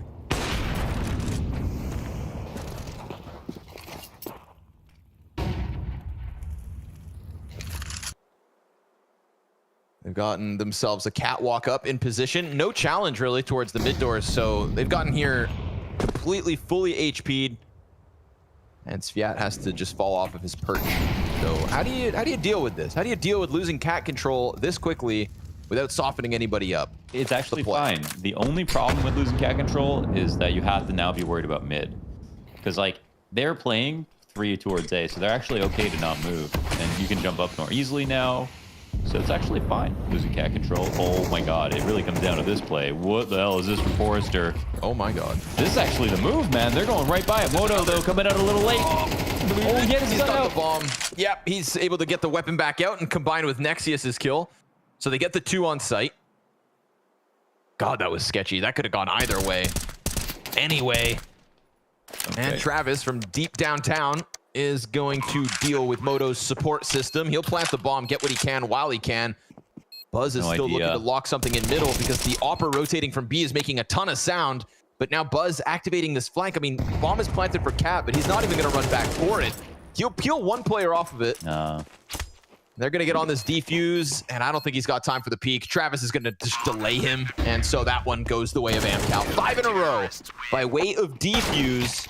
And he gets cleared from the board. Yeah. I don't think he should have participated in that retake at all. He had a lot of utility and a good gun to work with. I could see the temptation if they didn't have a kid or they faked it or something, but they knew where he was. So no win there here for OG. Great round overall from AMKAL. Interesting play from Forrester. I actually like the play for Forrester because they still had 2 on A. It's not like he was hiding in the smoke and his teammate was there by himself on long and that's it. So I think it was worthwhile. It'd be weird to spam that smoke as well. Topo, here he is. Uh-oh. Shot a bit too quick. It's all right, a little missed shot. Does he give up all the control? Okay, I thought maybe he'd stick around in tunnels, but nope. Tucks back in mid. Yeah, could have gone for Cap, but there's only 4 players on the map here for the CT side, so it needs to help out B.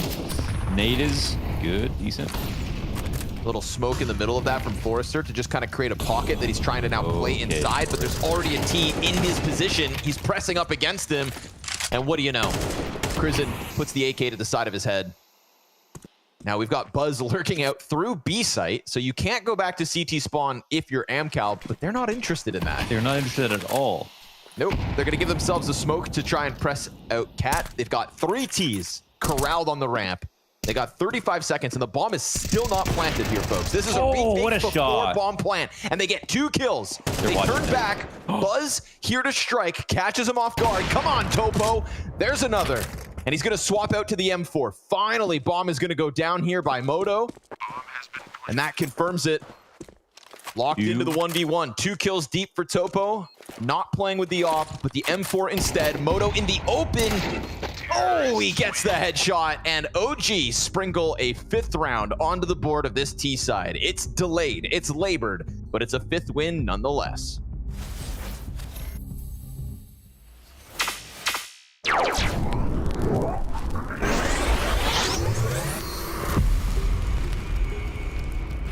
They must get up catwalk immediately.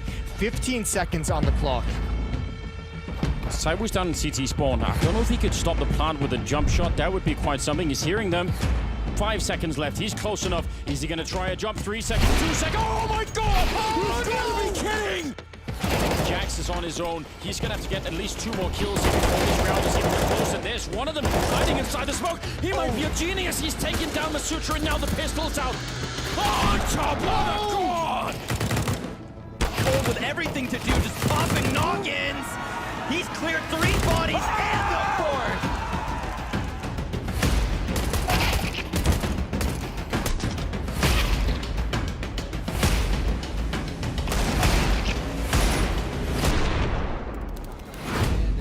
Over the top. Oh, no way to presets it up. Takes Nexa as well. 1 on 3 now. Nico. The only thing is the element of surprise. Maybe get 1 quick kill. That's going to be the headshot. And he's being just into that corner all the time. He's going to get 1 more. Oh, tapping away.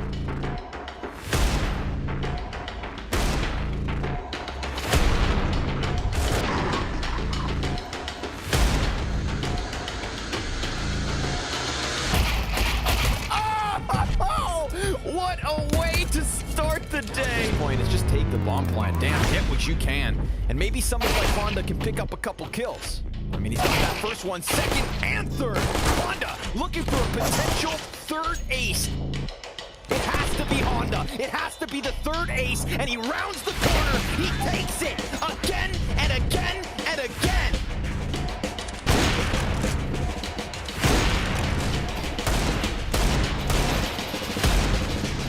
Have a smoke to put it out, so if it spreads, he's in trouble, and he peeks into it, does get the kill on Perfecto. A little more damage, Jake has with a big double. That is huge, and they're gonna go pick up the bomb, but still, he did everything and then some. Yeah, that's everything he needed to do right there, and talk about coming alive. Most electronic, no, there it is! Double headshot, and it's the clutch! 1 versus 4, and he's gonna get a headshot.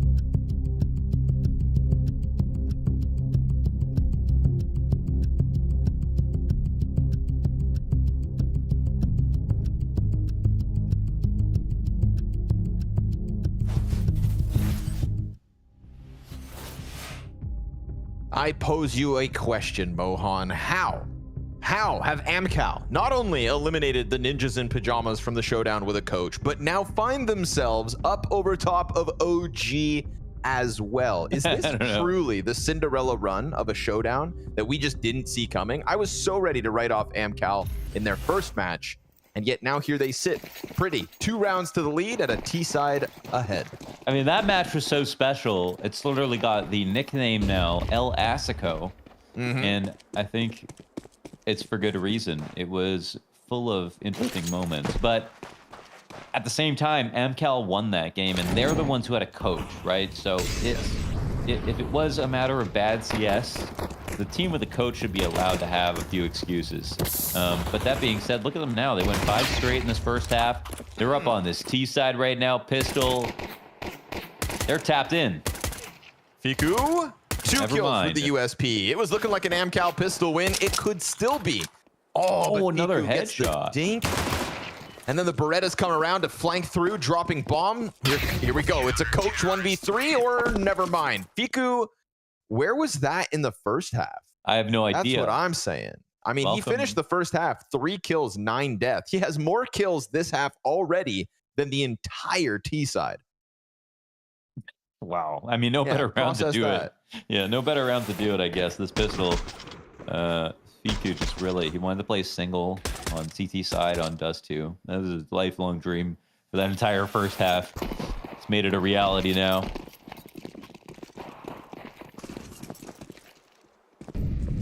Excuse me. He has as many kills this half as he does last half. 3 and 3. I misspoke. Yeah, it's not nearly as damning, so you better watch your mouth. All right. Yeah, okay. Better watch it. Crizzen drawn into the action here. A little bit of bloodlust is going to cost him. That's big. No, they're eliminated. Oh, no, they won. No, they won. They won. That's true. That's true. On this very same map. Whoa.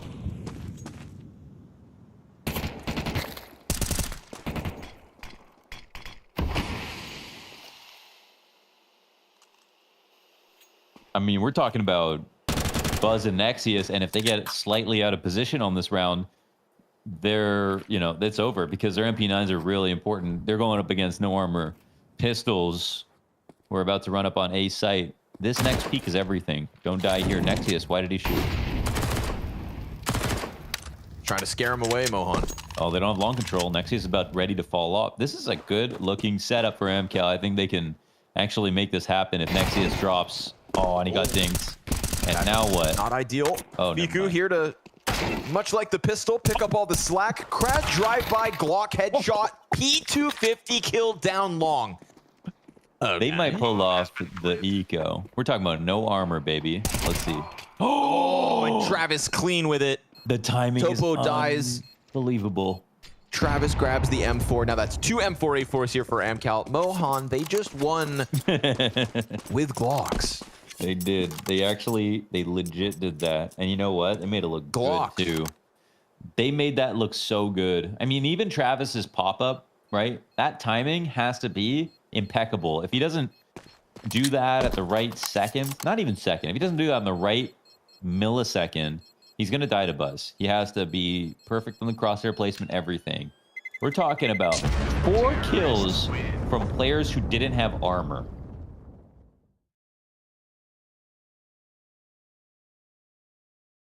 Not supposed to happen. This round's got me feeling bad for Nip.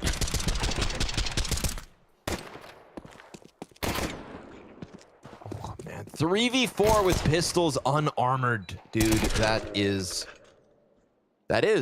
what it is. It's disgusting.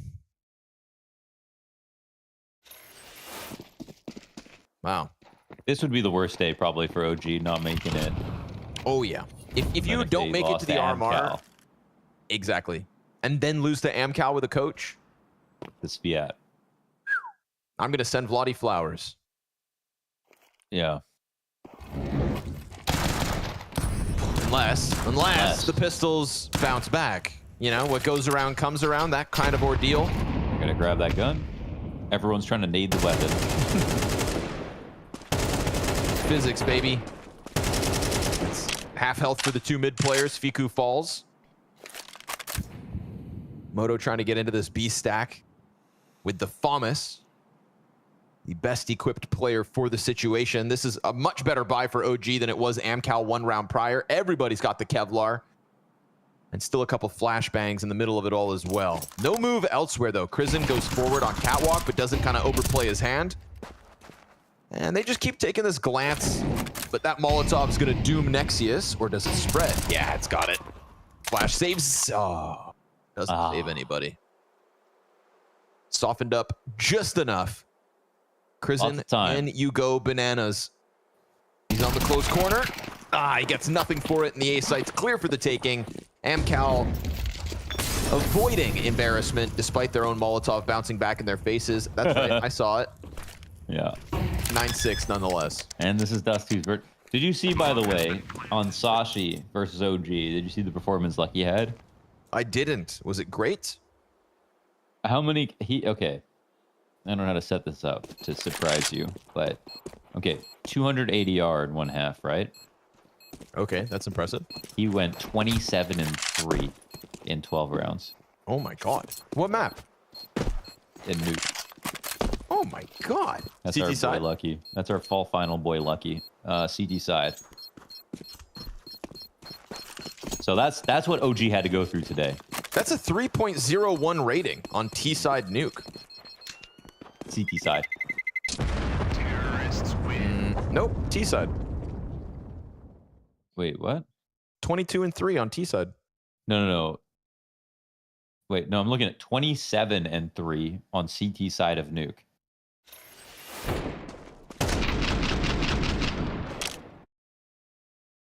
OG versus Sashi, 23rd of August.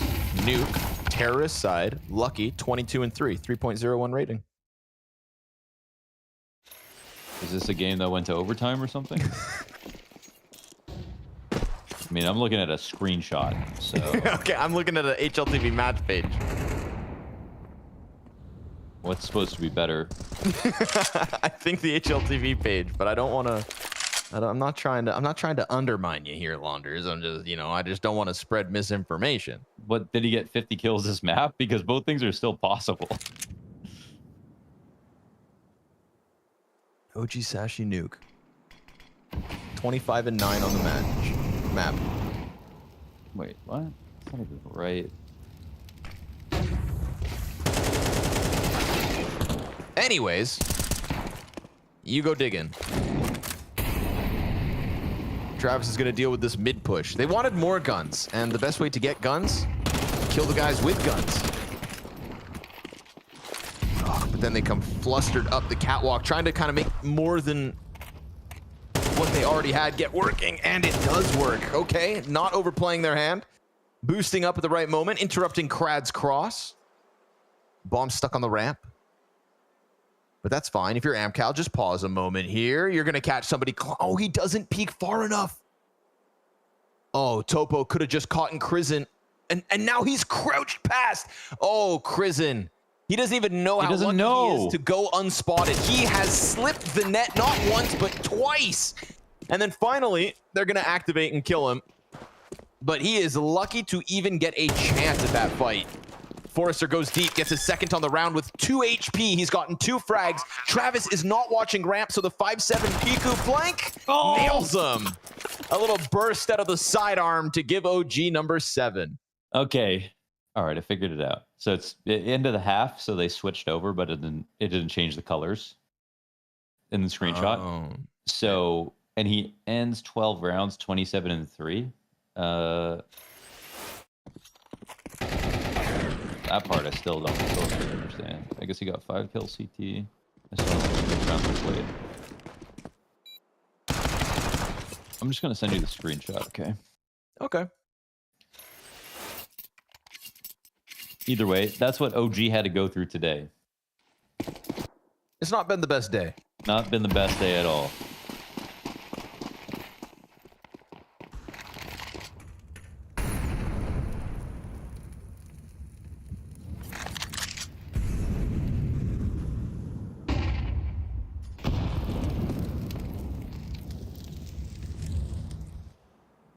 But it could always get better. It's true. All you have to do is beat a coach. Buzz using his utility in anticipation, sees that execute come through from tunnels, and it is excellent. It allows for Nexius to slide out to Car. Oh, does so much damage, but no extra kills. For real. Oh.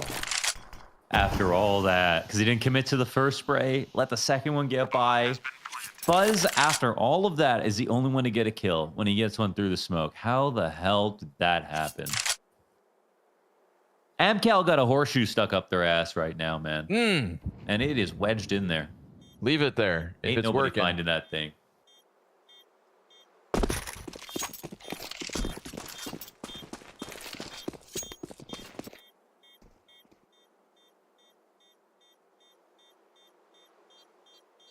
The fact no extra kill comes in through that B side is unbelievable.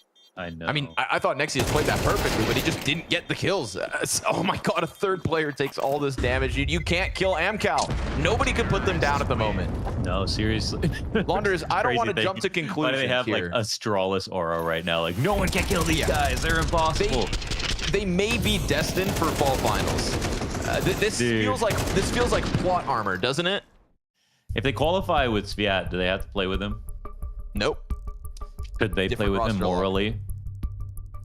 I mean, should they have made it without him? Cut morally? Yeah. Yeah. Morally? He's a pretty bad guy. That's true, actually. Now that I know him. Yeah, the more now that I know him, I actually side with Astralis. Yeah. Yeah, so I think makes perfect sense when you look back. You just have to meet him first. He's like the opposite of everyone else. Like usually you meet someone and then you go, why does everyone hate this guy? You meet Bubsky and you go, oh. I know Pimp's harmless right now. But, you know. Just kidding, Bubby. Very funny kid. Very funny guy. Yeah. Nice addition to the talent team. Yes. Get the op posted here for Moto, bottom mid. I said I told Magis to tell me something bad about Bubsky, and he said, Bubsky, you should make a comeback. I'm like, damn. Thinks he's good.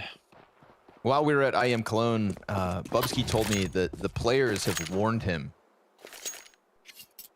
They warned him, Launders. You know what they warned him? They said, hey man, you be careful hanging out with all that talent, okay? You don't want to start, you got to be careful with that lifestyle. And like what like from what perspective? Like from yeah, exactly. That's what I'm saying. What's what are we doing that's so questionable? You know, we're no shade. There's no shady figures in our pool. Yeah.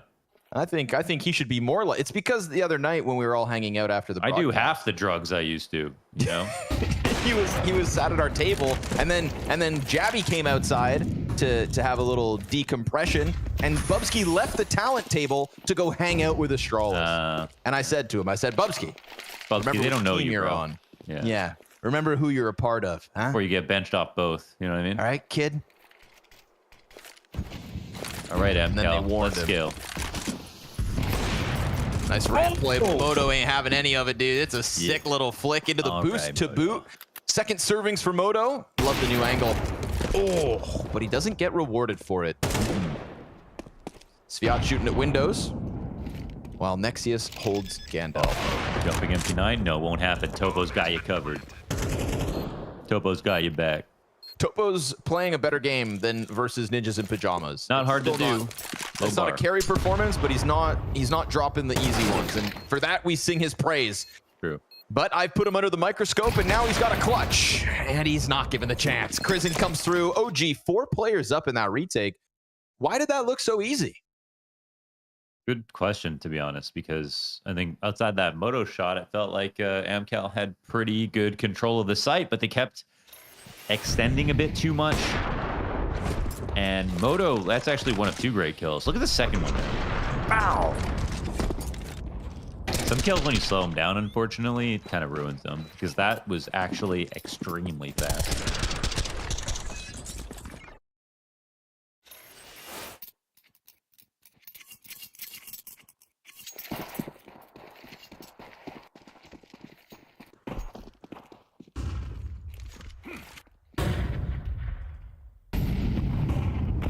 tunnels with the bomb. They'll wait.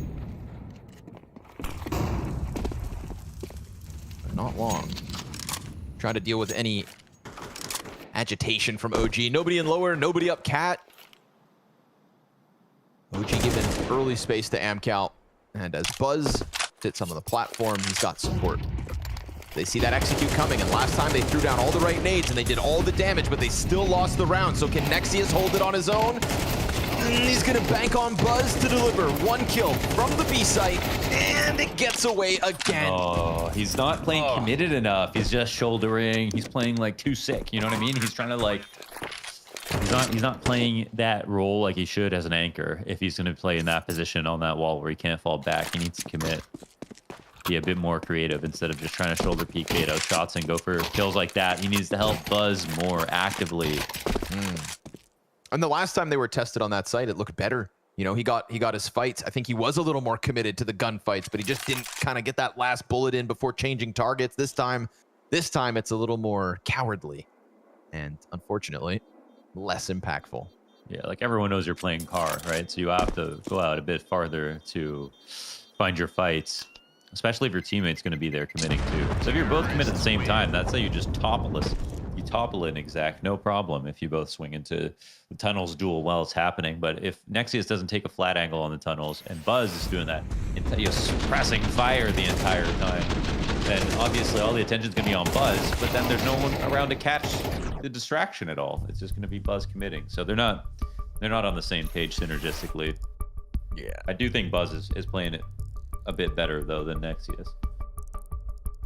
During this timeout mode, just for the sake of closure, I'm going to return back to our little situation here. The stats, it was a scoreboard bug that caused that screenshot. He was indeed 22 and 3 at the end of a T side with a 3.01 rating. Wow. Okay. So the screenshot it just never happened. After 12 rounds, he did not have 27 kills. No. Okay. Great. Thanks, Reddit. Had 22. Thanks, Reddit. You should have checked the top comment to that photo, Launders, and you would have found the answer. No, I don't read them. Yeah. It's, apparently there's truth out there, you know? You gotta... Yeah, that's true. I should have checked that out.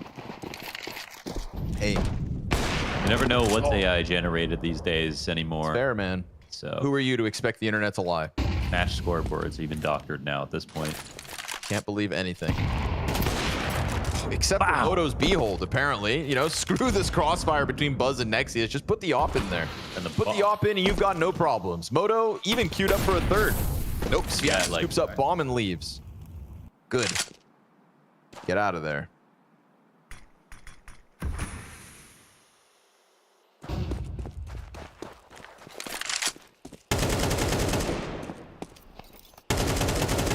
Man, I was really thinking that OG were going to bounce back from their RMR loss with an easy win over a coach today, and that, you know, we could walk away talking about the silver lining of dreams being crushed, but at least having a chance tomorrow and going to bed with, you know, hope in your heart.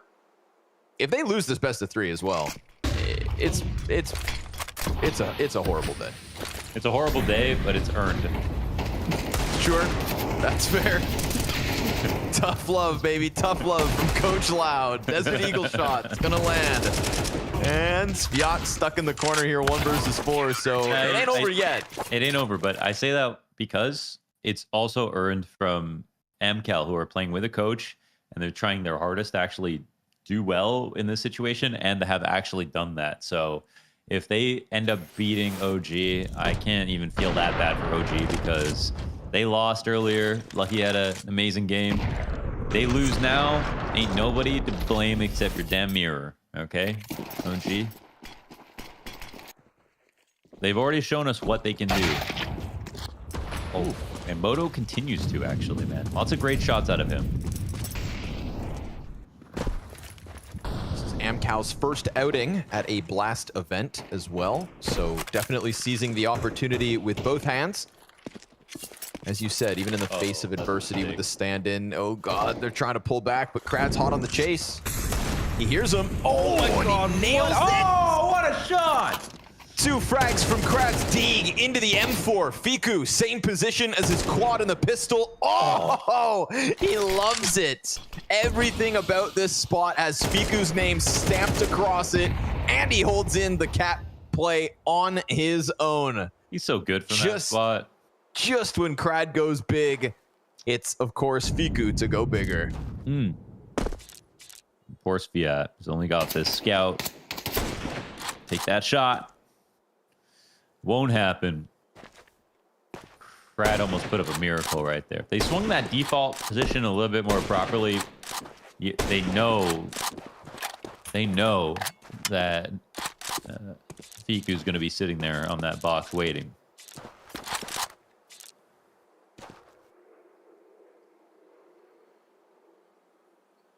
They'll stay perched on top of the bomb. Buzz going to flank eventually. Poor Fiat, 7 kills, 15 deaths. Trying to zone him in with the scout or the D. It's got to be style points, but it ain't going to happen. OG within 1. That lead starting to fizzle out. It is. I don't know who I'd place my bet on, though. It's not bad that OG are getting back into this game, but like you see moments like this, and you're like, God damn, what can't they do? Everybody's good as a full team. Frustrating. But stay saved here by Miku. 100%. Look at this shot. Bah! That's beautiful.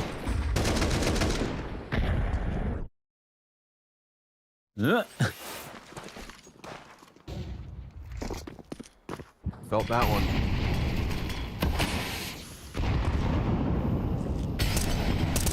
All right, game's heating up.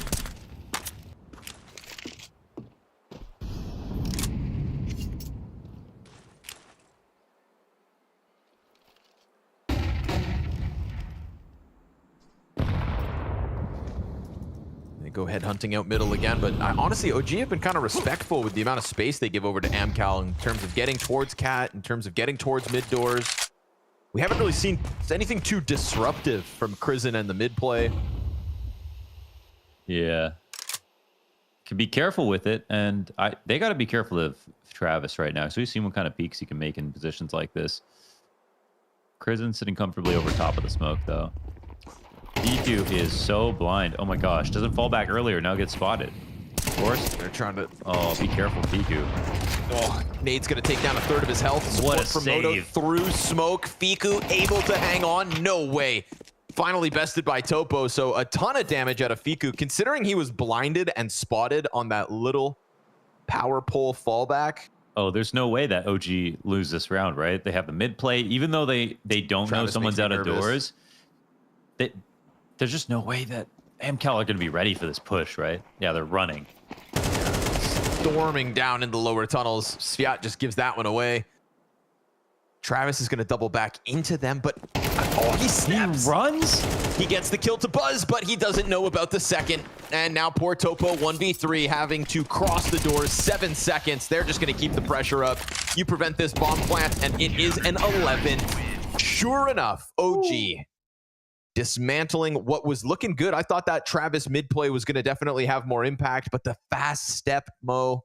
I know, man. That the amount of times that we've seen players so far at the showdown not really pay attention to their footsteps enough, or moments where it's just like they just want to relax, but it's still early in the round. There's lots of chances for the other team to have heard them, and they could have walked away. I mean, it's countless at this point. So the game is 11-11 now. It's actually been a pretty fantastic comeback here for OG. They also are now in the power position because we've got 1 AK on Forrester. Can't help but feel like suddenly OG can just close. AMKAL are very good at making these types of rounds close. But the game is starting to improve here for OG.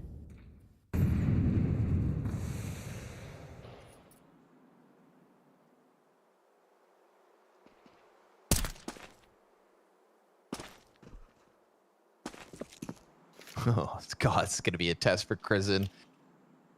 His pack of Tech 9s ready to come flying at him. But at least with Crizin kind of added to this B defense, it does give a little variation from the Nexus Buzz setups that have fallen short. Yeah, it's the perfect amount of players. Let's see if they play off each other correctly. Yeah, first it's Crizin. hanging on the door. Buzz gets the kill towards tunnels. Buzz, it's just the pistol. Oh, the AK gets out through the window, but as he goes back into the Tech9, he falters. They can't lose this round. There's no way. Not after that setup. Door, window, tunnel, covered, all the guns, everything. Now Moto's coming in on a retake, and Fiku gets a kill. Surely Sviat can't 1v2 this. They're both coming in the tunnels corner. Oh my god, the Tech9 presses forward. Into the M4, he reloads. They got him on the reload. Oh, he gets stuck on the corner. It's a coach clutch denied. Just the coach at the end of the day, okay? Nothing to be afraid of. But they couldn't have lost that. I mean, if OG loses this round after getting it, I mean, they could not have lost that round. And you know what? I mean, that's Krisen saying, let's just stack B. If it's a mid B, this is the site we've had more trouble with. And we see why. They do not play off each other well here. They lose almost to 4 Tech9s with a, Sviat double entry as he comes into the site. So this is a situation where the IGL had to step in and say, we need the extra player here. Screw mid, screw A site. We can't retake the B site. Let's make sure that we hold it. And that's enough to bring them the 12th round. Full buy-in here. Round 24, AMKAL, one last chance.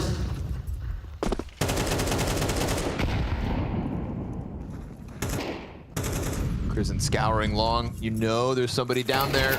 But the longer you fixate on that one player, you open the door for Sviat to go for the smoke spam. Oh, flash is good, and Forrester gets cut off from the pack. Luckily, Topo's got that cover. Oh! We're going to overtime, baby. Buzz and Nexius coming in on the 2v4 retake towards long, and somehow AMKAL get all these trades. Dude. You got to give credit to Sviat. I don't even know what possessed him in that moment. He shot over the top of the smoke on long. And you had Fiku commit through a spray transfer through the smoke when someone just peeked around the outside. Surely, OG can't win this retake. Gonna try to do it. Pushing up is Buzz down on the bottom of the ramp. He gets his one as he loses his teammates above him. So Buzz suddenly that sinking feeling that this is OT. Oh, man. They thought they would be able to hold off in the long play, but just so many players playing off the edge of the pits. The Sviat smoke spam over. It makes a world of difference. Look at this. Oh, what an opening. Crazy opening, man. I mean, he was perfectly right about the setup. That's that coach edge.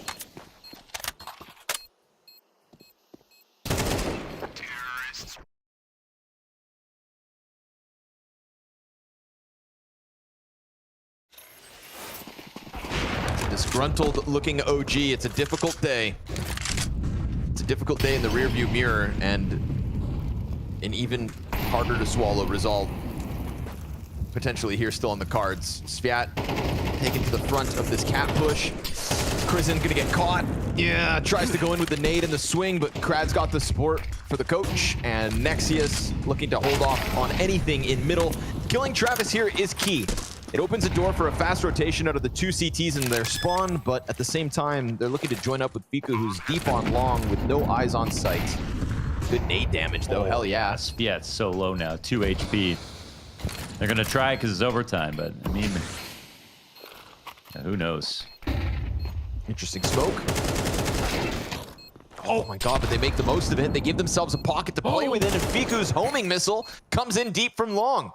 Topo's stuck behind Gandalf. Missed chance. Oh, he's got to hit these. And Buzz able to turn around on him. So Forrester's in with the 1v3 attempt. OG take the retake. They'll defuse in time. That's a 13-12. What a peak so fast. Protect your neck. Oh my gosh, man. This is crazy because this is OG's map pick. Like, they wanted to be here on Dust 2. Now they're just fighting for any kind of breath that they can get. And here's a round where it gets down to a 3-on-5, and they somehow put together a retake. That makes it feel like they had all 5 to do it.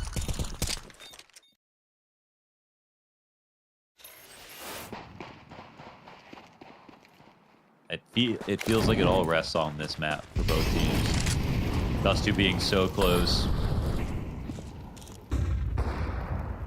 Looked like AMKAL had a chance to pull off the upset here.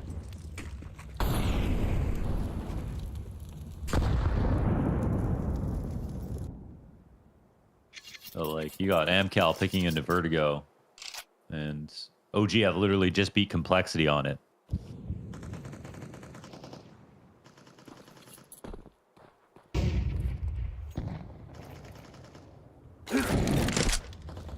That was a different OG, though. That was with Thomas. Yeah, when your IGL's the stand-in, it ain't pretty. Oh. No disrespect to Thomas. Tough job. Sviat, this is a lot of responsibility. No, Prison ain't ready. Dude, Nexius ain't ready either. Oh! The sprays. The Sviat sprays. You know, we may be able to question a coach clutch and a coach flank and a coach 1v2 and a coach flash, but the coach spray, it is a thing of beauty. They got to get away from this. Last player left inside of the site. Yeah, he's going to be looking the wrong direction. AMKAL tie back up again, 13-all. Okay, man. Did we watch AMKAL play Vertigo?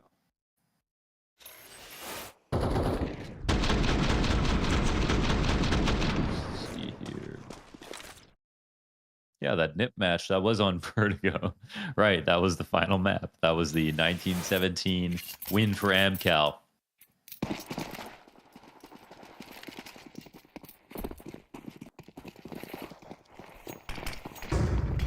What a special day of CS that was. Maybe this one can beat it. It was special, all right.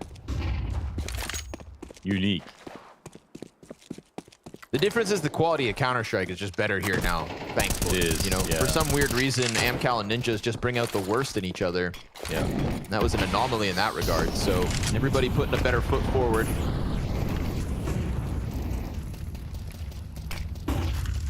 Sviat's got the ramp for now. Couple flashbangs come out. Things getting a little awkward. How do you get over the cusp of the site? How do you get in this? Fiku peeling back. Moto gonna try to hold off Gandalf.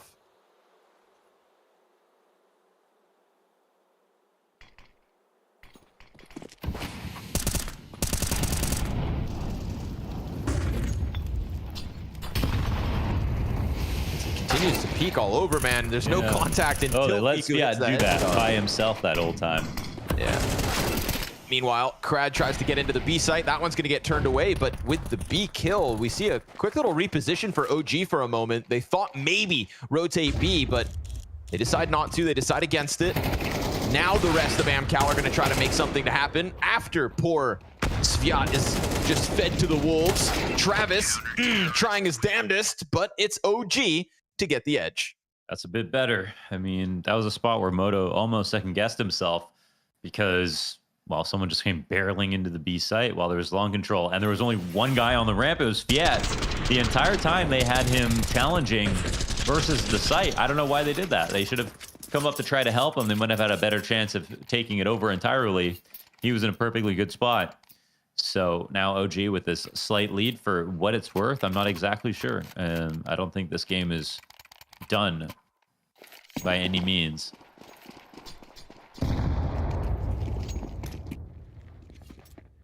This has not been about a dominance.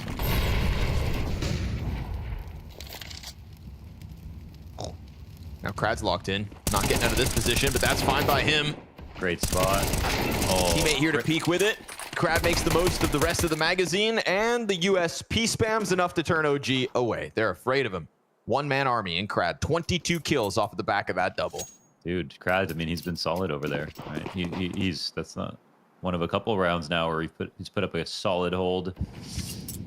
Tees will be left penduluming back to the long position. Travis awaits him.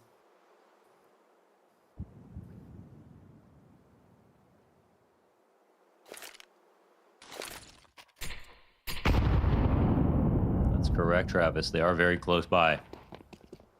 And Svat has a flash for him as well. Let's see if he can use that properly. Beautiful. Timed. Yeah, that's a coach flash. Yep. And coach cover. Moto. Only success story here on long for OG. 35 seconds to the clock before AMKAL tie us all up at 14 apiece. Ooh, the Tech9's trying its absolute damnedest. He's got an op duel queued up on site versus Topo. He's got still enough time to win this. Unfortunately, no smoke for the cross. There's an incendiary, but even that ain't gonna do too much. Topo on the angle, nails it, and makes sure that things can't get weird. So, sure enough, anybody's game nonetheless. Oh, seriously. I've never been so unclear as to who's going to win a game, who's going to win a series. At this point, these guys are just so neck and neck. That should be sort of uncomfortable for OG, considering, well, they're the full lineup here. They should be the ones in control, but they can't really get a grasp on this Dust 2 in a way to make it look comfortable, even going here past regulation into the overtime.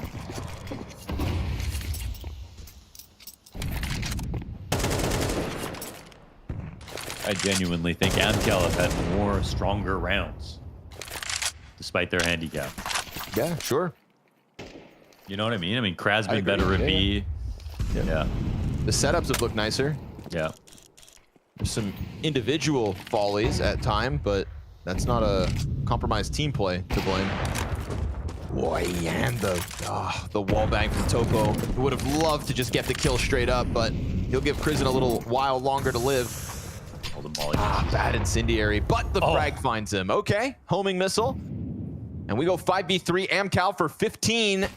We get that Forrester back sight peek. That's going to serve a distraction for Fiku. He's got the op to cover him, but Krad slides perfectly into the angle, is unable to double down, but Forrester set up to succeed as Nexius tries to get the exit into the B site. 45 to the clock, no bomb possession, and more CTs inbound. That team play, baby. Sviat's got the flashbangs.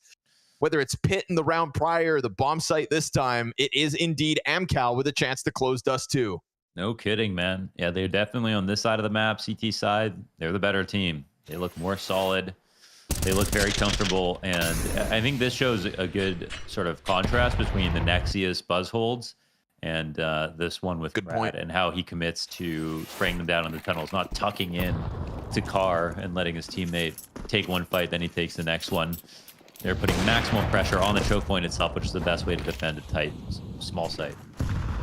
Ooh, but they get a 5v4 mode. Topo's dead. Op reopens.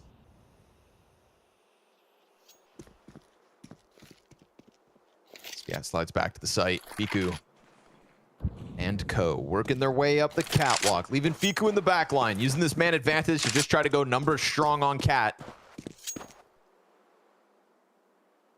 Well, they get into a good spot. If this is going to be a Cat play, they've got the Goose player in position. It won't matter if they only have 4 players. This kind of comes down to if Sviat gets 1. Yep. Trying to serve up some kind of impact from ramp. Oh, they're going to drop down to mid-B. It's a Freiburg drop. Okay. And Krad, gets bested by the CT peak. It is the perfect call. Gotta give it credit. Crizin, it looked like they were about to step into a trap on that A bomb site. Instead, they get the opening they need to post a double OT push in Dust 2. Wow, that fighting perfectly. The nail. Yeah, that was totally. so well called.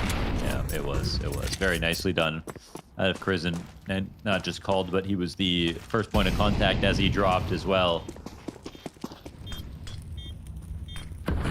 So, surely you're not going to blow your retake odds in this position.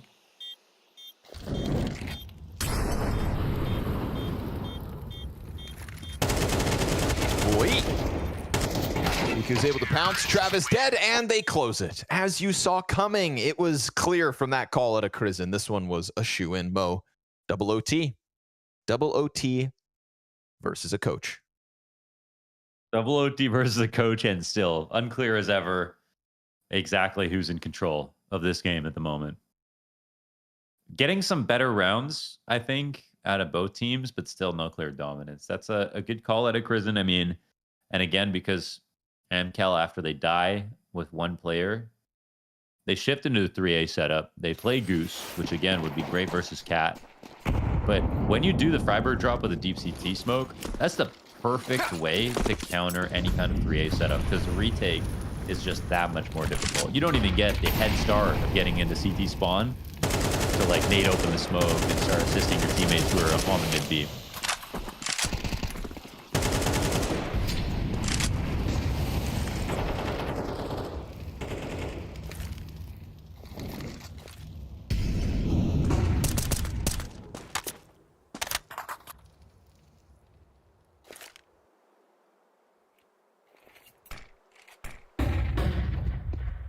Whoa.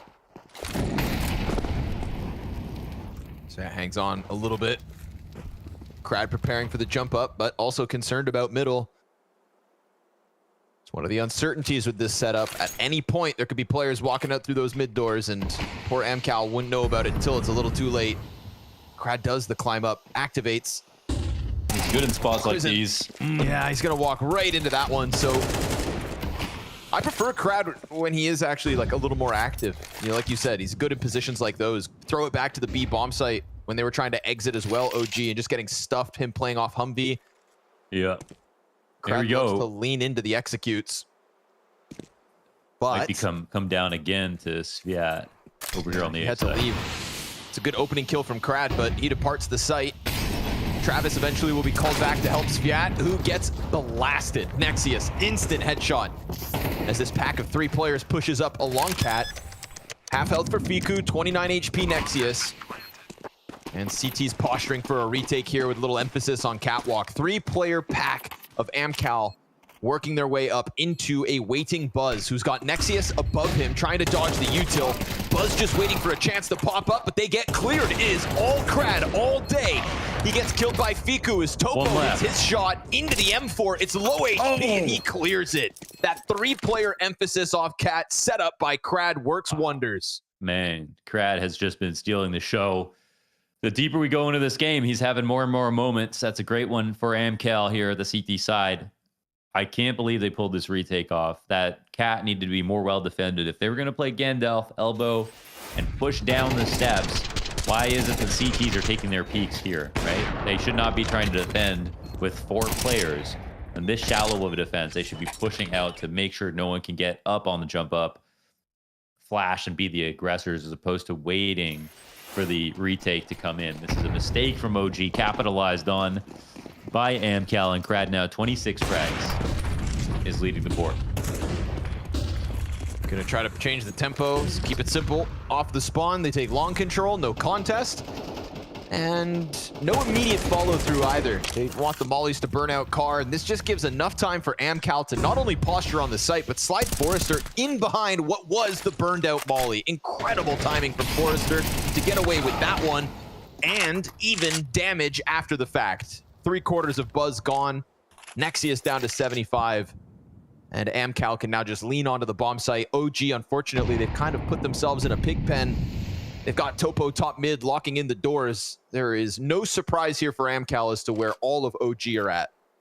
Yeah, except that you do have Topo once in a while checking lower, which means they're worried that there might be some kind of lurk. But he kind of just needs to believe in this moment that they are all stuck up at long. Because I'm not even going to call this AMKAL favored for the moment. They've still got Sviat, who, you know, we'll see. He's kind of give and take. They've got 1 to defend on the site, Travis. Let's see if he can get a little bit more. The flash is excellent. Ooh, sets him up for an assist. Sviat finishes the kill. Oh, and a dink. And a dink. Hell yeah. Oh, man. OG's job making it all the harder. Topo just waiting. Puts the incendiary down. There's a frag where that incendiary came from, and it would kill both of the OG players if he gets the timing right. Buzz 1 HP, hides behind Car. If he gets anything from this position, yeah, let's be real. Remnants of health left for OG, gets them nothing going. No bomb plant, nada. Again, they got out long, but it didn't come with any momentum towards that bomb site, and it just allowed for AMKAL to set up, posture, prepare, and pull off the hold. It's one slipping through their fingers, you know, like sand at the moment. I feel like they're losing confidence, I think, is a big thing here. OG, I'm not sure they've got enough fight in them to keep Dust 2 afloat. AMKAL look more happy to be here. And I think have a little bit less pressure as well.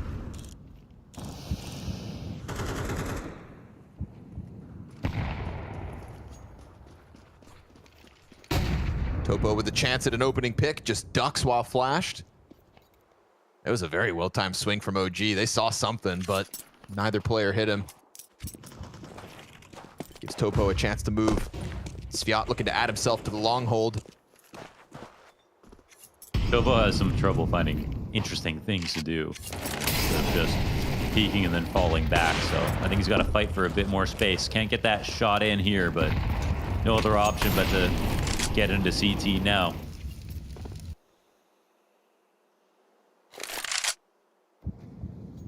This could be a good opportunity for Travis to try to flank long, and an even better opportunity for OG to think about a mid-B quickly. Topio with the op, he's going to have to be subservient to a smoke that comes out. Unless he gets aggressive, and that actually might be the move. Oh, but he just doesn't shoot. Shoots.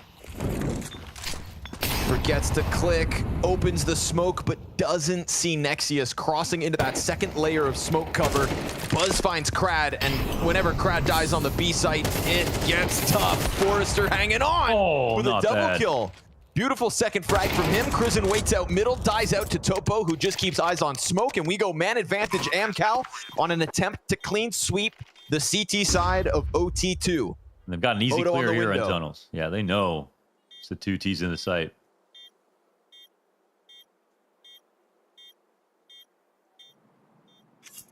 They waited out. They waited out. AMKAL getting ever closer for the retake.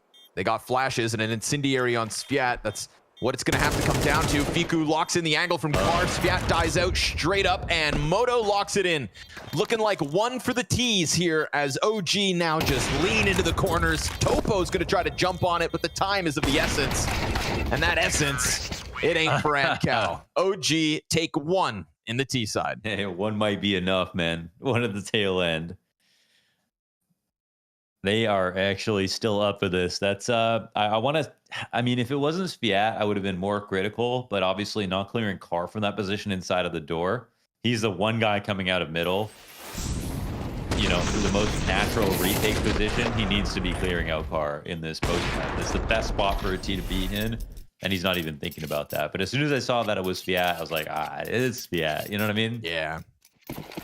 Gotta cut him some slack. Gotta cut him some slack, even though he's got the same kills as Travis.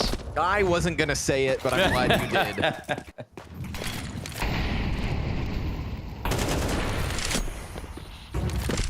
Just do better than the coach. That's what every AMKAL player is secretly telling themselves. Yeah, They'll never, you know, they you won't don't say have it to out be the loud. fastest one running from a bear. You just got to be faster than the slowest guy. Yep.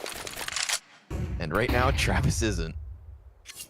And if anything, I'm going to give Sviat the edge because he's had some excellent flash assists. Yeah. Doing what he can in the face of adversity.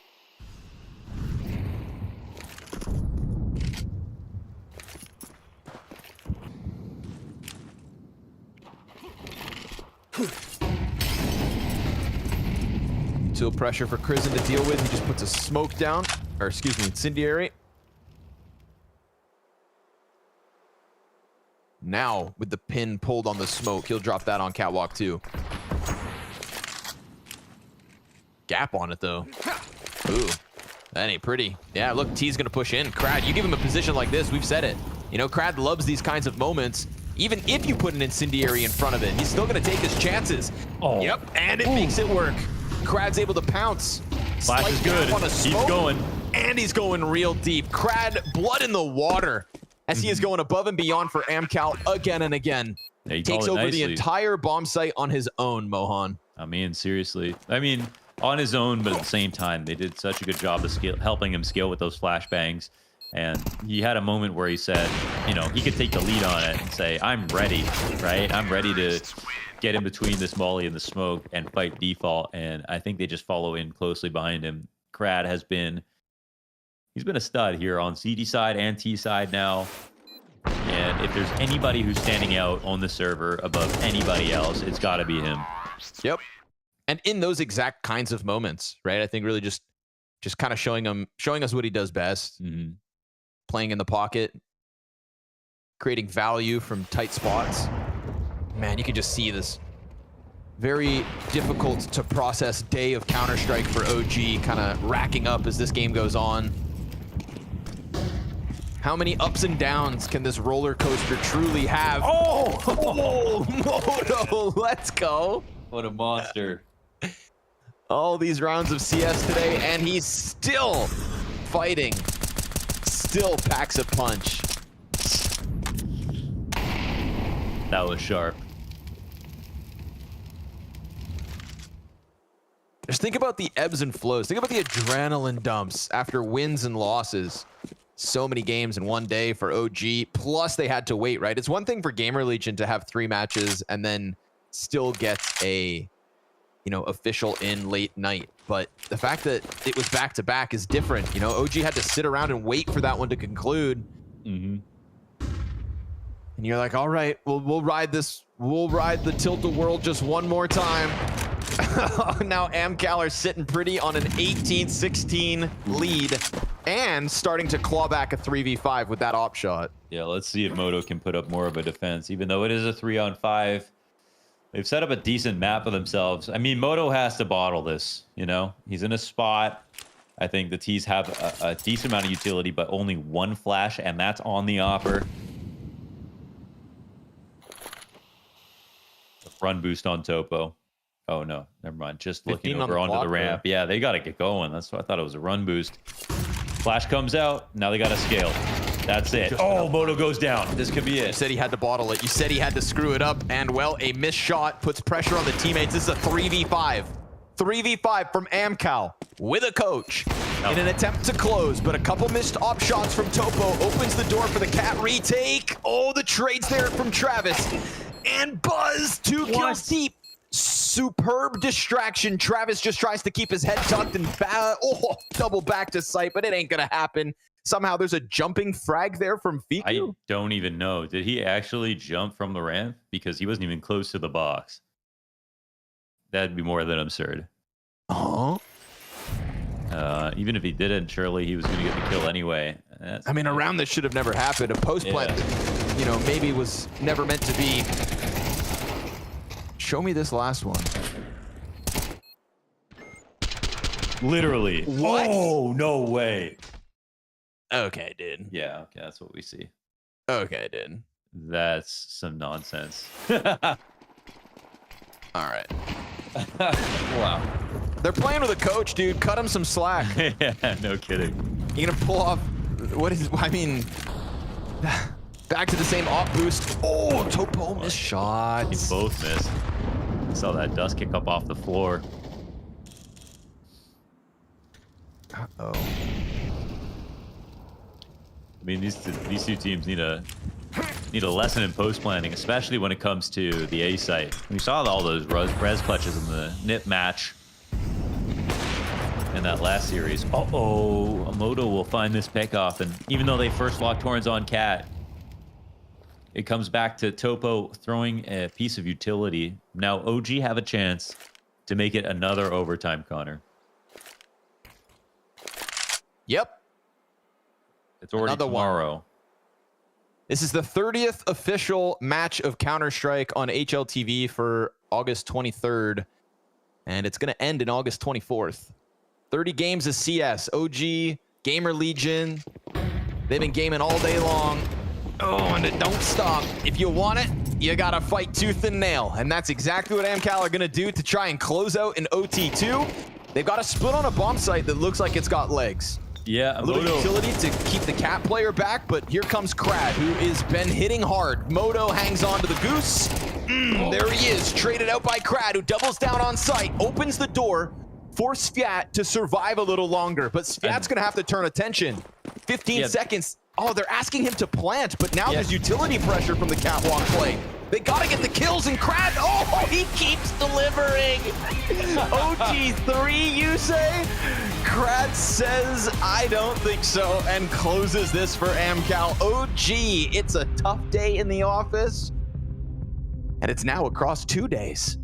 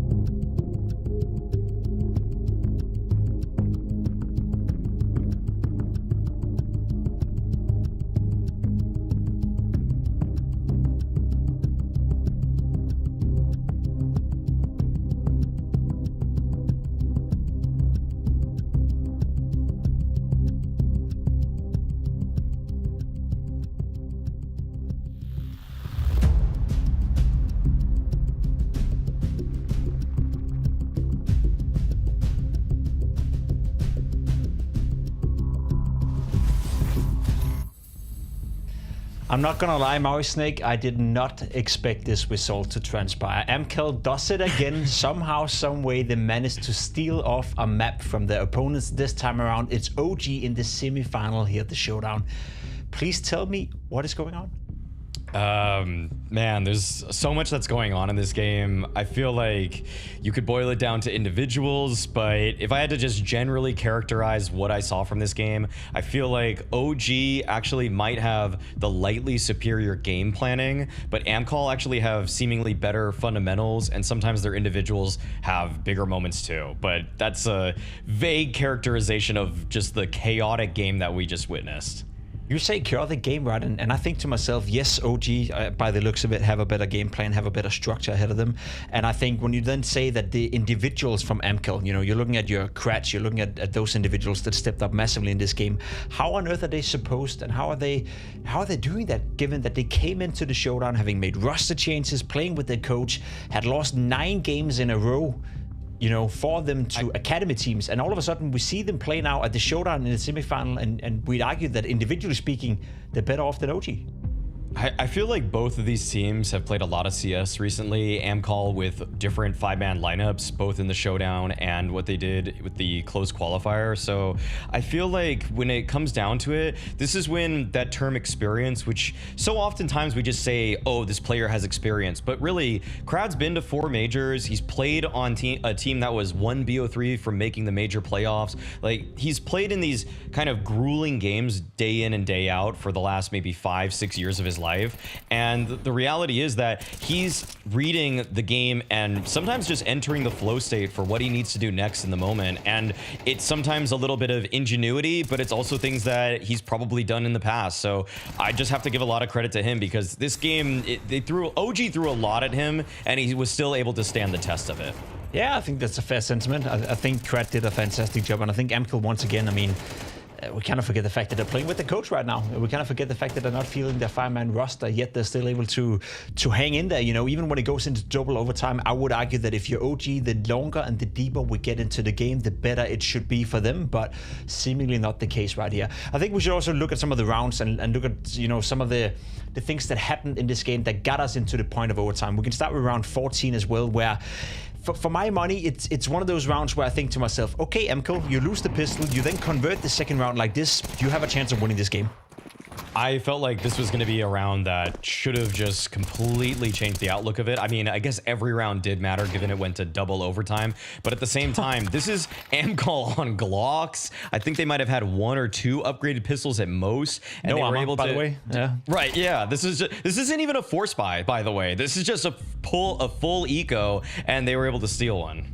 Yeah, able to steal one. We then see OG fight their way back, you know, in a very much back and forth game. Round 16, we have that for showcase as well. And that's why I'm thinking to myself, okay, OG, you're dropping the ball right now. You're not playing up to your best, but you still have a realistic chance of winning this game. They do the same thing, you know. I know there's a saved AK on Chrisen. There's a couple of 5.7s and pistols in the mix right here. Chrisen doing a fantastic job staying alive and getting all the kills. But at this point, I'm thinking, okay, back to normality. OG, you win this round, you convert from that point onwards, and then you should win out this game, but it wasn't the case. I just feel like, whereas a lot of tier 1 teams, when they win this kind of round, like say a FaZe clan, they know what the standard is for their level of play, and they're able to enact that. I don't think that OG necessarily has any sort of foundation yet, given that there's such a brand new 5-man lineup. Like, Chrisen just kind of started playing with them in the last month. It was Thomas that played with them at the fall groups even, so they don't really have that sort of, okay guys, we're back. Like, there's nothing really to be back to if you're a brand new lineup.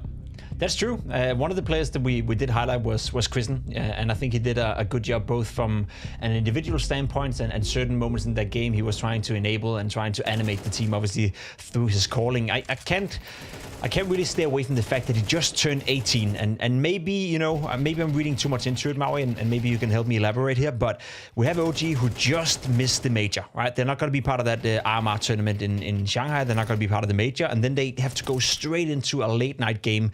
You're 18 years of age, you're an in-game leader, you're relatively unproven, you just failed your first big task, and then you have to reset yourself to come into a game like this. Is it too much to ask for?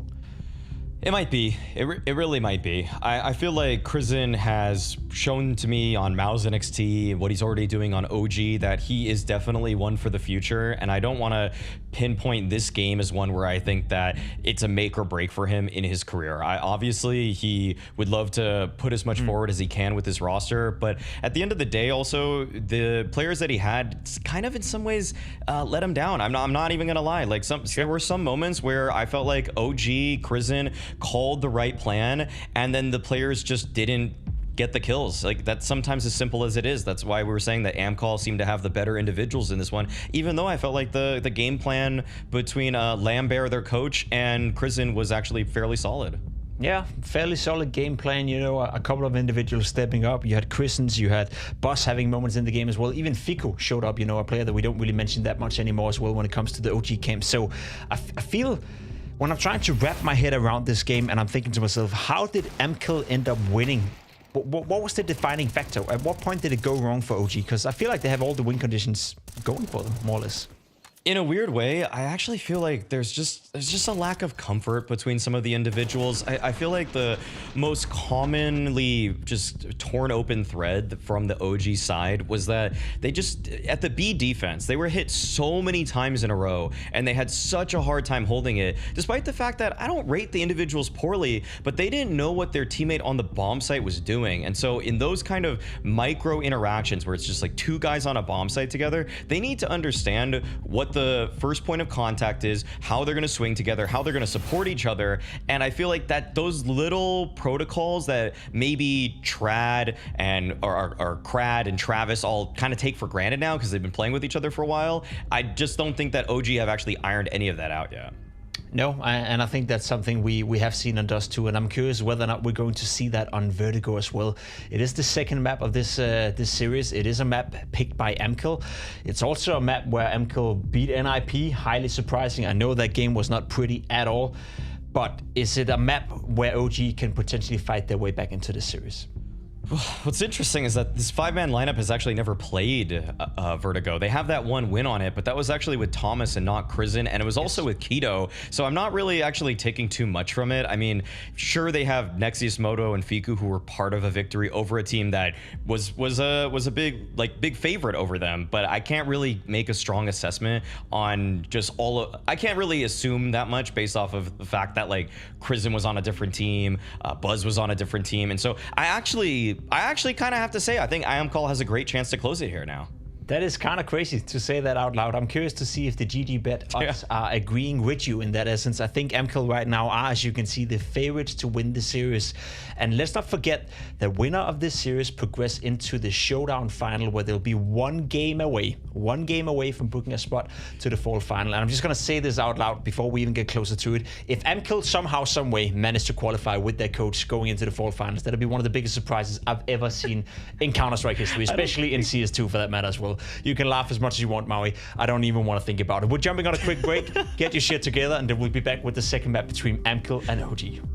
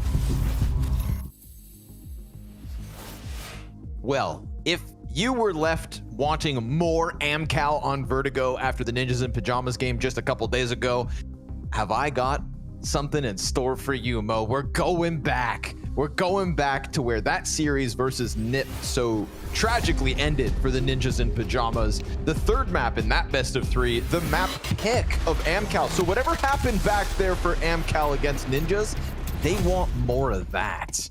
And they're going to have a chance to put it forward. On the T side, they begin this endeavor to try and close 2-0. It's not only possible, but I think it might be likely, man. They've got a good amount of experience on the map. They actually look pretty decent on it.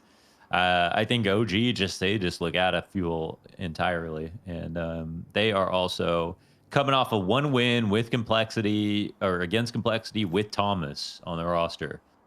They don't have that special player anymore. And Thomas, to be honest, was a top performer in that game.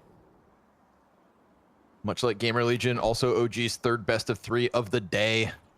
It would be far too easy to just kind of let the foot off the pedal, run out of gas, run out of motivation. You're not even going to the RMR, but you might be going to the fall finals. You just got to keep it locked in here, boys.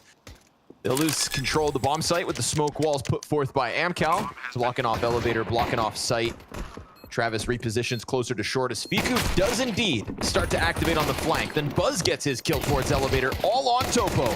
And as he tries to dive into the kill versus Krizen, he has lost the bomb site. Suddenly that 1 CT becomes 3. But they have to defuse. And they'll get him. Okay.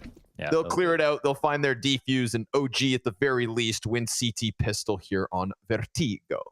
Vertigo. I wonder at this point what it's like. I mean, for OG, they're obviously more probably sad and thinking about the fact that the RMR didn't go the way they wanted to, but it's such a big opportunity, not just to be able to qualify to the fall final, but also to do it in a game like this, right? Like, they don't have to play against NIP, which should be harder, right? That should be the game they would be less looking forward to. You'd expect NIP to be a tougher piece of opponent, but after AMKAL beat them, it can feel like an opportunity, but now you've lost Dust too as well. Like, I can't even imagine, I'm trying to relate to what that would feel like. It sucks. Probably absolutely sucks, Mohan. It's probably one of the worst days of their playing careers. Yeah, seriously. And it could still get worse. Yeah, that's true. That's what their experience is today. Every human being experiences life differently on a day-to-day basis, and that's what their experience is today. That's what they're living through. So I think obviously the hardest losses are the ones where you just have to sit out for the most amount of time, and there's nothing harder or worse than sitting out of the major. 3 weeks out of the calendar, gone, out of the RMRs. You're doing nothing. I mean, no one cares how much you're practicing at that point. You just can't even do anything worthwhile. No one's gonna practice with you. No one likes you, when you don't make it to the major, unfortunately. Yeah, you missed that qualification. We call that the Valorant experience. Months without official. Yeah, have a year off. Oh, cool. You get to go to Asia? That's great. Too bad you don't get to play for 75% of the year. Enjoy Toronto, though. Funny. Yeah. Yeah, Toronto. I'm gonna go. I mean, it's here. The Valorant event? Yeah. Should we go together? Yeah, come, man. Yeah. You got a couch or something, or what? Yeah, you can sleep in one of my 5 closets. I would like to put a tent on your new patio, actually. I know you've got a nice new balcony. Yeah, there's a nice new balcony. I would like to pitch a tent on your balcony. I can say it in French. I have a 200-foot that ass. Yeah, yeah, that was not very French, but it sounded right. Mon ami.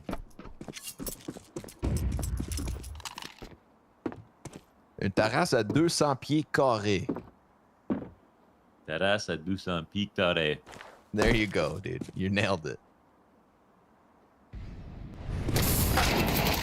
Oh, Travis, speaking of nailing it, hits the Deeg on the fallback. Poor Buzz burned out of the position.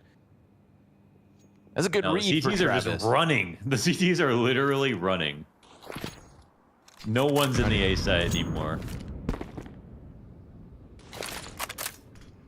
They're very uncareful with their footsteps. I won't lie. There's a little M4 for the FAMAS upgrade to be thrown away too. Or Fiku sprays the FAMAS, then throws it away into the M4 if there's an exec. That'd be cool. Little 2-for-1 quad gun setup. But that's, of course, assuming action would go B. Fiku is soon to find out that everybody here for the A attack. AMKAL, honestly, with the right amount of utility, this is perfect. Yeah. That same, one Molotov over towards B that got the first kill. Sviat just jumps over top of the smoke, and with it, Krizen's dead. Sure, Travis is locked in position on this bomb plant. Okay. Oh, and the Galil spray gets away from Forrester. That ain't ideal. This Desert Eagle, will it go unchecked? Nah, they're gonna clear him out from the corner. Topo trying to get his in, finds one, loses his teammate, and Fiku comes through with the clutch. Yeah, wait a second. Whoa. He's okay. He's got it. It's all fine. Just, that looked weird. It did for a second, but he's still got it. Nobody panicked. Nobody panicked. Yeah, another bomb plan here for AMKAL is pretty good, considering. Comes off of the back of one Deagle. Did we just get the Sviat cam for the first time? I don't know. To be honest, I tabbed out. I'm sorry. Yeah, woo, Sviat. Yeah, nice, man. He's even got the jersey and everything. I mean, he's looking legit. He's well, he is their coach. Picture. You know? Yeah, he's like a real guy. He does deserve a jersey. He is a real person. He looks like he's catfishing, though. I mean, he looks like more of a Giga Chad in real life even than he does in his profile picture here on in the thumbnail. It's because his like webcam is a little You're actually better. Yeah. That's like me. I think I'm better in person. Is that true? You know me. No one likes me online. Yeah. I mean, 10 out of 10 online, offline, Connor. So. Oh, I thank you. You're a great liar. Oh, Fiku. Hang on, buddy. Oh, fingers and toes crossed. The fire doesn't spread. His teammates come over. This is a very adamant hold. They do not want to give away this B steps. There are 6 players contesting for control, but there's a smoke up. Oh, don't. Okay, careful, Fiku. Careful, buddy. You know, it'd be good if if HE's knocked you back a tiny bit. No. No. Don't give him ideas, good. dude. A little knockback effect? What is it? A little MOBA? Yeah, one of his deadlock. Fiku. Looking for his angle. Oh, he was looking for that fight, but yeah, he loses it. Buzz falls back with the MP9. Dude, they've been fighting for this control of B stairs for a minute 10. And you know what? They won in the end. Be persistent, guys. Be persistent. But now where does it get them? What does it get them? Go up on sandbags, Spirit Forrester. I know you want to. Buzz hanging onto the wall. Forrester looking to swing. Bomb's been scooped up. They've got 5 seconds left. You wanted this? You got it. Now go ahead and close it. Oh, good MP9 peek from Buzz. Little shadow advantage. Oh my God, Forrester has 2 pinned against the wall, but Moto is good for the trade frag, and OG good for the round win. I mean, they literally didn't have any time to do that. And I think and they should have gone a little bit sooner than that.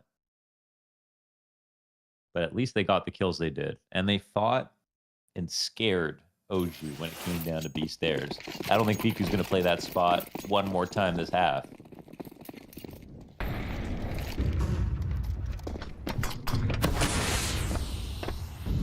It's always weird when you try to hang on to the bottom of stairs. I feel like that first position he wanted, in the corner, classic.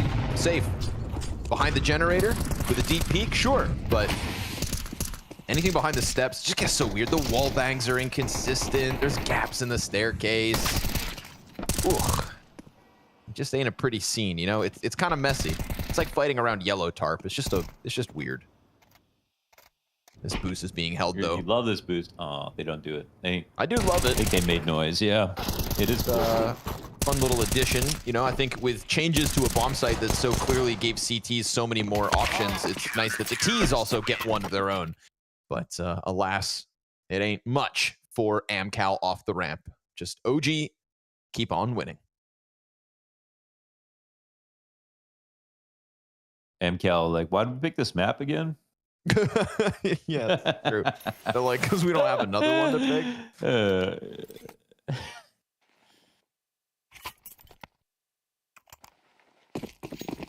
They won't end this half without getting around, I'll tell you that much. They look too good on that pistoling round.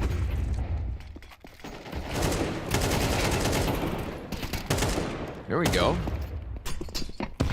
Little life for AMKAL. They've been adamant about fighting for steps, as have OG, right? That's not a death with just some kind of a headshot peek. That is a straight up cross in an attempt to get back into the corners. And Fiku, again, remains adamant, but yeah, oh, good snap down. Okay. Forrester ain't gonna get the better of Fiku this time, who is able to fall into the site. This is a 6-1 Fiku at the start of Vertigo. As OG hunt that 5th consecutive round, they want to be on fire as fast as possible. Spiat's got his hands full. Double peek from OG top mid into the upgrade. Bit disrespectful, if I have to say so myself. Yeah, I'd agree with you there. Love that.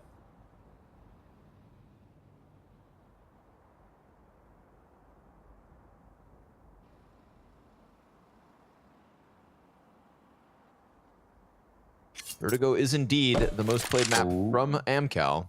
And it looks like, I think OG have an idea of what's about to take place. And Crizin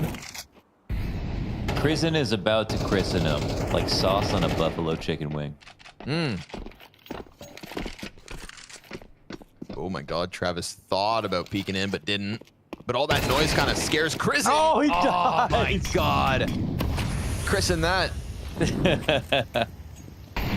Fiku behind green. He's got a teammate's incendiary in front of him. We got 5 seconds to spare.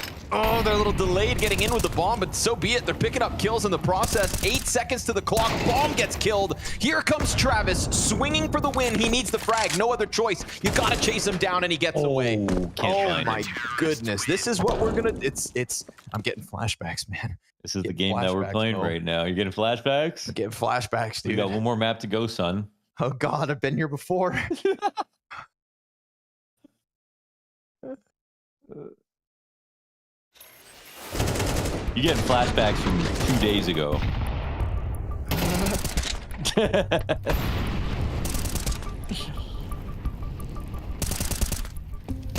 Just 2 players cross. Like, boys, you got to get the bomb on the site, but you can wait until you're on the site to pull out the bomb.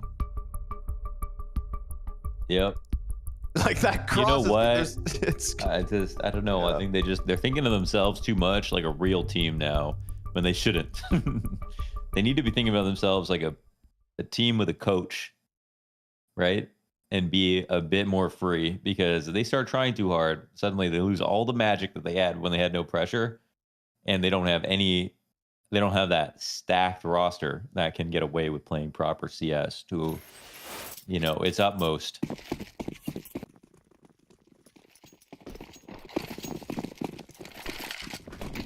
Think less, frag more. That's what you're saying. Oh, okay. Dude, there is something about this E ramp that AMKAL really want. And they're masochistic, right? They like dying or getting punished down these steps. Why'd you say that like that? I don't know what you're talking about. And now what? They got melted down like a cheese string in the microwave. It's just Crad 1v5. And he gets dinked, the poor guy. Stuck in the corner. Look at him just squirming to stay alive here. But I'd hate to break it to you, Crad. You got a minute to save, and you're stuck in a storage closet. Throwing nades in the friggin' Severance hallway right now. Freaking nades, man. Done. You watch Severance? Mo, how many times have you asked me on broadcast if I've watched a show? I've asked a lot, yeah. And how many shows have I watched? I'm trying to make sure if it's not 0. I watch Survivor. I watch Ink Master. But you haven't even watched like the nerdy shit like Game of Thrones. You haven't even watched like Lord of the Rings, Rings of Power. And I'm not gonna watch the 2nd season. I've got standards. Yeah, it was bad. You know, do you watch Wheel of Time? Anything in that? Nope. I've watched Breaking Bad. I've watched Better Call Saul. House of Dragon. No. Nope. Yeah. Nope. I mean, maybe just Game of Thrones. Let's just start with Game of Thrones. Why don't we just do that at least? I have a hard time with fantasy shows because to me, Lord of the Rings is just the gold standard. You don't know, because you actually have no context. I'm not gonna lie to you. Set the standard, so I do have the baseline. We can't say that anything came before Lord of the Rings in terms of like S tier fantasy productions, can we? Surely the Lord of the Rings trilogy is like, you know, it is. Everything imitates Tolkien, but you don't know that. That's true. You got a point. So the only reason I say that is because the only thing that comes close has got to be George. Okay, George R.R. Martin, the boy. Fair. That's fair. I've heard your opinion. I've heard this is not, you know, Brandon Sanderson, of course. Pistols. Oh, Moto.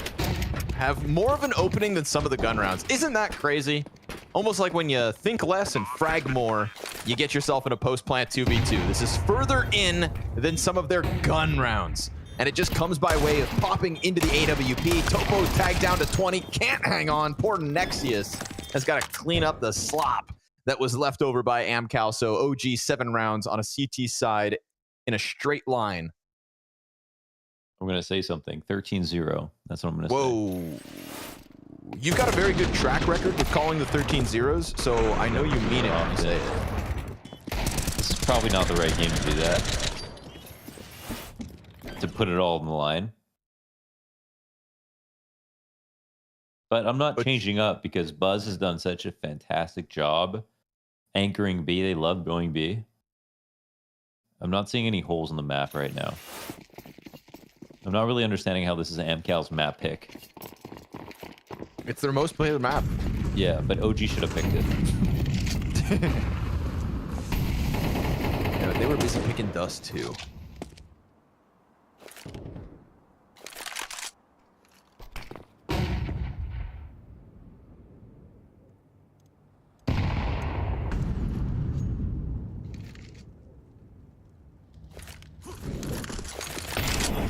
Maybe it's because OG watched AMKAL versus Nip on Vertigo and told themselves, that will never be us. And so they were prepared for this one, ready to go toe-to-toe versus AMKAL in what has previously been a wacky world of Counter-Strike. But this one ain't so wacky. It's about the same level of AMKAL that we had versus Ninjas, but OG just playing better. Yeah, for sure. OG are definitely playing better. I don't think Buzz is done over here, man. He's been doing a great job. They've just been so adamant about B. Again, they're going to try it, this time with the split, but brother, you're not getting through. Yeah, they just want it. They want keep it saying so this site's badly. weak, these guys suck, and then they just keep dying, no kills. It's like a little brother thinking he can best his bigger sibling. It's like, how many times do I have to kick your ass? If you want more, come get it. Every time AMKAL trying to hit this B site, and the most success they've had was the round previously with Tech9s. 8-0. AMKAL are the 8th wonder of the world.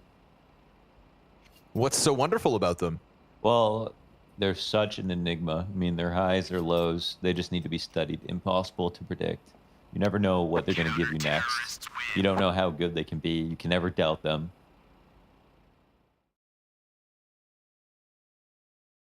They just are.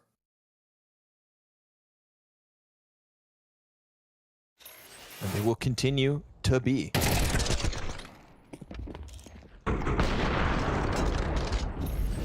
Look at Moto processing all that information, triangulating. Beep, boop, beep, boop, beep, boop. And he hit it, so hey. Man's doing swirlies with his mouse hand. Yeah. He's got all right, AMKAL X3D brain. He's got that new Nimbus 3000 model. Dragon Ball Z model? No, it's the broomstick from Harry Potter. Oh shit. Is that the Nimbus 3000? Man, who's snitching though? Who's snitching? Dude, it's always Harry. Unless it's I thought it was Hugo. Oh, look at us. Look at us milking a joke for everything it's worth at the expense But that's of one of why our friends. Harry was named that because of Harry Potter, right? Look, Mo, we're on the screen. Oh, we were. Did you see us? What the hell? I didn't see it. Was it in the bottom right? One more production. I was staring at the screen. Oh my god, how did I miss that? Just a couple guys. That's how you know it's 2 a.m. in Denmark. When they start doing things like that. Oh, man. AMKAL looking for their first round, Mo. We have to take this seriously. It's a chance. It's an opportunity. It's a golden ticket of an attack into the A play. Buzz and Crizzen with it. Start to rebound. Oh, the double man advantage. It's all for naught because the 2v2s equaled out. And we've got Topo 3 kills in, looking for more. But that bomb plant into the corner of the site from Travis. Crizzen hones in on him as Fiku just holds his nerve. It's a shoulder spotted and a 3v5 nearly closed. Topo on for the ace. On for the 8-7 score. 10 to the clock. The op in hand. And he misses. He misses as he does. Topo's 4 kills and a 5v3 are still not enough. He went for that plant like he forgot Vertigo changed. Oh no, that's so true. Who Why put did he that change? hole there? How'd he flank me already? That was a chance, not only for the ace, a chance for 1 round for AMKAL. Shows why they picked this map. We didn't get either of those things. Man, he hit so many shots. Yeah. He hit so many shots to open that up, but then just misses the closer. 0 RWS for you, Topo, for that round, unfortunately.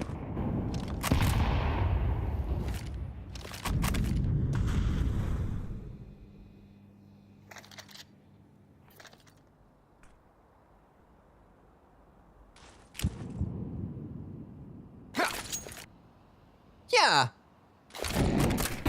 Smoke over the top. Yee, tough one for Buzz. He's burning. But that's okay. He'll put a smoke at his feet. He's got Fiku to help out. Good damage from Fiku. Crizzen's rotate in, already under pressure.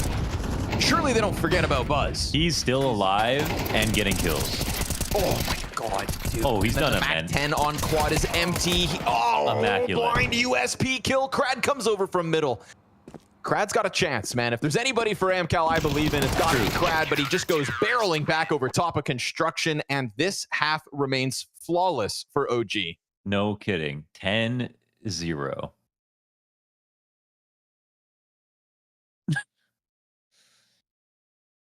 He is scratching his eyebrow from the back. How is Buzz like a savant when it comes to holding B? No, he lined this all up. What? It's pronounced Sviat. How is he a Sviat when it comes to hold? We'll see if Sviat can do something like that. Sviat's 1 of 10 right now. Oh god, you're right. Oh my god. Whoa! That flash is amazing. Topo was blind for about 10 to 15 seconds right there. Just bagging the corner. Odo couldn't believe it. Crizzen comes around the corner, excuse me. Couldn't believe it. He said, why isn't he shooting back? Because he's still blind, damn it. The nades have been fantastic. OG have been flawless on the CT side. How did you call this? I know. I just know, man. Game sense. I've cast with you for 7 years, dude. I don't think you've ever been wrong about a 13-0. Maybe once. But not this time. What'd you call this at? 6-0? 6-0 maybe. My goodness. I mean, I felt it from the first round, if you wanted me to be honest. Ooh. So. I felt it after that Ninjas game. Oh. That's... Travis, he thinks... Dude, I just knew. That's when my knee started shaking. Yeah, dude. My big toe hurts whenever AMKAL play Vertigo. Oh, Moto. Oh things my don't go God. any better here for AMKAL. That's 11, baby. Half a map. That's what we're getting so far. You know, if AMKAL's coach wasn't in the server, then maybe he'd be able to throw the towel in for them. but Yeah, they just poor gotta guy's take a beating. stuck in the thick of it, getting double naded Molotov, just absolutely blasted. Ground and pound for another 4 minutes.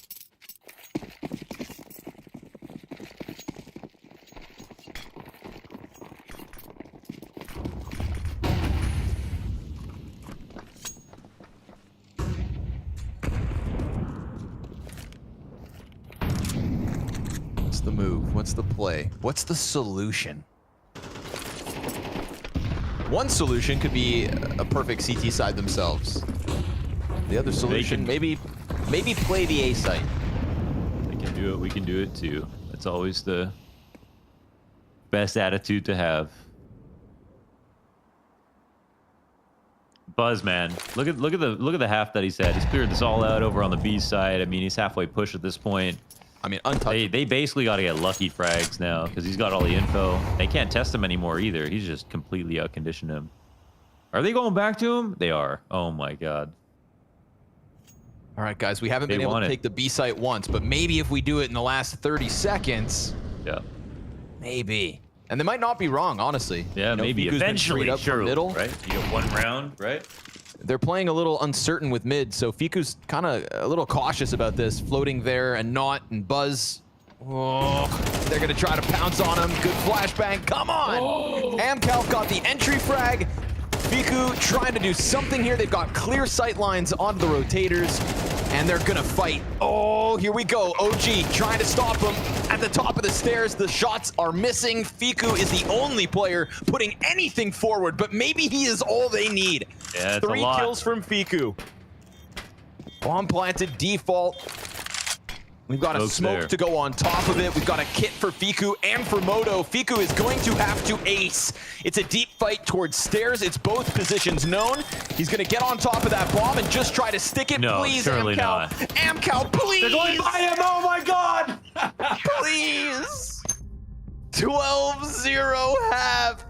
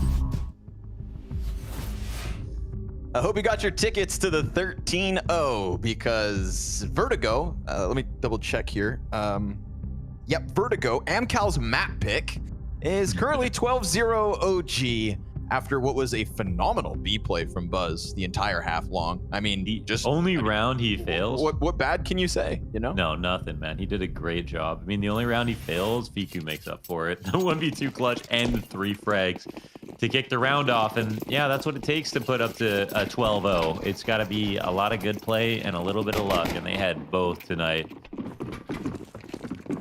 Now let's see if they can get the pistol. That's the big question. Oi, oi, there's 3 for OG. Sviat and Topo signed up for the fights. Sviat gets back to the site at least. Oh, but he gets toppled. And now if it's not the Travis kill, there it is. It won't be a 13-0. I fucking called that shit, man. Dude, AMKAL is truly the gift that keeps on giving. Folks, we'll have a third map after this, okay? Hold on to your horses and any other wild animals you come across.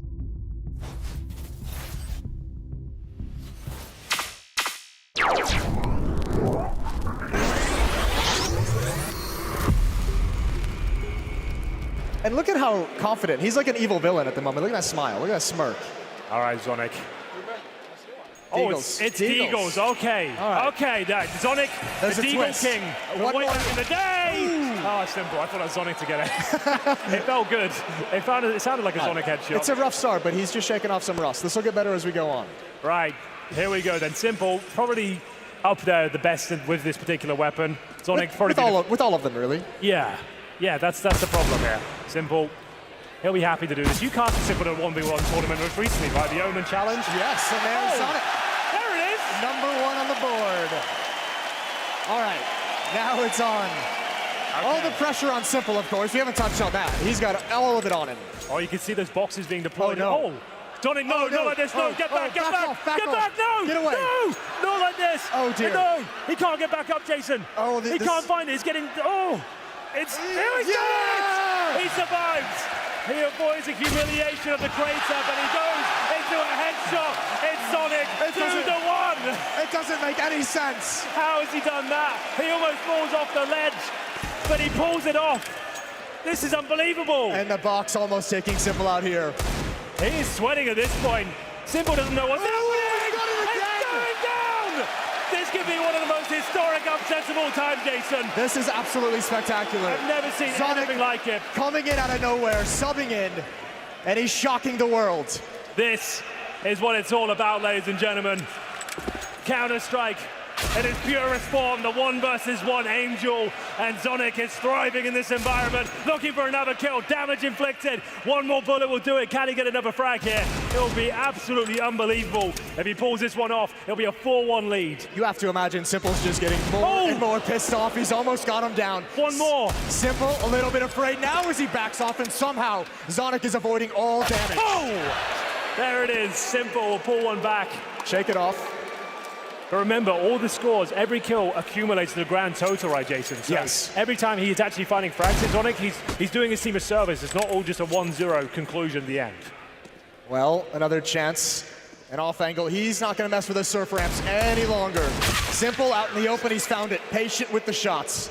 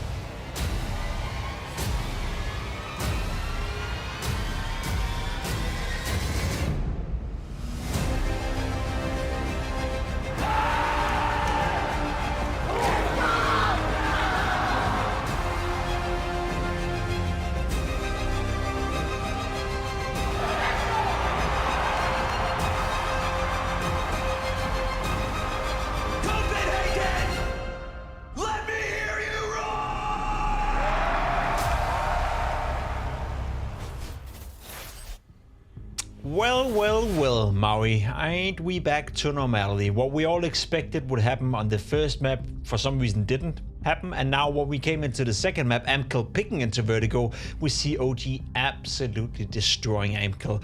I'm not sure if we expected a 13-0, but OG winning the map, no big surprise, but absolutely manhandling and making sure that AMKAL couldn't get anything done. I guess that was a little bit surprising.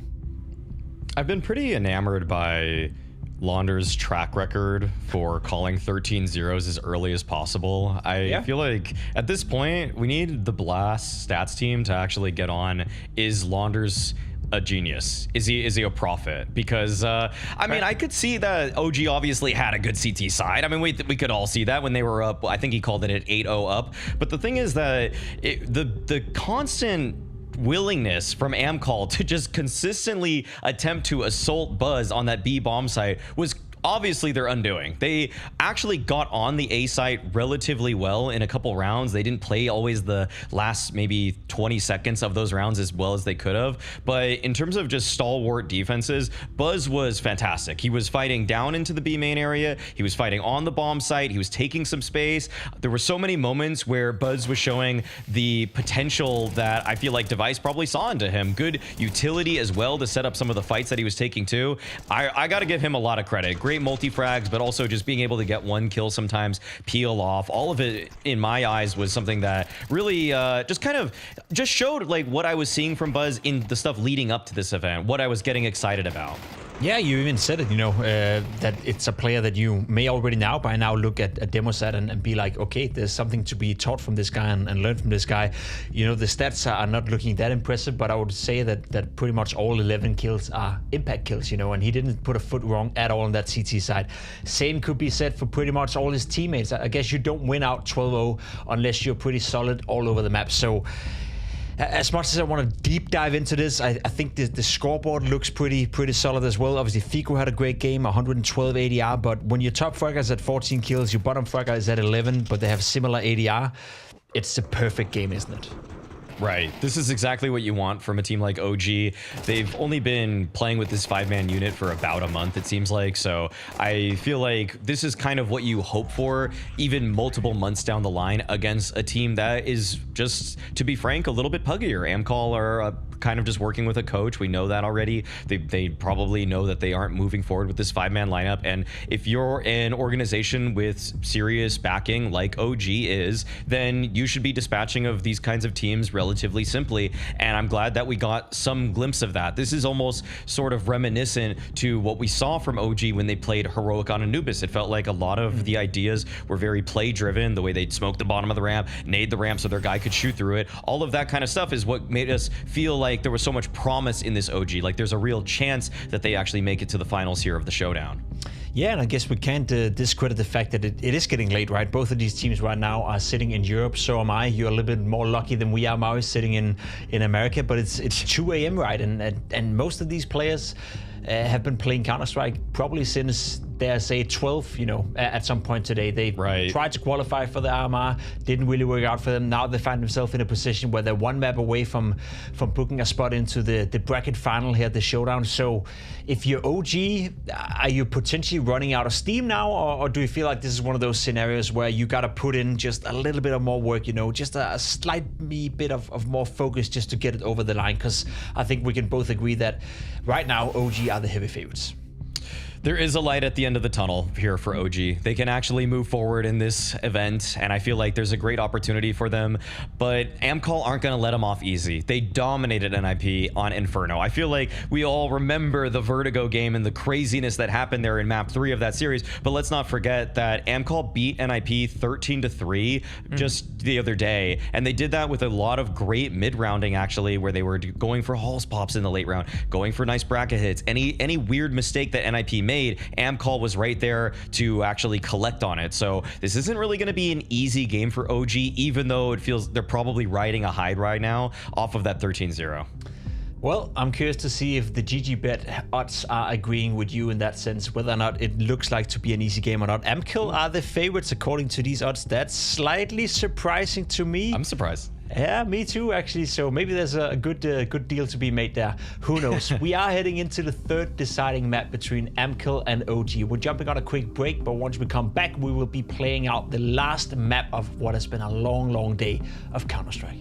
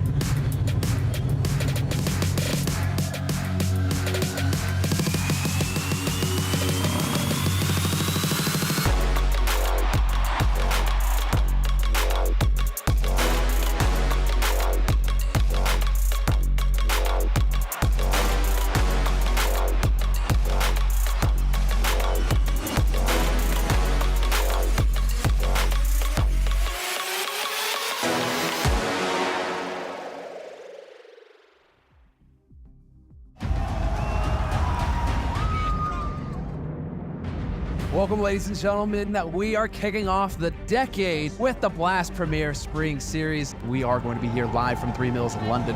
We do have the very best in the business, the best in the world competing here at Blast Premier. Who were on the way up and up last year. I'm hoping that we get some good Counter-Strike.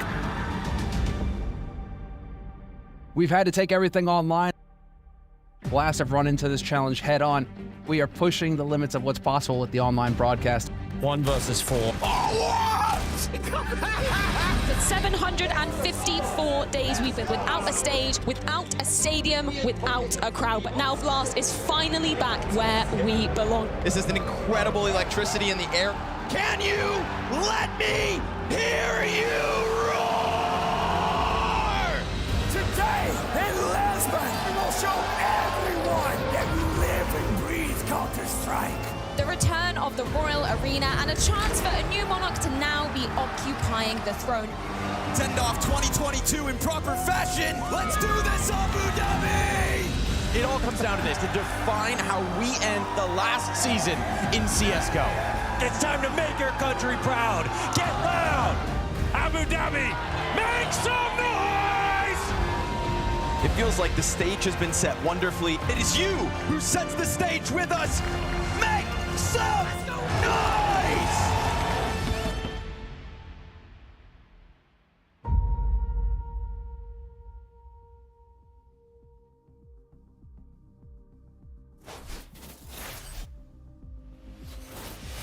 Ooh, I'm getting all them goosebumps, Mohan. So many great memories. What of Blast. venue are we in, man? I just need to know. For Austin? Yeah, man. I don't know. You'll Because I find heard out, they okay, just buddy? built a new one, and I just don't. Oh, I heard this. I heard that. Mr. I know everything. Mr. calls the 13-0. Big old hot shot Launders here. Listen, Mo, we've just gone through a catalog of Blast memories. And so how about we make another one? AMKAL and OG, baby, in the final Blast Showdown. This is what the Showdown's all about. It's the epitome of online Counter-Strike. And that means anything is possible. Map to map, match to match, team by team, day by day. Doesn't have to make sense because it's Counter-Strike. And it is. And right now, Buzz is given a first chance here on Inferno, the decider, the final map of the day. 30 official matches of Counter-Strike 2 today. And this one's finally going to be going to bed. Nexius off of the balcony, finds himself 1 kill, tries to keep his head tucked, but they don't like that. Krad is a bit of a killer, all right? He's got that blood in the water type sense to him. Krizen clears out apartments. There's still a possibility of a retake here. No kit, but at least Beretta's for Krizen to try and get himself out. Balk trying to set up Fiku to maybe come through now that the smoke on Moto's faded. But it's a well-timed pit peek to deal with half of Krizen's health. He jumps out to the blue truck and deals death to Krad. Fiku falls, Krizen follows, AMKAL win the pistol. Oh man, AMKAL on Inferno. Imagine this is the map they turned up on. They broke the 13-round streak to win the pistol on Inferno.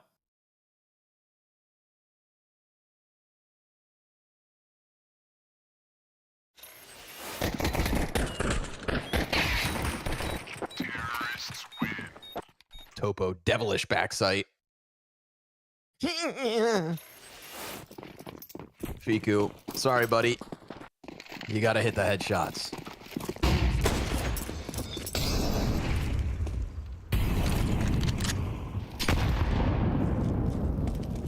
And screw Austin. Remember, we're still going to Singapore. Blast picking all these new venues lately, man. I gotta say, I'm a fan. I'm a fan of new locations. I like what you're putting out, Blast. And I had no say in picking these destinations. I need to add that as well. People are thinking I'm colluding, but I'm not colluding. I'm just like you. A viewer. Buzz watches Moto die. Can't do anything about it, so he'll try to push the MP9 into it. Fiku is in the pocket right now with the deagle. No way this force works. Krad, oh, he can't get anything. And so it falls onto Topo, 1v3. And he's got the bomb and he's got the sight. And he's got this nervous feeling about Krizen over towards that smoke. Shots sail out from short side. That's both players confirmed. Oh, deadly nade, but not quite enough. 11 HP left over after the fact. And of course, Buzz just stuck along the short wall. Topo's smoke would give him a chance to leave. If he walks out through that smoke, he's a madman. So instead, he sticks around. But they may think he's left. They may give him these chances. Sure enough, they do. And Topo goes deep, but oh, beautiful reposition from Krizen behind the tall box. Just enough to get it over the line, and the force buy breaks through. That was actually so good of a try, man. If he was 1 pixel closer, it would have been a headshot, and 1v2-1 with no HP left over. A very good effort, but by that same token, OG, what a recovery. They had nothing to work with, and Fiku put together this ridiculous deagle shot.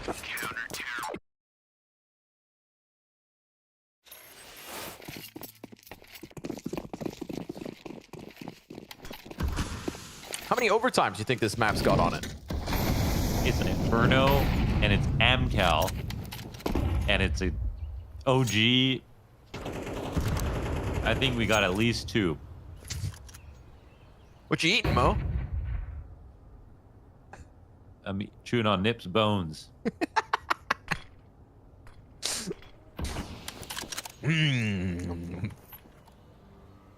Some ninja marrow.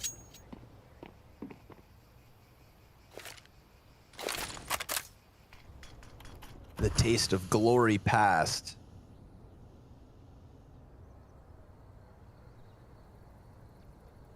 Tech-9s for AMKAL. The smoke fades, and they are going to try to pummel their way into the bomb site in a moment. Couple smokes left for the execute, couple flashbangs to boot. We'll see if Nexius goes down empty-handed, or whether Buzz even lets him shoot a shot. Instant headshot from Buzz. We get the 3-player arch wrap. They've kind of let this happen. Chrisen better be careful here, bro. There's a whole pack of players coming at him. Oh, he tears him up. Flesh from bone with the MP9 there. Ton of damage.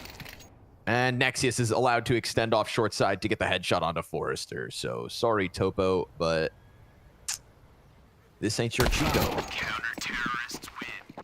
Or something. Do you like Topo Chico? I can't remember. I love Topo Oh, yeah, we Chico. love Topo Chico, man. Out of a glass bottle, specifically, while we were in Monterrey, Mexico. That was the best Topo Chico. And that was for the Blast Hour Mars. Yes, sir. If we had, you have it out of a plastic bottle, it's nothing because the bubbles aren't as sharp. And out of the plastic, you know, plastic bottle Topo Chico, it's whatever, man. Glass bottle Topo Chico. Topo Chico. Yeah. I think the sharpness of the bubbles is just far more enjoyable out of a glass bottle. And like Japanese steel. I don't know if that's sharp, but it sounds sharp. And it probably cuts through. Have you watched Kill Bill? Like OG does. We've literally watched Kill Bill together. Me, you, Maui Snake in our London apartment during London Week 2023. Yeah, shit. Oh, how quickly you forget about your friendships. I was just trying to corner you on more media, but and now I'm forgetting when we've even watched stuff together. Yep. So no, that's a good thing. I'm not trying to. No. London Week. Never forget. One to remember. Topo Chico and Kill Bill. We said, Maui Snake, where do you live? And then we rented an Airbnb across the road. Yeah. 3 guys living in London. Less Counter-Strike. And then funny enough, after that ended, we went where? We went to the Blast Showdown, where we find ourselves right now. Nexius opens up, Sviat's dead, and this is a gun round, so attention on whether or not AMKAL can kind of make more of this series. We're a little mad at them at the moment because Vertigo is so flat. You know, after Vertigo, after you get 13-0'd, it's like, if you don't win enough rounds early, I'm going to write you off. And I think I'm allowed to. You are, for sure. Right now, they're trying to take banana control, and it's working because Travis, yes, sir. 3 kills out of Travis on his own. That's a joke. Coming into the series, you know, our analysts were discussing kind of who would have had to step up for the AMKAL camp, and Travis, his name was thrown out there. Well, feel the wrath as his 3K connects. Buzz's nade finds him. And just because Travis does the heavy lifting doesn't mean AMKAL put this round on the board. So we'll see if the double coffin retake comes through. There's a flash for Nexius to set up Buzz. Crossfire very strong here from AMKAL seemingly, unless the off misses. Big if. Oh my God, they're dead. Both players go down, backside cleared as the player falls, and even without the kit, the defuse shines through. It's what you said, man. The op misses. If the op stays alive in emo, the op can delay long enough. And yeah, man, that's obviously been a problem here. I mean, like, you get a 3K entry like this, of course you're supposed to win every single time, but the fact that OG brought it close, okay, you know, I'm playing with a coach. But unfortunately, I think is it Topo back there? In emo? I don't want to credit the wrong person. I didn't see who it was.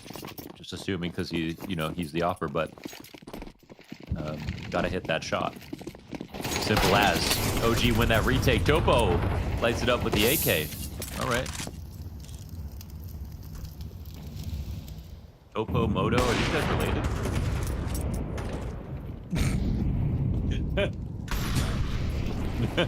Sorry. Both offers.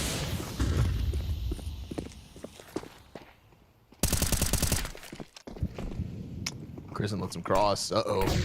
Moto's feeling the pressure now. Yeah, he's not even going to get a shot out. Flashbang from Sviat. The flashes from Sviat are excellent. And I would like everybody here has to appreciate what Sviat does with the flashbangs. It needs to be praised. It just goes, I mean, he's probably in practice, or he's probably in game review after their matches. And he's probably like, hey, you guys need to throw better flashes. And they go, yeah, Sviat. If you were in the server, you probably missed those flashes too. And here he is this week throwing those flashes, and they're getting 4 seconds of efficacy straight up every time. Everyone's blind. Perfect timing. Sviat knows his flashes. And those flashes set up AMKAL for the second round win. So sing his praise, baby. Sing it loud. Terrorists win.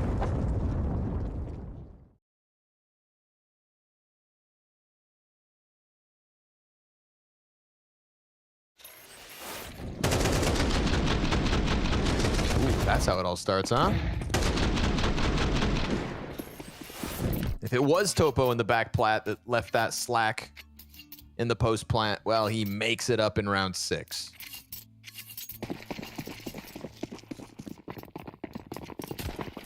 You know, we'll see about that, because sometimes those critical misses don't get made up for ransom and the whole map. Too many of them add up. You can have some cool rounds in there, but at the end of the day, you want to have good impact. That's got to be hitting the easy shots too. OG can make this night haunt him, obviously, if they punish it. If they don't, who cares? But we'll see right now. I think Topo tagged at least Krisen on the half wall. That's something to work with.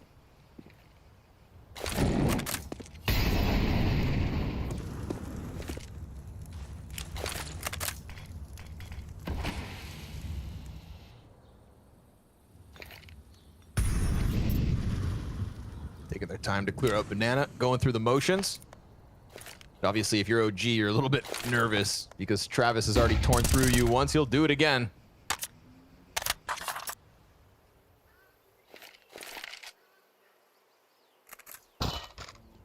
Smoke set to fade, and this 3-player setup from OG over the A site starts to question itself.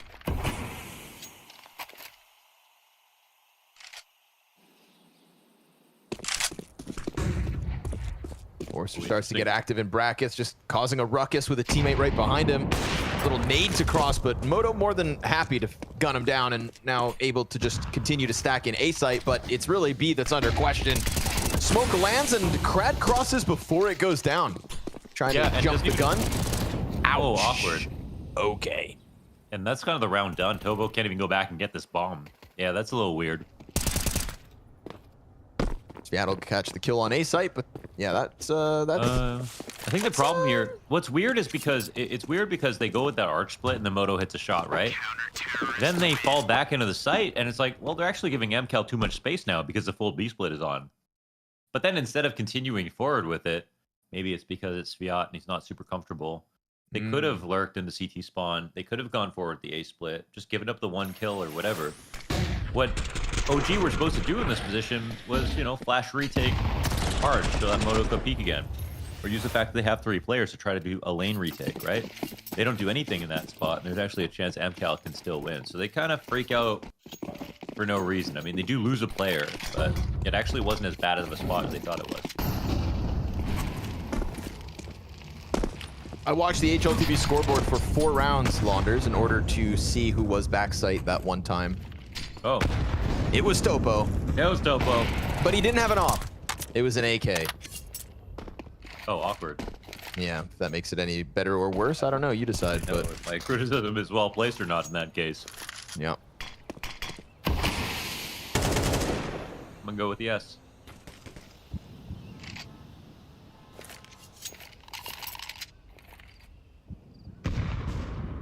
My disappointment was bubbling for 3 rounds because that's how long it takes for the internet to catch up.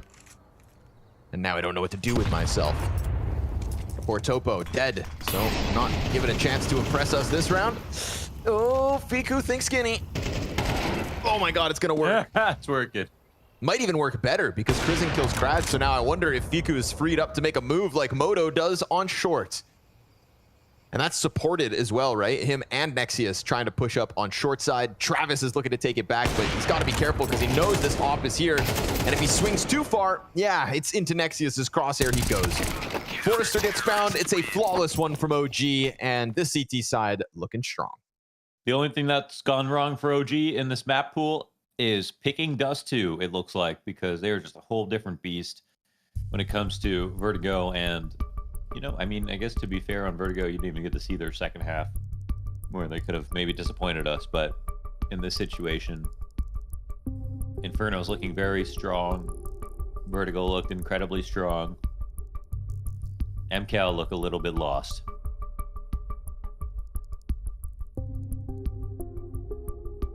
They don't know how to make OG play bad on Inferno like they could do to Nip. Right. Well, that's because that was Nip magic. Yeah. There's no Nip magic in the server tonight, so AMKAL aren't winning. That's branding biting back.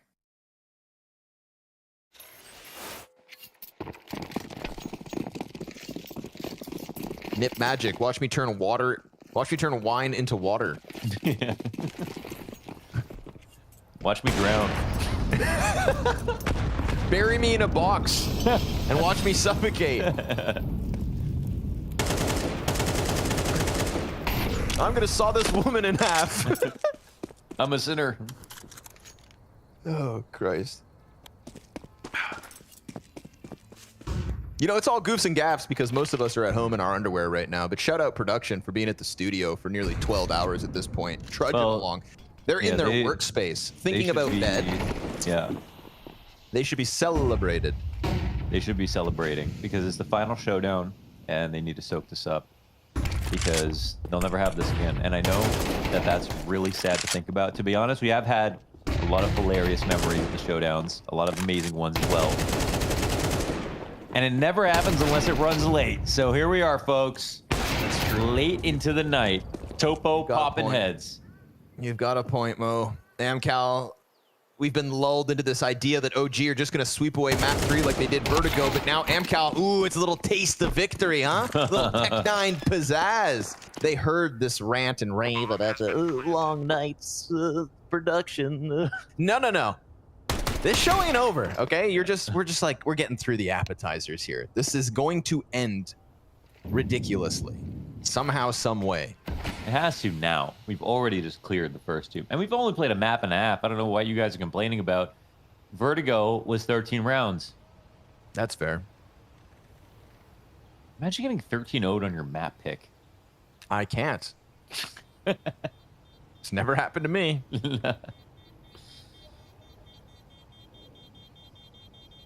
Remember when we used to do the North American Showdown? NA Showdown and EU Showdown? And everybody was doing the North American Showdown in Europe? Yeah. We would start our matches. We would start our last match at like 1 a.m. local time. And that was normal. So this is a blessing.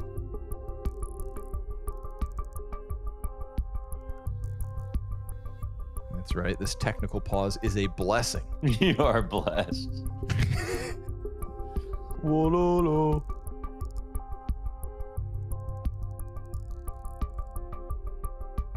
Why is it so white in this room? Krizen is farming. Is Krizen playing from heaven?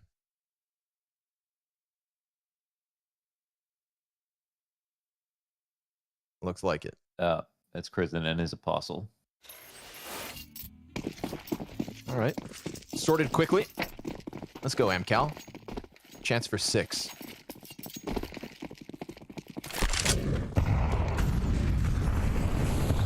Unfortunate map for Krad to suddenly be nowhere to be found. 1 in 7. You're good at Inferno. It's sus.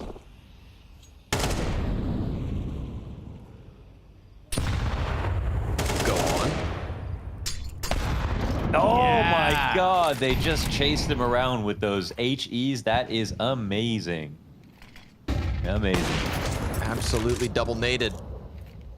Sviat down to 16 HP. His job's not going to get any easier as time goes on. OG, yeah, they can sense that the chance to keep AMKAL at one-off rounds is high. No consecutive round wins thus far from this T-half. And no matter what, at least it's not the 13-0. You know, that's the silver lining here for AMKAL. They've been stalled out of the A commit, and as they get closer, they just keep losing bodies. Sviat's nearly dead. Forrester and Travis already to the wayside. And again, Krad just unfortunately not putting it all together right now. Buzz has really been showing off his abilities as an anchor so far in the series. I mean, him on Vertigo and on Inferno's already got a couple of moments. Hasn't really been pushed to the limit in terms of getting into pit, but oh, well, this is an interesting development. Crizin knows what's up now. He's got to try to... Wait, they're going a little too fast on the B split. And Crizin is just listening into this. Does he think the site's open? He's running over to B to clear things out. And now Moto's behind him, and he misses, but the bomb's still stuck. The bomb stopped. The Topo, bomb you can't stop. Topo. Oh my God, Topo, you have 6 seconds. Okay, that would be okay. He might die after time. Oh, they're lucky they God. kill him before, but Yeah, that's a bit beyond, man. Topo, what the hell are you doing, man? you can't stop. You're not allowed to stop. You have to either die. If it's that late in the round, you have to know you've got the bomb. If someone needs to watch the flank, you need to ask someone to do it for you. Because you have to plant in this objective-based game.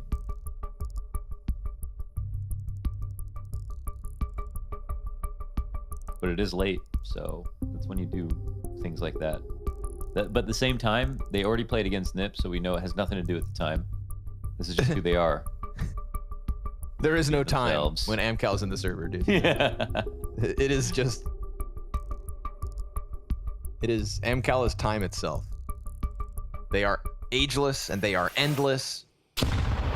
And honestly, I'm rooting for them, man. Once they no longer have to play with a coach, they've seen it. They've seen it. They looked the devils in the eyes and smiled back.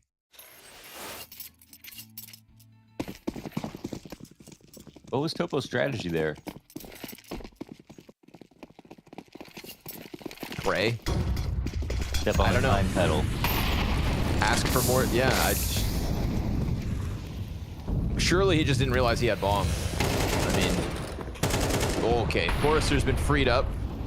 You know, maybe in the dying couple of rounds that are left here for AMKAL's T side, they're just going to get a little zany, a little unleashed. Trying to play that structure's just made things weird with the late rotates and whatnot, so into the apartments goes Forrester for the entry.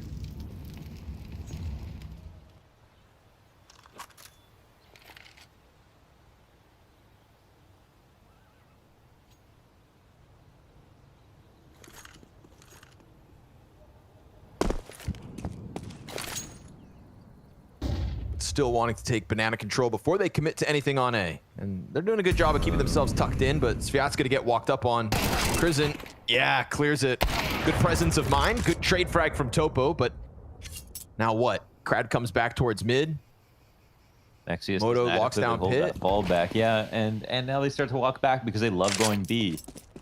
They love going B late. I don't know if Nexius is going to clue into this, but he's probably confused or concerned about his teammate who's on A.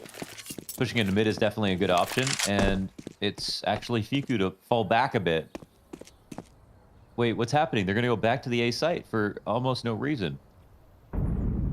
I guess trying to take brackets at 20 seconds with no control of the site. Yeah, good luck with this. Nexius from the corner will get cleared out. They've got 5 seconds left, and then they realize, oh wait, we don't have sight. In fact, they won't even get on site with time to plant. Yeah, and they still might actually die after time. You got to be very careful. All right, Travis is dead.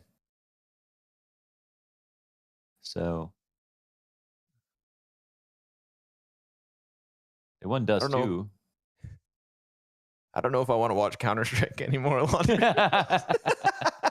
I mean, AMKAL, I need to watch all their games because so far the games that we've seen are just unreal. But that was at the major, and then there was the one we casted. Oh my god, Topo on these openings. You see, but if you give them a fight, dude, they just rock your world. Yeah. It's unfortunately just like deciding how to get to the next fight. Yeah. You know, the 5v4s, they're coming, but it's you know, step 2, 3, 4, and 7. Nexius peels Krat off. They're just going to try to trade up onto Arch. They're going to be met by resistance here, and the kills come out for OG. Crizzen having an absolute half at the moment alongside Nexius. 29 kills between the two of them. And Travis forced into the gunfight. Look at the scoop bomb up. Denied. Nexius is going to lock in that 9th CT round win here for OG, who are mere rounds away from at least having a better day after failing to qualify for the RMR. They're 4 away from a win here.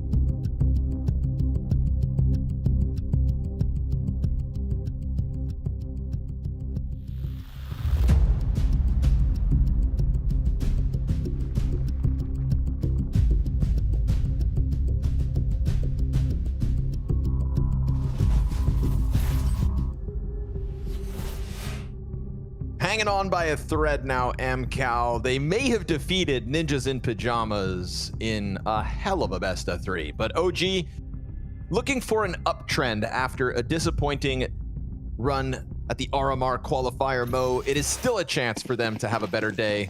They could have closed this 2-0 had Dust 2 just been finished off, but after the 13-0, I felt like AMKAL, their time was limited in the series. It might be the end here for AMKAL. We see, I mean, Topo has a better game, but he also makes a couple of big mistakes. They only have these 3 rounds to work with so far. OG been pretty solid on pistols. Let's see if they can put together a T pistol. Nexi has taken his turn at the top. Flash retake gets a little info. Little damage, little info, no kills. I mean, they know that it's a 3B setup now, so. Yep. Gonna try to hit A before the numbers come over. Topo, what can you offer?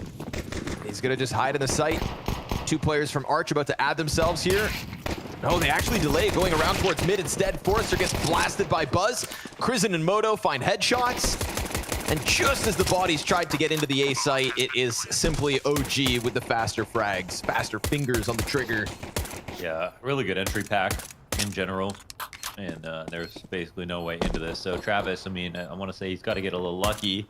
I won't be surprised if he tries to swing for the fences here, but they're starting to peel back already. I mean, surely they just run it down. I mean, come on.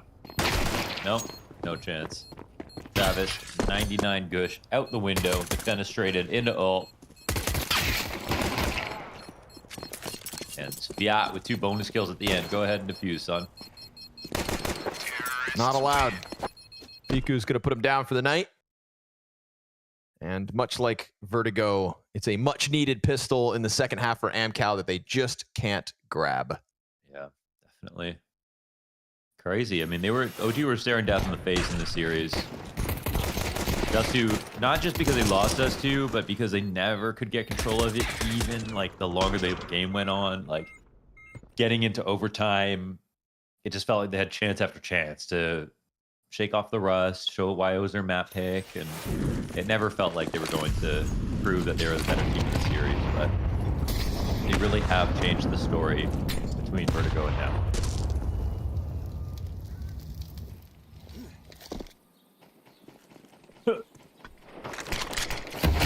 Some of them are very manly when they jump throw. That would be mine. Other ones are, yeah. Actually, I haven't listened to any of the women model jump throws. I wonder what those sound like, Lunders. You should be able to pick, as far as I'm concerned. Oh, what a find. What a find. Let me equip my voice lines. Yeah, I think you should have voice lines. One day. Krad's gonna try to contest this. Not gonna happen. Nexius still has vision. If he was hoping he would come through and everybody was still smoked off, it was optimistic thinking. Poor Krad having a tough time. Nobody's covering the plant. Scott won't get away with it. Fiku gets traded immediately back by Forrester. Somehow, AMKAL have kept the pressure up. I don't know. You know, like of all things. I don't know. CT smoked, everyone's staring at it. It's like, all right. Gonna try again with the flash, though. Yeah, ready for that one. They fake the plant. It's very delayed flash swing if they were trying to catch a planter. Yeah. Topo. It's time to lock in, Topo. Time to lock in. Time to figure this one out. Time to piece it together. Do something crazy here. Time to punch him upside the head. He's actually getting flanked, and Buzz is going to knife him. Oh, knife him. Oh, yep. That's what we need. Yep. That is what we need. Yep. Yep. Yeah. Wow. It's actually kind of cruel this late at night. Yeah, especially, it's a little messed up, man. Yeah. Buzz, how dare you? But you know what? They got eliminated from the RMR qualifier today, so they need the win back. You know, if I'm unhappy, I'm going to take it out on whoever's in my way too. I mean, we're talking about AMKAL up to 3 maps in the showdown with a coach so far. So you got to bring all the disrespect at this point. They've earned it. It's crazy that their match losing streak, right? 9-match losing streak coming into that Ninjas game. They win Ninjas, then they lose all their other RMR games. 3 RMR games, they win 14 rounds. Yep. And then they come into this OG matchup and win the first map. Yeah. So it was looking like the showdown was their event for the taking. Like this was where, for some reason, they were going to play better. We always used to say that big or best at Blast. It was looking like AMKAL were one of those anomalies. But unfortunately, it looks like their luck has dried up in the face of an upset OG.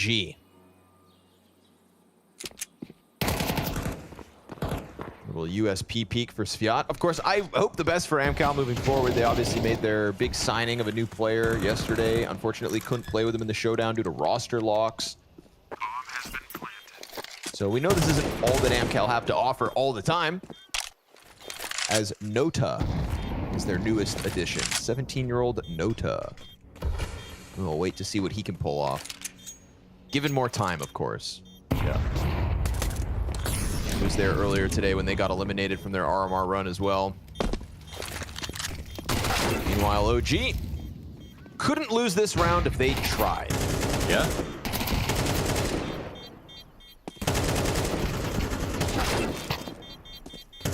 Couple kills, all they're gonna get. No kit, nothing to work with. Honestly, far more than they should have gotten away with. Nexius hangs on. All is good. He's far enough from that massive bomb, but it is OG 12-3. All right, man. I mean, this is a total of 3 rounds so far over the last 2 maps for AMKAL after fighting hard in this showdown so far, and we definitely have to give them some credit. And they also legitimized their performance versus NIP. It felt like synergistically there was just something special that only exists in the realm of AMKAL versus NIP that they conjured up, but they still brought some fight into today as well. Took down OG on Dust 2, and now they fight to make some sort of comeback for dignity, but I think if anything, we at least got to see that Sviat, he can make a comeback if he wants to. If he really wants to, he could. Hell yeah, man. If you ever need somebody to throw flashbangs, Sviat's your guy. I mean, all jokes aside, you know, it's been tough for AMKAL in the server. Oh, as we sit here, you know, obviously having our criticisms, but it's a roster in flux. Eesh. And it's not a roster that's done just yet, man. Sviat's got 2 kills. We know what this core can do, right? Having attended the Copenhagen Major. There's been some bumpy moments for them, but it's a team that's on the brink of still attending some of the bigger events of the year. And one that is making roster moves all the while. So we can all sit here, poke fun, and laugh. At the end of the day, they're the ones that sign up for one of the toughest jobs in the space. And it's made even more difficult by, again, this rotating door of players. No. No, you gotta play all these online games so late into the night every day, too. RMRs, very high-intensity games. And again, also the back of like disappointment elsewhere for the RMR. You still come into this one, still have to play the next pistol, still have to do the next quali, day by day. It all adds up. It'd be easy to quit, Launders, or even easier, like so many of us, to never even try. So, I give you my respect, AMKAL, but it's time to lose. It might just be. With all due respect. It's, yeah, I mean, they still have money. They still have a buy. They just don't have very many rounds.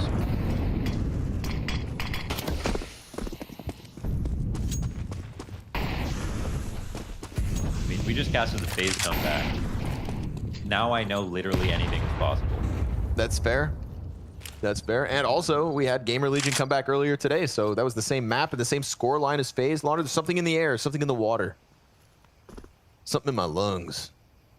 Bunch of smoke here, Forrester. Better be coughing on OG as they try to bust through, but he plays up inside of the smoke. Good for the 2K. Come on, make me eat my words, AMKAL. You want to give us a rebound? I got nowhere to go. Crad comes out, gets one. He's been struggling across this 3rd map, but oh god, Nexius starting to hit headshots. Ooh, it's a well-timed peek from Sviat. Let's go, Sviat. Honestly, I'm here to see how far this coach can go. That is a back-to-back 2Ks, yeah. And we didn't get the same level of magic, like the NIP magic from that last series, but genuinely, I don't think anyone's ever had as many spray transfers in one best of 3 as Sviat did in that game. And I mean, it's not like he had 25 kills in any of the maps, but you have to go back and watch them. I mean, they were unbelievable spray transfers that he was hitting. It was actually magical.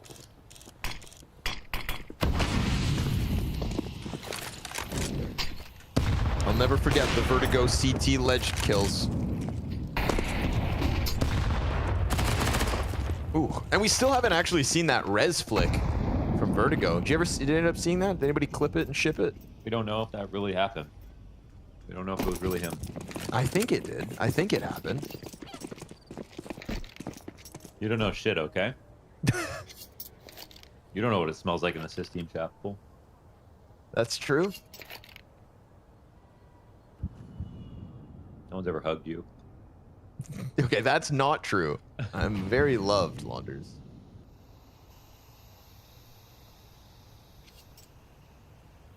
I might not be too sharp. Hey, but listen. I sure am loved. I don't care what anyone says about you. I think you're cool, okay? Okay. Uh-oh. Buzz is going to die here. Nothing much to do, huh? Glock for Moto? What are you going to do, buddy? What are you going to do? Huh? What are you going to do? You do nothing. You're going to lose to a coach. You're going to walk into that bomb site, and you're going to get blasted. I bet you wish your coach was playing OG. You're here to learn a lesson. AMKAL, they wrote AMKAL on the whiteboard. Step 1, AMKAL. Is that like tattooing your name on your back? Yeah.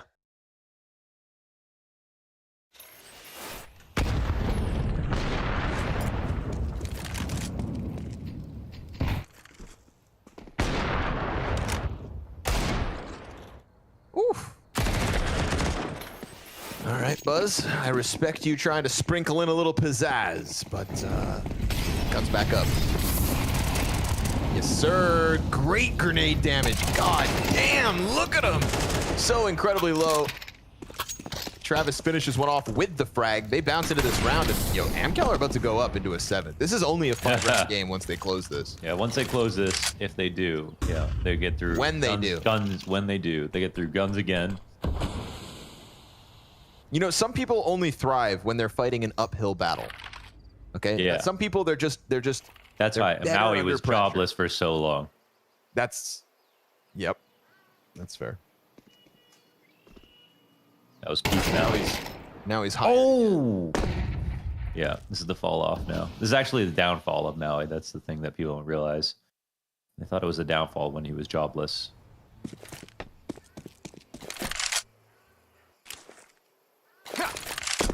All those great streams he was doing. It's the end. Just oh my him and gosh. all his best Topo. friends. Yeah. Okay, Topo, it's in one of these critical mid-round moments where Topo, could make the play to save the day. And he's looking at the right position. Oh, man. Kind of half worried about this. Coming back in this angle late. They're coming to peak mid. He misses the shot, man. That's it, huh? That was it. That was Topo's chance to shine. That's the one. That's the one. And man, to be honest, it's tough luck for Topo, but he is the only real performing player at the moment for AMKAL on this third map. And we've seen greatness from other individuals throughout this series, throughout the run at the Showdown, but it really does feel like now it is too far gone. We got too late into the night. Who other than Spiato to keep the dream alive? Tapped out of it. OG will have something today to be happy about. They may have, again, been shut down in the RMR qualifier, but another chance here at the Blast Showdown. They have earned a chance to play the winner of FaZe or paiN on Sunday. One best of 3 between OG and the Forum in Copenhagen. Yes, indeed. We do see OG take the final map here on Inferno 13-6 against AMKAL, who have been a surprise to the tournament so far, Maui Snake. But let's be completely honest, them playing with a coach, it was never bound to end well. And I'm surprised they even got to this point where they pushed OG into a third map. I'm impressed for the fact that OG were able to hold their resolve. I mean, it's getting really late for them, obviously, and I felt like there were a couple situations that they could have let slip, but no, they. I think that they showed that there's probably a better side to their Counter-Strike. We saw them play against Heroic and look really solid. This game, this whole BO3 was a little bit messier overall, and for AMKAL's sake, the one thing I really said when I watched this team or wanted to get from them as they started the series was some Topo moments, and I'm glad we got that on map number 3 because I think Launders and Scrawny were right. It was pretty unlikely to see AMKAL make it all the way through with the coach, and so I wanted to just see what's that new talent that's brewing on this roster, and Topo showed a good face on the final map. Yeah, I agree. I think Tobo has been a fun visit for AMKAL. However, they have now been eliminated from the tournament and will no longer stand a chance in order to qualify for the fall finals. OG, as we spoke about, they move on, you know, on behalf of AMKAL. And I think for OG overall, as you said, not a pretty series, not the best showing, but it's been a long day of Counter-Strike for them. And we cannot forget, to those of you watching right now, current local time in Europe is close to 3 a.m. So those small mistakes that we saw on the server, I guess we can excuse them a little bit. Exactly, right. And just looking at the bracket, I mean, I don't know if it's going to get that much better for them, FaZe or paiN next. And I think they're right now just praying that it's paiN, because from what I've seen from OG, if they actually end up in that matchup versus paiN, if paiN somehow pulls off the upset, there is a real world they make it, and then they can actually make something of their season in what is otherwise probably a little bit disappointing right now. And so hopefully the OG guys, they go back to the drawing board, they think about what they need to improve on, think about what maps they might be playing in that actual potential matchup, and try to make something of it, because I know you missed the RMR, but there's still more to do in terms of the season. Yeah, hell yeah, it'll be a massive performance and a massive uptick for OG if they can find a way to book a spot for the fall finals. Also, a massive uptick, and something I look forward to do every single day, is the traded play of the days. We have again 3 contestants going for it, and we're starting off with a little bit of sass, Maui. Oh yeah, number 1, we got Boomich. I don't even know if I want to call him Big Boom anymore, but he stood tall on the bomb site. Great multi-frag from him, leading to an ace. Good stuff. And yeah, he looked good individually on that one. Yeah, unfortunately no longer part of the tournament, Big Boom, but a guy that is Andu did his absolute best today as well for GamerLegion in order to take down Big. A nice ace here on Mirage, showing his absolute capabilities in terms of aiming, going for the duels, never staying away from it. Just like Boomich though, he's been eliminated from the tournament, so if he wants to win anything here at the Blast Showdown, it better be this one. Right, and Searson coming in with a 1v4 with the Glock. This was a great day for Searson. I know this 1v4 is it's a pistol one, so maybe you're like, okay, it's just a pistol clutch, but like, you watch the totality of what Searson did today in the series that he played against GamerLegion, and man, I was severely impressed. I actually didn't know that he still had this stuff in him. No, neither did I. It's been a while since we've seen Searson play at that level, and I'm curious to see if he can keep it up. Something tells me that he have to if Big want to stand a chance of booking one of those spots to the fall final. We also have the GG bet predictions, and we can take a look at how many people screwed up today. A couple of us predicted Cloud9 to beat paiN Gaming, and a couple of us did not. So by the looks of it, it's a pretty tight race. And Maui, look at that. You're basically still part of the leading group. Oh, that's surprising. I'm doing well. James Banks, though, I wonder what he's going to go for the steal. Who does James dislike here? We'll find out. It's probably going to be me, if I know right. I hope he's going to steal from you, though. Anyway, we are about ready to end the day. It's been a very long day, but not before we take a look at tomorrow's schedule, because we still have plenty of Counter-Strike coming your way. Complexity is taking on Falcons in one of the semifinals. You have FaZe taking on paiN, and then you also have Big taking on Virtus.pro. I think for my money, Maui, FaZe versus paiN, that's the one I look forward to the most, but Complexity versus Falcons, on paper, also a pretty 50-50 matchup. Oh, I'm looking for Complexity Falcons. Yeah, that's my number 1 right there. Big VP is always a fun stylistic match. I mean, both of the teams seem to have such a structured, regimented way that they want to play the game, and to see that those ideals clash with the personnel in the server, I think that one's going to be good too. Today was a little bit weird in a lot of ways. There were some odd games that I couldn't really predict, but I think tomorrow we're going to have some overall higher quality stuff, and I feel like if you missed a lot of today, you should actually tune in tomorrow for real. Of course you should. It's all about that spot, or those 2 spots for the fall finals. We have 3 semi-final matchups going your way tomorrow. Plenty of Counter-Strike starting early, and as we said already, Maui, you said it as well so perfectly. It's been a bit of an odd day, but if you've been tuning in with us throughout the entire day, or night for that matter, a big thank you goes out to you. We will jump to bed, we will go somewhere else, we'll take a break, and then we're gonna come back fresh tomorrow with semi-finals here at the Blast Showdown 2024. See you around.